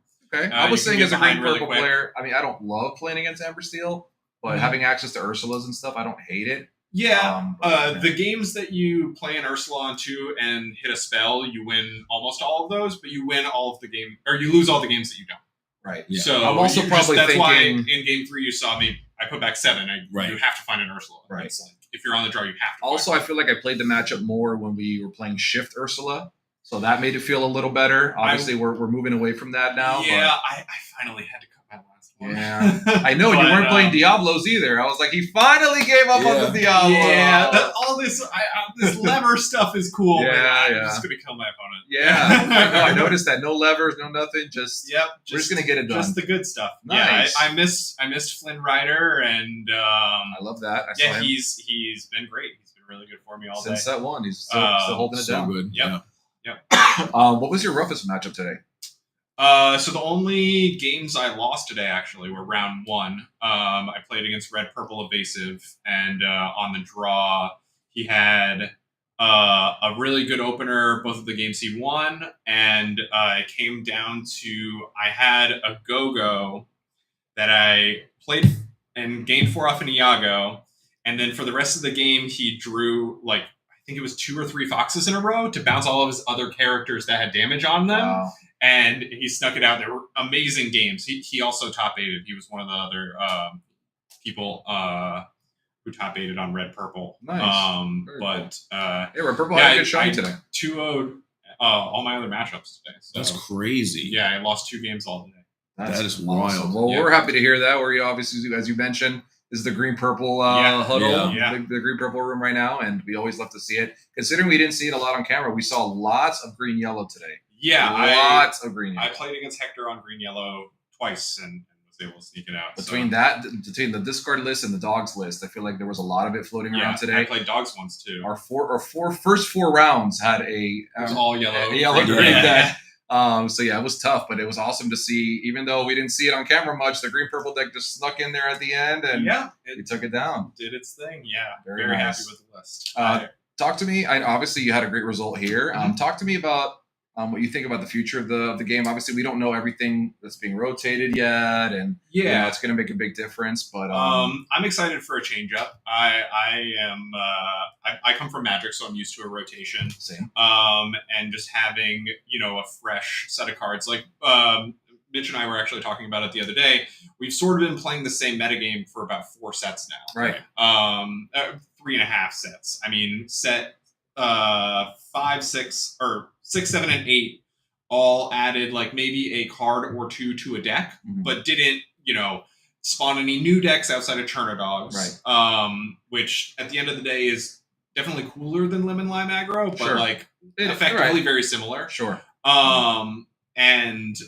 So yeah, I'm ready to see some other color pairings get get some play and just more diversity. I love to brew and tweak decks, and haven't had a lot of opportunity to do that because all the cards are that they're adding are of a lower power level than the cards from the first 4 sets. For So sure. Yeah. so I'm It excited. feels like every for a set switch up. we get 200 plus cards, and we take about 20 of them, and those are the ones that get sprinkled into different decks. And it's then- like an upgrade from like, well, it's not Grand Metalla, now it's Scrooge. I mean, they Yeah. both cost 4 and draw your card. You know, Right. it's like Yeah. they're very functionally similar. And some decks, like the green yellow deck, barely picked up. I mean, I know some of the decks Yeah. are playing Lewis now, which is a good. I think it's a good card. Yeah. But you're not playing that in green purple, are you? No. Talk to me about that. You don't like that card? I did try it. It's better in the more defensive strategies. The issue with Lewis in a deck like mine, all my other cards are sideways. So like I play a Lewis, and it's like I'll just challenge the Merfolk. I got you. You know, Right. you don't have to challenge the Lewis. I got you. Whereas in the discard deck, where they're playing Evasives. all evasives, Right. the He's the Lewis only makes more one. sense. Right. Um, Makes Daisy crash into him and stuff. exactly. which is nice. Exactly. Thanks. Good job, Gabe. You're doing great, buddy. Overall, I thought today was a lot of fun to watch. Yeah. Obviously, I had it a was great a time. little bit of a smaller stakes, not smaller stakes, but Yeah. like more local level. Yeah, I'm happy to get the practice. For sure. Played some great games. Your opponent came all the way from Orlando, so Yeah, that was cool. He brought a whole crew with him. There was like Yeah. 5 or 6 of them cheering him on, I watching. believe. Yeah. A chat was rooting for him as well, but green purple got it done today, so Yep. Saw my Ursula's when I needed to. Yeah. It worked out. that's how it goes. Yep. So Sometimes when you mulligan 7, you get the things you need. You can't get the 7 you put back, so that is great. and I know we've talked a little bit about this, but we'll wrap it up on this question. Obviously, lots of changes coming for the DLCs and the future of the year here. Give me some of your thoughts on the whole situation and how you feel about Lorcana as a whole. Sure. moving forward. So I have not been to a DLC. I started playing the game, sort of middle of set 3. I just started playing the first matches I played in person were like a week before the Stitch set champs. Okay. So I was a little behind the 8 ball on getting to those DLCs. So I appreciate that they are trying to play the long game essentially and reach a lot of players that maybe didn't have a chance to go to a DLC. My thoughts are the people in the US are already kind of enfranchised into the game, right? Like whether we get 3 DLCs or 6 DLCs, 80 to 90% of us are still going to play Lorcana. Right. Whereas if somebody lives in Brazil and, plays other card games, and then all of a sudden, oh, there's a DLC, like I'll check out this Lorcana game. Sure. I think it's a smart move that pisses off Americans specifically. Sure. Which is their bread and butter and might lose them some people, especially with other games coming out. But I don't think in the long run there are very many card games that can compete as far as collectability goes. Of course. People love these other IPs, but Disney's Disney. Yeah. So Absolutely. I think it definitely has a high That's ceiling. fair. Right. Any potential in the future. other crazy promo one of one thing is gonna be worth less than Mickey's probably. Right. In the long run. So Sure. I don't think the game's going anywhere. I'm really happy with it. I really enjoy playing it. So Yeah, I think we all do. We're just ready for something different, right? We're all ready for a yeah, shakeup. people love new and shiny stuff. Right. People want instant gratification. So We're all just get toe it. to toe at the end of the day. Yeah, we're all just toe to toe. I think a lot of people are scared. I know it's a lot of players' first TCGs, and they hear the word, "Oh my god, my cards are leaving, my cards are rotating." But I think people are going to be pleasantly surprised when they realize what it does for the game. Yeah, I think that they will take a very light-handed approach to rotation. The first one also. I think a lot of the staples will be reprinted. I don't think they want people's collections, because people will have their collection tracker and they'll look at the number, and if the number goes down too much, it'll make them feel bad. Right. So I think the idea is that they're really supporting Infinity, which is a very good way to keep the staples valuable. For sure. And I think they'll reprint most of them. I think they'll do something, it's complete speculation, but they'll reprint Cindy but not Ariel. Right. Or reprint, they'll reprint Please don't reprint Cindy. Please, Ravensburger. Yeah. Ravensburger, if you're listening, please don't root for Cindy. We're not trying to put any Cindy or ideas out Ariel. there. I mean, both No, are, they, you know. they can both get out of here. Both of them can go. But I think they'll do stuff like that. Maybe they'll reprint Storm, but not Strength. Right. You know, like they'll reprint things so in such a way that your deck will still be playable and you'll still know most of the cards in it.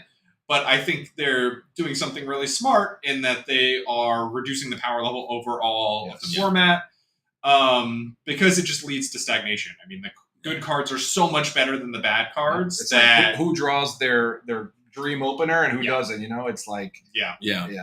Even at Worlds, there were so many non-games. Like, it's just like, okay, well, I do this, so what, a game 2? That is, that is, you know, sort of a symptom of the 3-game format. I thought the 3-game format was cool. Yeah. But the fact that it makes you want to build these hyper aggro decks that would never see play otherwise is like sort of. It was interesting. I thought it was a little silly, but yeah, you know, it is what it is. So we tried something new, and that's all good. So. Yeah, I mean, I'm all for trying new stuff. The 2-game format was certainly interesting, but like, kudos to them for trying and getting the data and going, you know what?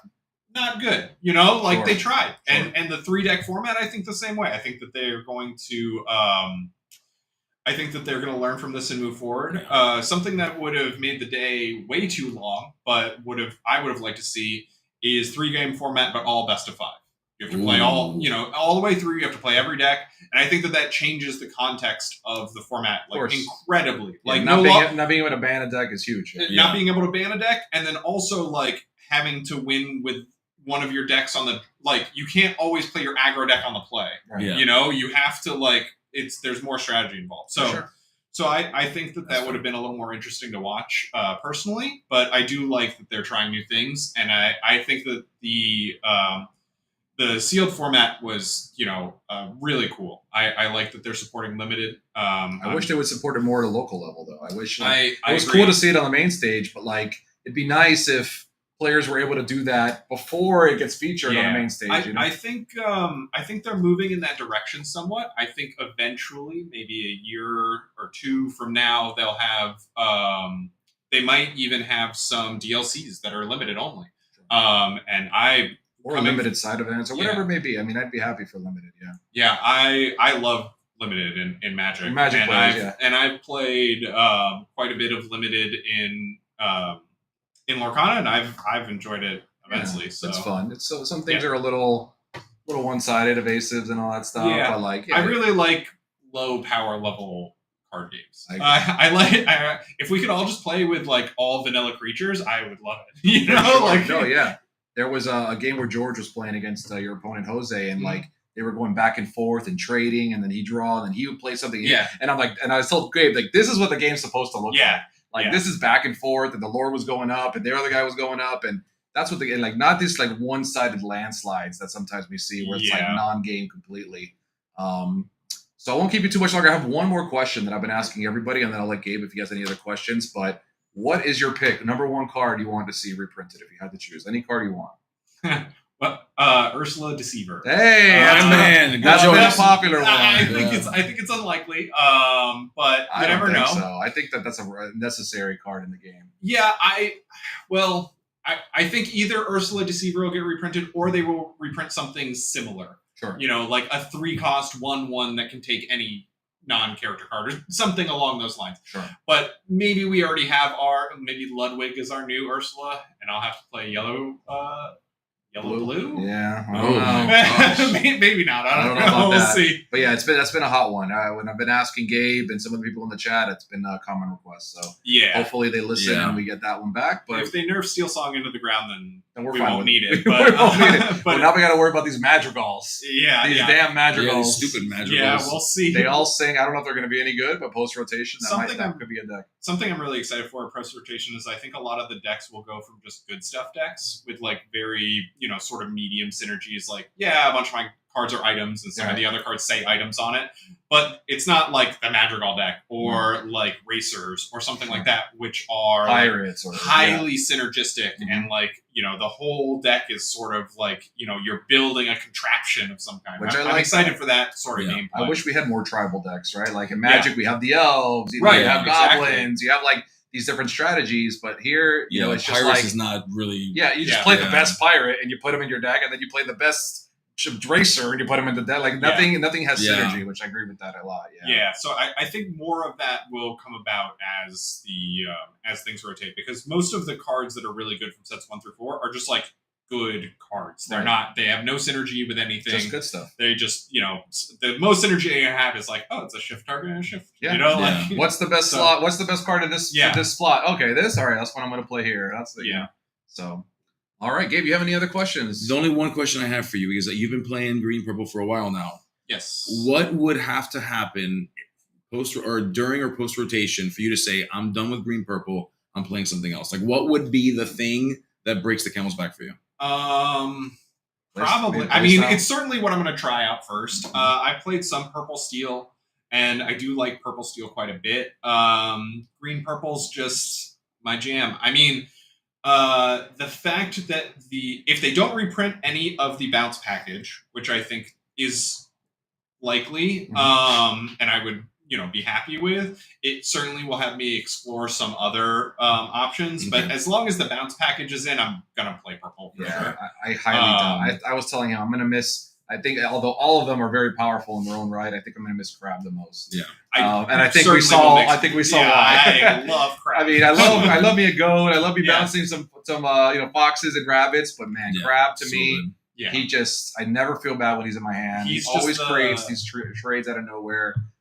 You know, he allows you to do these trades and then leave a 3/3 body. And then now they still have to worry. Is he going to bounce it? Is he going to trade this and buff something else? Like, it's such a good card. So I'm really going to miss that. We're going to have to deal with the 2/3, right? Yelana or whatever her name is. 2/3 that gives you +2. Yeah, we're going to have to deal with that now. And +2 is very different than +3. For sure. The +1 matters in this game. And it's only on the way in. It's not on the way out. So exactly. It's +2, but But you know, if that's the worst of my, you know, if that's the downgrade, I'm willing. to accept I mean that's a fine downgrade. Yeah, I'd be willing to accept. If we're not bouncing it, then it actually doesn't matter if it comes on the way back up. Like if they rotate all the bounces, Elephant will still be in, I think, right? I think Elephant came a little later. Yeah. I really wanted to make Elephant work. I was like, it's 7 toughness. Yeah, beats all the steel decks. So slow.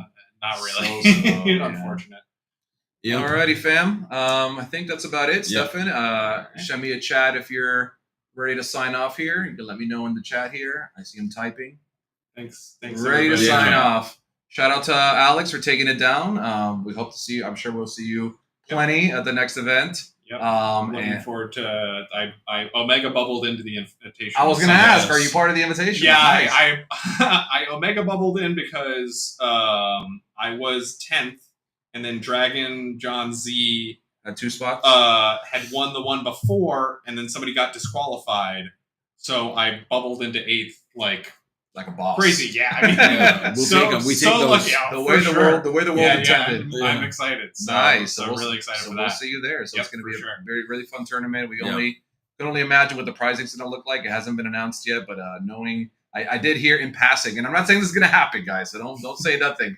But when Devin saw that Chargers was doing a 50K, he's like, "Oh, that means we got to do 100K." And I'm just like, yeah. So yeah, Sign me up. Again, don't go around saying SSG's doing 100K. We're not doing 100K, but I'm just saying that's the kind of mindset that they have here at SSG. Yeah. They want to be bigger and better. So we're definitely going to see a crazy event. So I'm really looking forward to it. Really hyped for it. All right, It'll be a lot of fun. You know where to find us. Yep. Blair, where can they find you? You have any social media you do? Any kind of anything? I'm on Twitter. I barely use it. I don't remember what it is. Okay, sweet. It's Alex Blair something. Nice. Alex Blair 8 or something like Okay, that. so in case you wanted to plug something, I didn't know if you had anything like that. going on. Okay. Mr. Gabe? My name is Gabe. You can find me at ill_Gabe or ill_Logics on Twitter. On Twitter. I'm First to 20, Mike Skinner. You can find me at First to 20 on Twitter, Twitch, YouTube.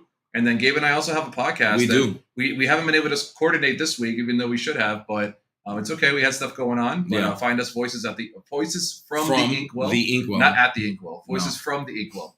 Yeah. And shout out to Stefan as well, who's sitting behind the camera. We love you, Stefan. Yeah, Emerald Weapon. Feel free to plug your stuff as well in the chat. And until next time, guys, thanks for hanging with us. We'll see you around.